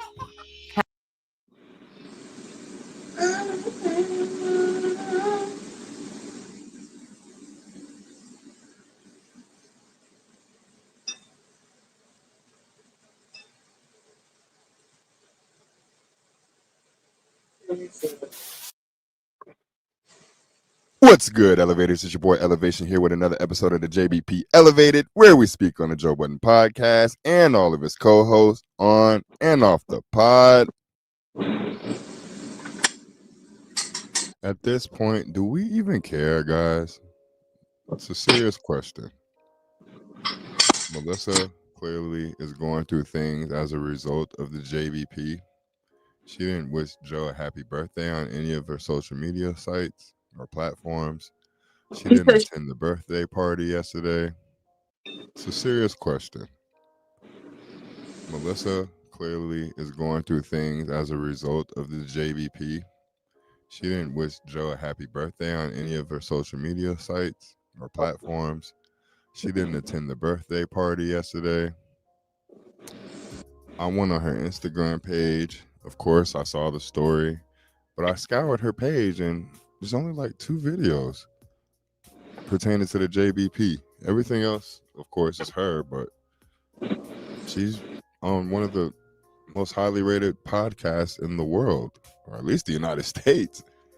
And she doesn't advertise it or promote that she's on one of these shows. She's done, guys. She's done. And it's not a them thing, because a while back, whenever that Ozempic shit got brought up, the way she handled that let me know the main reason all the guys up there are frustrated with her. And it's a simple question. Mel, Ozempic use, were you using it for underlying dietary symptoms? Were you using it for underlying medical issues? Because it's prescribed for diabetic purposes. Were you using it because you're a diabetic? Simple yes or no question. We already knew what the actual answer was, but instead of her just answering the question, she gets frustrated at them for even asking the question, just to turn around and give the answer that we all already knew was true. She will turn a 2-second answer into a 15-minute soliloquy for no reason other than she's not trying to look a certain way. Although she's doing the things that we already know she's doing. Oh. But at this point, I don't care. I'm tired of even talking shit about Melissa. I don't care. If she's gone, make the announcement. Let's move on. If it was that simple. But you have to pay attention to the wording that she keeps using on all her posts. You have to pay attention to the wording that happened when Joe said she went to HR and then she got her story out talking about it was not the option that she wanted to use at the moment, but it was going to get tucked. I'm going to save it. What the fuck do you think the HR lady, who was a third-party arbitrator, what do you think that person told Melissa? For her to tuck it. She didn't say, I'm not going to use that option ever. That option is a no-go. We can't do this. She said, I'm going to save this. The reason I'm so somber in tone is because I'm afraid of the fallout. And y'all know I've been speaking on this potential fallout for months at this point. And for everybody that keeps saying, oh, you've been calling for Melissa Ford to get fired and she hasn't been fired yet. Supposedly, y'all are, fan is a terrible word. Y'all are supporters of mine. Hopefully, y'all have been supporters for months at this point to hear when I speak and bring these things up initially, when I say it's going to take 6 to 7 months for these things to start occurring. And by golly, if that didn't happen around December or January when I said this initially. And now shit's about to start hitting the fan. So let's pay attention to the now, because I spoke on the now months ago. What happens when Melissa says, all of these things cause me to have a mental breakdown, I have anxiety, I can provide prescriptions, What happens when she says things are occurring to her now that weren't occurring naturally prior to joining the podcast and have only seen an uptick since joining the podcast? You have to pay attention to the words. If you'll go back on the catalog, you'll see a video where I spoke on her initially saying that she thinks Flip needs to go to anger management. And I advise you, the higher ups, to send him to anger management. I spoke on it then. Anytime someone feels that they can dictate your movements outside of the pod or outside of your job, pertaining to your job, that is a bad thing. And you need to look at them as an enemy. I would have been looking at Melissa as an enemy way back when. With Monday.com's intuitive work management platform, you have the power. Not IT, not admins. You're in charge. So you can. This peach cobbler is the one. I finally got it. Rightfully so. In her mind, rightfully so. The guys could simply tell her, Melissa, you don't take accountability. You're a fucking liar. It's hard to converse with you as a direct result of that. But they won't tell her that. They'll egg her on. They'll pile on. And now it's getting the adverse effect. I'm sorry.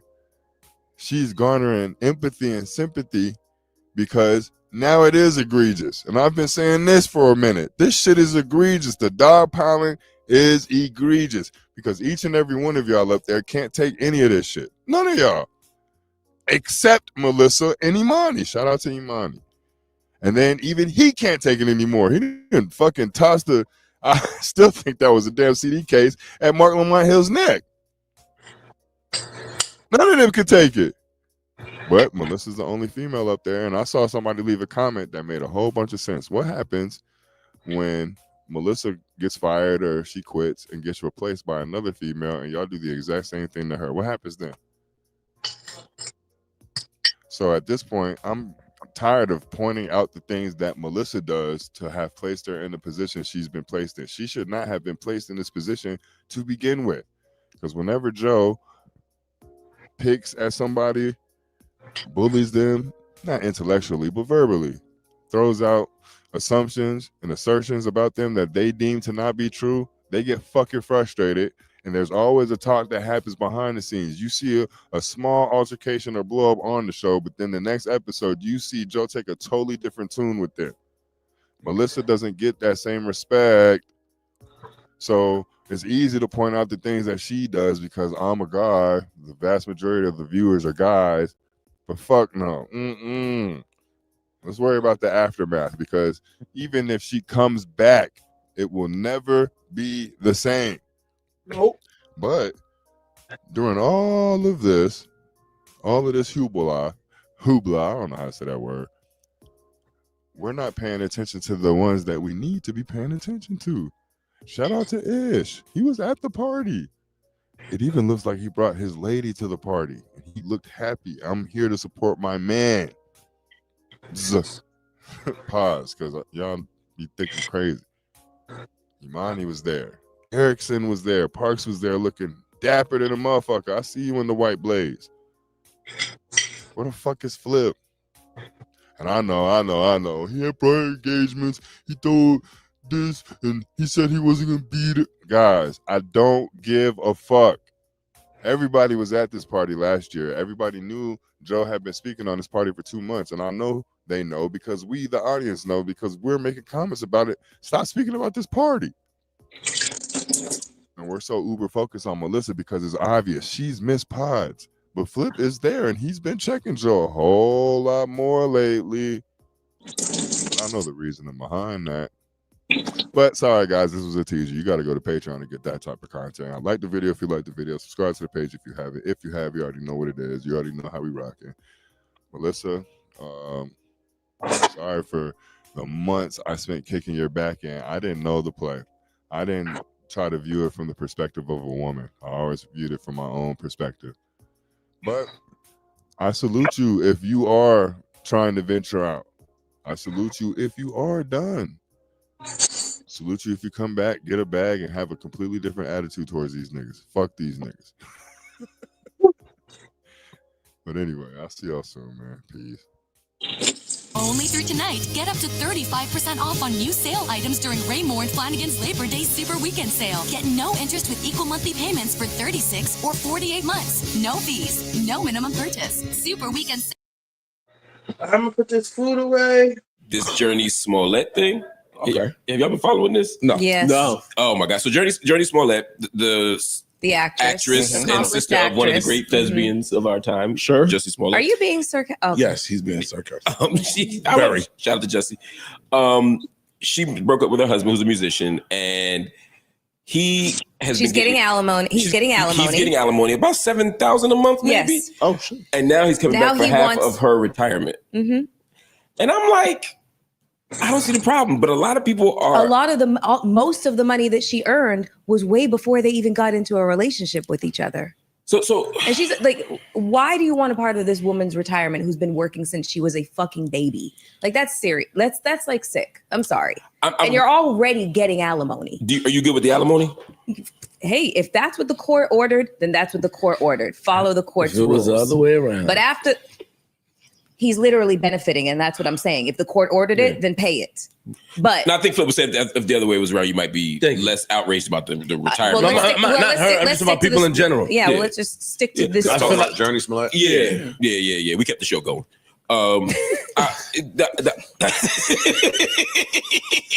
I miss you, man, when you're not here, man.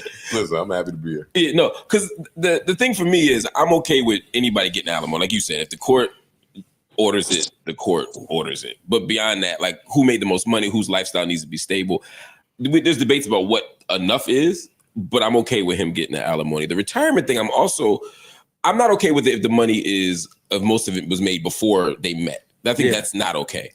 But sometimes it gets complicated. You know what I mean? In terms of when did it mature? How much of your earning potential enhanced by being married? Like, what role did I play in your shit going up? All those things are factors that we have to look at. So for me, it's never cut and dry. And again, for me, it doesn't matter whether it's male, who's paying alimony. The gender thing for me is less important than who needs to be supported. But people, to me, have been pissed off at him since the alimony, not because of the retirement. They make him seem like a money grubber from the beginning. They're always mad when It's a guy always when a gets, guy- yeah. a guy gets Guy not supposed to get no alimony. money from the girl. Yeah. Well, That's no. just it. Not you, but that's how No, a lot of people look at it. I'm not taking any of this Okay, personal because it has nothing to do with me. But the reality of that particular circumstance is that a lot of people feel like she married below. But do y'all see how she just cut Mark off and now she's about to go into her own shit? I'm gonna rewind it a little bit because she keeps interrupting Mark. He's trying to, give the story or whatever, but she keeps butting in.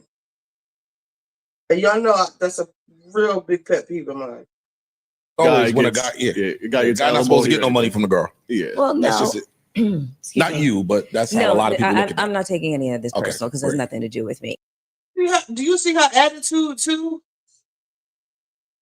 But the reality of that particular circumstance is that a lot of people feel like she married below her station. I want to see her people faces. Orders it, the court orders it. But beyond that, like who made the most money, whose lifestyle needs to be stable. There's debates about what enough is, but I'm okay with him getting the alimony. The retirement thing, I'm not okay with it if the money is, if most of it was made before they met. I think that's not okay. But sometimes it gets complicated. You know what I mean? In terms of when did it mature? How much of your earning potential enhanced by being married? Like, what role did I play in your shit going up? All those things are factors that we have to look at. So for me, it's never cut and dry. And again, for me, it doesn't matter whether it's male, who's paying alimony. The gender thing for me is less important than who needs to be supported. But people, to me, have been pissed off at him since the alimony, not because of the retirement. They make him seem like a money grubber from the beginning. They're always mad when It's a guy always when a gets, guy, a guy gets guy not supposed to get no alimony. money from the girl. Yeah. Well, no. That's just it. Not you, but that's how a lot of people look at it. I'm not taking any of this Okay, personal because it has nothing to do with me. But the reality of that Now watch their faces. That particular circumstance is that a lot of people feel like she married below her station. That's a fact. That is what does a lot that of a lot of the frustration and the commentary is about. What's below her station? What does that mean? What does that mean? It's a phrase. You guys know what it means. Don't play with me right now. Well, it could mean different things. Some people think that looks are the status, station. not looks. Got it. I'm talking about finances. I'm talking about what they do professionally. Because they're both artists. She's just better at it. She's more famous. Yeah. But we don't know what he makes. What does he do? Yeah. He's a musician, but I don't know exactly how he makes. So that's kind of like making my point is that nobody really knows anything about his artistry, but we know exactly who she. Hold on. They asked her a question. She just said, "Don't play with me. You know what I'm talking about." Now they start talking on their own. She's butting right back in. Some people think that looks are the. That's a fact. That is what a lot of the frustration and the commentary is about. What's below her station? What does that mean? What does that mean? It's a phrase. You guys know what it means. Don't play with me right now. Well, it could mean different things. Some people think that looks are the station, not looks. Got it. I'm talking about finances. I'm talking about what they do professionally. Because they're both artists. She's just better at it. She's more famous. Yeah. But we don't know what he makes. What does he do? Yeah. He's a musician, but I don't know exactly how he makes. So that's kind of like making my point is that nobody really knows anything about his artistry, but we know exactly who she is. Dude's music. He might got a slap or two. What do we know his artist name? No. We don't know nothing about that, right? Nah. He might be lit. Well, if he's lit, nobody seems to know about that. The actions don't appear that he's lit. Well, see, this is where my advice is go get lit. Use that 7,000. Well, with this new budget, that's what he's trying to do. You might have 12.5 mil. He's gonna be lit to the motherfucker. It's hard being an indie artist. How long were they married for? How long were they married? They married October 24th, 2010. Okay. That's also a really long time. When did they get divorced? Divorce was finalized August 2021. Okay, so when was it filed? She's only 30 something. I mean, she's young. That's a big chunk of her adult life. That's what I'm saying. It ain't like they was married for 6 months. That's a big chunk. Okay. You know what I mean? And she ascended while they were together. That's why I don't. That's why I'm saying it's not as simple as like it's not like you marry somebody when you're 50 and I want half your retirement. You know what I'm saying? Now she was a child actress and she did make some money before that. Again, I don't think she should be giving up everything, but I do think it's too simple sometimes to just look at like start and end dates and say, you know, you get X, you get Y. Everything needs context. But the below your station thing always bothers me when people say it. Because again, like what does that mean? When we say, let's just use somebody like Denzel Washington as a good example, right? He's married an extraordinary woman who he's been with for decades. Will we say he married below his station because he's more lit? No. Because he's more right? But we're doing that with her. But they were married before he was Denzel Washington. I mean, Jodie Smollett isn't disrespect, but she's not Viola Davis. I mean, I'm not saying that she's Viola Davis, and don't make it seem like I'm the one who's making the comment that she married below her station. I'm just basically stating the facts of what everybody. Yeah, I'm responding to the people who saying that. Yes. Yeah. And to me, I just think it's sometimes. You don't think she married below her station? I'm not making an assessment as to whether she did. You know, we ain't heard this nigga mixtape. You can say it. She married below her station. Which is why. Because I'm in the middle. I agree with everything you're saying. Yeah. And in real life, he should get some of the retirement fund. But as a man, nigga, go and put something on SoundCloud. Get out of here. Kick rocks. You are young and able-bodied, and you're an artist, so maybe you should go out and get a fucking job. He's a composer. It says he's worked on soundtracks for major productions, such as Spider-Man Miles Morales. Oh, well. It was 9,000 niggas on that. 9,000 niggas did the soundtrack on that. So he was playing a triangle. Yeah. That's a big soundtrack.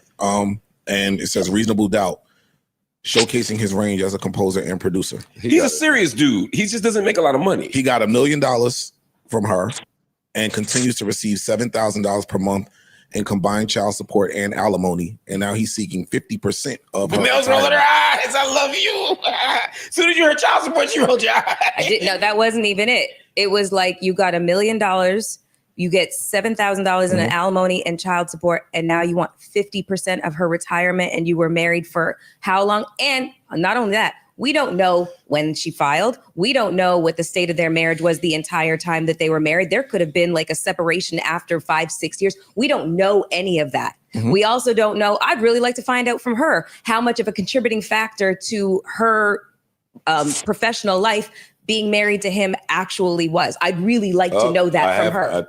I'd just like to know. This is where I have to interject or rebut what you're saying. And I'm on the same, again, I'm in the middle here. Because I'm on the same side when women do it. Like when women do it, who we don't know and we don't know what they did for a living. If she was married to her, and it's California, and then you hit the lick, then she's a part of that lick. If I get married today, whatever happened in my financial business moving forward, an argument can be made that that's a part of my wife or Sade is doing. So I understand that.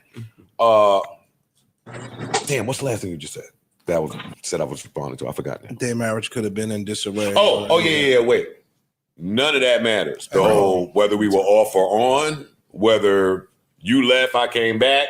If we were married, right, and you succeeded, I don't give a fuck what we was fighting about at home. The argument can be made that I'm a part of that. That's where I jump off the bandwagon. Yeah, and I think the thing people underestimate, and this happens a lot with athletes. The whole you weren't with me shooting in the gym thing. You know when they said that about Kobe. But she was doing the meal prep. That she's doing the meal prep. Also, staying with him after all the controversies, that shit might have been worth $30 million in endorsements. You don't get McDonald's back if she leaves you. Look, That's true. You know what I mean? I'm just saying, like, marriage has its own value when you're an entertainer. All the spreads they did on their marriage and their wedding and all I'm saying is these things are all can be monitored. And I agree with that. Yeah. I totally agree with the fact that you can see it on Instagram right now. People who get coupled up and married and shit like that, people eat that shit up. They love it. Yeah, couple goals and all that shit. People love that shit. I totally agree with you that it can be perceived as a benefit in that way. So when we divorce, pay what you owe. I mean, I feel like she did. But it's not. But based on what? Because California law is that's why she's getting again. Because like I said before, I think that the factors that I outlined matter. I think that the factors outlined in terms of who knows, maybe she wanted the divorce and he wouldn't grant her one in year 8.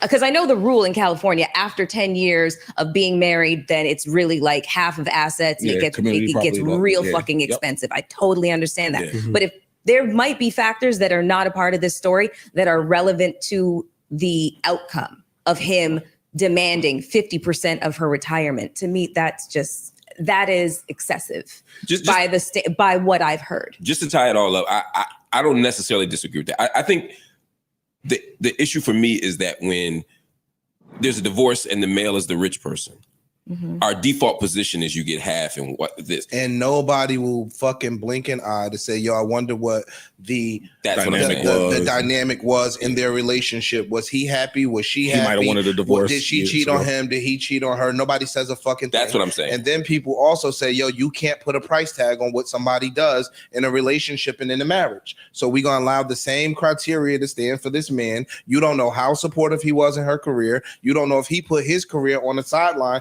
to be supportive in her career. And all of those things that we bring up as arguments for the woman when she's the benefactor, we're going to use them as for the same shit for the man. Do they have kids? Yes, he's getting child support. And niggas, let's be clear, $7,000 ain't a lot of money for alimony / child support. That's a good. $1 million ain't a lot. It's not a lot of money. That's a really good point. But I actually think about the amount. I mean, I don't know how much she makes, but $7,000 isn't crazy for child support. Jimmy Butler was paying his baby mother like $50,000. And she went back to court and tried to get like 70,000. I'm off in the numbers, but he was paying some astronomical amount of money. And ain't nobody say a fucking thing to Jimmy Butler. They said, yo, shorty is deserving of that bread. We talked about it in here. And there's an uptick in her career happening. Right. Currently. Yeah. Right. So don't try to get funny and now take some of the money, move it to your retirement fund, and now I want in on that's interesting. That could be part of it. Yeah, I want in on a lot of those things happen. I just need detail. There's tax benefits to that. So don't play with me. Yeah. They have one child. Just I heard you. That's enough. One child born in rainy night in Georgia. We'll do it. For me, it was Puerto Rico and it was sunny out, but that'll get it done. I know where yours was too, nigga. Yeah, that'll do it. That'll do it. Yeah, like I don't think anything is wrong with the gentleman. I mean, to your point, as a man, I don't really want your bread. Yeah, just as a man, I promise you, my nigga. Like, I'm not saying you lying. I'm saying I feel different. Dog, as a man, when men break up, fam, I don't want your bread. Stop it. Are you fucking kidding me? You're potting right now. I am not pie. I don't believe you. If the person I'm with, their money relation to me was her relationship to him, I'd want to get paid.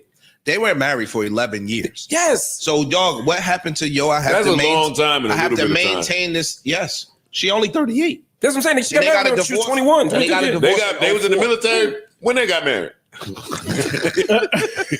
Yo, so she must have married him in her early 20s. So they were together a very long time in her professional career. Homeboy need to kick rocks. Go to Dat Piff, nigga. Put something out. Hit the Ave. Call Clue. Doo-wop or somebody. Like, yeah, get out of here. Call it my lawyer, Here's nigga. the That's thing what you I'm gotta calling. remember. He's getting child support. That means he's got the primary custody of the kid. If you were married to Rihanna and got divorced, see, your whole face just changed for a second. If you married Rihanna and got divorced and you got to take care of the kid, You're not accepting. and you have been able to grow your career because you were supporting her, you telling me you wouldn't want child support? Listen, whatever they deem, I wouldn't be fighting for more bread. I'm not built like that. I wouldn't be fighting for more money. If I was married to Rihanna, whatever the court set for, I'm sure it would be more than enough money. My nigga, I've lived.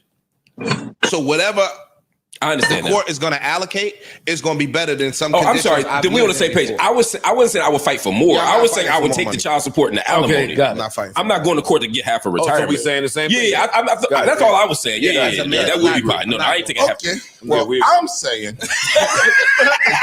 I heard y'all. Retirement is what? Give me that too. You going half a 50? Come on, please. Ice is black and white. Ice is like, yo, the law states this. Hey, if it was the other way around, I'd be fucked. And nobody would bat an eye. Yeah. No Joe Biden.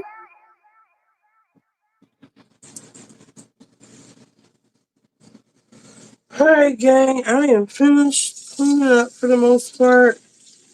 I don't know what time I'm getting up because it's pretty late, but I will see. If you want to build an app and have no idea how to code or where to start, check out Base 44.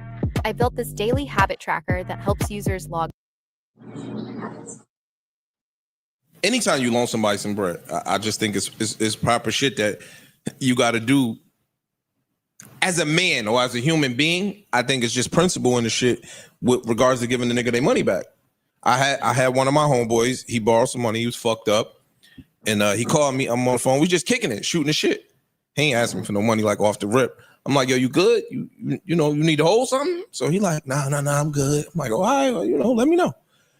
About an hour later, they hit me back, yo, you serious? I'm like, yeah, nigga, you my man. Like, this is my man. He like, all right, yo, I could borrow $2,000. I'm like, yeah, I got you. So I'm like, yo, come to my job site tomorrow. Nigga comes to my job site. I get a nigga a check for $4,000. He asked for $2,000. I gave him $4,000. Kind of you. Which is double. Thank you. That nigga ain't pay me back for 7 joints. I had no idea that was double. And the nigga got low.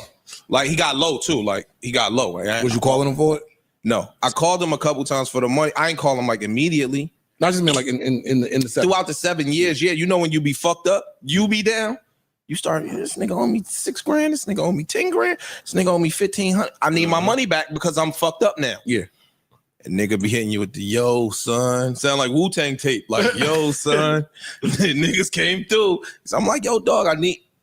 And I felt the way about that. I stopped speaking to the nigga completely. Damn.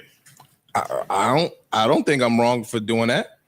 Like, not at all. I think that once you put your word on the line that you're gonna pay somebody their money back, they entitled to their bread. Mm-hmm. So if I came to you and said, yo, dogs, I need to borrow 100. Okay. Like, you would be okay with that? You got it. What you got? I got a house or two. Have you got a house? What you got?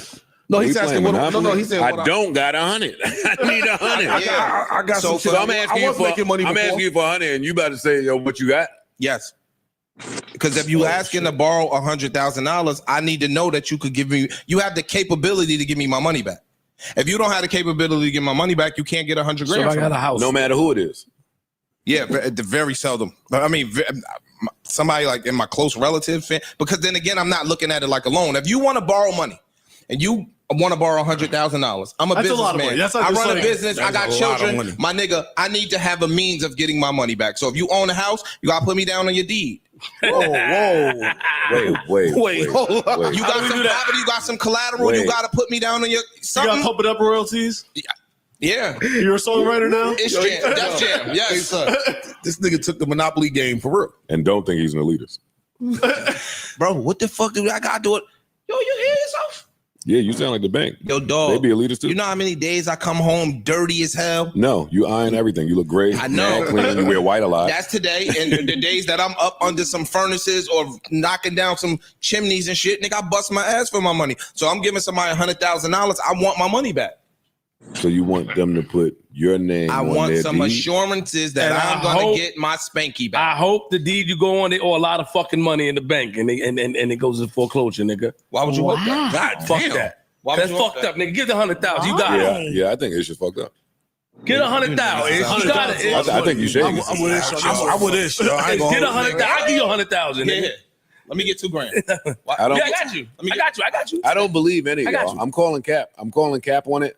I don't expect y'all to admit to the cappuccino because y'all are not in the space where 100,000 is like that. You're gonna feel it if you miss 100,000. Yeah. True. But in the event that y'all were not in that space, Oh yeah, but that's I don't think y'all would operate this way. Yeah, but that matters. That's very important, Joe, though, Joe. the amount of money is relative. Like if somebody say, yo, let me borrow $50. If they don't give me back the $50, it's still a principal issue. I don't give a fuck about no $50. $100,000 for me is a lot of bread. Fact. $100,000 for me is children's college. You know what I'm saying? Like other houses, shit It like also that. depends It's on a who lot you of giving it to money. it as well. That's true. It depends. You crazy? Okay. No, Yo, let me get 100, yo. Let me get 100, yo. Now, Let me. now yo, can I get don't 100? take my idea. Can I get 100? I'm coming right to one of y'all as soon as this part is I'm over. asking you, can I get 100? I need one of y'all. Can I get 100, yo? For what? And I dare one of y'all say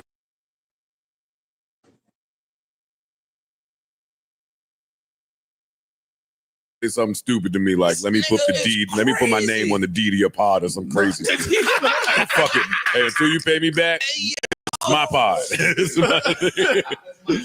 That's crazy to me. Hey, bro, let's say hypothetically, we're gonna keep it here. Let's do this. You Let's got take money. it off. No, I wanted to interrupt you. I want to interrupt you. Let's get off money. Mhm. We childhood friends growing up. Mhm. You got the fly jeans. You call me. Take anything out of my closet. When do you want it back? I've dressed niggas that come to my house. When do you want your nice No, clothing it back? depends. It depends.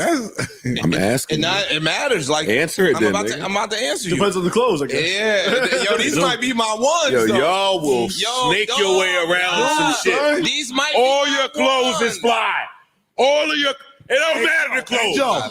Hey, shut the fuck up, Hey, Park. Joe, let me ask You you- wear a bunch of the same jeans and t-shirts. Mute the fuck up, nigga. I'm not. Stop. Yo. Look. All the clothes is fly. I got them. Hey, They all fly. I come to your house to borrow a coat. Now, if I borrow just a coat, or I go get that fucking chinchilla, it's gonna look. You're gonna want that back. I wouldn't have let you walk out with the chinchilla. That's what you I wouldn't doing? let- Why not? No, What you doing? not. Damn. Wow. Niggas can't borrow the $25,000 Nick can't borrow the chinchilla. They I take need to 100 and I need to play the meat clip. I need to play the meat clip. No, Play no, the no. clip. No. The chinchilla I'm don't your cost man, though. 100. It don't cost, yeah. You saying 100 like it's nothing, but a nigga can't get an animal from you? My man? I can't get a squirrel?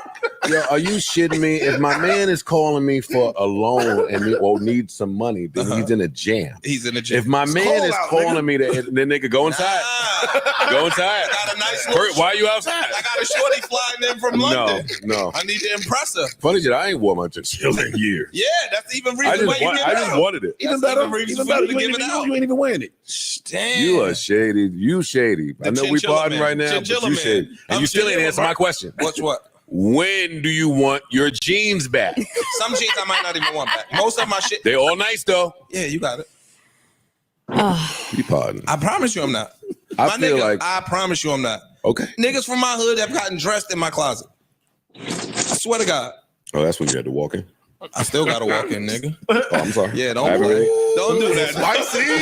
Yo, stop playing. Yo, look what niggas get spicy over. I still got to walk in. Yeah, I forgot that he got the Christmas tree in his room. Like, come on, man. Dog, what's wrong with this No. nigga here, yo? And you got you Chinese bank. That shit is only. I'm gonna get on your Patreon. Hey, yo, dog, you gotta got the stop Chinese putting that bank. narrative out there. What narrative? That niggas could borrow $100,000 and don't gotta get your spanky back. I never said that. Or don't have to be held I to never ever said that. I asked you a question about That's why when niggas don't want to get loan rich, etiquette. niggas don't want to get rich because then they homeboys gonna come like the fucking hyenas and start taking all their bread away, True. expecting not to give it back. Nah, fucking rest in peace, Bailey, man. Fucking stupid ass Keith called trying to get some money from me. It was a large number. I was like, nigga, you for real? He said, hey, this would have been a Bailey call.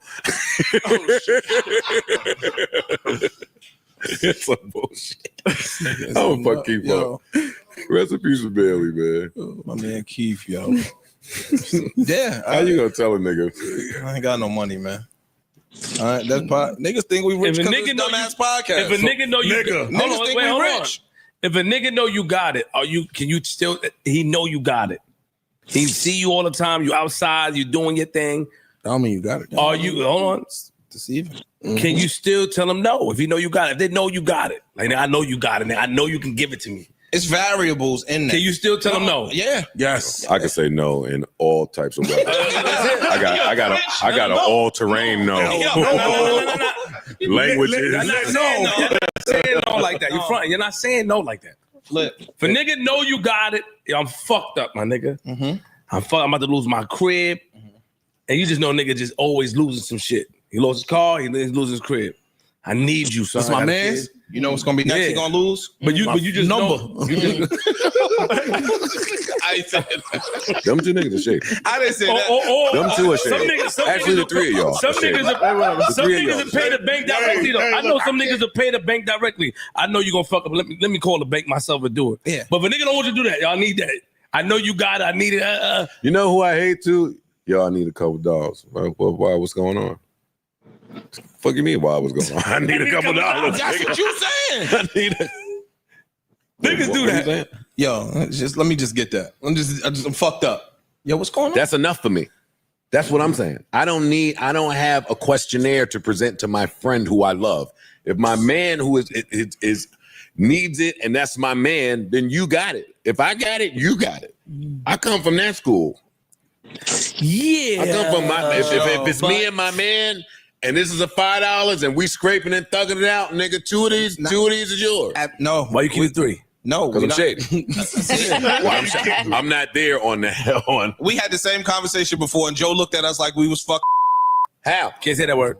And you can't. Pardon me. But what are you saying? I'm like, yo, if we got $10 amongst the two of us, we gonna go get a turkey and cheese. We gonna get a slice of pizza. We gonna get a potato chips in a 3-liter. Joe said, "You niggas is losers. I'm not splitting my food with nobody." He did say that.